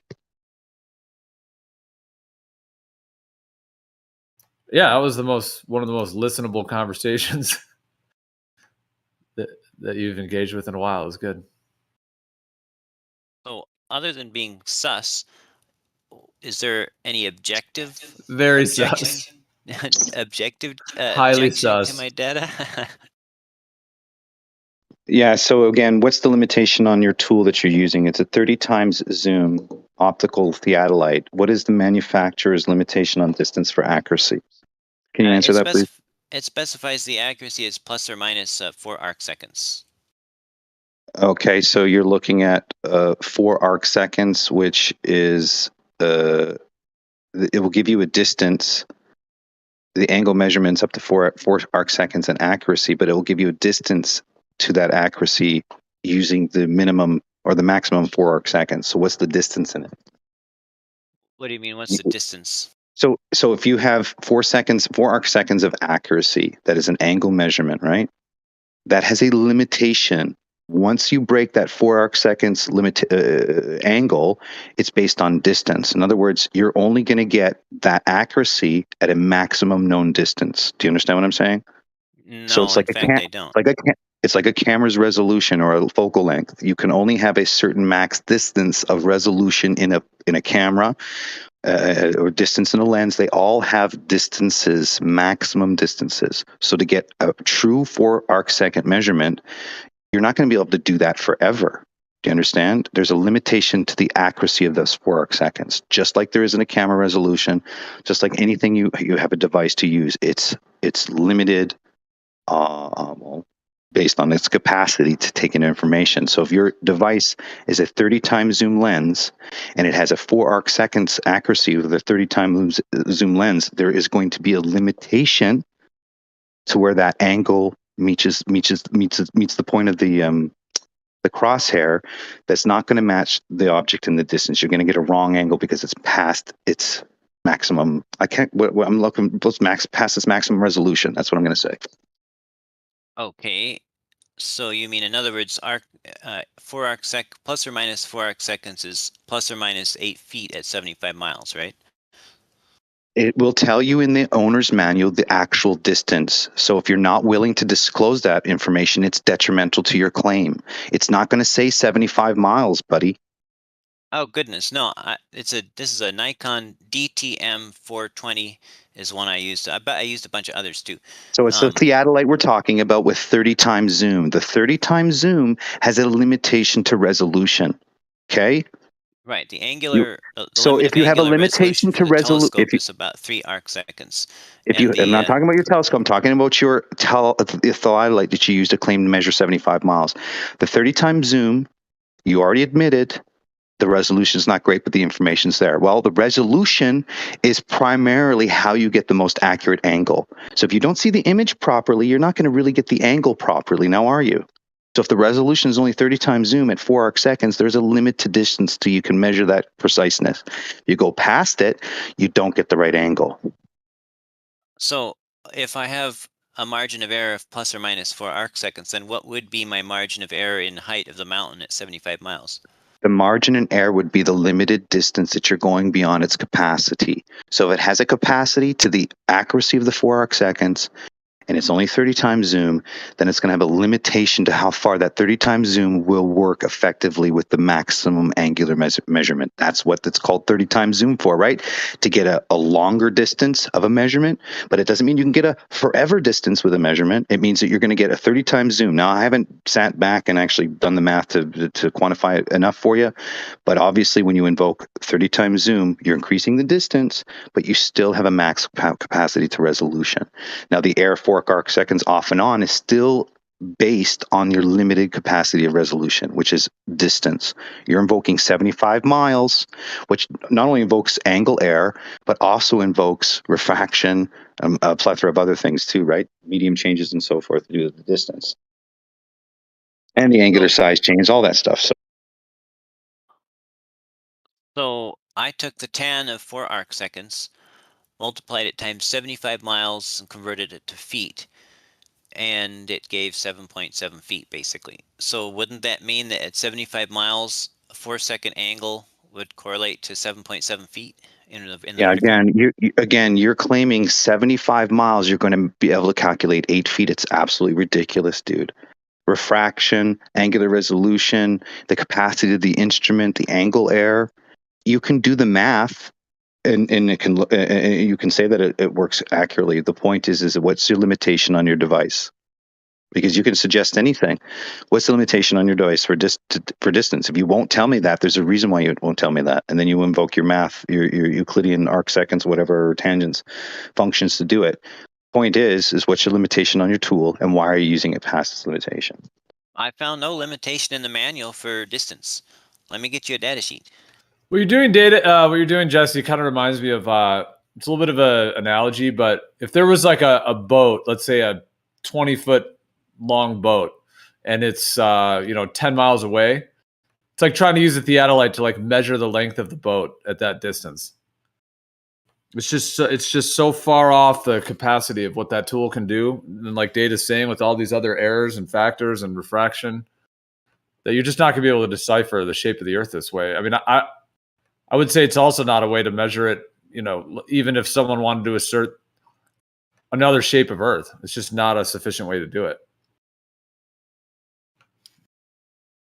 Like this whole discussion, this whole question is not going to be solved by what you're doing. That's not it. That's not going to be the final validation or verification for anyone. I'm not trying to put you down or anything. I'm just saying like what you're doing is not sufficient. Well, everybody says that, but nobody can demonstrate why. And that's the problem.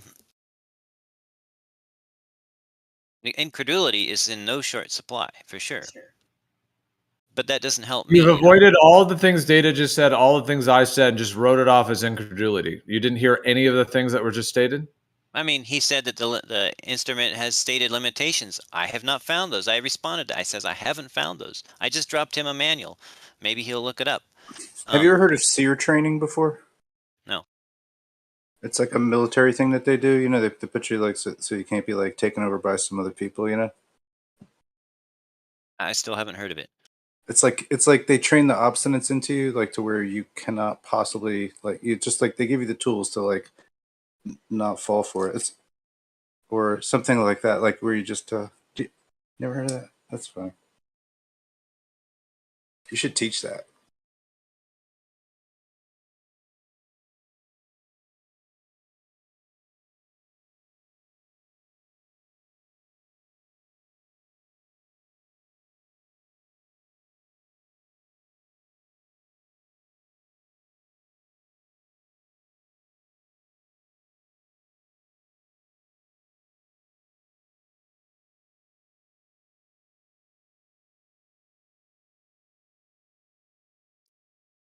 So what distance would you be would be acceptable to you for me to use theodolite at? Okay, so again, I'm just going to repeat myself because it seems like you just want to keep on your train. That's fine. I'm just going to say it one more time. Again, if your Earth that you claim is spherical would have a feet and inches values that should be measurable locally. So if you had a 1 foot observer, the horizon should be a known distance. Let's do a 2 foot observer, there should be a known distance, and so forth, because it would be a predicted value based on the rate of drop coming from a radius value. If there is a way for you to falsify that radius value, well, apparently you can add in refraction. That's great. Let's add in refraction. But how much refraction are you going to add in before you realize that the Earth is flat locally? Well, Anyway, just go falsify your math model, and here's something you can do. You can take real life things and scale them down 1/100,000 scale. You can do 2 observations. You can do one adding in curvature at 1/100,000 scale, or you can do one that's planar, and then take actual real life things and compare the 2 of them. If one translates, in other words, if I take a real life city structure of New York and I scale it down to 1/100,000, and I only use a rise over run distance and elevation information when I scale it down, as opposing to the other model I scale it down. The model that I scale it down with no inference of curvature matches observed reality. The other one I scaled down has diverging verticals between the 2, thereby extenuating your curvature rate. See, the thing is, if I can take one state of reality and scale it to 1/100,000th, and it still matches reality, that means it's transposable, which means that I'm only using one set of geometry, which is Euclidean, straight lines and angles. So you can do this yourself with any practical observation. So if you want to take your 75-mile observation and use your theodolite, scale it down 2 formats, one with curvature, one without, and then tell me which one would be able to see the peak and which one are you invoking refraction for.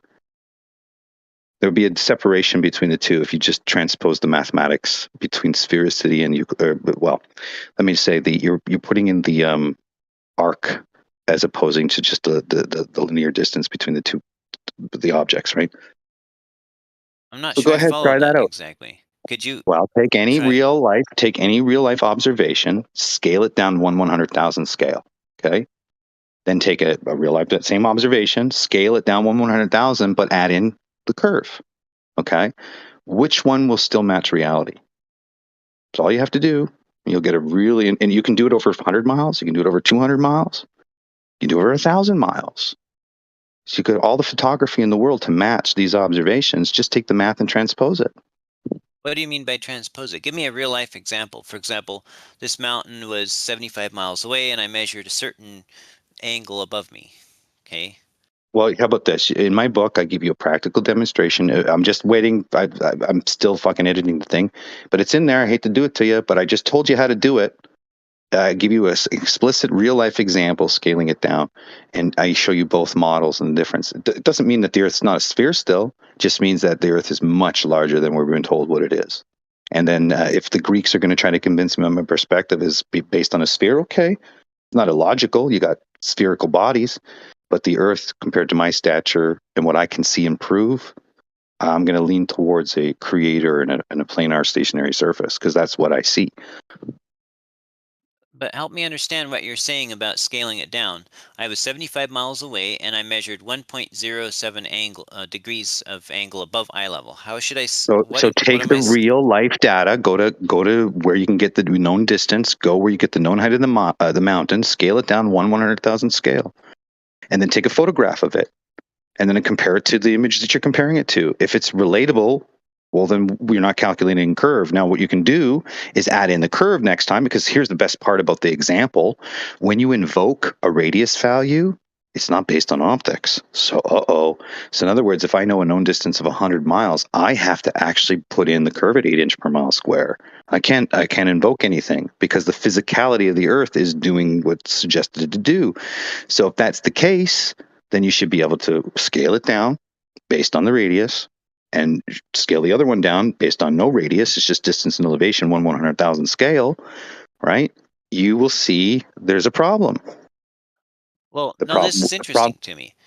I'm trying to understand, but you're moving too fast. Are you saying build a small scale model of what I think the globe is and see if it looks the same as reality? Or are you saying build a small scale of what Flat Earth claims for distance and height and see if that matches what I see in reality? So what you want to do is take two models. One has curve in it, one doesn't. So in other words, at a rate, at a distance between objects, there's going to be a rate of drop between the two. And the other one is just going to have distance and elevation. So they're going to have two different applications as far as the math is concerned, right? You're going to, if you want to take it, I've given an example here. I'll give you a real easy example. Go to Blender and download a distance of 200 miles of an object. Or a city landscape or whatever, go down and take that section that's in Blender, and it'll give you the distance and elevation information. Scale it down. It will match Blender, but then take your globe model and do the same thing. It won't match Blender and won't match the small scale. But not only that, if you have a photograph of the real thing, it won't match that either. The distance and elevation will be a closer match than it will be with invoking the radius Earth one. So anyway, this is not new. This has been done before. It's just all sitting right in your eyeballs. Everybody's already done it. Well, I shouldn't need to use Blender if I can build a real life scale model, right? That way I The don't have to worry idea about is you CGI. take a real real map, which Blender you can download the satellite data and get a real map of a real city or a whole bunch of mountain terrain, and just scale that mountain terrain down, and then lay it out on your floor. And then go look at real life evidence of it. You'll notice that it doesn't. The rate of drop doesn't match the radius. You're going to end up seeing things that match this 1/100,000 scale more than it would be if you drop it to 1/100,000 and add in curvature. What about a 100th scale? The 1/100,000 is great because if you're looking at a radius of 3959 and you do your ball model, the radius is 209 feet. So I don't think you want to do anything much larger. So if the radius is 209 feet and you're only going to use maybe 8-9 feet of that section, that's probably best what you do. And because again, you're going to see that there's a separation, and it's also great because it's going to get you to think between optics and a physical feet and inches value. So am I understanding correctly that you're saying that if I build a scale model of a flat Earth and a scale model No, there's no flat Earth. See, the thing is there's no flat Earth. You're not trying to prove anything. All you're trying to do is model the two representations and see which matches reality. You're not assuming one flat. You're not assuming anything. All you're doing is taking distance and elevation, reducing it to 1/100,000, one model, and then the other model, you're still doing 1/100,000 scale, but then you're adding in the drop. Okay? So if you do those two models and you compare them up to reality, one is reducible and one is not.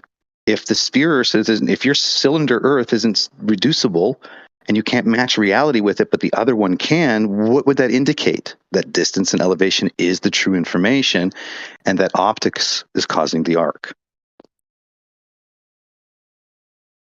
Okay, so for example, one of my long distance shots was 105 miles. 100,000th of that in feet is 5.5 feet. So I could put a stake. Let's see, 5.5 feet. So I would need a distance of 5.5 feet between the observer and the target, right? I don't know what you're talking about, bro. Just go take any. You don't need an observer in this. The observer is arbitrary at first because you're looking at the dimensions of the Earth first, which is irrelevant based on optics. Next, you're going to apply optics because you have to analyze the information. So what I'm saying by applying optics is when the first go around, you're just getting to reduce the distance to the mountains and the size of them. So for instance, if 1 to 100,000 scale would take, you know, an extremely large mountain and reduce it to about 2.5 centimeters or so on the surface of the ground, right? So you're taking all these mountains around 4 centimeters, 3 centimeters, 2.5 centimeters.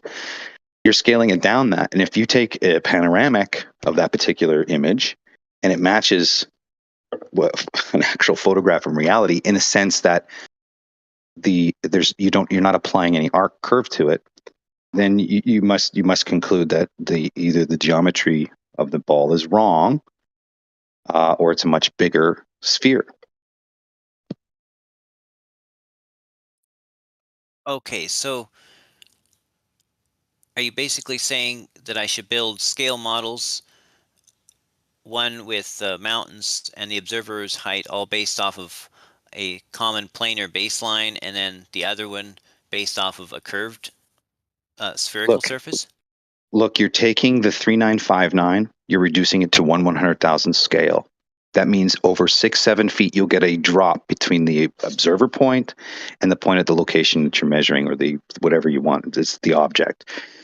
You take the other one, same thing. If it's 110 kilometers, you're going to reduce it to 1/100,000 scale, right? So that's all you're doing. You're taking the 3959, reducing it to 1/100,000th, doing the math for the globe that way, and then taking the planar distance and elevation, reducing it to 1/100,000. And all you have to ask yourself, which one is relatable between the two? If I can take a larger image, and I'm up 1,000 feet, 2,000 feet, and I reduce it in size, and then I can demonstrate it on a planar surface, but I can't demonstrate the other one reduced in size, what would it indicate to you? Say that again, maybe more concisely. If I had an image that I took at 2,000 feet, and I only had the distance and elevation to the image, to the distance and elevation image of the stuff I took the photograph of, okay? If I took that information and reduced it, and that small scale matched my picture, it would be a good indication that I'm only reducing distance and elevation and no arc due to curve, because it matches the photograph, is what I'm saying, as opposing to taking the other 3959, reducing it in scale, looking at it as a model and seeing, hey, does this match observed reality? It doesn't. So the thing is the other one will be closer to observed reality than the other one, which would indicate what? I think you're saying I should build a scale model, one being what the globe predicts and one what flat Earth predicts, and see which one closestly matches reality, but you don't seem to say yes when I ask if that's what you're describing, so I'm not sure what to say. But I think that's a good idea. I've done it already. It's not new. I've told this people many times over. You're going to be pleasantly surprised. Here's something you can also check out. Check out the Mississippi Mississippi miniature model. Okay, you can look at that one. Look at the lab where they take the Mississippi. They've been doing a lot of experiments with the Mississippi River at small scale, like mapping it out and doing all kinds of funky stuff with it. It's 1/50th, I think, is the scale. They did 1/50th of a city, and it's like 50,000 square acres or something. It's a massive small scale city. The point is that if you scaled that down even further, it would still match. So even if I did 150 and then I did 1/100 or 1/1000, that small scale would match that Mississippi miniature model. And if I upscaled it, it would continue on, right? The idea is that if you take a natural observation at high altitudes, let's say you're 2,500 feet above a city, and you want to map out a city, you want to scale it down. Theoretically, if there's no curve, then you just take the distance and elevation, reduce it to 1/100,000, and it should match what you see. Closer than if you added a curve due to optics, because that's the conflation here. Optics is perspective. The private perspective point is how I devise the model. you're going to conflate the arcing of optics as a drop rate. And if you apply it to scale and reduce it, it doesn't represent what you see in reality as where the other one does.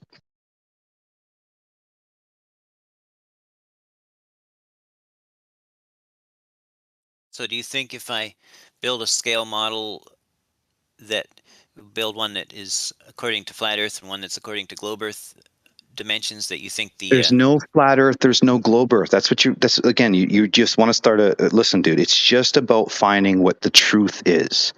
So you have to remain unbiased. I don't care if there's flat. I don't care if it's a globe. It's about finding the truth behind it.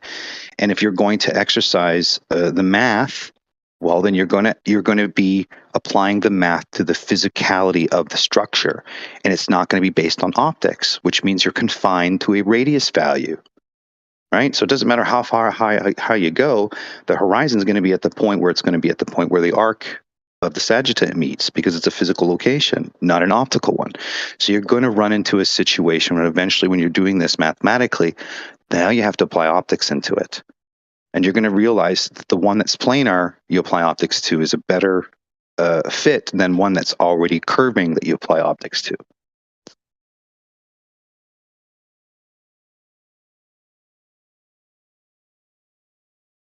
So which one's going to better represent or better match reality, observable reality? The one where I don't apply any arc, that's my experience. Okay, cool. I've got something to try, and when I try it, we'll have something to talk about. How's that? Well, I'll give you a scenario then, Jesse. It's a very famous photograph. There's two of the known ones. I don't know if you're going to find it, but if you go to USGS website, there'll be one of Mount Rainier. Okay. Now, I'm not going to tell you the details of the photograph, but you can see exceptionally far in that photograph at the height you're at. Now, if you're going to base a model on a feet and inches value, you're going to have an issue. So I'd love to see you take that photograph, break it down into a model. This is, by the way, it's in my book, that particular thing. So you could go and try it and go see what you see. I'm just saying that without invoking optics or refraction to flatten your radius, you'll have issues with what's hidden, what's not.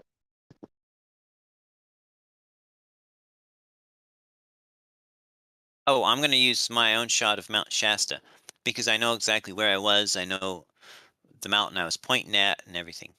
Yeah.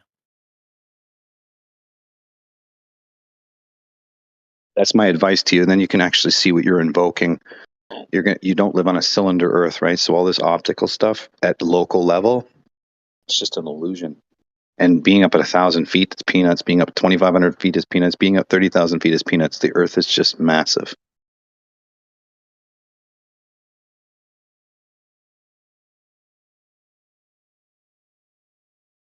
Well, let me get you the picture I'm going to use.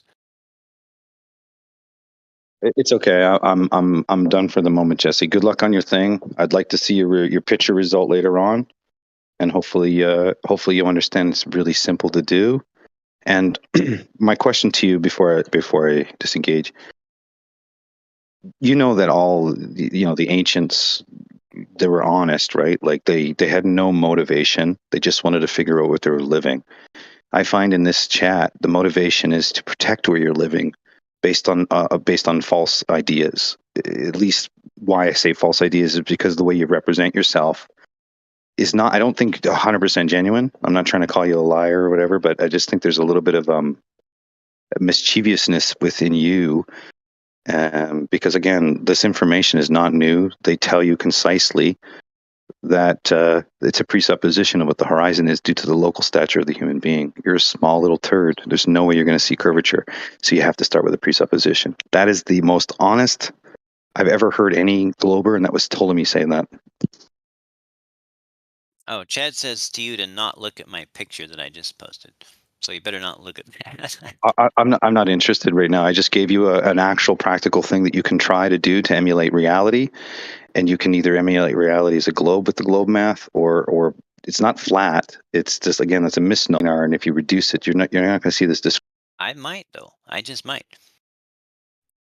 Well, good luck to you. Right? This has already been done. So. Well, thank you. You finally gave me something to think about. You finally cozied up to a real world test that can be done. Look, I'm just for the truth, dude. I don't care what you believe. Getting me to be polarized to be in contention with you is by design. I don't have anything ill will to you. I hope you find out where you live, and I hope your life is is good. Oh, we're all for the truth as long as it's our truth, right? No, I'm not really big on the Gnosticism. It's more of like an objective truth. Like we all die, we all born. More into the objective truth that way rather than a metaphysical truth. But no, I appreciate this challenge to do a scale model because that actually gives me something I can test, and we can see whether your claims or my claims are closer to reality. So I'm just going to say use Blender because Blender just has distance and elevation information. They are I shouldn't say transposing. They're scaling it down 1/100,000. And if you take an object, let's say we're emulating a scene in a movie, but it's just 3D, I can put an aircraft over that surface and make it fly horizontal to it, right? Which again matches reality, objective reality, right? Without invoking, the Earth being bigger to be a sphere, but at the same breath, you're telling me you're going to calculate curve at 3 miles. So Jesse, just glancing at the picture, and I couldn't look at it. All I could do is glance at it. So you're looking at a mountain that's approximately 5,000 or 6,000 feet taller than you, but you're having to look down at it slightly. Is that right? Correct. And I'm Yeah. quite Well, interested to see if it rises up if I scale this on a curve, and if I scale this on a flat and see what happens. Yeah. Oh, Well, anyway, I can tell you this: the globe model. Once you start breaking 110 miles, 120 miles, so I suggest you do an observation over 100 miles if you can find one. In the observation I'm talking about, you can see farther than 100 miles, which is the Mount Rainier one. It's called it's a panoramic. It's a famous panoramic one. 105. No, you got to do farther. If you can see farther than 100 and 105, you're doing good. And in this case, the Mount Rainier one, you see much farther than 105. And like again, I presented this as an argument to a few Globers. If you're willing to take it on, go look at the Mount Rainier picture. You can see, you get to see. I can't remember all the names of the mountains, but you can see a handful of mountains anyway, at least 4, and you'll be pleasantly surprised when you go to model your. Anyway, the point is maybe you get my book and you'll read it and you'll be pleasantly surprised what you see, because I tried getting Ruhif to do it, and Ruhif backed out and just claimed refraction. And there's a reason for it. So I'm glad you're going to take it on. If you take the Rainier one on, it's great. Roya tried it once. He ended up deleting his channel. So maybe you can actually do it this time. I'm going to use Mount Shasta because I know exactly where I was. You don't want to do the one that's unbiased. In other words, the picture that I used, I didn't take. You want to use a picture you took. No, let's not do that. Let's use a picture that we both let me finish. Let's use a picture that we both didn't take, because I analyzed that image independently. You're going to analyze your own image independently. I'm not looking at your image. I've already done the work in this observation. I've already given you the experiment that uses the math. You use that picture. It's the panoramic from Mount Rainier. It shows. I'll give you the names. Give you the names of the mountains it shows. So shoot me picture's all there. the data you want, but I'm not buying your book just to get it when I've got my own good Sure. good picture. I'm just saying it will be there for you if you want it. And the point is there's more than that. So if you want real life things, real life testable things, then sure, it's there for you. Yeah, the image he's talking about is a 360 degree fisheye lensed. Yeah, I'm not talking about a fisheye lens. That's the one that's on US. That's the one that's on USGS. I gave you that one, but that's the one. But I reached out to them and I asked them, because there's another one. That one presents the same mountains roughly, but it's done with awful photography. The other one that I'm referring to is a panoramic one. It's panoramic of Mount Rainier. It's it's one of the first ones that come up. It's a panoramic, and that's the one you want. And again, it's panoramic for a reason. So when you go to do your model and you scale it down, make sure you do a panoramic picture as well, okay?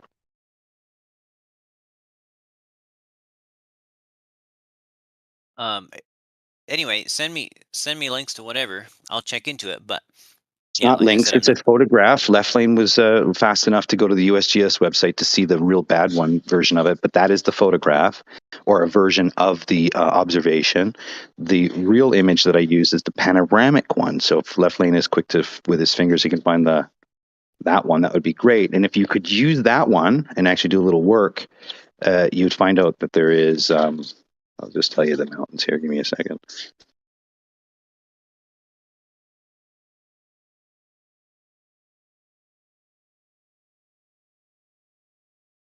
Sorry, I apologize. Yeah, there's no reference to eye level in those images either, is there?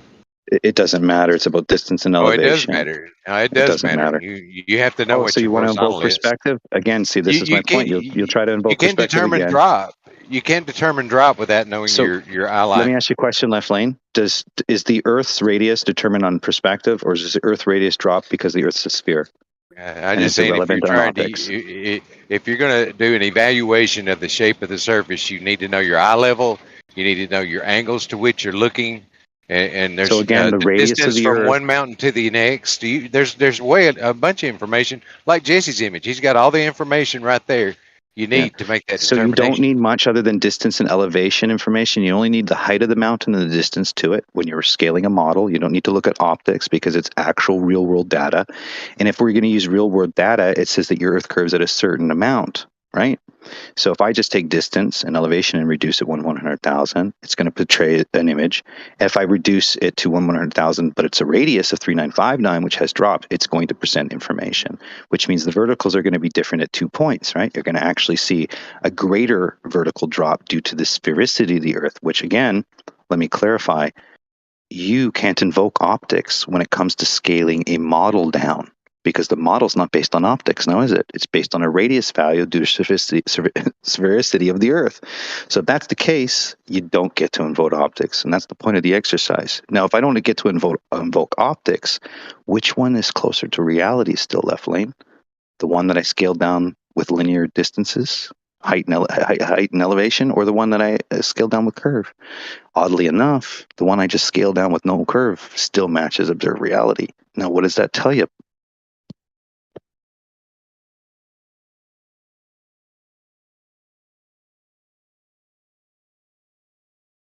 It just tells you, Left Lane, that at a local level, you're a tiny little turd and everything's going to appear planar.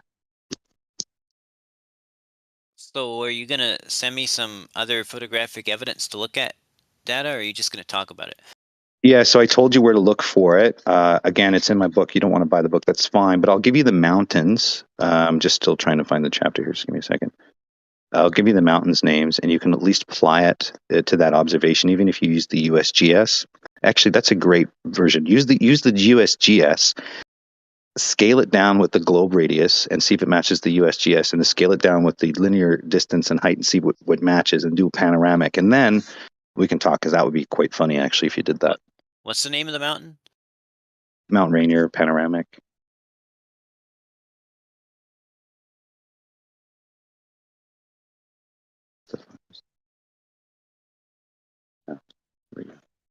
So I'll give you the mountains.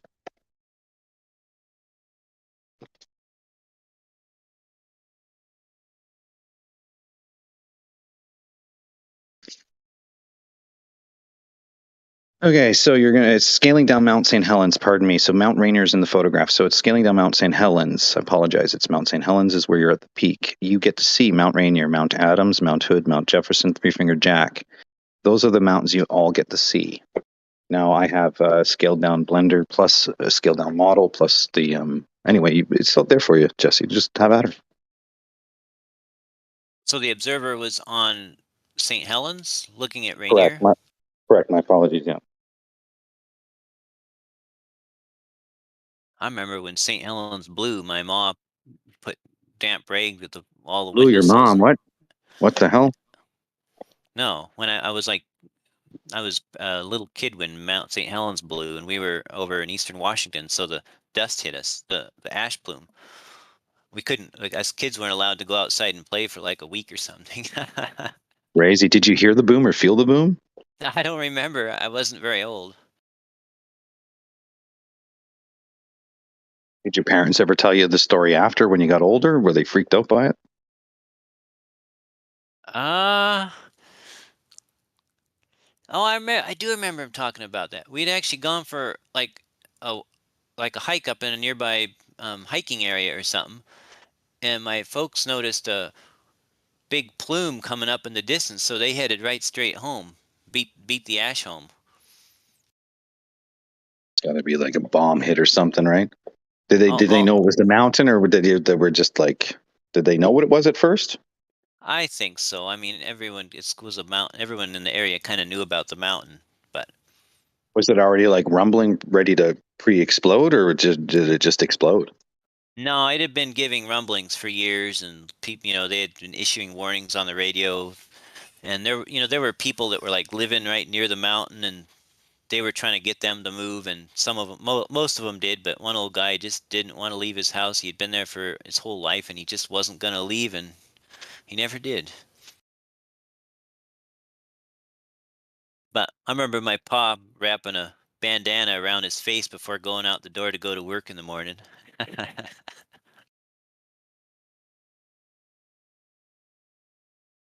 What do you think, Matt? What is the next one? The Yellowstone National Park? I heard that's supposed to be like well, obviously 2012, the movie 2012, I guess.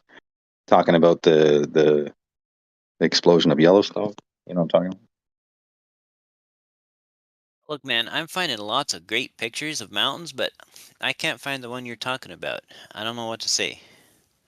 It's okay. Again, just go to the USGS website and just do that one. Okay, so that's extremely exaggerated. Obviously, do you think that USGS one is actual Earth curve? I don't know what you're talking about. USGS has So thousands of pictures. type in Mount St. Helens USGS. It'll be on their main page. Left lane Mount bound. St. Helens USGS.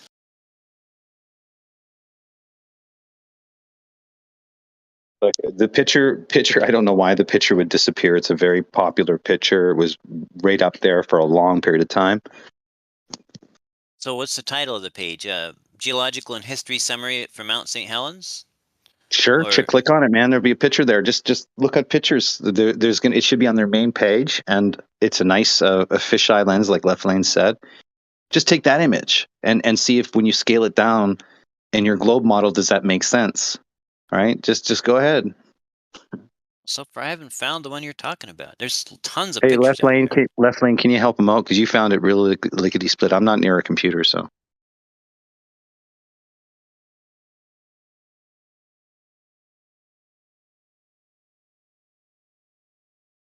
Is it a color or a black and white picture?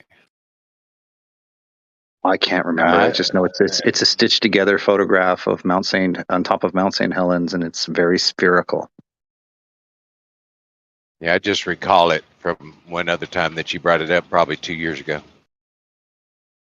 You got a good memory, buddy.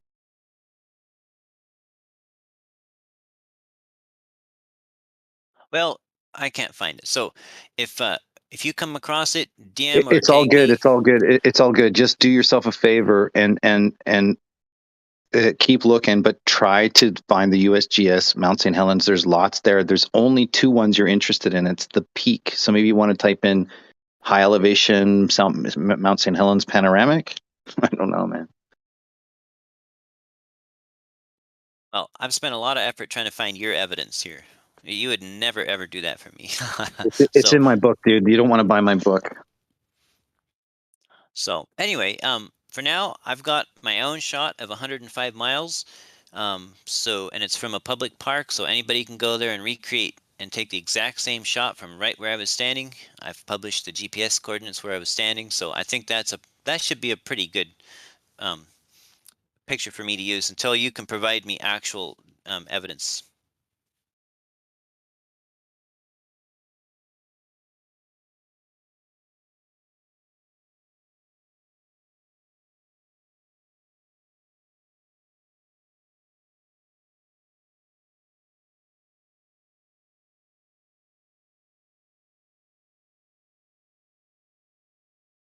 Well, don't let that stop you from taking real life photography and scaling it down. Oh, I'm gonna use my real life photography. of a 105-mile shot to Mount Shasta from Mount Scott in Oregon.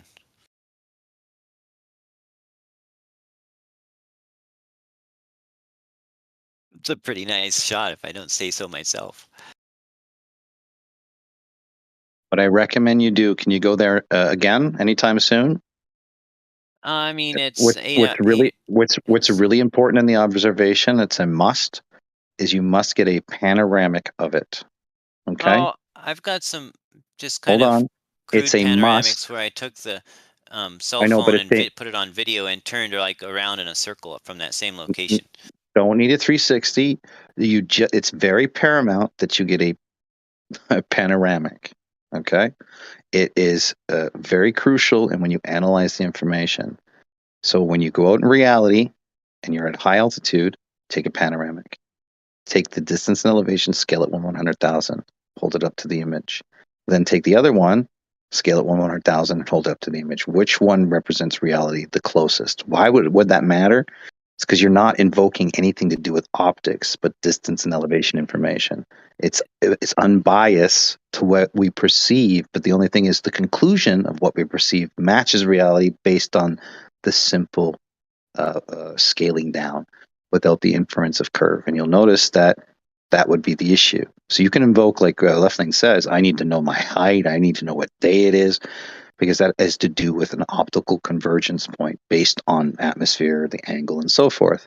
But if the Earth has physical dimensions of curve, it's irrelevant of our optics. And that's why scaling down shows you that.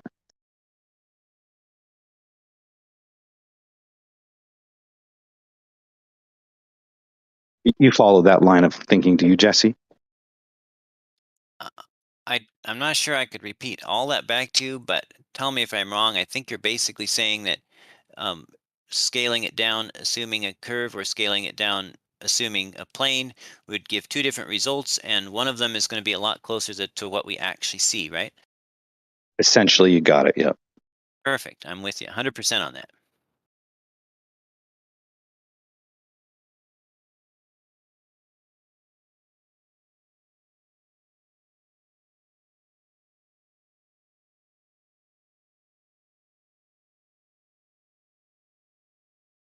Do you mind if I do, like, say 10,000 to 1 instead of 100,000 to 1, just to increase my accuracy? You're best to go 1 to 100,000, because that is the example that I presented. So if you want to be on par with my example, you want to do 1/100,000 scale. And not only do you want to do 1/100,000 scale, you can actually see if in the curve one, you can actually see if the object is going to be disappearing due to the sagitta, or the horizon of the Earth, the physicality of it. And you'll be pleasantly surprised with some information you find if you stick to the scaling. Why that scaling? It's because I did it. So if you want to match results, you probably want to stick to the same scaling. But again, you do what you want, dude. But I mean, the exact scaling shouldn't matter. If it only works on an exact scaling, then something's wrong, right? Here's what's better. The smaller you go, the more accentuated the curve would be, correct? So if you want to see a huge, drastic relationship between reality and what's perceived to be reality, you want to reduce it as much as possible so that you highlight the reality that's being invoked. In other words, if you increase your size, you're not going to be able to see the curve that I'll be able to see if I reduce my size. My reduction in the value of 3959 1/100,000 scale will show a greater curve than yours, right? So the idea is you stick with the same math, the same situation. And if that's the case, why is it when I can scale the other one down really small, it's closer to reality than the other one, even if I increase it? It doesn't matter if I increase the linear one, the one with the arc is the problem. I think you're Canadian. What's that, Jackie? Data was Canadian, but I guess he's American.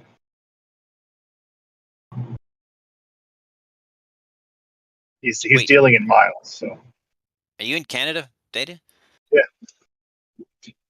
Yeah. I like miles or kilometers. It don't matter. I don't have a bias. I also like nautical miles. It's all good. Because if you ever make it to Victoria, Canada, BC, however you say all that, I think I got it in the wrong order, but if you ever make it there, get a hold of me. We can do some long distance shots across the water there with lasers or something. Ooh, dude, I wish I was there. Vancouver Island is nice.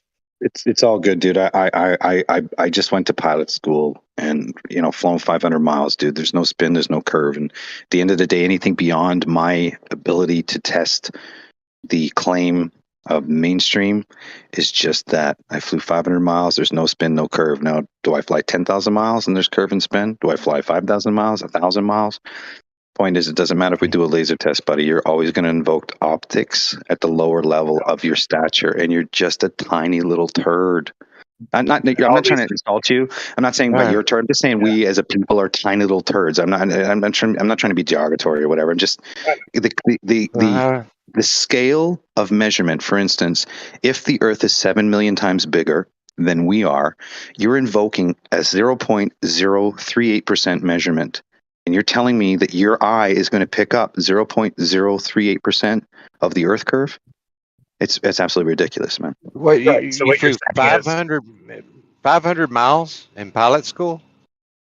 Yeah, from point to point. No, this is of course, as you get farther and farther, you're going from point to point, 50, 75 miles here, 50, 70 miles there, and back to the base, right? So you're doing shorter distances, but I'm saying over 500 miles, you don't count for any spin, no curve, nothing, zero.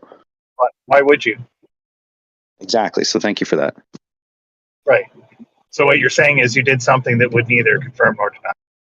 What I'm saying is that you cannot invoke lasers at local level if I'm up above the sky and I don't count for any curve or spin. It's ridiculous. You don't live on a cylinder Earth. You don't live on a cylinder Earth at your feet and then increase in height, and then the cylinder Earth doesn't become a cylinder anymore. I mean, come on.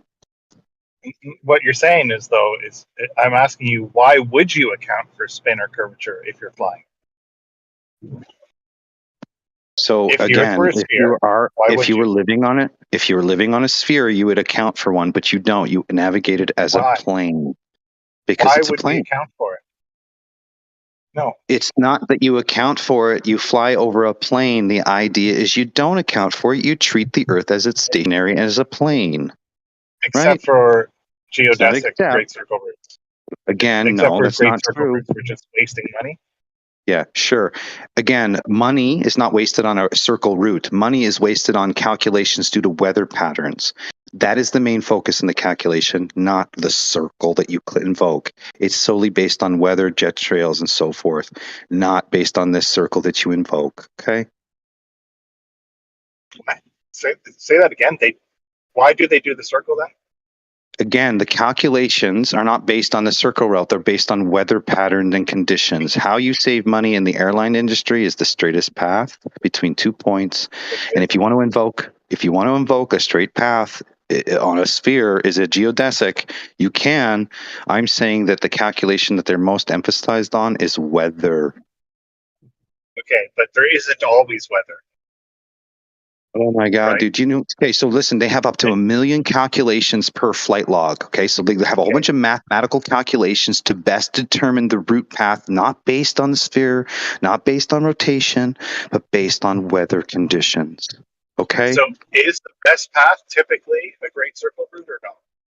So if you want to invoke a sphere, you're invoking If you're invoking a sphere, you're invoking a model. In a model that is spherical, that has a geodesic. Can I finish? So a model that you're invoking. You can answer the question I asked. So a model that you're invoking is a mathematical representation at a larger scale that it's unseen beyond your reality. If you want to say that you can see it, then why do we treat the Earth as planar and stationary when we fly? Why? It's because objectively, that's what we treat it as. Outside of that environment, you can invoke a great circle. For a spherical model, you can invoke geodesics. I'm saying practicality, they calculate based on weather conditions. And the straightest point between two path works basically on a flat Earth the same way it does in a sphere. It's the shortest distance between the two.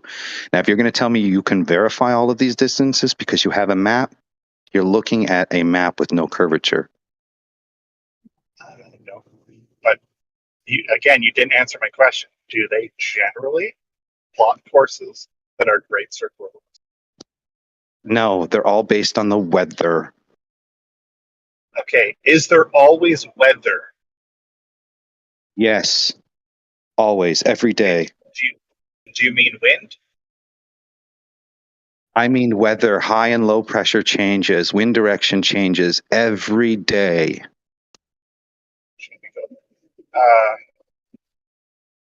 So they don't plot like great circle routes, is what you're saying. They plot primarily for weather and the straightest distance between 2 points regarding that weather.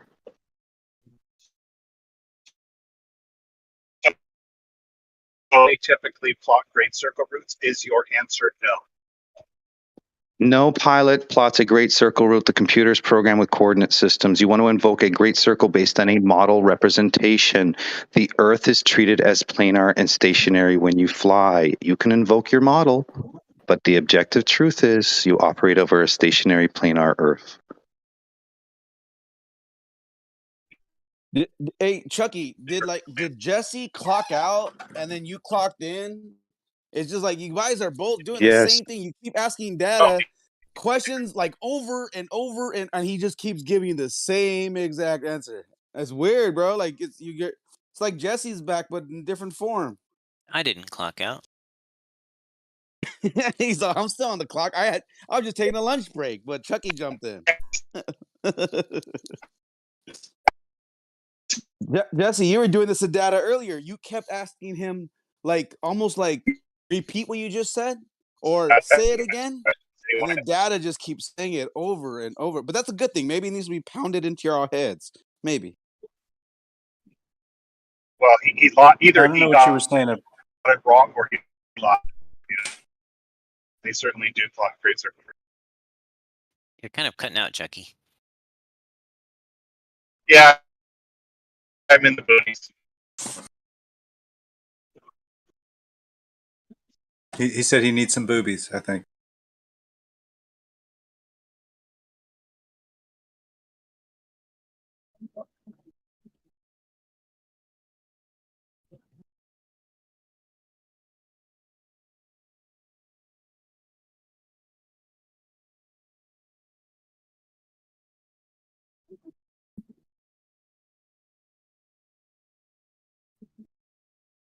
What do you think, Gio? Do you think perspective should work the same on a 100,000th to 1 scale model?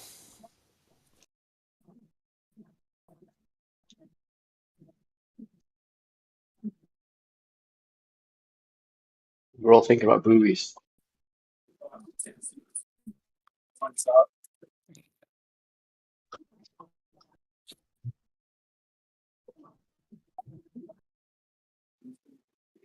I find it fascinating, the scale model, because that takes away any refraction, any gradient density, all these things that might affect the experiment. Scaling it down takes away all that. So you have no excuse. So The idea is you cannot deviate from your radius value, right? Which means you're invoking curvature at such a short distance for a short observer that it's going to run you errors when it comes to scaling down the surface to invoke perspective. As where the other one, you're not invoking perspective. You know that it's just distance and elevation. It's nothing to do with sphericity of the body that you're standing on. And if it was, well, then ideally that at that local level, when you increased in elevation, you would see increasing amounts of either one. So on a flat Earth, the horizon moves outward as you would expect, and on a spherical model, it appear to move downward.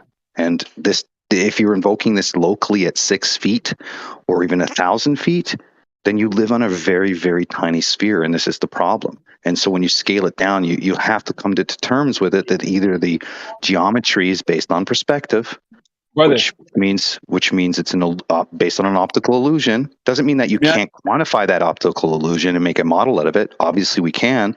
And for example, the Arabics did it in the 1300s with the planisphere. They basically took the celestial sphere and transposed it to a 2D surface.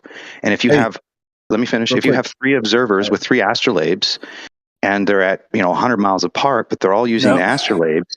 Let me finish. They're all using astrolabes. You're projecting a spherical surface between all of those astrolabes on a 2D plane, which means a 300-mile distance between all of those astrolabes. It's a 2D plane, right? This is mathematically fact checkable. And what's really interesting about the astrolabe is that it's 98% accurate to how GPS measures. That's it. Good. Okay. Yeah. You done? Yeah, I just want to ask. So I'm thinking about the scale model thing, right? The problem with that is, right, I would love to have a miniature camera, and it probably exists, to be able to capture also the reference point of a human being 6 foot from the ground, right? But like on a 6 foot scale model. You're going to realize something though, that straight lines and angles are more transferable than claiming an arc, and you'll notice that. Yeah, So but when you say a camera, you can still put the camera above the surface of the Earth at 2.5 centimeters, that's what right? I'm about to ask you. Just let me Your talk. horizon line is going to be. Bro, just hear me out, because I know what you're saying, but hear me out. So this is why because it's harder to take the reference point from a human being on a 6 foot scale model, right? So what you do is you're doing it at 2,000 foot of elevation, right? That's what you said earlier. Whatever Mount St. Helens is, that's the observation I did. And the point of the matter is that when things are laid out in a linear fashion, it means you're not going to get matching reality 100%. You're just going to get something closer to reality, because you are reducing reality and using a camera, like you suggest, maybe a miniature camera. That's not the point. The point is what is reducible based on an assumption that one is planar and one is spherical. Well, the idea is if it's spherical and you reduce it, well, then you shouldn't be able to see certain things in the observation. Number one. Number two, if the other one's reduced but still is a closer representation, in other words, you're not going to, the horizon, obviously, the camera, you're going to still see farther past the point of convergence in the photograph, so it's not going to represent reality that way. But what's going to be transferable is the idea that it's a panoramic shot, and that when you reduce it in size and do another panoramic, they're in correlation to each other where the other one isn't. You know, when you call it a point of convergence that you can see past, kind of argue with yourself there. No, what I'm talking about is when you're in reality, if I'm up at 1,000 feet and I reduce that, my point of convergence is not going to be the same when I scale it to 1/100,000. My camera is going to see past the point of convergence. In reality, there is no point what I mean by past the point of convergence, what I mean is me as standing up in the hillside, I'm going to have a point of convergence. And when I scale it down, what I'm saying, I'm going to have a point of convergence due to optics. Again, the apparent junction of the sky and ground is a convergence point. This is an optical effect. That is going to be there. Don't say no, dude. It's well known. Like, get out of here. So the point is that convergence is not. It's not well known. It's you making up something. Again, listen. Number one. What's your name? What's your name? Two, what's your name? Number three, it's not. What's your name? What's your name? Hey, Brad. Guess what? There is a book on Library of Congress. It's called The Evolution of the Scientific Mind. In that book, and it's from Copernicus to Newtonian or something, or Newton to Newtonian, one of the two. In that book, they talk about the convergence. So the fact that you actually say that, I'm making it up, Brad, what are you doing here? The convergence of what? And the example they like to describe is the railroad tracks for once. Okay, so the point is stop. You're not being genuine. I didn't invent this conversation. I didn't make it up. It was heavily discussed in the early 17, 18, 1900s. There's books written on it. So please stop, Brad. So I learned this convergence thing in art class. But there'd be a point of convergence for the railroad tracks. A different point for another. Just stop. Oh, I'm sorry. Just stop. Just stop. Just fuck off. How about that? Why are you here, Brad? Why are you over talking me? You talk. Why are you here? Why are you here, Brad? Fuck up for a minute, and maybe you'll learn something. Why are you here, Brad? You just lied. I did not make up convergence. I did not make up convergence, Let dude. me answer the question without you talking over me. Did I or did I make up convergence? You made up the part where you said the horizon is a point of convergence. Yes.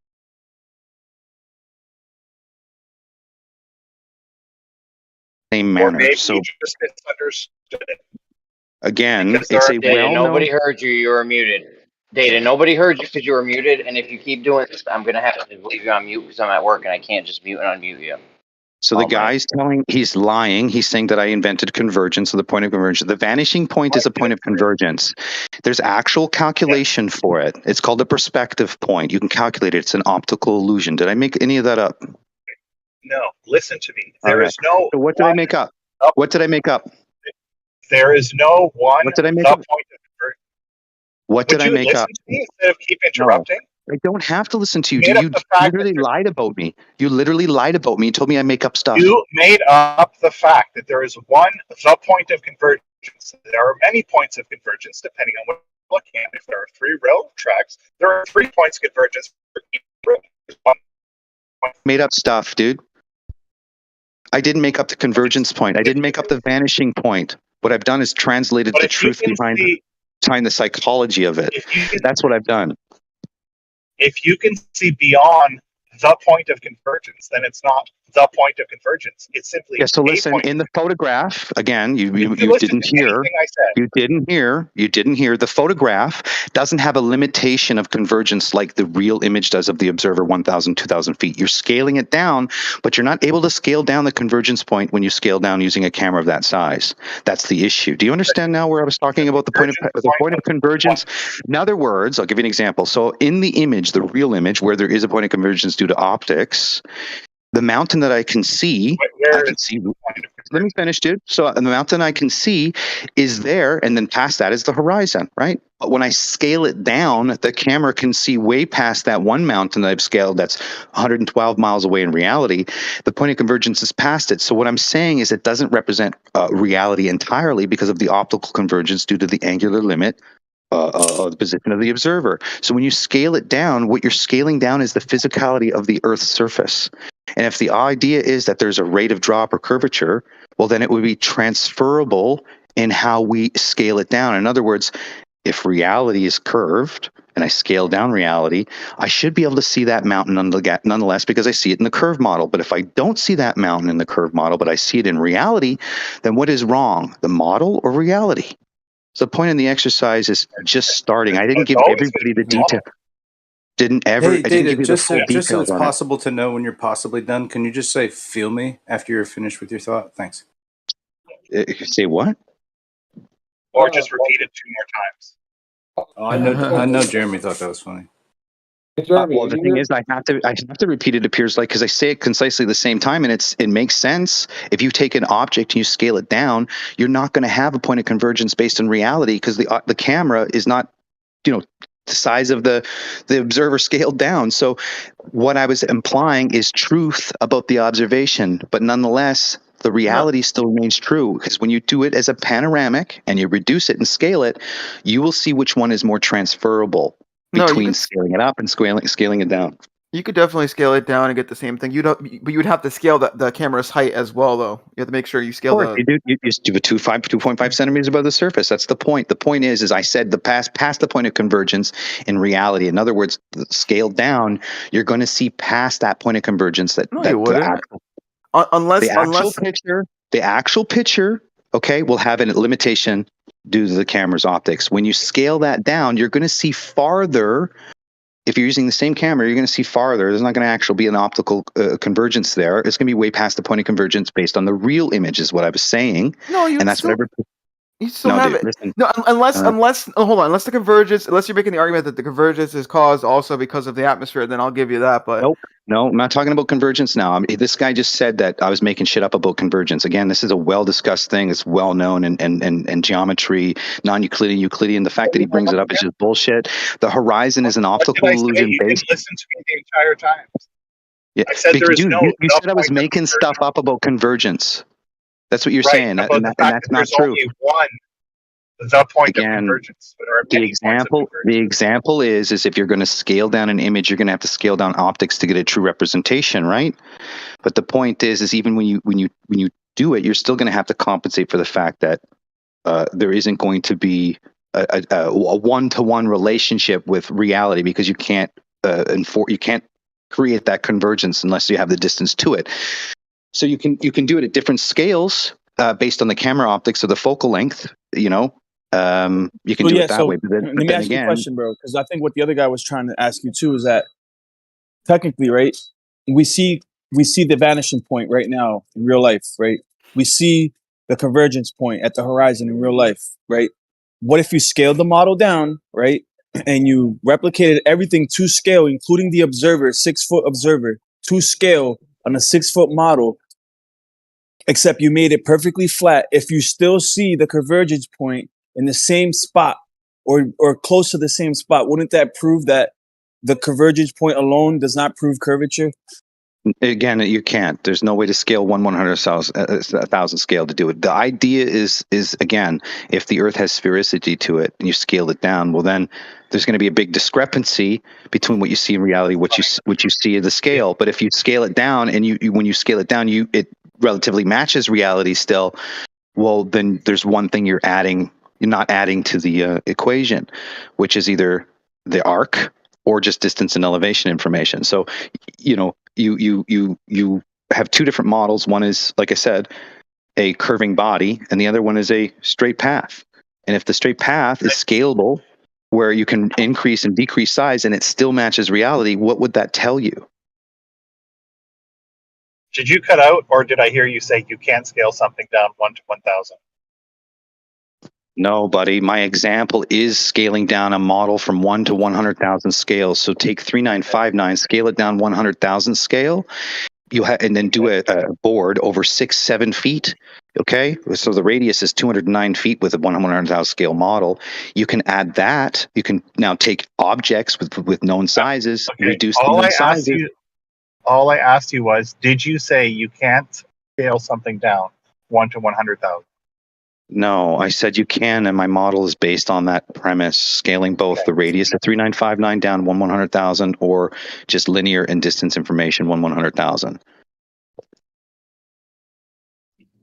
Hey, Gio, you there? Look, dude, I didn't make any of this stuff up. I just started reading books that were written over 100 years ago about this argument. None of this stuff is new. Zero. I didn't make it up. I didn't. Somebody put it in my What do you face. need, man? What do you need, extremist? I know you can hear me, Data. I wanted to know how. Sanic wants to know how long he's muted.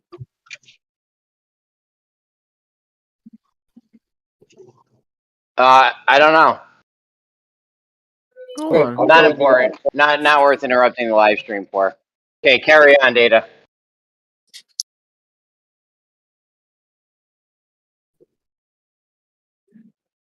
Try to be concise, Data, please, for the love of God. So what you say this information's over 100 years old? Why have surveyors still been wrong for that 100 years if all this stuff has been known, and all the time before that? Yeah, so what I'm saying is actually older than that. There was always debates, even the Greeks, whatever, doesn't matter. What I'm saying is that people that brought forth, contention against the actual sphericity, the angles, the spin, the rotation, it basically inspires you to go to learn the ontologicals, the beginning of it all, the primitive thoughts of it all. And if you went right to Ptolemy thinks that the Earth is a globe, but he admits that he has to start with a presupposition of what the horizon is. And then he also says that it's absurd that the Earth would be spinning. So if you read these stories, they're not my stories. But then if you can keep reading, you read they're based on successions of errors. So every presupposition is concluded with an error and then a correction. Then another presupposition is concluded with an error, then a correction. So you see the evolution of the scientific mind. That's what this is about. Data. In surveying, there's many methods to get, let's just say, a distance. We can use chaining, we can use theodolites, and we can use GPS or GNSS, right?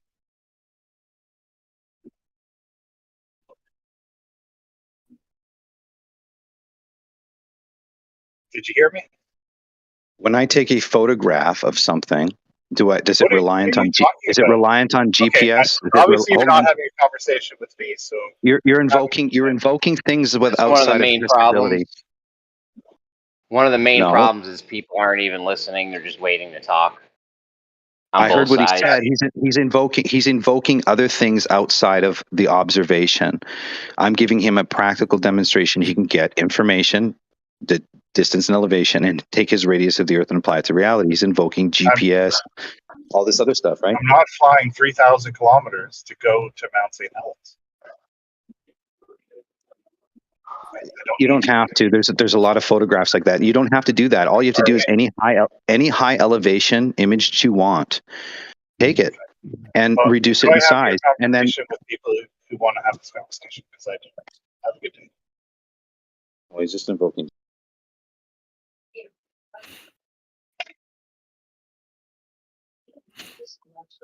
Is that not fair to give him a practical something he can do practically, rather than invoking GPS as a position of argument? Kind of like a diatribe, but you have company along. I don't know.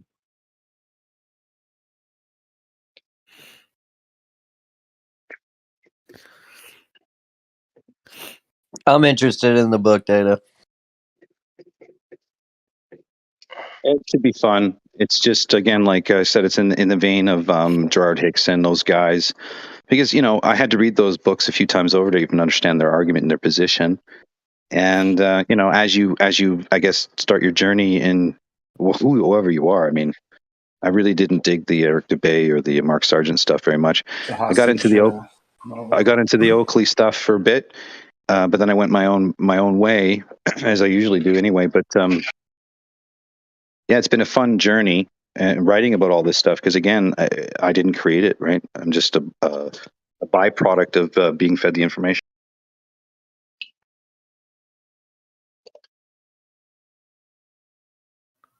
You're even getting some of that information is really difficult. Like when you look into like how the inventors were thinking that invented the main technology we use today. So, well, imagine if every kid could be an inventor, there would be a lot, there would be just amazing things happening. And that's I think what's really interesting about learning about all this is when you did read about Tesla and you did read about the idea of free energy and kind of how they paint the menace picture of like free energy is out there. It's like would inspire the inner scientist, right? I'm gonna make my own gasoline. I'm gonna, it's kind of like what would happen to you, right? You'd be kind of independent of the government in a sense, but then it's your government doing it to you because they want you to be independent to some degree. You know what I mean? yeah, it's wild. It really gives it's a crazy plan they came up with. You gotta give them credit. Well, here's the catch-22 is that if you're going to inspire the heart of an individual, they can definitely do so by getting them to question their reality, but to pit everybody against each other, I think it's going to bite them in the ass.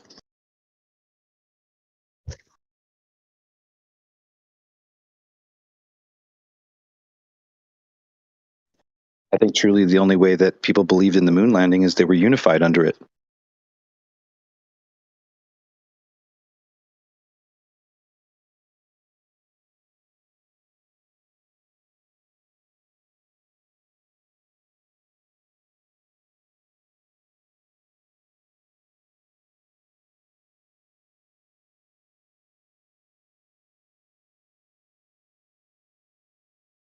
Okay. Anyway, I still don't get the scaling model, the scaling argument, whatever. Are you because you said 1 minute? Oh, yes, it works, or it would work, or it would support the flat Earth side, whatever, if you scale it down.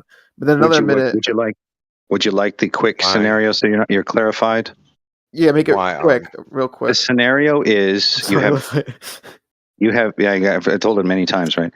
So the idea is you're going to take a real life image, something with a long distance, and it maybe it's got mountains in it, maybe 4 or 5 mountains, and the distance is around 100 to 120 miles, maybe even longer, right? 100 miles plus is better. You're going to take that observation, and you're going to apply 2 ideas to it mathematically. One is obviously just distance and elevation, 1/100,000, and the other one is taking 3959 and reducing it 1/100,000. The most important part of that was when you scale it down between the 2 is take a panoramic. If the one that you take a panoramic is in relationship to the actual observation, well, then there must be a reason why I can take a large observation and scale it down 1 to 1, and it matches or close to it. Okay, but you also made a point about something about like oh, you can't you have to I don't know, something about scaling the optics or some shit, or oh, if you scale it down, the convergence point changes Yeah, or so some I'll shit. clarify with that. Well, here's the logic behind it. So the real observation has an angular limit based on the camera's capabilities. Well, when I scale an object down, I'm obviously reducing all the objects in size. It's not going over, and I take the distance and I reduce it over 6 feet. There's not going to be a convergence anywhere near, obviously, the real observation, right? So that's what I'm saying. It's past the point of convergence of the real image, and so therefore it doesn't depict reality 100%. Do you understand what I'm saying?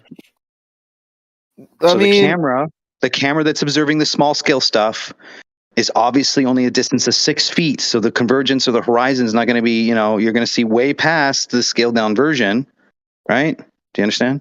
So I guess you scale the 6 feet down then. No, you scale the 3,959 feet or miles down, and you get 6 feet. You get a 209 foot radius, and if you want to scale 120 miles or whatever, it's around 7 feet.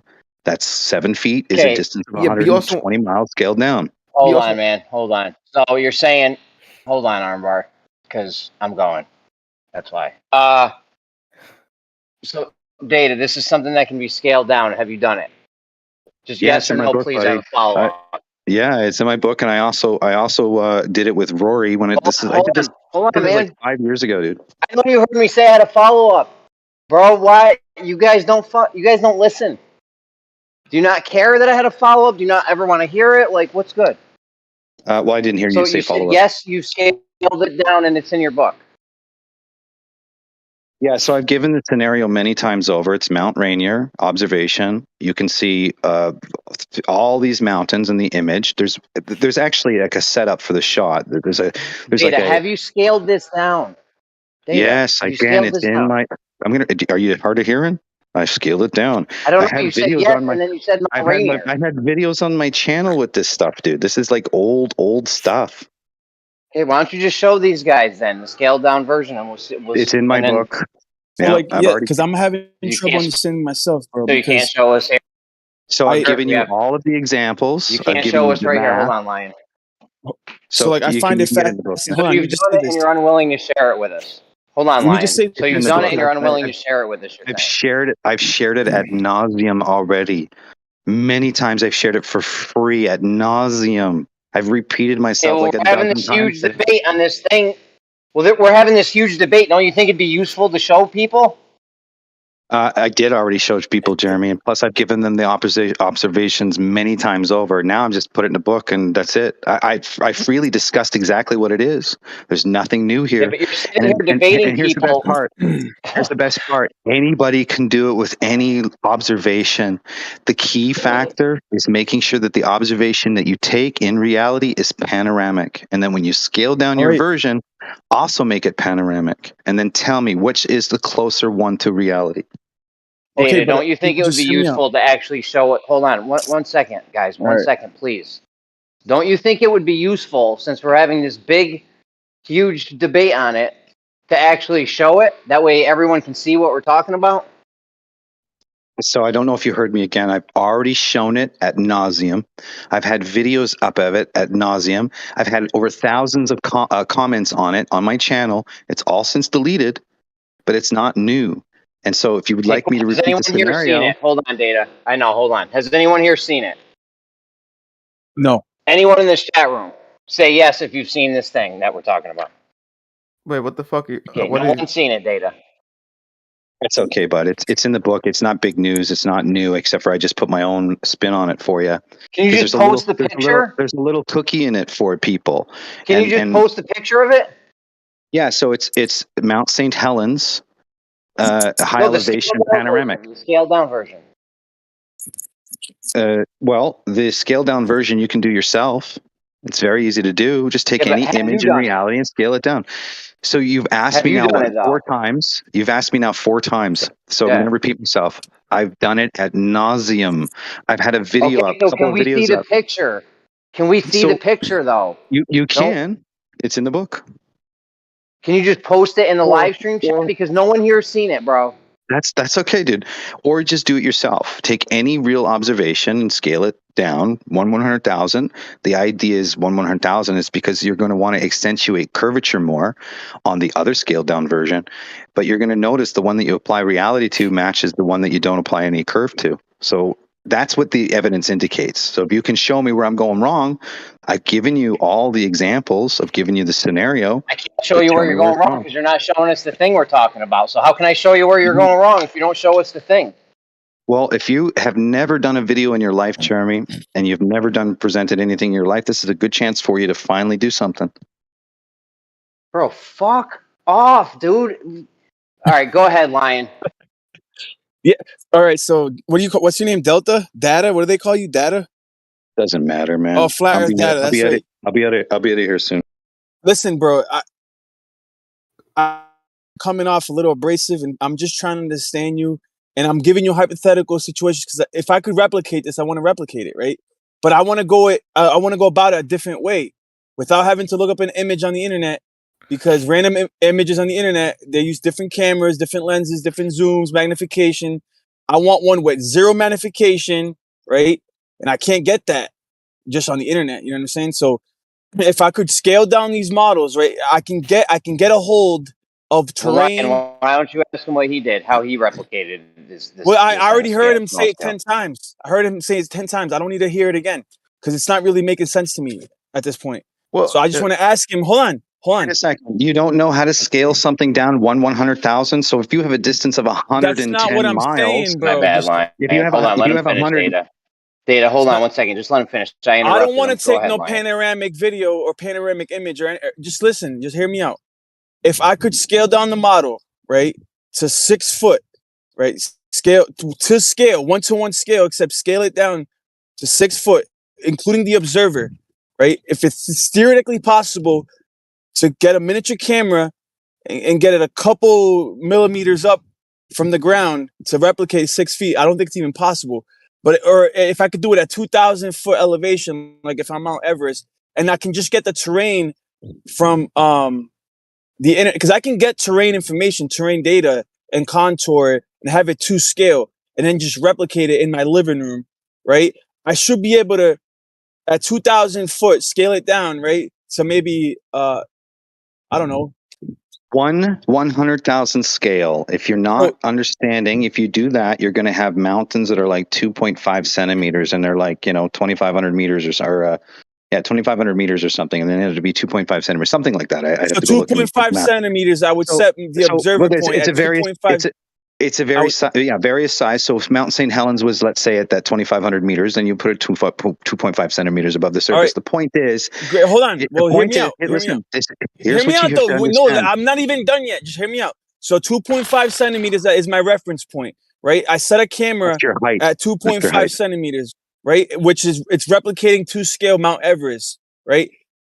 And then there's landmarkers in the terrain, right? In real life, there's landmarkers that you could see before and after the convergence point. So if I were to scale this model down, I should theoretically at least see this convergence point should be in the same exact point, even because it doesn't matter that it's 6 foot. That's the thing with perspective. It doesn't matter that it's only a 6 foot scale model.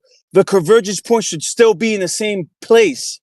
Right? Here's the thing. Again, you're not going to be able to force convergence unless you actually create a whole tunnel of sky and ground in your model, and then maybe have a distance much larger than 6 feet to do it.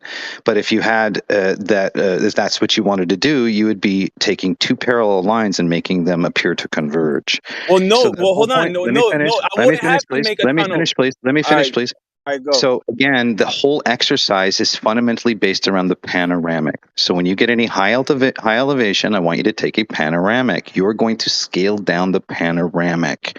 And in doing so, if one is relatable and like you can transfer it just linearly, I don't know if that's the way to interpret it, but if I'm only reducing distance and elevation, and it's a closer representation to the planar environment, as opposing to the other one, and how I would determine the other one, because it will still have very little curve in it, over 6 feet, because both pieces are 6 feet long, right? Because it's a distance of 120 miles reduced to 1/100,000 scale, which is like, let's say 7 feet in total.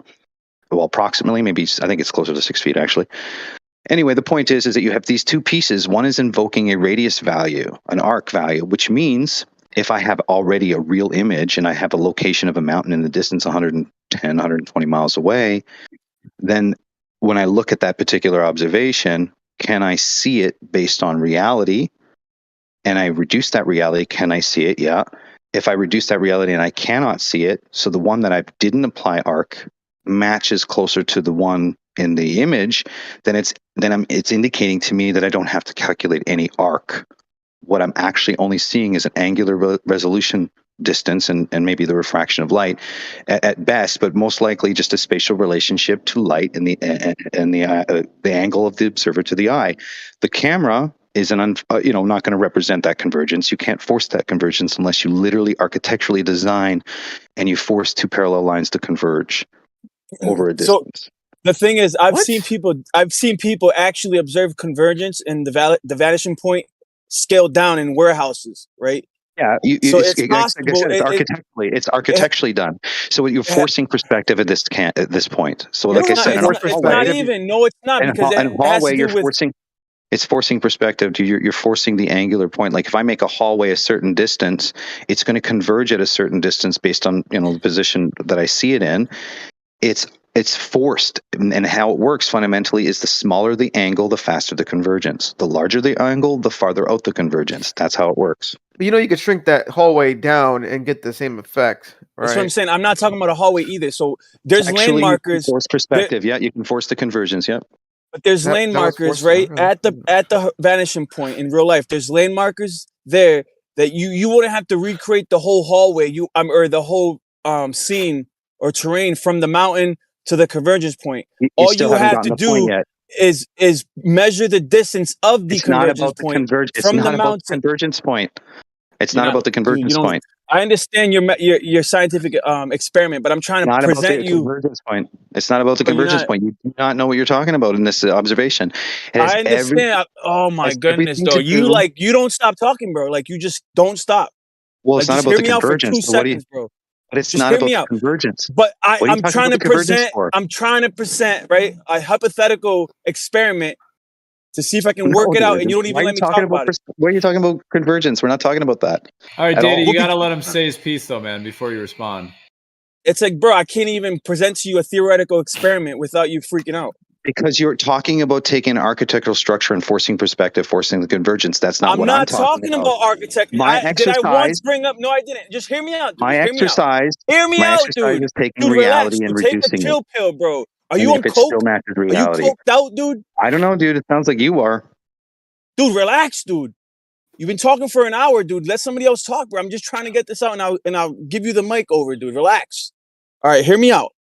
So at the horizon, there's lane markers that we can use when we scale down the model. You don't have to recreate the whole terrain from the mountain and all the trees and everything and all the animals and the birds. Dude, get out of here. You don't have to do that. All you have to do is use Mount Everest as the main reference point, or because we can't replicate to scale a 6-foot observer on a 6-foot model, right? So we have to use a higher elevation like Mount Everest, which is 32,000 feet up, or something smaller than that, right? So theoretically, if I were able to scale down a model, right, even in a digital program, if you scale down the model, but you have certain landmarks on the horizon or at the vanishing point, and you replicate it, right, and then you include the 8 inches per mile squared, right, and then you do a flat Earth, right, and then you compare the perspectives. One should be more accurate than the other. True or not? So the whole point of the exercise is the panoramic. The panoramic is crucial in the photography. So the idea is you're taking real life, and in this case, if you're going to take real life and emulate it in a model, you're going to have to assume a distance to height of the sky and a point at which it converges, which is optical, meaning it's not actually converging. Mine is not based on the convergence point or the optical or anything. It's actually based on distance and elevation information. You are going to judge it optically when you get a final result. The idea, though, is when you take the math and you scale it down, you're going to accentuate the model. While on the one that doesn't have any curve, it remains the same. You're just reducing in size. So if I make a model where I reduce it in size, and it still matches reality more than the one that has the curve in it, then what am I going to suspect is more closer to the nature of reality? Something that is claiming to curve or something that isn't? This is why they invoke 7/6R. Is that correct? Well, this is what Ruhith didn't want to do the challenge because I asked him, because I also told him there's a cookie in it. In other words, I give you a premise. I've looked at the curvature math. I've seen the actual information. What I mean by a cookie is there's something in the image that would refute your claim based on the curvature model, based on refraction, and so forth. In other words, you still have to compensate, which would say no, but or which would say the dipping dropping it would be incorrect, and that the other one would be more correct because there's no inference of curve, and therefore it's just scalable in and out. Like what I mean by in and out is small to big, right? Like anyway, and the panoramic helps you understand that, I think, because the panoramic is crucial in keeping everything planar.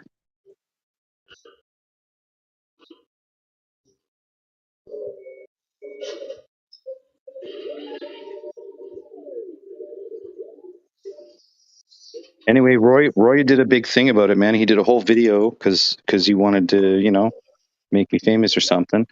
And yeah, he used a broomstick, went all over, did a whole bunch of stuff for it, and then he even did a second video about it.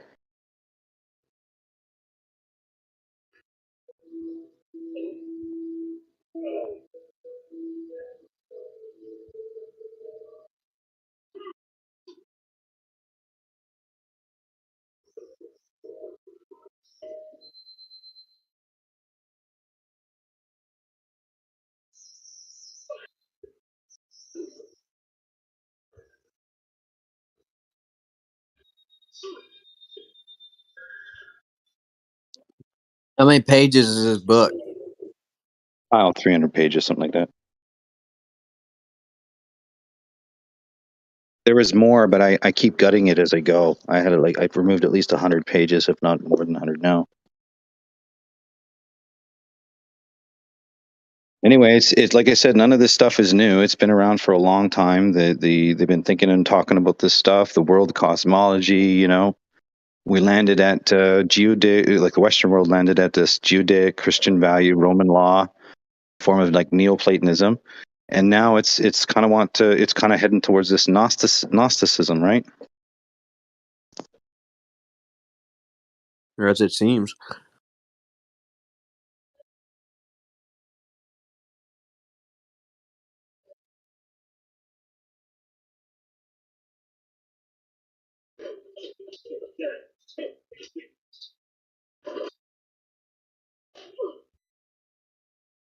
What I keep going back to is reading the story about Euclid's Elements and how a king basically made a whole bunch of copies for his citizens, thereby increasing their IQ. And apparently he was doing so that the citizens themselves would be more independent. Can't remember the king. This was a long time ago, but it was definitely Euclid's Elements that, geometry is a fifth science, right? So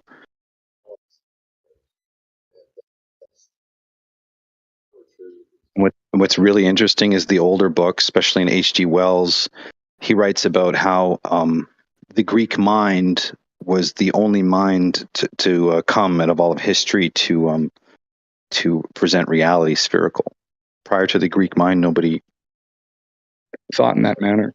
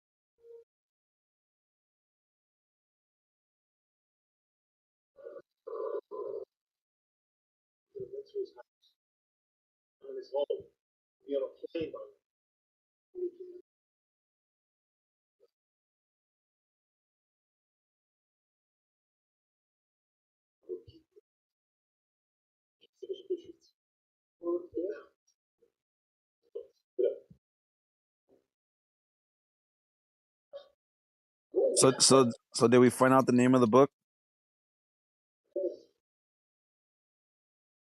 Yeah, I think I landed on The Great Delusion.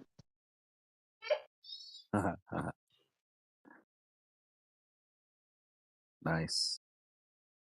When are you gonna release it, Dad?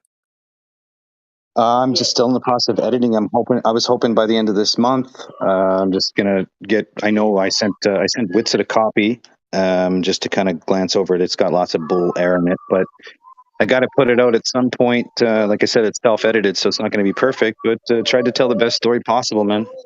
Right. Cool. Yeah, I'll look into it once it's released. That'd be cool.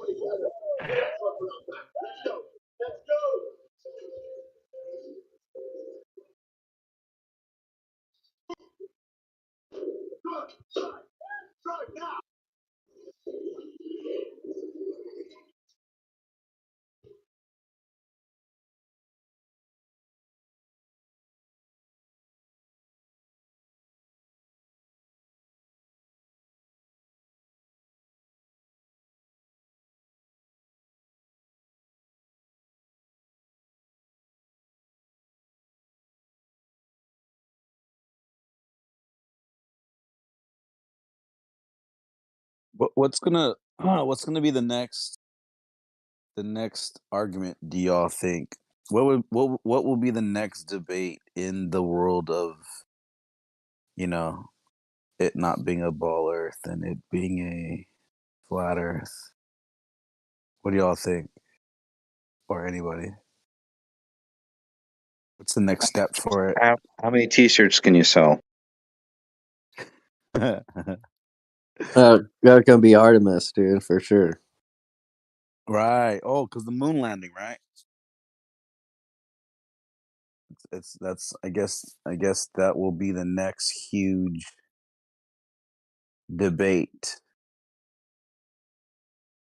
Because like if you look at the stages of it over the years, like being in these Discord servers, whether it was back with 24/7 or back in FED, um, or any of the others, even the Asylum itself. But looking at all of them, like there's always been a general discussion going on, like a general argument. But as they say, the goalposts continue to just get moved and moved and moved. Where are we at this point? How far is that goalpost from when it first was being talked about 5-6 years ago? Well, they don't present pictures anymore, I'll tell you that. Yeah, that whole when that blue marble thing came out, and that dude was like, "Yeah, it's Photoshop because it has to be." That really like destroyed a lot of their arguments because a lot of them were like, "There it is. That's the proof. Look it's real. It's from a camera." And then you learn they put that together. It's like womp womp. Try again. It's pretty sad that they can't even get a real picture of the thing. If it's really happening, there would be tons of them. You know what? Dude, I was just watching a launch this morning because I love watching this shit, right? And I think I even posted a video of it, the end of it though. So I'm watching it because I'm like, okay, once again, they're saying they have a camera. It's going to show the launch. It's going to go up uninterrupted. Now, this one did. It went way up in the sky, uninterrupted, until finally it got interrupted. And all of a sudden, they just went, they were just like, okay, now we're just going to wait for NASA to call it, and or whoever it was, and then they're just showing. They cut to a CGI, and then you hear someone's voice on the on the transmission. all right, deploying, the satellites. And then they have a little graphic that just shows it, deploying it. And then they're like, yay, there it is, guys, you heard it. And then we're going to get all the telemetry for you, telemetry data, to prove everything that you just heard being said. And it's like, dude, come on. You guys had cameras all the way through until where it really counted, I guess. Because that would have been really cool. I mean, why would you cut from it? Obviously, for their own, because they want to make sure it's released and happens. Like, come on, dude. They just cut off the feed. I was so disappointed. I'm always disappointed with these guys, to be honest. It's every time, man. I watch them all the time, and I just can't. I'm not convinced by the speed or height. Because we see airplanes and stuff, and I literally watch these things go off, and I'm like, there. And then you can watch them. It tells you how fast it's going. And I'm like, there's just no way. That's just not what's happening. That's not real. You know what's really, really interesting that I realized this morning? So I'm watching the graphic in the background. I say graphic, maybe, a little, being a little dick. So you see the Earth in the background. And it says that they're going like 8,000 kilometers per hour. But then, like, in a matter of like 5 seconds, dude, it just skyrockets to 20,000 or 22,000 kilometers, like within seconds. Like, it just racks up all of a sudden. And then, but you look at the ball behind them, and it's not going any faster in movement. Like, that makes zero fucking sense. And dude, they have how much money? Who's in charge of their graphics department, bro? Because at least match shit up with reality. From what reference frame? Come on, from what reference frame? Here we go. Yeah. Where was the? Yeah. What was it? Was it Tuesday? Oh, no, it was today, so it's been Monday. But that's what's weird, man. Like, and I have the video. Matter of fact, let me see if I can post it. It's like 11 minutes long. Let me see if I can post it though. Oh no, I cut it down to 9 minutes. So here you go. Nope. Got to get nitro. It's too big. My bad, guys. I don't have nitro no more. I deleted it. Anyways, I have it, and it's just like out of nowhere, it just boom, it zooms up. Yet, imagine you're in a car, and then and you have like trees, like let's say telephone poles going by you, and all of a sudden, you just like kick it to high gear, and you start going like 200 miles per hour. But the light poles are still going by you at the same speed when you were going 40 miles per hour. How the fuck does that make sense, bro? Can I see what you're talking about? Because I don't even. You're probably misunderstanding what you're seeing. That'd be of course. Yeah. No, it's a misunderstanding. Here, if you want to see it, here, let me see. If you want to see it, yeah, me. Go to NASA. It was today's video. Let me post a link for you. Let me grab it for you. I always gotta hold your hand, Arma. Always. I'm just kidding. Hold on. NASA. It's the right here. Launch of cyclone tracking. It's an hour and 10 minutes. But if you just want to scrub it all the way to where it's like going 7,000 kilometers per hour, and then watch how it just zooms up to 20,000 kilometers per hour, but the Earth is still not spinning faster in the background. Just check it out, bro. Like, look for yourself. Here, I got it right here. If you don't want to look for it, I got it right here. All right, I'll get the link. You could scrub through it. No, but yeah, I do shit like this, like, behind the scenes. I like to go watch all their fake shit. Mock it, Do you know the exact timestamp where it goes real quick, or at least a general timestamp, like around this? Yeah. Let me see here. I'll get it for you. I guess I could have fucking timestamped it, but let me see here. Roughly around 35 minutes. Let me see. I'm zooming in. Let me see if that's the part. Okay, so so at 35 minutes, it's going 6,000. Okay, so hold on. Or is that 9,000? I can't see, the words are in the way. It's 35 minutes. It's at 8,000. Okay, maybe it's 9,000 at 36, and then all of a sudden, in 1 minute, Yeah, at 36, it is over 9,000. Yes. Right. Okay. So then you'll notice that it jumps up to maybe within 2 minutes. Maybe, dang, I guess I looked away that long then. But it seemed like it was just instantly. Because I looked back and I was like, what the fuck? Maybe it was 2 minutes. It I took mean, you 2 could minutes have. to climb up. Yeah, I mean, you could have just maybe been drunk, maybe blacked out a little bit. Like this, I'm not trying to. Dude, that's usually, hey, I'm gonna argue, bro. That's usually what it is, bro. Okay, so Yeah. hold on though. So look at how. Okay, so I guess the time would be at 37 minutes. It's going 11,000 miles, 12,000 miles. Within seconds, it's climbing, climbing, climbing. So at 37 and 40 seconds. Now look at the ball, okay? Now if you rewind to when it's going 7 or 8,000, it's exactly the same. Like it's just no difference whatsoever. No difference.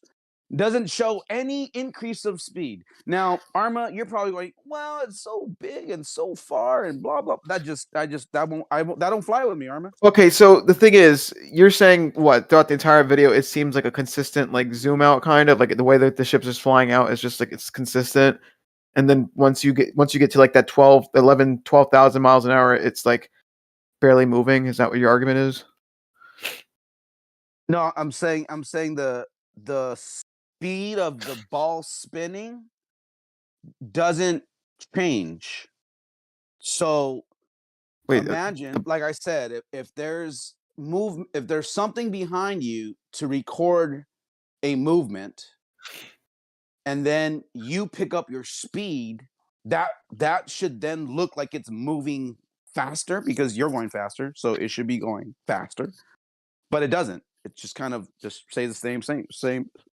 Just get back to your guys over at NASA and let them know, hey, dude, what the fuck? You guys I dropped the mean, ball again. I don't get it because I mean, what I'm seeing in the video, it looks more or less perfectly fine. I mean, Yeah, of course, because like I mean, like when you when you the thing is, all right, if you fly at like a consistent speed, then obviously it would be a hell of a lot slower to exit, like in that because in that video it's obviously the rocket's accelerating, right? And so it seems for the most part that it's a that the Earth is consistently zooming out for the most part, obviously up until they get to like really high up and whatnot. But I mean, I don't know, it doesn't look wrong to me. I mean, you haven't even, I don't know, man. I feel like this isn't really an argument. Hey, it will never be an argument for you or a like because you guys just see this video and you're like, yep, that makes perfect sense. But you said something about like spinning though. Like what spinning are you talking about? There's something fishy about that entire video. That thing is like a smoke show, dude. Even when they're looking at the news, like, is that from New Zealand? Did it say? Yeah, it's from okay. Whether there's other stuff maybe fishy with it. That was sort of irrelevant to what Apocryphon was saying though. He was saying something about the speed though. Well, no, that you were saying it's just going up and away from the Earth, but it has to fall into free fall eventually, right? So they just shoot straight up to do that, or don't they typically, when we see them, it kind of makes a parabolic curve? I mean, they are technically doing that for the most part. I mean, at least towards the end, it's very obvious. I can't tell. Obviously, earlier in the video, it's a little harder to tell, but at the same time, though, this rocket looks like it's going straight up from that position, just straight up. Oh, hold on. Wait, Arma, that's what fucked me up, bro. That's what fucked me up. Here, let me double check those so I get a timestamp for you. Give me a second. Hold up. Okay, so and they cut like 4 or 5 times, man, for sure in that one. Right.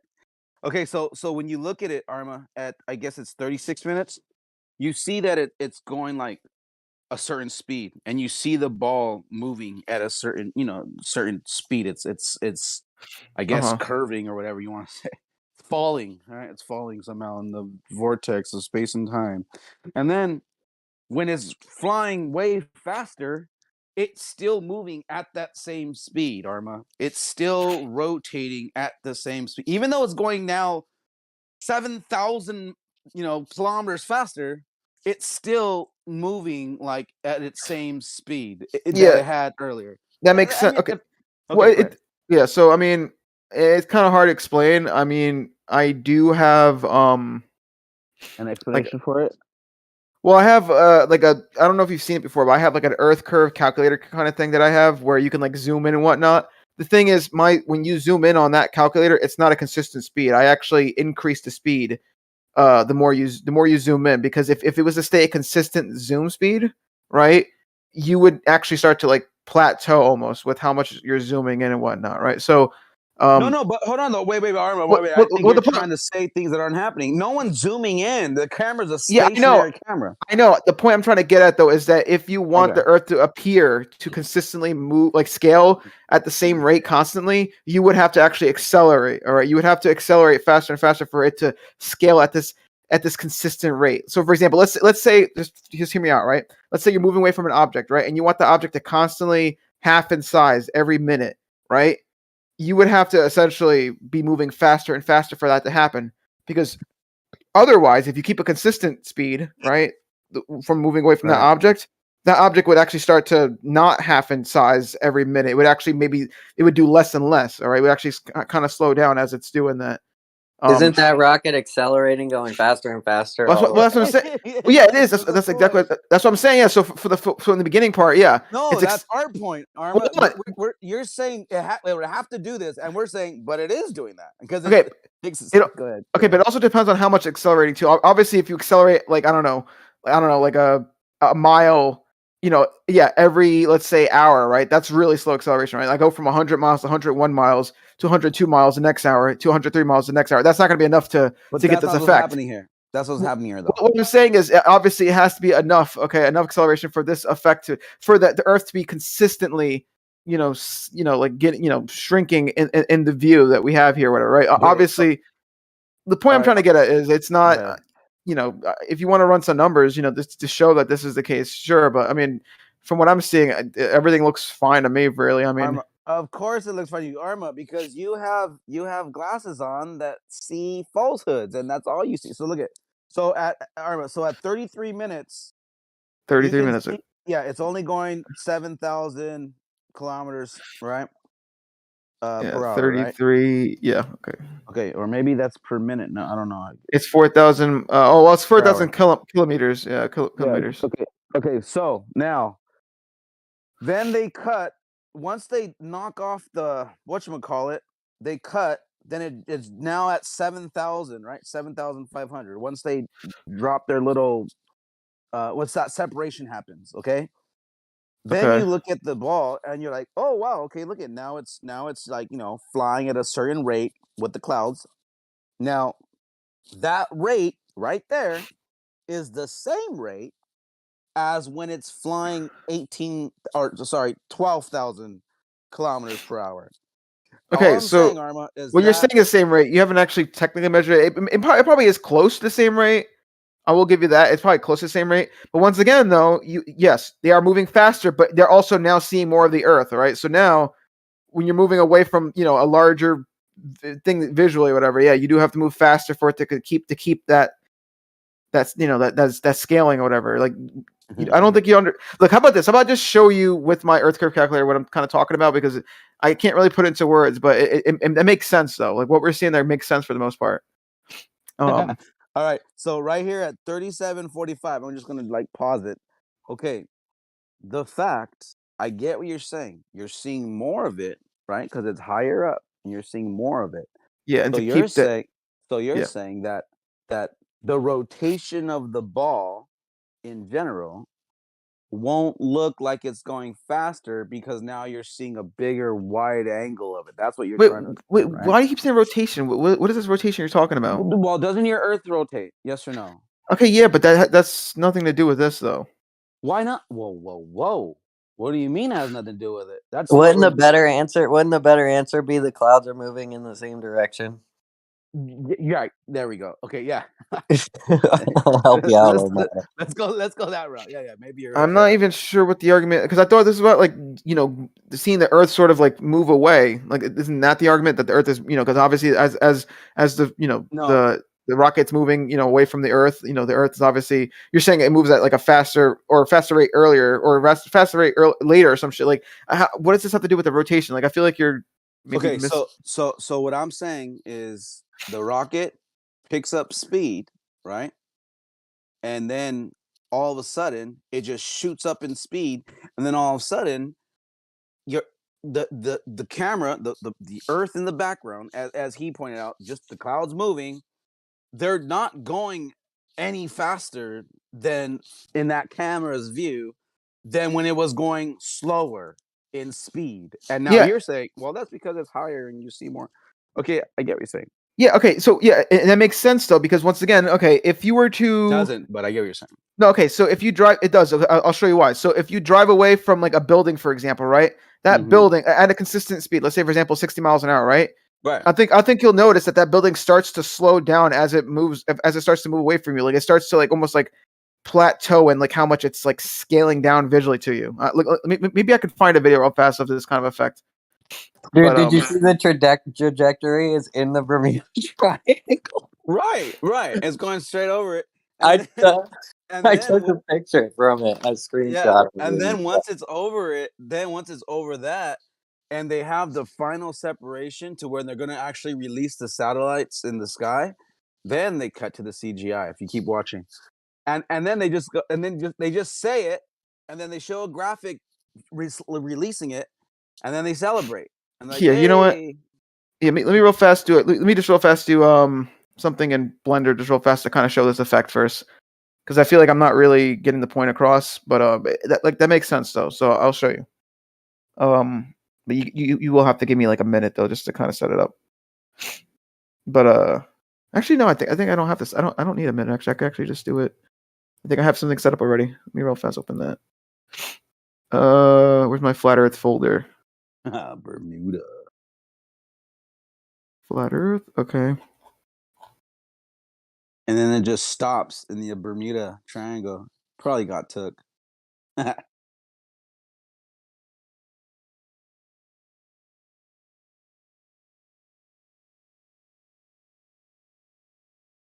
Some dude on his sailboat is gonna be surprised. Earth and Moon. Hey, and here's what's funny, dude. When they drop those fucking pieces, like imagine just some dude just like on a boat just fishing, and then a big ass splash because something just fell from fucking 7 or however fucking high it is. We told him not to fish in that area. It's dangerous. That's the satellite launching rocket graveyard right there.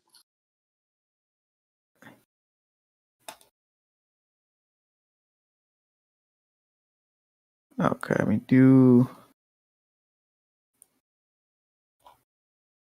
think I got something to show you real fast. I think this will make sense. I know you guys try so hard to justify. It's not. I'm not trying hard to justify anything. That's just how it works. It's just how it works, Arma. It's real simple, right? You're flying real fast, and it's gonna look the same speed as when you're flying slower because you're Hold on, getting farther away. Here, hold on. I'll show you, man. Hey, Armo, why did they cut the CGI? Why didn't they keep those cameras going that they had? Those live feed cameras. I don't know, man. But look, I need to real fast show you this because you're not really getting this. So Okay. No, I actually do get it, by the way. we'll see about that. I'll show you that you don't. I know what you mean. So, in other words, you're lying. No, I'm just kidding. Go ahead.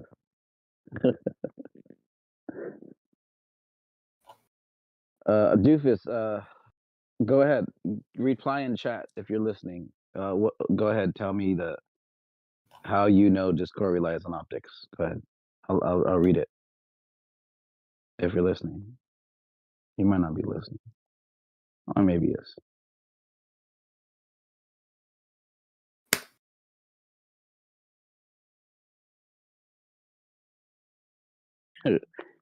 All the questions you asked yourself. Let me see what's going on here. I'm trying to first get this to set up properly.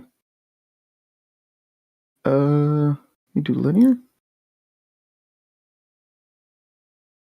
All right, there we go. I think I got something set up real fast. Okay. Are you gonna share your screen or what? Yeah, just give me 1 second. Here we go. So okay, I have torn out. me real fast. Screen share. Yeah, close all your gay porn. Just kidding.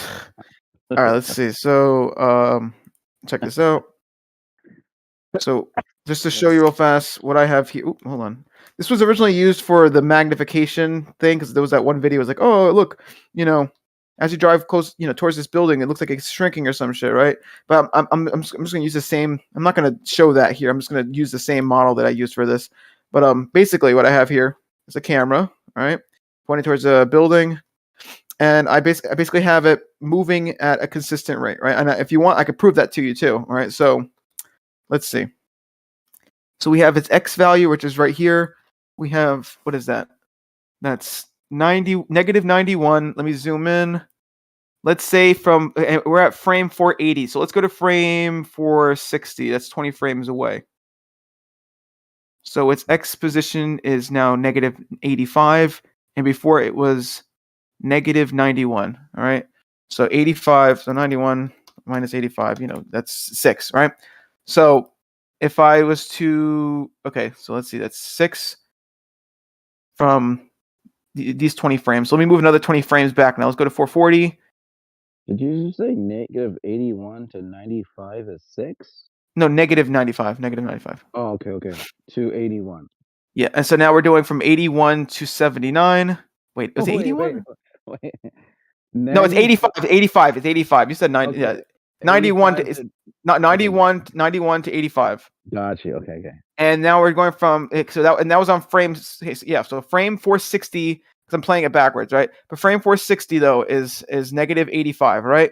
And then from 460, okay, so 440 now is negative 79, right? So 79 to 85, or yeah, we can take negatives out. That's not important. So 79 to 85 is also another 6. All right, so we are moving a consistent 6, 6 units a second or whatever. Would use 6, you little Satanist. Go ahead. No, I was. It was a coincidence, but anyway. So if you want, we could. You need one more 6, Arma, to make it complete. Okay, sure, whatever. So now let's go from 440 to 420. So 420 was that 73, and then what we had before was 73 from 79, and then there you go. So 79. 6. Damn it, Arma. Okay, and then I'll do a 4th 6. That doesn't count, right? So look, whatever. The point is, you get the point. It's a consistent 6 units every 20 frames. All right. I think that's proof of that, right?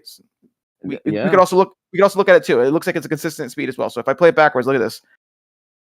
See that right there? That's a consistent speed. Right. Gotcha.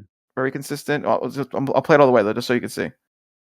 Very consistent. Yeah. Okay. All right. So now I'm going to put myself as that camera, and when I go to play it backwards, right?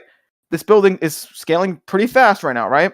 But notice the farther we get, the less it's starting to scale now. You're seeing that, right? It's starting to almost like plateau. It's like, okay, now it's not really changing much in size. No. But hold on. You see that though. You do see that though, right? Yeah. I see that, but it's like barely shrinking at all now. The reason why I'm bringing that up, right, is because if the rocket was to stay a consistent speed, let's say for example 4,000, at first, it'll appear to be moving pretty fast from those clouds, but once it starts really zooming out, like really going out, we would see those clouds start to plateau. Like it was to start to like stay almost the exact same size. But the fact that we're getting a consistent shrinkage, right? The fact that it's continuing to shrink, right, at a consistent speed, that means that we're accelerating. We're actually going faster and faster. Okay. So Arma, you just showed something going a consistent speed away from an object. Yep. Now replay this with it picking up speed. We're picking up speed. Okay, so if we do it, if we have it where it's pick up speed, then I believe it'll essentially, what's the word? It'll be a consistent scale or whatever, or it'll consistently be shrinking, properly, right? So maybe I'll fast see if I can. I know there's a way you can kind of do it. I think you have to do like let me see. Give me 1 second. I think I could do like a fade in or something like that, or ease mode. There you go. Let's do ease and ease in. I think it's an ease in. All right, let me see. So that's fast, and then I think it eases in. There you go. So this will be picking up speed. So here we go. So now if this is picking up speed now, right? So I think it's picking up speed. I could be wrong. We'll double check though. Yeah, when I don't see it picking up speed. Hold on. It give me a looks like second. it's still going. It looks like the video that they just posted. It's all the same, slow. Oh, then maybe I don't have it picking up speed. Then hold on. Let me see, because this is nope. Maybe that's not picking up speed. Give me a second. I might have to tweak it a bit. Triple H easy mode. It says ease in, right? Wasn't it? If I play it backwards, let me see. That kind of works, but not quite. Maybe I have to do it ease out here. Let me do it ease out here. Maybe that'll make it a little bit more. Ease out. Let's do ease out. Yes. Yeah, it's not quite working. This. Okay. How do I? Because it increasing would be apples to apples, because it going the same rate as apples to oranges. Because that we know that you know that what we saw in the video, it's not going the same rate. It's increasing speed as it gets farther and farther. Matter Well, of yeah. fact, why don't you just here's an idea for you, Arma, since you like building the stuff on this program. It would be really cool if you were to take the telemetry data of it, because you're going to have an elevation and a speed, and you'll be able to plot those, right? And then you could actually recreate the CGI. Yeah, that'd be a lot of work, though. I'm gonna be honest. That would be quite a lot. Yeah, you're right. I mean, NASA, they get paid to do it. They sit there. So for you, you just be duplicating their work. You know what I mean? I get it. But the point I'm just trying to show here in this animation, though, is that yes, if you're keeping consistent speed, we expect it to actually start to slow down. And like we don't really notice much of a distance. It's just sort of like, you know, like see how it just kind of it never really changes size. But when we're really close to it, and then we're moving out, then yeah, of course it seems to be moving fast. But that's what I'm saying though. So in the video though, it's pretty it's mostly consistent that we're constantly seeing this zoom out, right, or whatever. So I do think that's because of the rocket accelerating. It is moving faster though. I just wish I can replicate it here though. I'm not that good at Blender yet. Like I know there's you can like ease in ease out shit, but right now I don't know. I'm trying to figure that out at the moment. Maybe I need to do that. Maybe that's what it is. Let me try that. We do ease in here. Nope, we do ease out. Nope, that's not it either.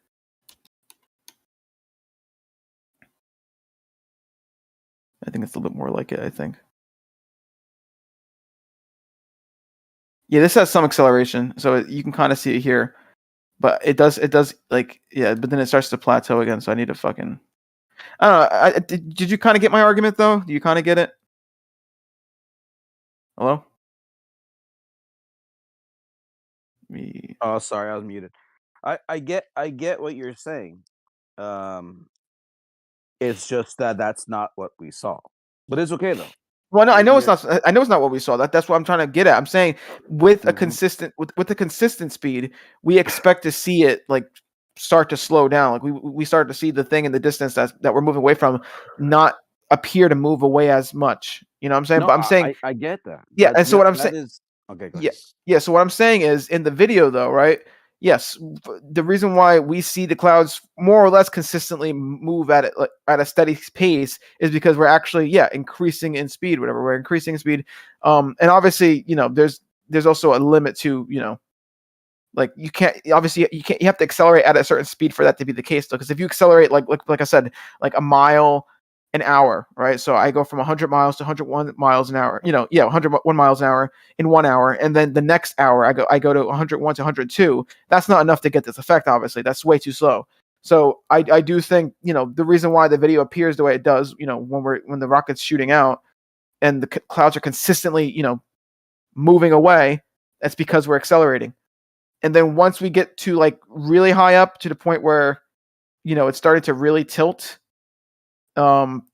I imagine it's we're so far out now that the Earth is really large, and you would have to move a considerable amount for you to keep that zooming out effect happening and whatever. 7,000 kilometers more is pretty significant, I would say. But hey, Well, it's doubled. It's double the speed. So what would happen is, let me see, what's the math for that? It's double the speed.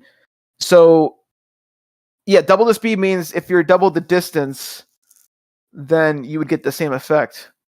All right. So I don't know. Let's say, for example, the rocket when it was going 7,000 miles an hour is let's just say it's, I don't know, 20 miles up or something, right? Just hear me out.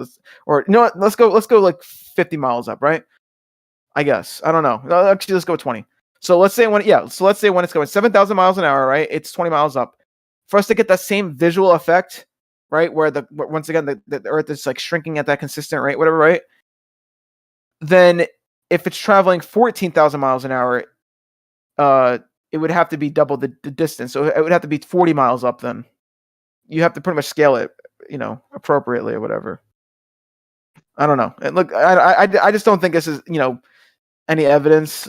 You know what I'm saying? I think just to wrap this up, because this isn't really going anywhere. I don't think it's any evidence. I do think if you did some math, and you're like, okay, this definitely doesn't line up, then I give you something. But this is more like eyeballing it, and it's not, to me. That seems about right from what I've seen.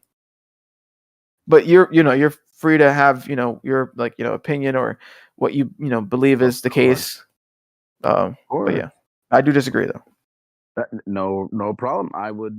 I expect nothing less from you. All right. Hey guys, I did a quick Google search and it says that the fastest man can travel is Mach 10. But then it says on the same search that it takes 33 Mach to exit the Earth's atmosphere. So that's a little bit of a contradiction, isn't it? Well, hold on. So 33 Mach, so that's 7,000. What was it, like 60, something like that? Times 33. Isn't that? Aren't they talking about escape velocity at that point? To leave the Earth's atmosphere, yeah, but man can only go 10 Mach, and that's never even been tested. Okay, so escape velocity is, for example, I took like a stone or something and I just chucked it at escape velocity. So if I chuck that stone at 25,000 miles an hour, then it would escape the Earth, right? With the rocket, though, that's different because that's not, you're not just like chucking it. They still measure it. But Armor, they still measure it using the word Mach 33 and Mach 10. No, the thing you just sent, it says how many Mach does it take to exit the Earth? On the surface of the Earth, the escape velocity is about 11.2 kilometers a second, which is approximately 33 times the speed of sound. All right, Mach 33.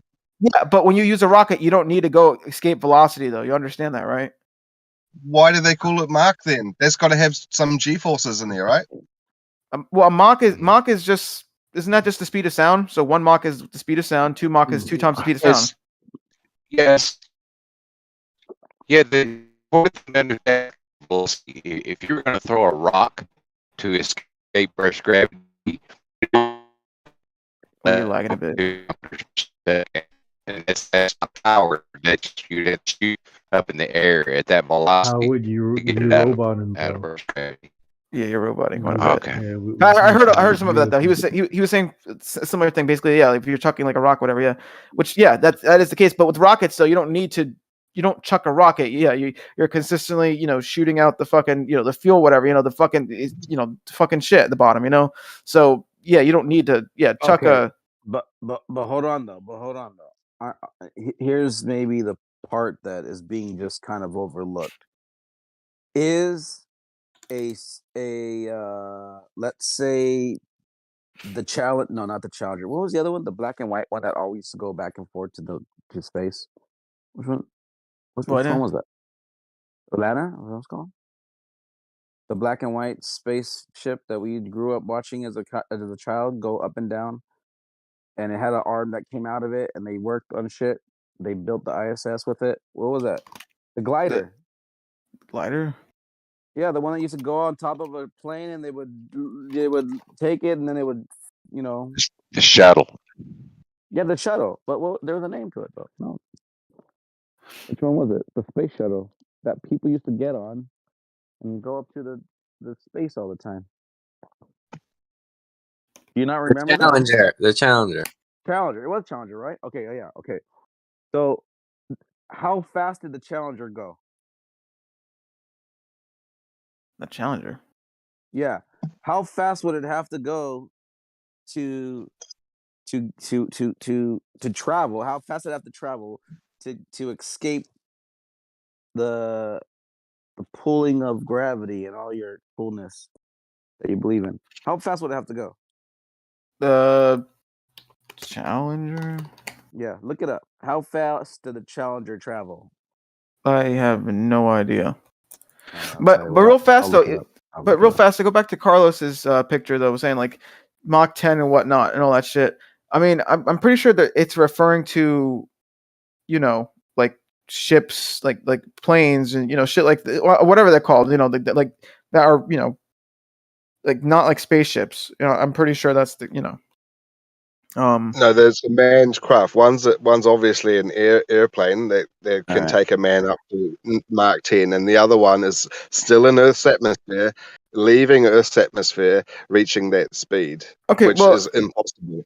But here's the thing, though, right? So you have that's one thing, right? Obviously, there are other sources that will say no, that's not the case, whatever, right? Like, what makes this source the end all be all? Because I mean, there is evidence that I'm seeing right now that spaceships do go faster than Mach 10, or spacecrafts, whatever the fuck you call it. All right, so the space shuttle went 18,000 miles per hour. Would that be Mach 18? That is no, that's not Mach 18. That's 18,000 miles an hour. It would be roughly around something like 20 around 20 something, Mach 20, around Mach 23 maybe. 20. Okay, so or Mach so 23, okay. something like one of those. Okay, Mach 23. Okay, so the picture that he posted says right here it says Mach 10 speed has never been achieved by a manned aircraft. Would you consider the space shuttle as a manned aircraft? I mean, yeah, sure. I mean, if it has people on it, or if it's manned, yeah, sure. But that's what I'm saying. That's why I asked him. Like, I don't think this is like an end all be all. Like, what makes this the end all be all? Like, source whatever. Because there's plenty of other sources that'll say no, that isn't the case. Would you call the ISS a manned aircraft? That's also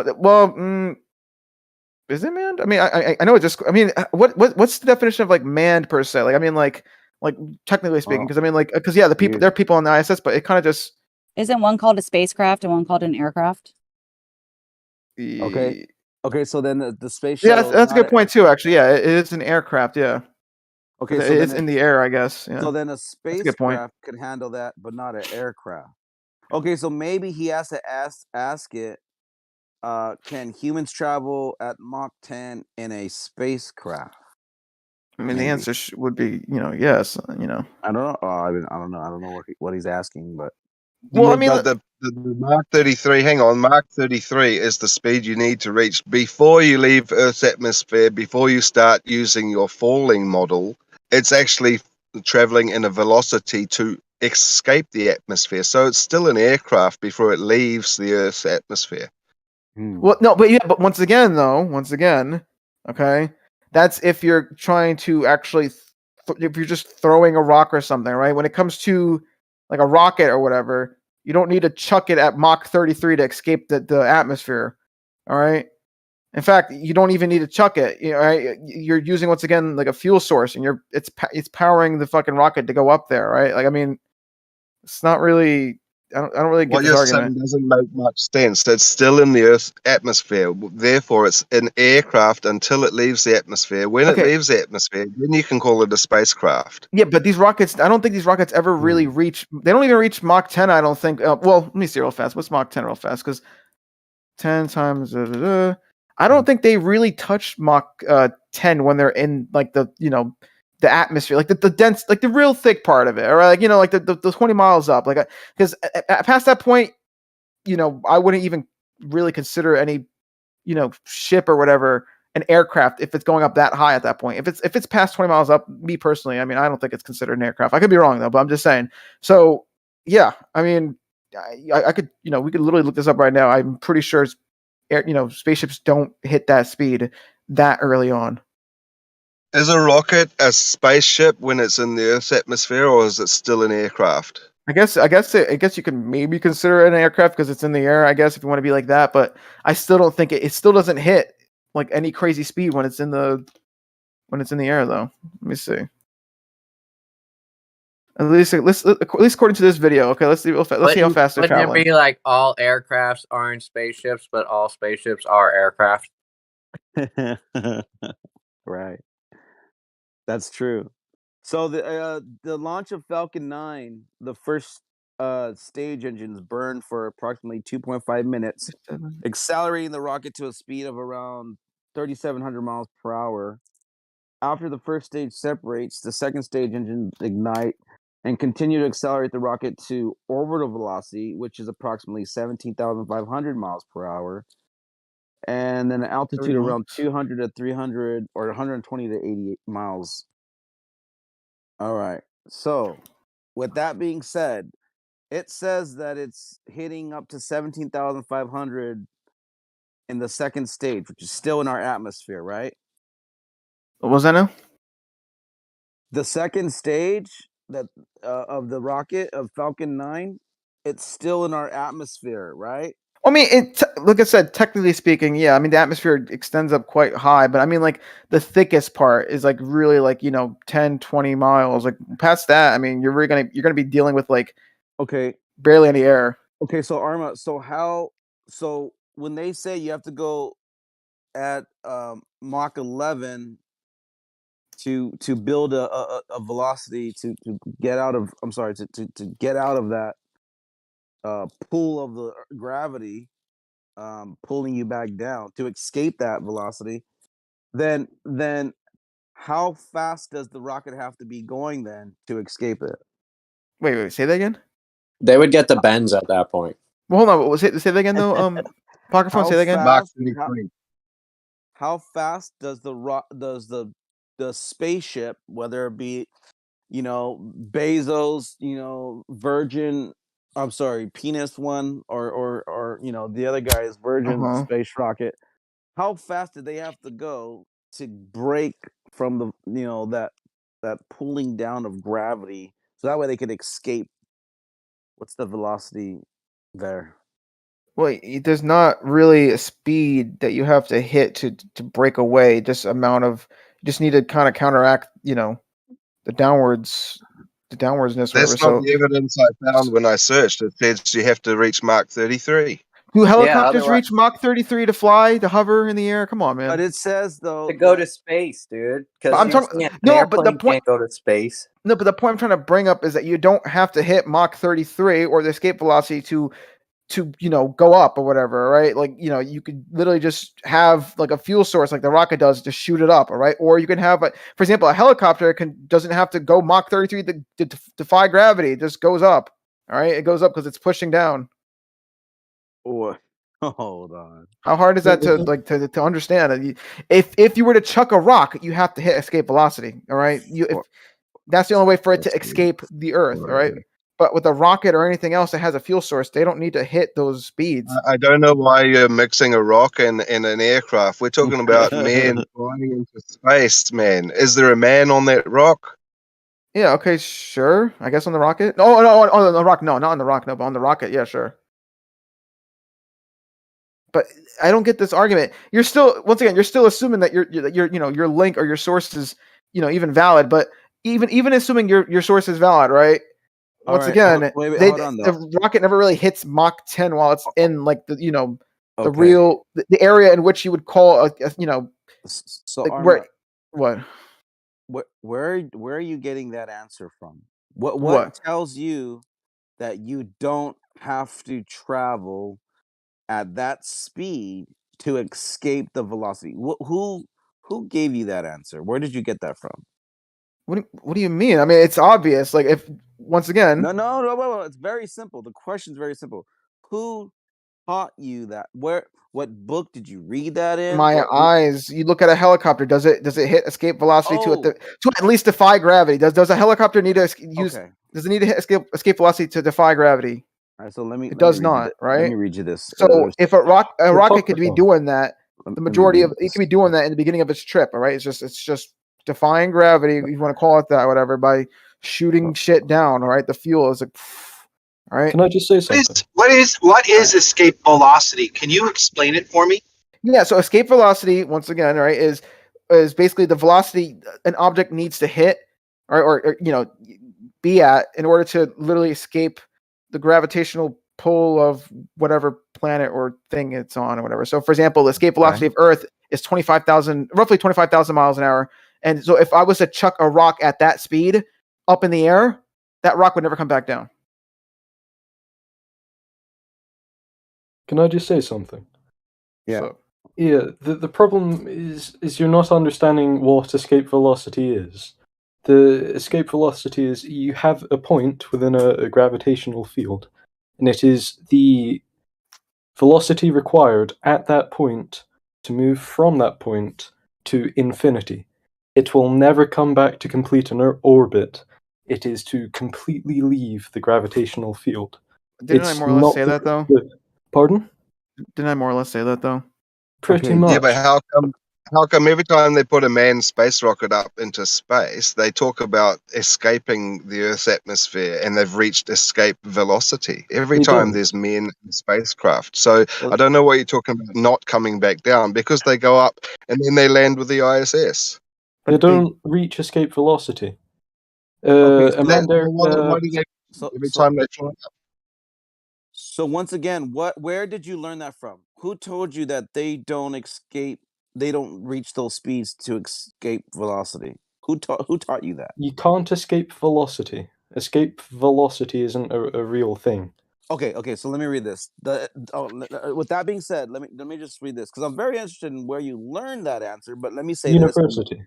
Okay. So at the university, they told you that's those knuckleheads. There's no such thing as escape velocity. We know what's up. You're gonna graduate. I'm teaching you right. Okay, so here's what happens.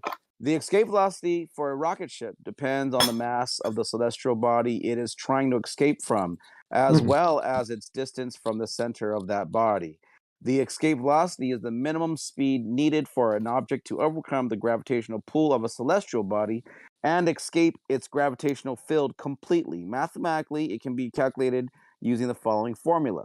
V underscore escape equals SQRT parenthesis 2GM slash R. Okay. Where V escape is the escape velocity, G is the gravitational constant, M is the mass of a celestial body, and R is the distance from the center of the celestial body to the rocket ship. For example, the escape velocity from the surface of the Earth is approximately 11.2 kilometers per second, or 40,320 kilometers per hour, or 25,020 miles per hour. This means that a rocket ship leaving Earth needs to achieve a speed of at least 11.2 kilometers per second to escape Earth's gravitational pull and travel to other celestial bodies, such as the Moon or Mars. Yeah, and not orbit. Whoa. But The we're Earth. saying, hold on. What happened to Neil Armstrong? What happened to Buzz? Did they go 11.2 to get to the moon, or did they not? And that would be a fair point, yes. They would let me have finish to, I with that. guess. Okay, so the escape velocity from other celestial bodies, such as the moon or Mars, is lower than the Earth's due to their smaller masses and weakened gravitational pull. For example, the escape velocity from the surface of the moon is approximately 2.4 kilometers per second, while the escape velocity from the surface of Mars is approximately 5 kilometers per second. Okay, with that being said, now, I know in today's world, no one's going to the moon right now, although Artemis just went, and it did reach those numbers. Now here's Go ahead.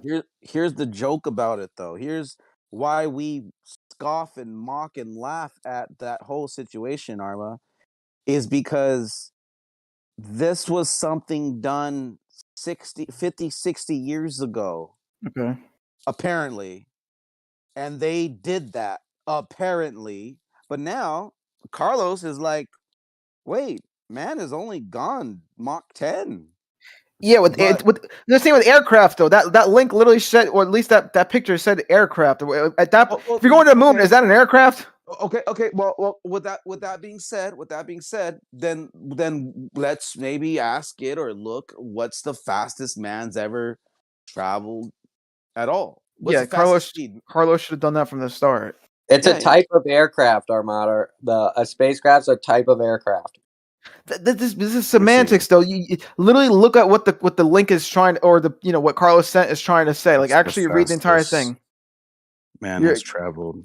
Because you're arguing semantics. It's like if someone said, "Oh, spherical triangles because it has triangles in it. It's a triangle, whatever." Like, no, That's your argument. You're the one saying you didn't look up spacecraft. You only looked up aircraft. You're the one being semantical. Stop projecting. Wait, what? No, I'm saying Carlos was the one that looked it up. Look at Carlos's picture. It says, "Can humans travel at Mach 10?" The most likely answer is a resounding no.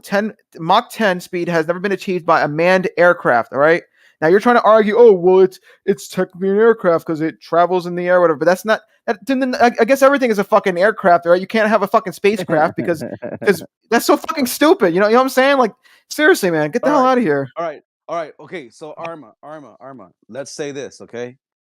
Now that means that Buzz and his fellow buddies, they went Mach 33, which is and the ISS goes Mach 22. All right, but it's not an aircraft though. There's no issue traveling these speeds. I'm not even talking about aircraft or spacecraft anymore. I'm just saying, imagine they're going Mach 33.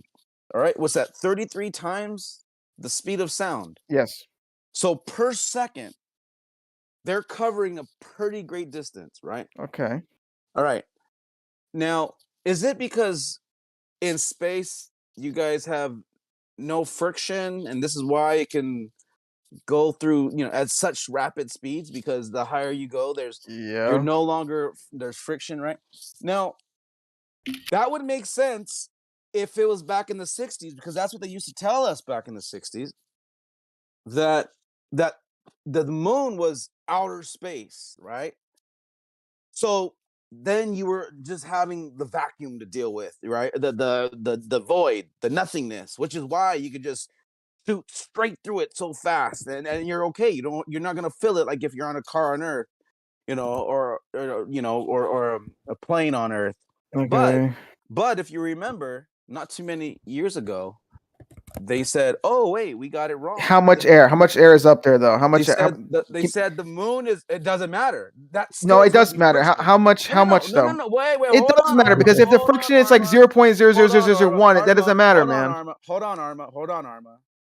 Even still, even when your guys' world 0.00001 is still something, right? Like that's not enough to do it. That's practically zero though. It really Okay. So when you say there's a chance of 0.00001 that this could happen, the next time you say that, Arma, I'm gonna say, but it's still zero, so it means nothing. No, I didn't say no. I said it's practically zero. I said practically. You guys all right. If I have 0.000, I remember them saying that the Earth's atmosphere we've now discovered extends past the moon. Yeah, but how much? Yeah, okay. So how much air in the atmosphere up there is actually there? Can you tell me? Because if it's a really tiny amount, it doesn't matter. It's such a stupid argument. How about actually try running the numbers and tell us whether it's impossible or not? Dude, here's what's funny. You guys love to cherry pick the argument. So when it is in your favor, when you have some nonsensical claim, and it has a really, really small percentage of it to validate your claim, you guys will use it. But then on the other side of that coin, when there's a very, very small number that it can throw off your numbers, because guess what, Arma? Here's what I'm going to tell you right now. If I was doing math, okay, hear me out. Just hear me out for give me a minute, maybe a little bit longer. If I'm doing math and I'm calculating your speed, the telemetry of everything that's going to happen once you leave Earth's atmosphere, because I'm understanding that there's not a 0.00001, it's the 0.000000000 infinity, because there was nothing up there back then. In all their math, they're according it to that.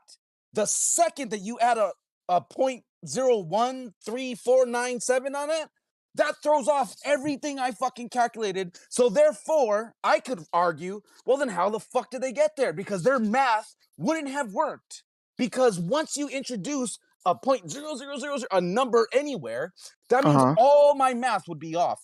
No, hold on. It'd be off by how much though? Off by how much? Because if your math is off by if your math is off by 0.001%, then your math is pretty much good to go. All right, depending on what you're dealing with. Depending on what you're dealing with. Arma, we're dealing with. If you, okay, if I build a house, right, hold on, wait, on the wall by what? By 0.01 millimeters, right? I'm off. I'm effectively not though. All right, it doesn't matter. Arma, hear me out, because obviously you've never built anything. Obviously, I'm just saying. All right, I'm just saying. If something is off by a little bit, doesn't matter. It's effectively good enough. Arma, let me talk real quick, because what you just said. I'm gonna now take your foot and put it in your mouth. Hear me out. Let's try. Let's hear this. Listen. When you're building something, okay? And on one side, I'm a centimeter off, right? Let's say a 1/8 off. Okay. But I keep my angle at that, right? At that 1/8 off. Do you realize that 12 feet away from me, I'm not going to be just 1/8 off? I could be about 3/4 of an inch off. Now, when you're dealing with degrees, sure. Hold on, Arma. Hold on. Let me finish. Now, take that angle of being off by that tiny little bit and multiply it by 243,000 miles. Because if I'm going to be off, in 12 feet under an inch, how far do you think I'd be off? 243,000 miles away. Arma, they would have missed the moon. Hold on, wait. When you're dealing with angles, they would have missed the moon, and they wouldn't have been able to pull. See, this is the thing, though. You guys believe that the moon has a gravity itself, and then they just kind of they cling to that gravity, and then they follow it, and they get into the orbit of the moon. All bullshit. But I'm saying, if you were off, because your math would have told you that between Earth and the moon, it's 0. There's nothing to account for, because that's what they believed. That's what they believed. But the second that we now are like, oh wait, there is an atmosphere up there. Guess what? That 0.00001 is now significant, because that means all their math would have been off. But I'll shut up. Go ahead. Okay, Parker. So let's take this to the extreme, right? Let's say, right, the atmosphere up there is 0.00000. Let's say 1,000 more zeros after that, and then another 1,000, and then another 1,000, and another 1,000 zeros. All right, then 1. All right, that's how much atmosphere is up there. Do you really think that much? All right, I'm not saying that is the case, right? But do you think in that example, right, that would affect the math at all?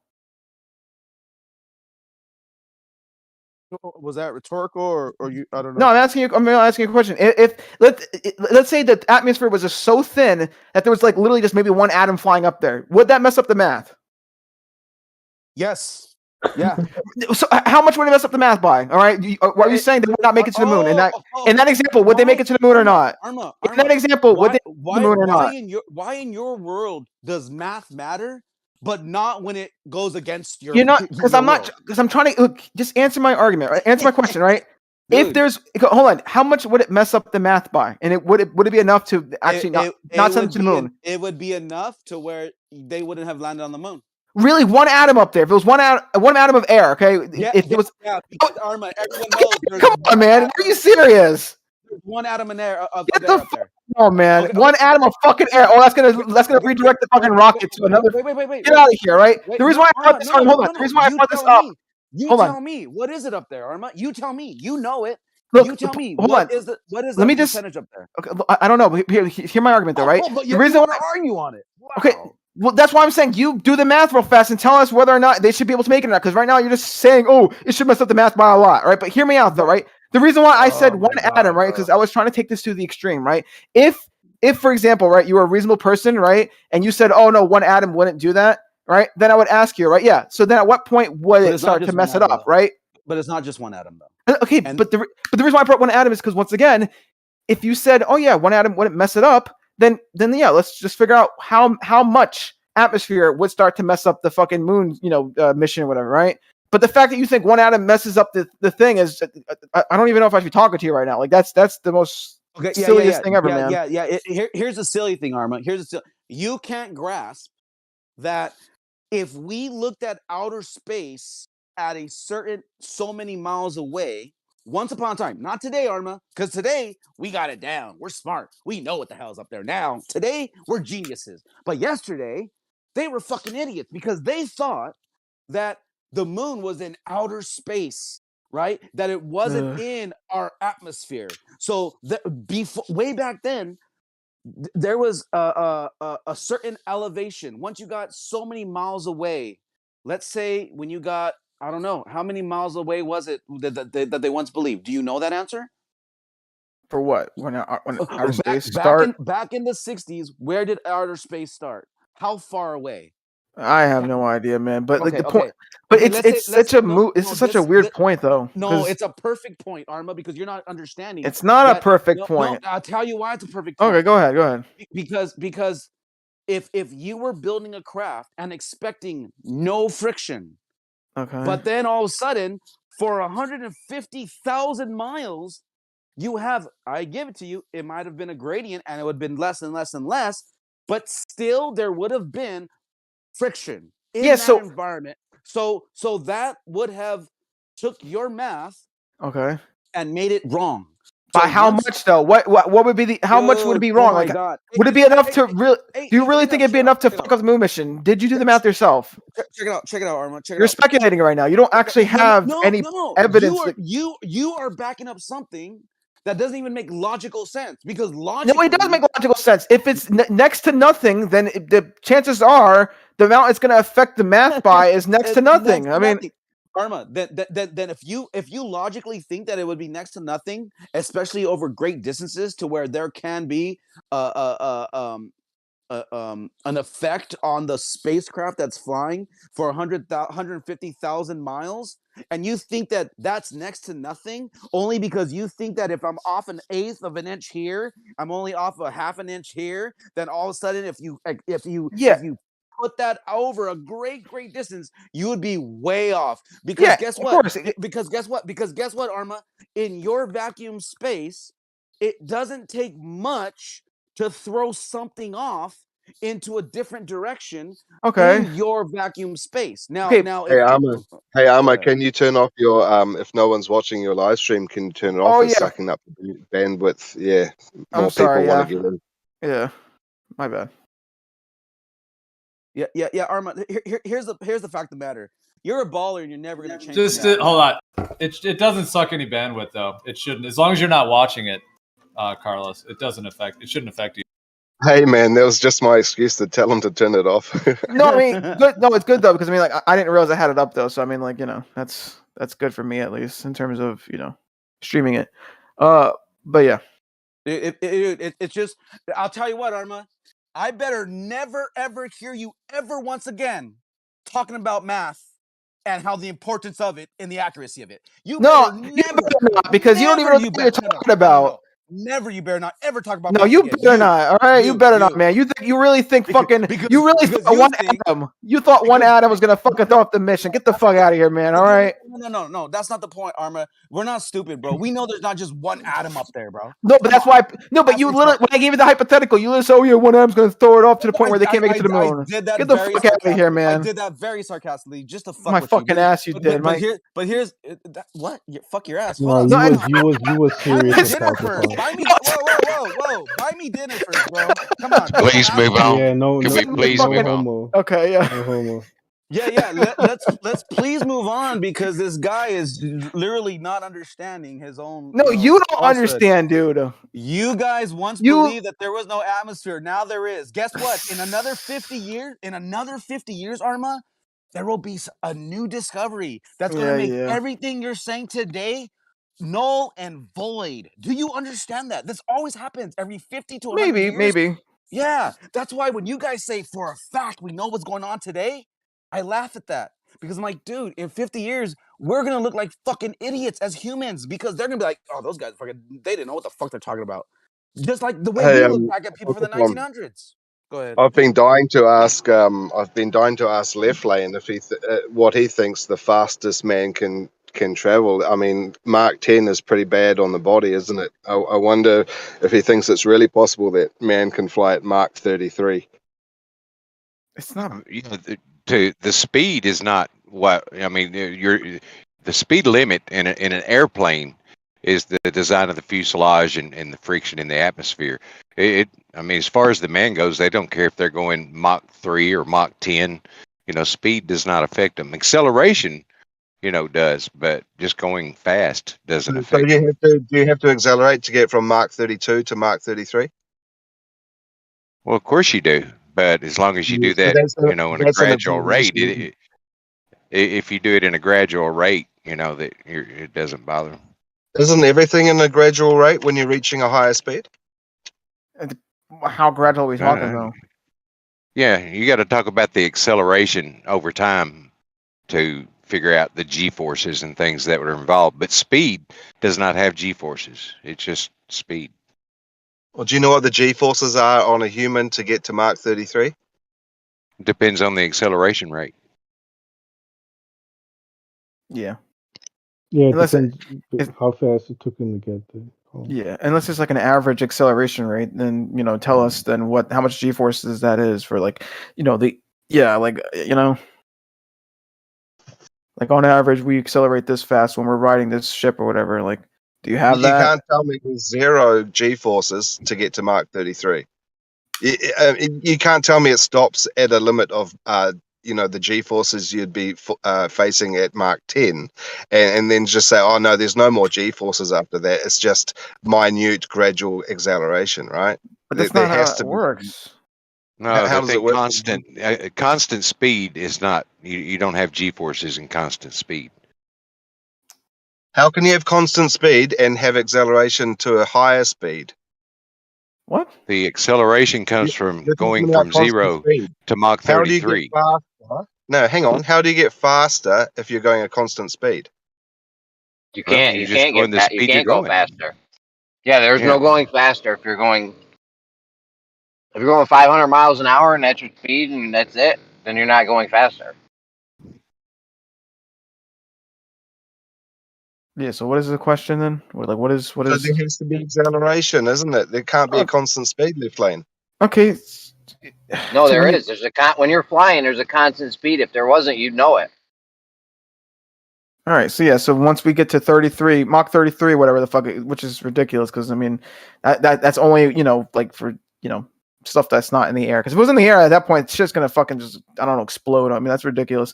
But yeah, let's say we go to Mach 33.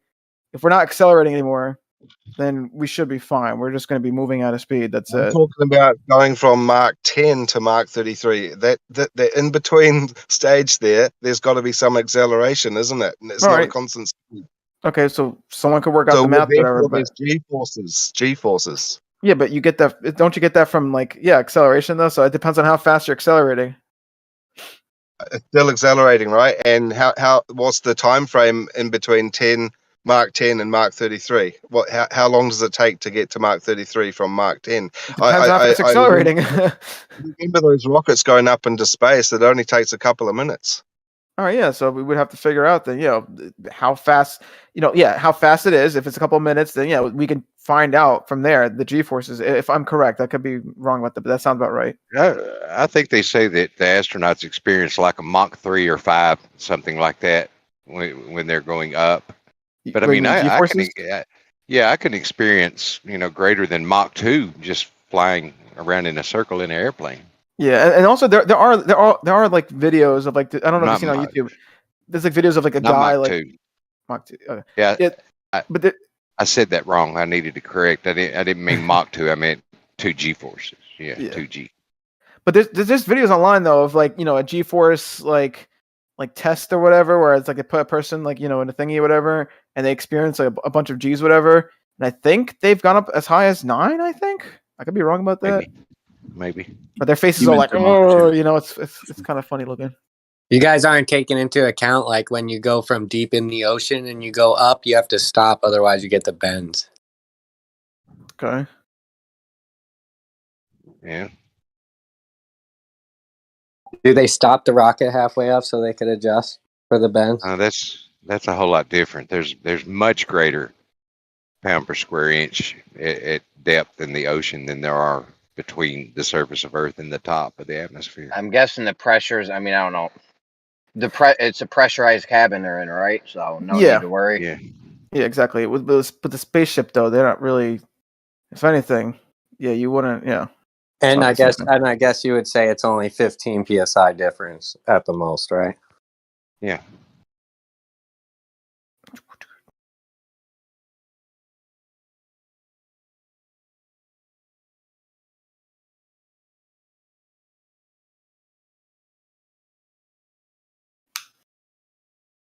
Yeah, I really don't believe that those rockets they're sending up are going the speed that they say they are. You know, They sure don't look it. I've observed plenty of them. Maybe they don't look it, but should maybe run that math. See, be like, okay, it's decreasing in angular size by this amount. You could definitely work it out. I think to some extent. I don't know. I guess it really depends on I don't know. You would have to factor for a bunch of things. Going by the size of the rocket, I'd say it's a little bit higher than an airplane by the time it starts to come back down.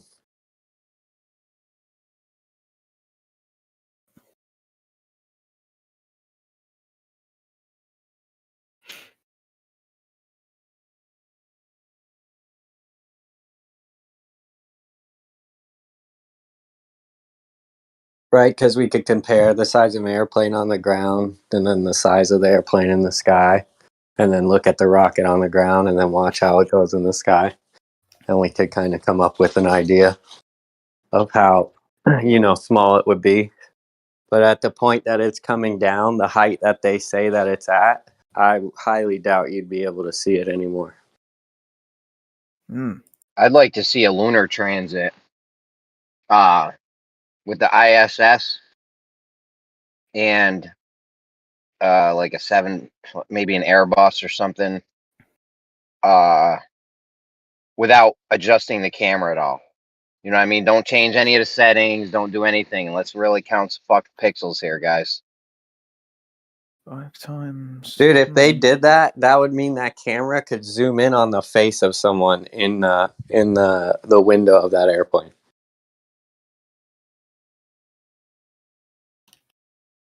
I don't know about that.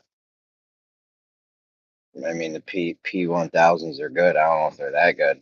No, but I mean, if they could put both of those things in frame with all the distances declared, that camera would also have the ability to zoom in on the face of the person. If that shit happened at the same time, that'd be fucking banging right there. Hell yeah. Dude, Jeremy, I was thinking about getting a different. What's up? They were bragging back in the 90s that they had a satellite that can zoom in on the dime on the concrete of New York City.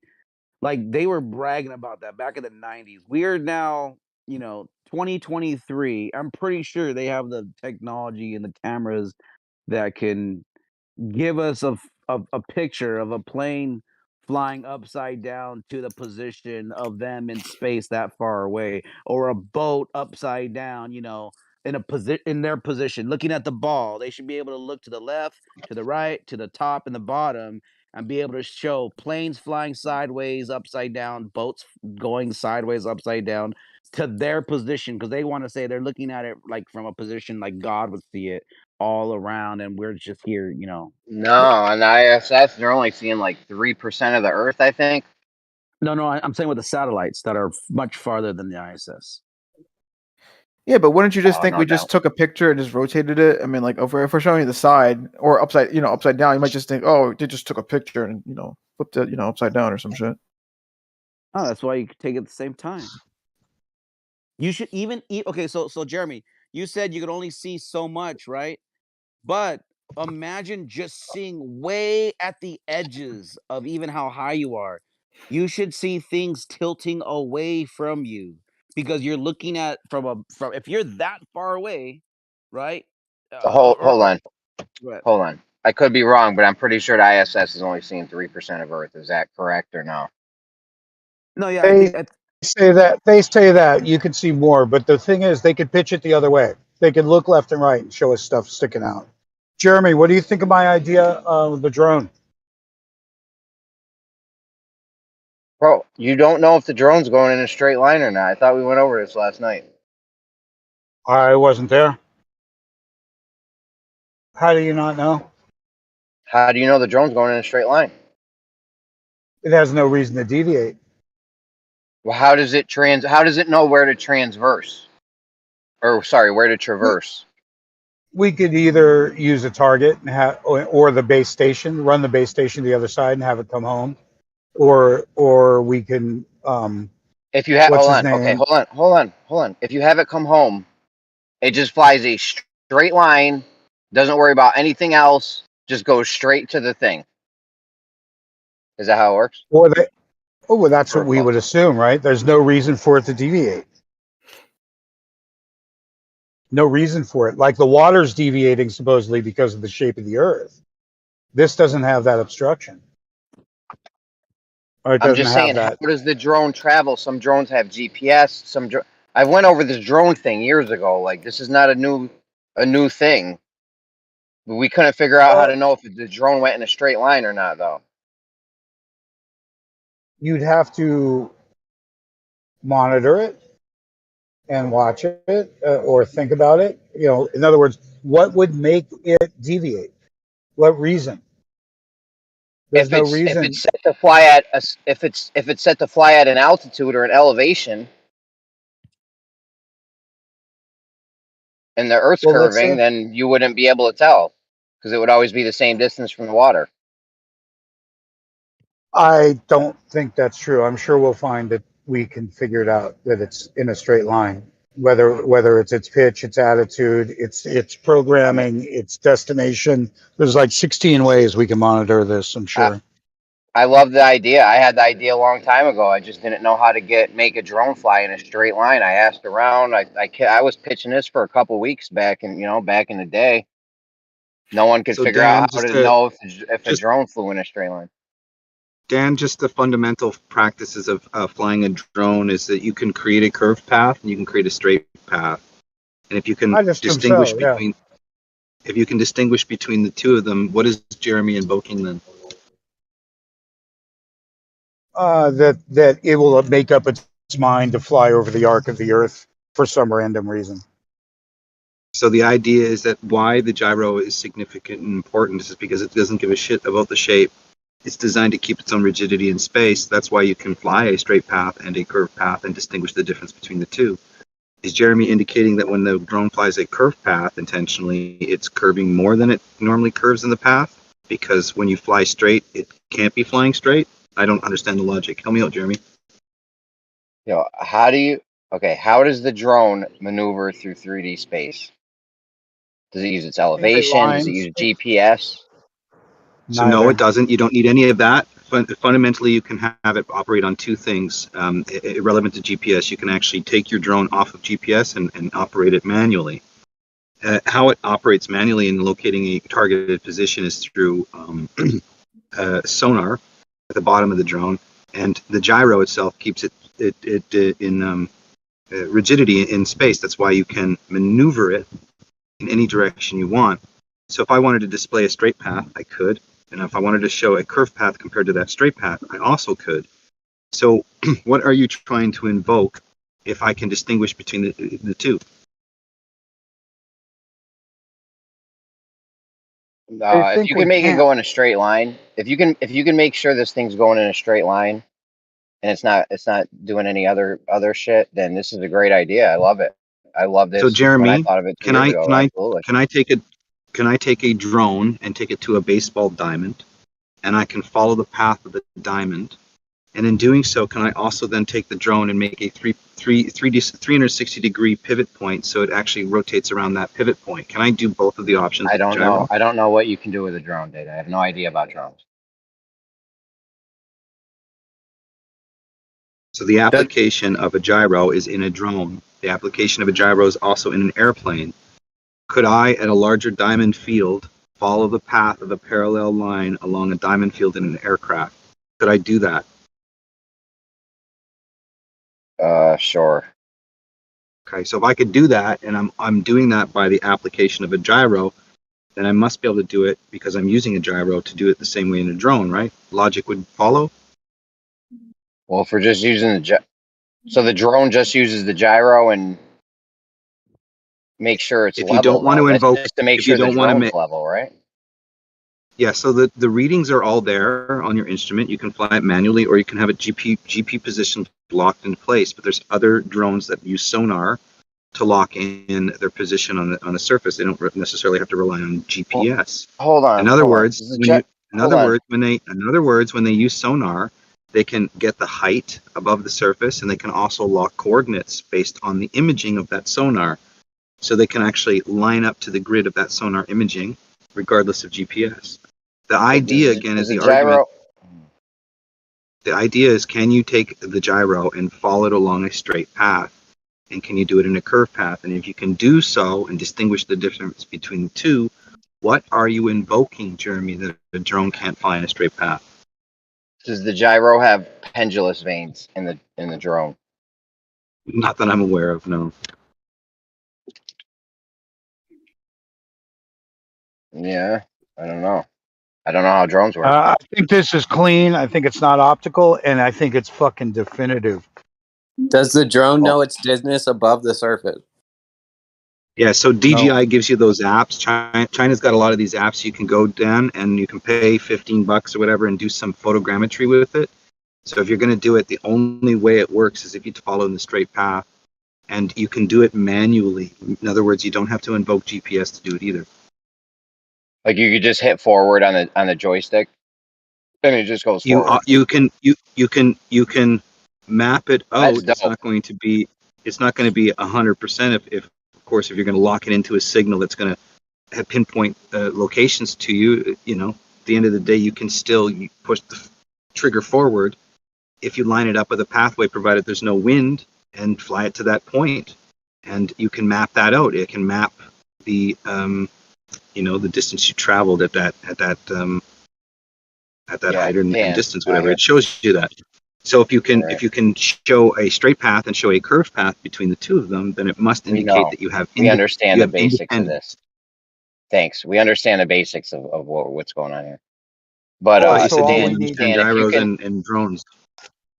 Dan, if you can push forward on the joystick, and it just goes forward in 3D space and doesn't worry about its height off the ground or anything else, then that would definitely be something right there.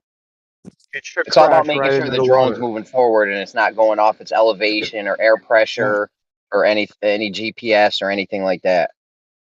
I think it could also sight a target and just prove that it didn't take a curved path to the target across water. Or, yeah, any way you can make sure this thing's moving just straight forward, it's not going off of anything else, then that shit would work. I absolutely love this idea. That was my hindrance to this before, was no one knew how to make a drone fly in a straight line, because this is great. All right, well, I'm going to talk to the guy that shot the. Go ahead. Data knows all about it. It's already been done. Tell him. Yeah, dude. Do you think do you think technology made the Earth spherical and technology made the Earth flat, buddy? All right, well, I'm going to talk to the guy that shot the Flatlander stuff. He's a drone guy. He has a pretty kick-ass drone. He'll be able to tell me what to get or what to do here. And then Matthew Learns said he'll do it with me. Well, there's another thing you could do with drones. If this doesn't work out, let me know, because there's another thing you could do if you get 2 drones. Yeah, I'm just thinking right now, low dollars, not weather permitting. You can do this anywhere. Easy to repeat, easy to shoot. And prove that it's done twice. There's a lot of options here in terms of monitoring it, watching through crosshairs of a theodolite the whole way. Checking the altitude from above. Let's say do it near a bridge. You could have a reference point that's stationary somewhere else. Look, bro. Just fly it in a large gym where you have no satellite connection to it, no way to line up. If your machine is calibrated, it will hover in that spot perfectly fine. Obviously, if you have it next to any boundaries, it's going to push off that and change the direction. But essentially, if you have it in an environment where it's going to relatively fly in a straight path, granted your machine's balanced and calibrated perfectly when it comes to each motor operating in the exact propulsion percentage. If you have that off, it's going to change the trajectory. So it's a little bit of it can be a little bit of a problem. But if you really want to do it, just doing it straight trim and line with the lines. It can follow straight lines. It's not a problem. Now depends on the distance. That's all. Now you just have to invoke how far. If I do a gymnasium, I can prove there's no Coriolis, that there's no spin movement of the Earth. You could hover in a gymnasium and it doesn't hit the walls. That means the Earth's not moving. because it's Well, the there's idea is you nothing cut to, off the signal. there's nothing to keep it in momentum anymore indoors. That's not There's how it nothing. works, Dan. Make Come sure on. you Why make sure not? you don't Why have not? make sure This you is don't why have I'm a joking. GPS signal, and then therefore you can test it out. Wait, hold on. The gymnasium would be even.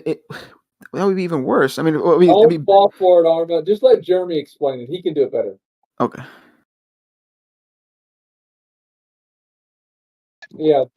Dude, the gymnasium thing, you lift the drone off the thing, all the air, everything's moving in sync with the earth. Why would it go anywhere?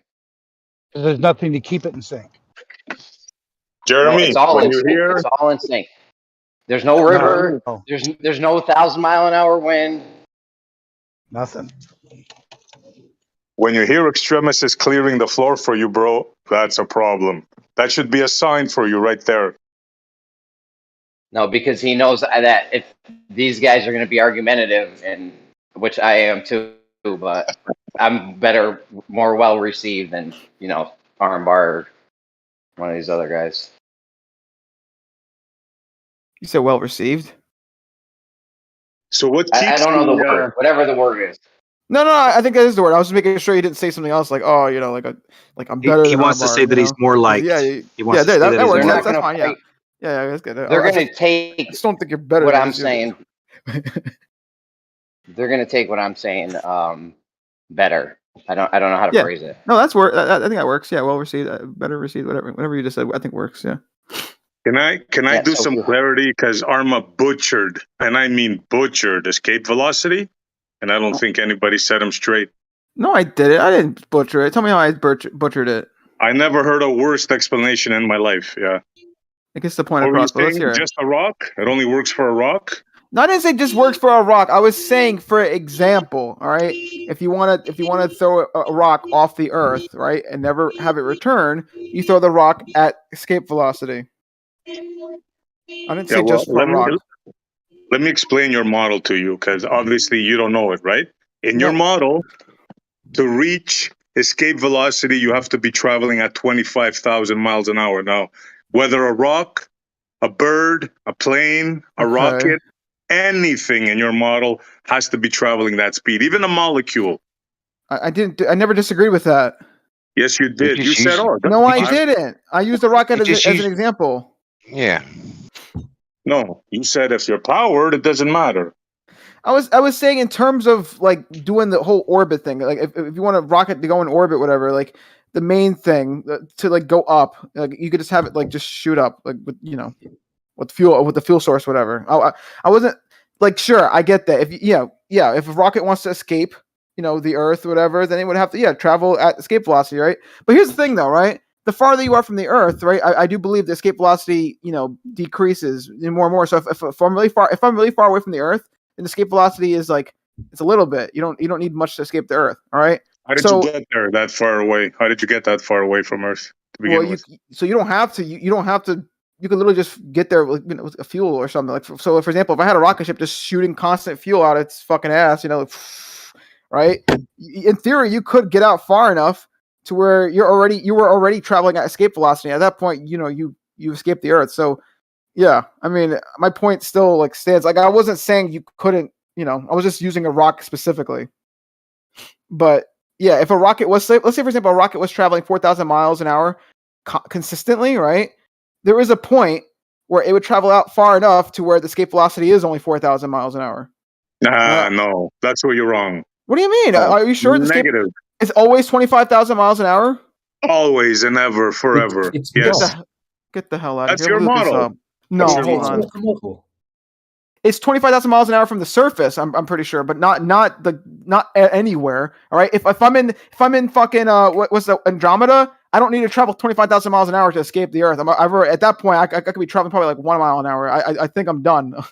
How are you going to escape the Earth if you're already in Andromeda? Did you hit your head somewhere? What are you talking about? I was giving you an extreme example because you're saying, oh, no matter where, you have to travel 25,000 miles an hour. But that's not true because obviously in the example where I'm in the Andromeda galaxy, I don't need to travel 25,000 miles an hour to escape it. All right. Hold on. Dan, your camera's on, just so you know. There's just a little bit of stuff to look at. All right. Thanks. I mean, Okay, I just didn't know if you had my mistake or velocity. Thank you. Yeah, from the surface. So Arma, you understand now that you have to reach 25,000 miles an hour in your I knew that model. already. You're not teaching me anything. Not to once again, use that, but you're not teaching me anything. I know that. I what do you want about? So is it implying, SE, that if he maintained a constant velocity of 4,000, that the gravitational well of the Earth would be too strong, that even if he was at 4,000 continuously, constantly, till he got to the distance where the gravitational well was weaker, is that still going to hold true? Because he's implying, I think, that the idea is if you maintain a constant speed and you gradually leave the gravity well, you could do so.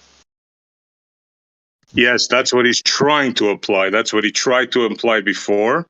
Yeah, And that's what's what wrong I'm with trying that? to correct. What's wrong with it? With You that whole cannot thing? stay at 4,000 miles an hour and If that was escape true, the Earth's If gravity. you have a fuel source, if If you're it was using a fuel, true, if that first premise was true, like you suggested, there would be no reason for an escape velocity, because there would be. ultimately, you would want to maintain a. You guys are silly right now. The reason why you want escape velocity, you're lagging right now. And someone, can we just read a definition?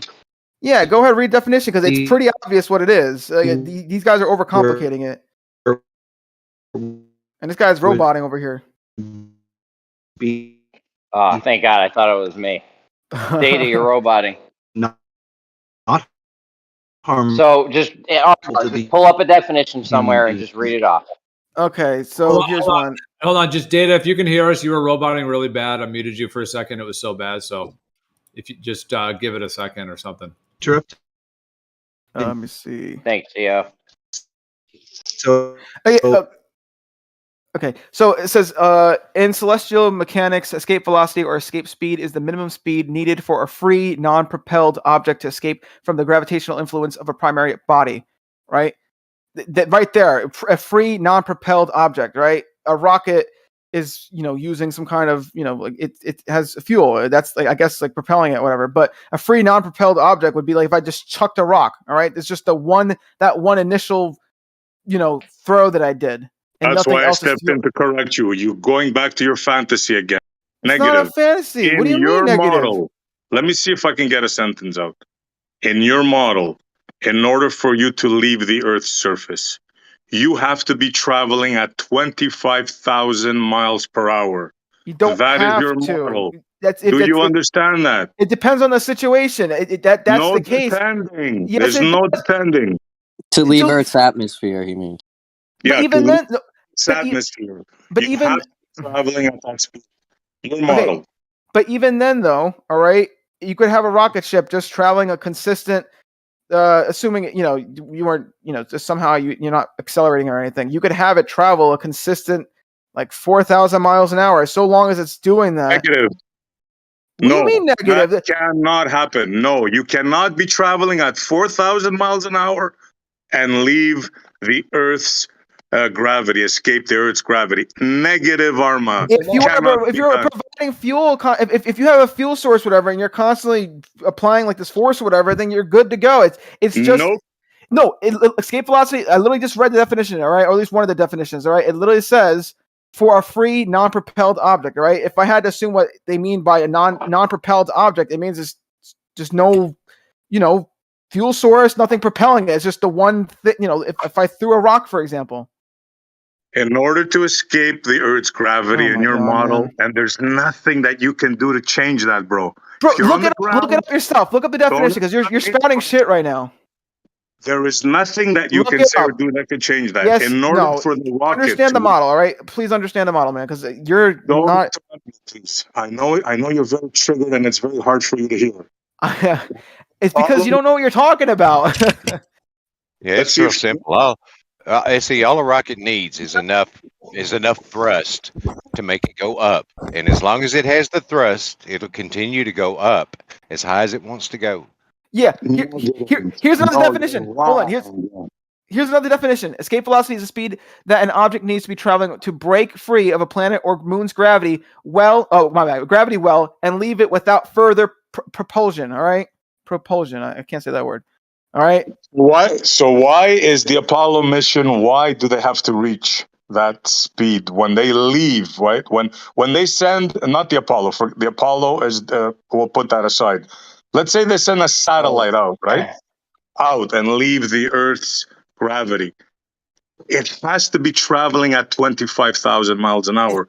I'll That's tell you your why. model. I'll tell I you know why. I'll you're tell you not why. gonna Let me really read get it something. out. Hold on. Okay, fine. Read Hold on a second. After Jeremy, it's me. Okay. I after need to Jeremy's read me. this. Let me read this real quick. SE, you've seen this before, so just hold tight.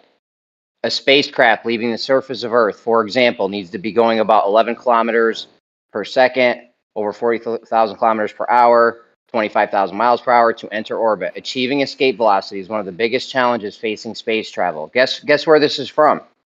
From what? NASA? Very Yep. good, sir. Very good. Yep. I Impressive. also posted 11 after from Northwestern EDU, the same exact words in their article. There's no way around this, gentlemen. Let them squirm and let them dance. Yeah, but what are we talking about specifically, though? You mean Read like it going for to the moon? yourself, Armada. Read it before you keep going on, Okay, dude. but what are we talking about specifically, though? Are we talking about going to the moon or something? We're talking about you velocity. invoking a speed of 4,000 miles, hopefully eventually escaping the gravity well, creating your own science about escape velocity. Here's the thing, right? The thing is, you don't necessarily have to, once again, because if you have enough fuel, which is pretty much really hard to get, but if you have enough fuel, technically you don't really need to hit escape velocity. But I could see when it comes to like going to the moon or something, right? Because we don't have Oh my enough. God, dude! Did you hear the thing I just read? No, sure. He didn't. Read the article. Were I you put even it listening in when I was 11 talking? Okay, can you post what you read then, so I can read it again? Or do you at least know the name of it, like the source? I Like, put it I'm in at posting it 11 right after. now.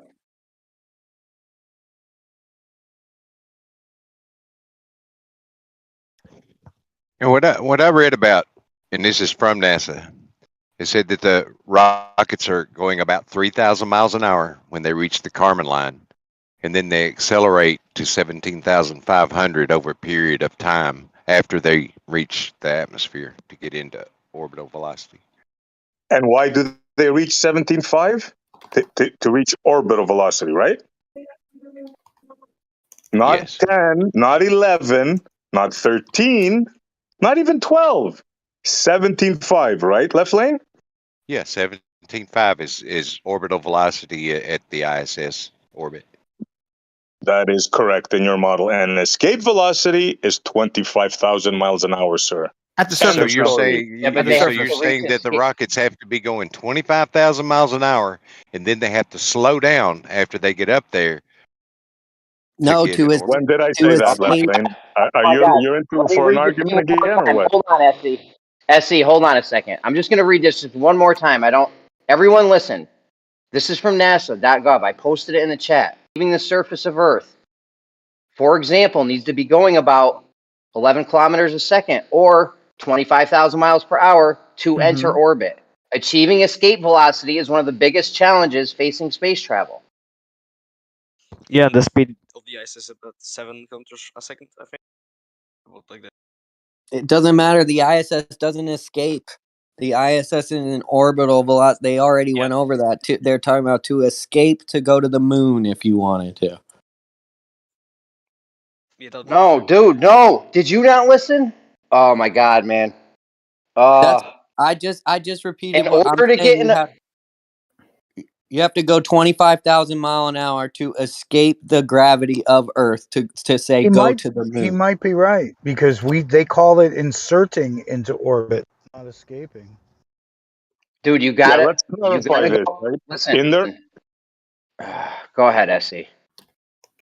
just 2 seconds. In their model, 17.5 is orbital velocity and 25 is escape velocity. This is not difficult. Okay, but 25 is also on the surface, though. Escape Dude, they velocity. have to be going. I just read it like 3 times. You guys don't listen. They have to be going 25,000 miles an hour to enter orbit. Yeah, they double talk No, there. that Yeah, was to escape. That was to escape I heard you, orbit. Jeremy. They didn't, That's of to course. escape. Oh my That's God. not to I'm going to answer. read it. Nobody listened. Nobody listened. A spacecraft leaving the surface of Earth needs to be going 25,000 miles an hour to enter orbit. That's from I heard you loud and NASA.gov. clear. But That was that's double too. by the way, guys. It's If you didn't too. catch it, yeah. It's too vague, right? Because each orbital distance has its own speed. What? Each orbital distance has its own speed you have to maintain to keep Yeah, that based on the weight distance. of the craft, based on the mass of the craft as well. It's not No. just one And speed its in height. one And its height. orbit. Sure. It's the height. It's the height. There's different orbits though, The right? There's lower like the orbit, the orbit that the ISS is at. There's geostationary, geosynchronous orbits, and all of those are at different heights above the Earth, and they all require a different velocity to maintain. So just saying it's this one vague 25,000 miles per hour, whatever. It's not specific enough. Can you reach orbit Well, traveling less that's than NASA for you. 17,500? Can I respond to that, please? That's NASA for you. If NASA was being too vague, I don't know. Maybe you should give them a call or something. But that's their statement. I didn't make that statement up. That's their Yeah, sure. statement. To get in orbit. Maybe they got it wrong or they weren't specific enough. But according to NASA, as of right now, to get in orbit, you need to be going 25,000 miles an hour. Well, I'm looking at the page where they say that, and it's an activity for children. Well, I It's a posted it. children's I posted it in the activity. link. It's a So they lie to children's. kids, or what are they doing? Oh, It's are a they lying to kids? Dear God, Are they a lying to kids? sophomore. No, they're not Yeah, are they lying to lying to kids? You're kids. saying? Okay, They're then we're not going going to with it. teach them. Children don't know how to do differential calculus that's needed to actually calculate the real velocity you need for specific types of orbits. And to answer the other person who asked if you can be going slower than the speed of the orbit, no, you can't. Obviously, if the orbit requires 17,500 mile per hour or whatever, and you're only going 16,000 miles per hour, you're not going to be able to maintain that orbit. Yeah, that specific orbit though, right? Because I imagine you can get a bigger orbit and slower speed, right? I could be wrong about that. So until NASA, can you find something from Wrong. NASA saying that the number? Can you find something from NASA saying that number is not true and they were mistaken or what? Whatever Nate just said, he just made it up, right? As far as we know, as far as everybody knows, escape velocity to orbit is 17.5. And orbital velocity. And escape velocity is 25,000 miles an hour. There's nothing that they can say that could change that. They can say this height, geostationary, there's LOR, low Earth orbit, there's medium, it doesn't matter. The fact of the matter is, in their model, a craft leaving the Earth to escape the Earth's gravity has to be traveling at 25,000 miles per hour. That's it. End of But story. the ISS hasn't escaped the Earth's gravity. When did I say That's the the problem. ISS escaped the Earth's gravity? When did I say that? Well, that's an orbit. You're saying it has I to said require escape. Do you have wax in 25,000. your ears? All right, now you're just double speaking. You said it has to acquire 25,000 miles per hour to escape the Earth's gravity to get into orbit, but that doesn't make No, sense. that's what An orbit, Jeremy said from NASA. Jeremy read it three Yeah, times. NASA said that. We didn't just make this up. an NASA said orbit, it. an Argue with orbit, NASA, dude. Call. You can get this phone number for NASA so you can argue with them. an orbit You want isn't NASA's phone number, escaping. Hey, can we And just is talk about Dan the something only really quick? honest Hang one on. who can Can we admit that an orbit is not escaping the Earth's also gravity? let's look at the difference between a 250 mile up object like the ISS and your normal geosync, I think it is, satellites are at 22,000 miles away.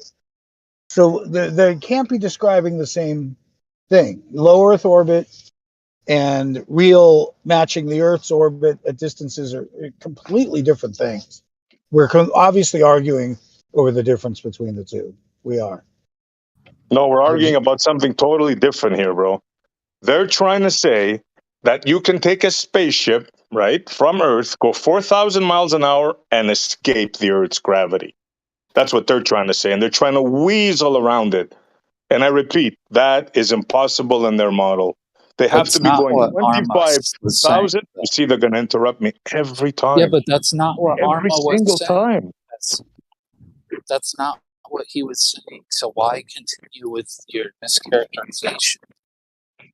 What are you talking about, dude? Were you here in the conversation Yes, that we I've were been having? here for quite a bit. I've been listening. So what did you That's not understand? Did what you not hear Arma was saying.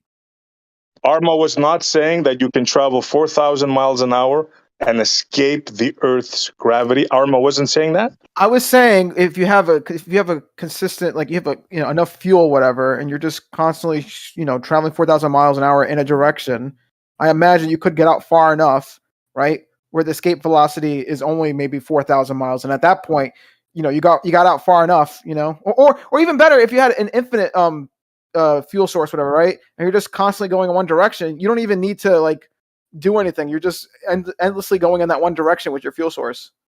You hear that? What do you have to say to that? Yeah, Arma, I don't think so. You don't think so? If we had an infinite fuel source, You picked the wrong hill to die on today. Well, hold on. Let me real fast reword it this way. So let's say we had an infinite fuel source, right? And we're just traveling in one direction off the Earth, right? Constantly, all right? We're just keep going. We just keep going. And we have this fuel source again that's just constantly making us shoot up at 4,000 miles an hour. Are you saying I can't like escape the Earth that way, just consistently traveling at that speed forever?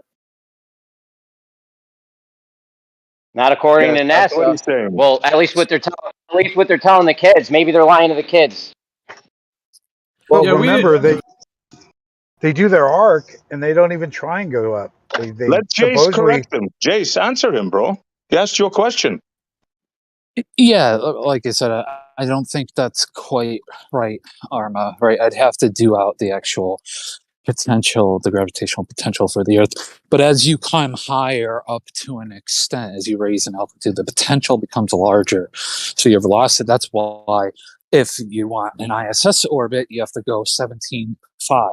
If you want a geostationary orbit, which are more higher in altitude, the gravitational potential is larger, and that's why you have to travel faster to maintain that orbit. But up hold on. to an extent, though. But Jace, what You could about be making that up because all the information I have from NASA. You could be making that up because all the information I have from NASA right now is you need to be going 25,000 miles an hour to get into orbit. So. But can I go back? Do you have different information, Jace, or did you make that up, or like what's going on? I did a quick Google search, and there's results that definitely say what I'm saying. From NASA, the people actually shooting rockets.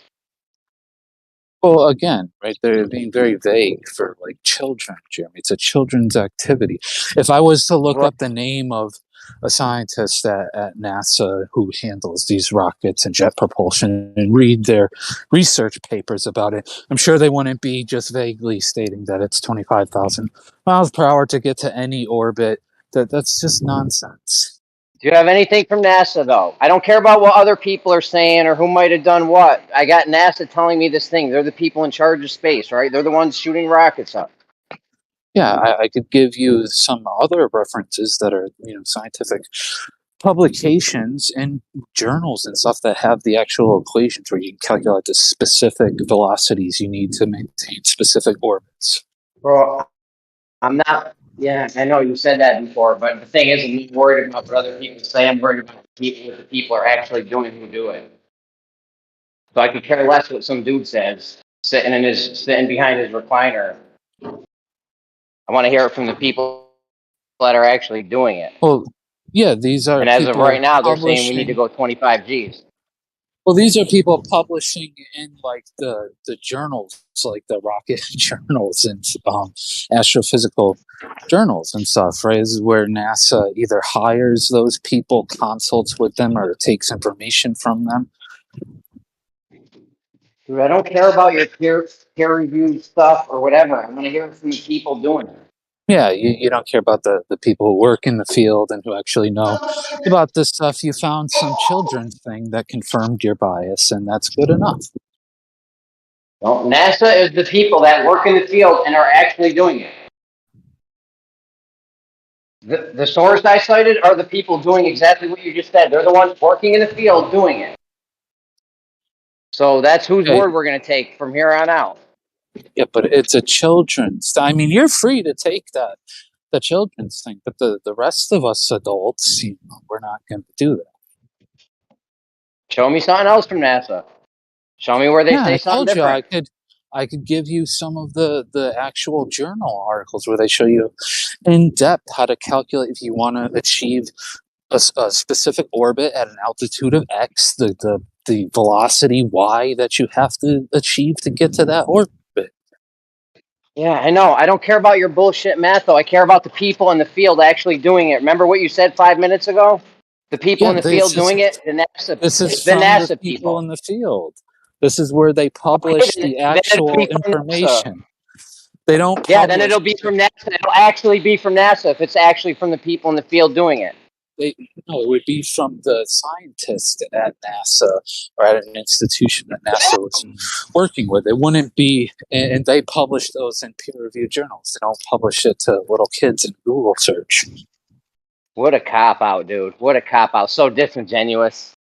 I'm using the people in the field that are actually doing it, which is what you just suggested to do, by the way, is use the people doing it in the field. And now here you are telling me, no, we're not going to use those people. We're going to use some other people. The projection is quite nice because it's quite ridiculous. Yeah, you have to interrupt me. Don't posture on us. You have to Just say your interrupt me. point. I know, because you're posturing. Don't posture. Yeah, you're You interrupting guys, me I mean, constantly. dude, the one link you got from NASA may not be fully detailed of whatever the story they give. Children's. Yeah, I mean, and he's acting like that's the end all be all. Like that's what the rocket scientists at NASA are referencing to get their rockets into ISS or geosynchronous orbit. It's just ridiculous. Well, that's what we got to get in orbit right now. I don't know. I don't see anything else from NASA saying that it's a different speed or anything. All right, well, I'll post the journal articles of people from MIT and Harvard, and I'll find some from NASA. Go ahead, just get the NASA ones. I don't care about the MIT guys sitting behind their desks. Well, I'm happy at least one thing, and we'll resolve this issue as well, of course, but I'm happy that he corrected Arma. At least I got to say thank you, tip my hat to you for that. He said he doesn't quite know. He hasn't run the numbers yet, so that's No. He knows. He knows. You sure about that? Because once again he said he had to run the numbers. That's what I heard from him. Well, he's trying to be diplomatic. He doesn't want to throw you under the bus, you know? So shouldn't we wait for him to run the numbers to get a conclusive answer then? James, do you need to run the numbers? Yeah. Arma, just stay close to the bus just in case, would you? Oh my! I'm looking for references right now, so you guys continue the conversation. Jace, we won't put it in gear, but we just don't want to miss you when it happens. Jace, can you leave Earth's atmos going 1 mile per second? Or 1 meter per second? No, probably not. I'm saying if you had a consistent fuel source to be like, why does no one I feel like you guys are missing that point? If you had a fuel source, all right, let's say an infinite fuel source where you're able to move that speed, whatever. Like, you know what I'm saying? Like, you know what's really telling when they argue against their own model because it seems unbelievable to them, right? But he just wants free energy. It's not a big deal. Arma, because that fuel, the thing you need the fuel for is you're working against the vector that's caused by the gravitational potential that's going downwards. And as you raise in altitude, the magnitude of that vector becomes larger up to an extent. And that's why you have to have more fuel and a higher velocity to keep going up and not down. What did von Braun call that equation? The rocket more fuel? It's the dilemma rocket or something? equation. The rocket it's the dilemma. tyranny of the rocket equation. There it is. There it is. Let me see. So you're saying, hold on. So you're saying the higher you up, the higher you are, you have to. You said obviously more fuel. That's okay. That's fine because in my example, I said infinite fuel source, whatever. But you said what was the other thing though? You said what? Arma, right? So the gravitational potential energy is equal to minus mgh, right? So if I have a ball on the ground, right, its h is 0. So the gravitational potential energy is 0. But if I raise that ball 10 meters in the air, right, now it actually has a gravitational potential energy. And the vector of that gravitational potential is pointing downwards, back towards the Earth. So if you want to accelerate the ball upwards, right, that's where you would need fuel and thrust to counteract that gravitational potential vector. And that potential increases as you raise in altitude up to an extent. It's not infinite that Okay. it increases, but it does increase for quite a good amount of altitude. So okay, so okay, once again, if I have an infinite fuel source, right? Like let's say I have infinite, just for this hypothetical, because that was the whole point. If I have infinite fuel, whatever, right? You're saying I couldn't just consistently travel at a set speed then? You're saying like once I get to a certain height, 4,000 isn't enough? What happens then though? I just start dropping down even though I'm still traveling 4,000 miles an hour? I thought the whole point of 4,000 miles an hour is I'm traveling 4,000 miles an hour. That's Well, it's vector addition, right? So you would be going 4,000 miles an hour at one point, but as you're raising in altitude, the gravitational potential vector is becoming larger in the opposite direction. So that's taking away from both your acceleration and velocity vector in the upwards direction, which means it's slowing you down until eventually your velocity and acceleration vectors become 0 in the upwards direction and start going in the downwards direction. but then that's no longer 4,000 miles an hour though. I mean, you said it yourself. You would drop Yeah, down. you'd have to be burning more and more fuel to keep that velocity. That's fine. But that was the whole. I'm still saying though, you could still travel 4,000 miles an hour, even if you're burning more and more fuel though, right? All I'm saying is that you could still travel Where are you 4,000 going to miles get an the hour the fuel entire from, time though. dude? Where are you going to get the fuel from? I told you this You're is a going to need more fuel than the capacity to lift. Don't you understand? It can't be done. But that's why this was a hypothetical though. I never said it was like physically possible. I was just saying in the hypothetical where you had an infinite fuel source, right? Like, could that be done? Like, you know what I'm You saying? want to Like, talk fairy tales? Maybe in fairyland it could be done, but in reality, Arma, it cannot be done. Yeah, but SC, you guys were also, you're right about that, but you were wrong about, like, the ISS doesn't have to achieve 25,000 miles per hour because it hasn't left the Earth's gravity well. I It's didn't in say an that. orbit. We never said that. Let's Nobody hold ever on. said. Let's clarify this. Jeremy read something from NASA, which I've read before. I used the same argument when we were talking about Artemis. It's not his fault that NASA has that in their website, bro. I mean, I've seen it before. So Jeremy's reading you something from NASA. Now, me, I never said that. I know in your model you have to be going 17.5 to reach orbital velocity. I know your story. So don't mix things up. That's something that Jeremy read from NASA, bro. All right, so do you agree with that or not? Well, it's a contradiction. It's two statements. Because I know both stories, right? What do you want me to believe? You tell me. What should I believe? I already said, right? It's a thing, it's found in an activity for children. Children don't know how to integrate the rocket equation to figure out the velocity that you need to maintain a specific altitude, SE. So they're just giving the general concept of the escape velocity you would need to just escape the Earth's, gravity all in general, which is 25,000 miles per hour. Like, why can't anyone just admit that? Why are we trying to act like that is the scientific, what rocket scientists are publishing in journals? Why can't we just admit it's an activity for kids? Okay. So that statement is false. Hold on. So you're saying? Go ahead, man. Yeah, I was just Can going we to just say, nail this Jason, down real quick? So you're saying that statement I read from NASA? you go, Jeremy, you go. Read it again. Read it again. Read it again. Yes, No, Jim, so you're it's saying the false. statement from NASA is false. Okay, It's false. fine. They're Yes. lying. They're giving false information to kids. Fine, I can No, live with that. I I don't already know knew that any was the case. I don't know any 6-year-olds that would know how to integrate the rocket equation. Right. So Let we're me just as an giving them adult, a general as an adult concept. though, Does that make it Jason, better that can they're yeah, like as an adult though, Jason, you're not a child, and you're throwing around words like gravity well. What shape is that? Oh, it's parabolic. What does a gravity well look like? It's parabolic, as I just said. Looks like a Hey, let me just sombrero. finish this. All right. But, okay, hold on Yo, a could you second, guys Carlos. just please let Jeremy fucking get his fucking thoughts out, please, everybody? Yeah, so the statement I read that NASA gave is false. Fine. It's not true. Right? Right, Jace? Not true? Yeah, it's not what adults are gonna use to get a rocket into orbit. So it's false. It's not true, right? Sure. Did you say Sure. Did you say Sure. It's meant Okay, for so kids. they're teaching this not true thing to kids.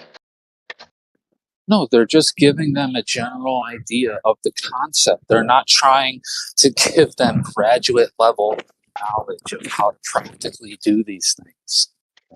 But they are teaching this not true statement to kids, though. Is that what they're doing? They're giving them a general concept. I highly doubt the teacher that's teaching this to the kids is like, this is the absolute truth. This is the speed you would have to get to the ISS trajectory. I highly doubt that's what's happening. You're asking a whole bunch of shit. You're answering a whole bunch of stuff I'm not asking, though. Is this we agree it's false? Fine. That's a false statement they made, and they're teaching this false statement to kids. Give an answer on it. I don't think that's the absolute of what they're teaching, Jerry. I posted an article from Northwestern University with the same information. Are they teaching those children at Northwestern University the same thing? And are those children at Northwestern University, or are they adults? Oh, there we go. Okay, That's so fine. are you guys saying that you think you have to get 25,000 miles per hour to get to the ISS's trajectory? No, And then what? It slows down to 17.5? No, to escape. No, they're saying it. We're not saying it, dude. We're reading from other places, NASA, universities, places like that. They're saying it, not us. Well, To go to right, like like the I said, the moon, NASA Jace. To go I to the found moon, is the Jace. kids' activity. They're lying to To kids. get- I got it. They're teaching kids false information, not true statements. Got it. Are we to believe that a 6-year-old child doesn't know the difference? Something clinging and circling a ball, and something leaving a ball. You think, Jace? You think a 6-year-old child cannot discern that? Grade 1. No, Well, that's I not don't what I know. This said. guy's got some shit from a university here, so read your university one. No, but think about it. People have been around 6-year-old children, right? You think you can't teach a child something circling a ball and something leaving a ball? You think you can't teach a 6-year-old that? It's a Adults are having trouble with generalization. That's funny. Can we have this guy read his university one? Because those kids can handle calculus, right? Let's hear it. Yeah, I'll read it. It depends on the context, but Okay. nonetheless, right? Hang on. Let me finish my statement. Right, if I was to get up and teach a class of any kind of elementary school, even middle schoolers, about chemical rate laws, right? I would give them the general idea that as time goes on, reactants are converted to products and the concentration of the reactants lowers. I would not teach them like you have to differentiate the reactant A, subtract it from the differentiated reactant B, and then integrate that whole thing, solve the differential equation. They wouldn't know what I was talking about. They'd have no clue about what I was trying to tell them. So I would give them the base general concept. And that's what I think this activity for children is trying to do. It's not speaking as the Dude, stop absolute truth posturing. of how adults would do this, right? Okay, And you now we'll found read a the one from university Northwest. thing. You Oh found a my god, yeah, you're university thing. monologuing, dude. You're monologuing. You found a university thing that probably just took that source. It depends on the context. You can read it in a second.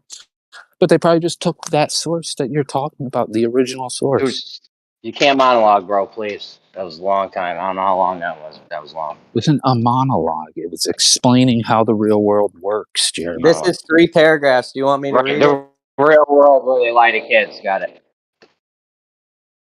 You want me to read it? It's 3 paragraphs.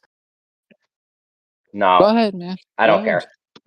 Okay, I don't really want to read But it I anyway. found another source from NASA that is much more specific. So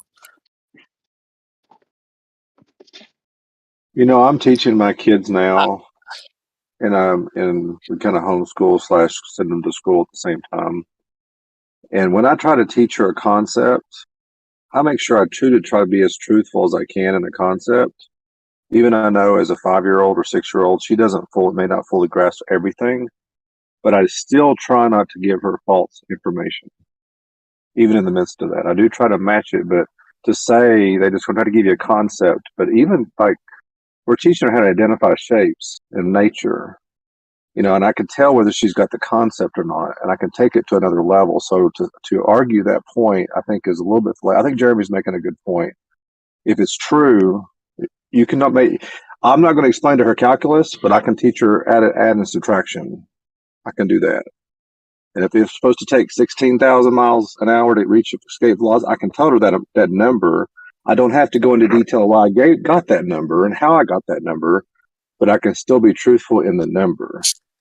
I just came into this, but that's assuming that, right, when they're teaching, when they show the source or whatever, that the teacher is then just leaving it at that this is the end all be all. Any orbit plus just escaping the Earth's gravity in general requires 25,000 miles per hour. And I highly doubt that's what's happening, right? The written words are just to give the concept, and it is correct. You do need 25,000 miles per hour to escape the Earth's gravity entirely. So they're just giving that number as a general concept. And I'm sure the teachers, like things like the ISS, don't have to go that fast because they're at a lower altitude, explaining that at a level that the kids can understand. It doesn't need to be written in the freaking thing. That's what the teacher is there for. Yeah, but the Apollo had to go that fast. Yeah, because it was going to the moon. Exactly. And the reason we sort of got hold on our this whole topic was because a man can't travel at that speed. I came in when Armo was talking about, going certain speeds just constantly and stuff like an hour, maybe 2 hours ago. So I missed that part, I guess. But you didn't hear the part where man can only go Mach 10 and it takes 33 Mach to leave Earth's atmosphere, yeah? Mach 10 was aircraft, though. I know. I feel like you're looking for what you want to see, and like if it's good enough, it's good enough. Like the context matters. Like what is that talking about when it says man can only go Mach 10? Are they talking about airplanes? Like what specifically? I'm not looking for what I want to see. I just want to see the correct answer.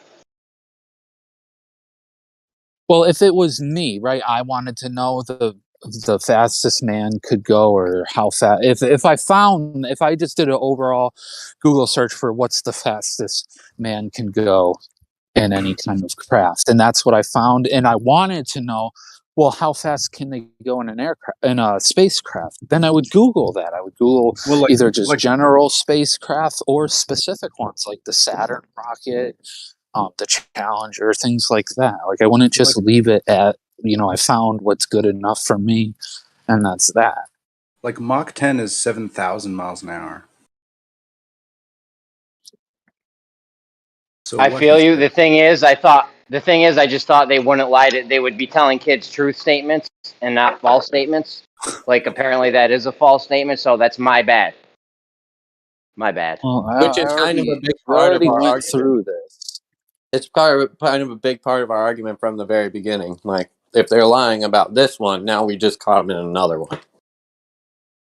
Or like the Challenger accident when our teachers like held our hands and like, you know, told us that it was an accident, but it wasn't. Somebody actually did press the button. Well, it was never in my experience, both, you know, as a professor and as a student growing up in any level, where a teacher or professor would put a source on the board and like that was the absolute truth, and he or she would have nothing more to contribute to that or to explain it anymore. I never personally experienced that. I don't know if other people have, but usually they would show a source. It would be about the topic they were lecturing on, and they would give a whole lecture with more detail and specific concepts involved with it. I don't get this trying to act like this is the end all be all of what's taught to kids. Doesn't make sense to me. Kind of like they leave Mickelson Morley out of your high school sciences, right?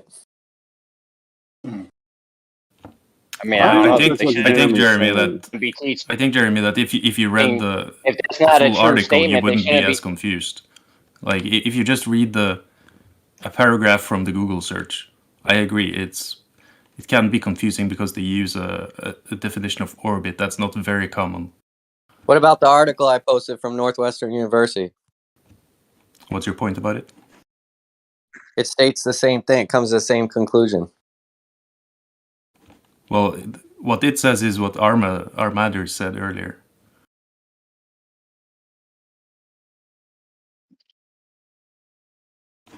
So, what's the issue?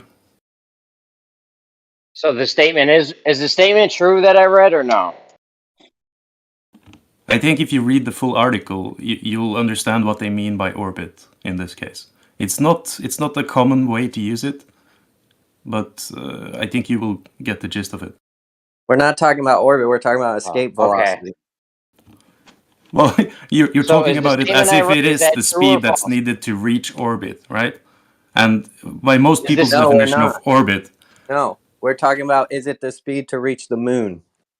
Yeah, but that's well, what yeah, the but the moon is in orbit around the True or Earth. not? Come on, guys.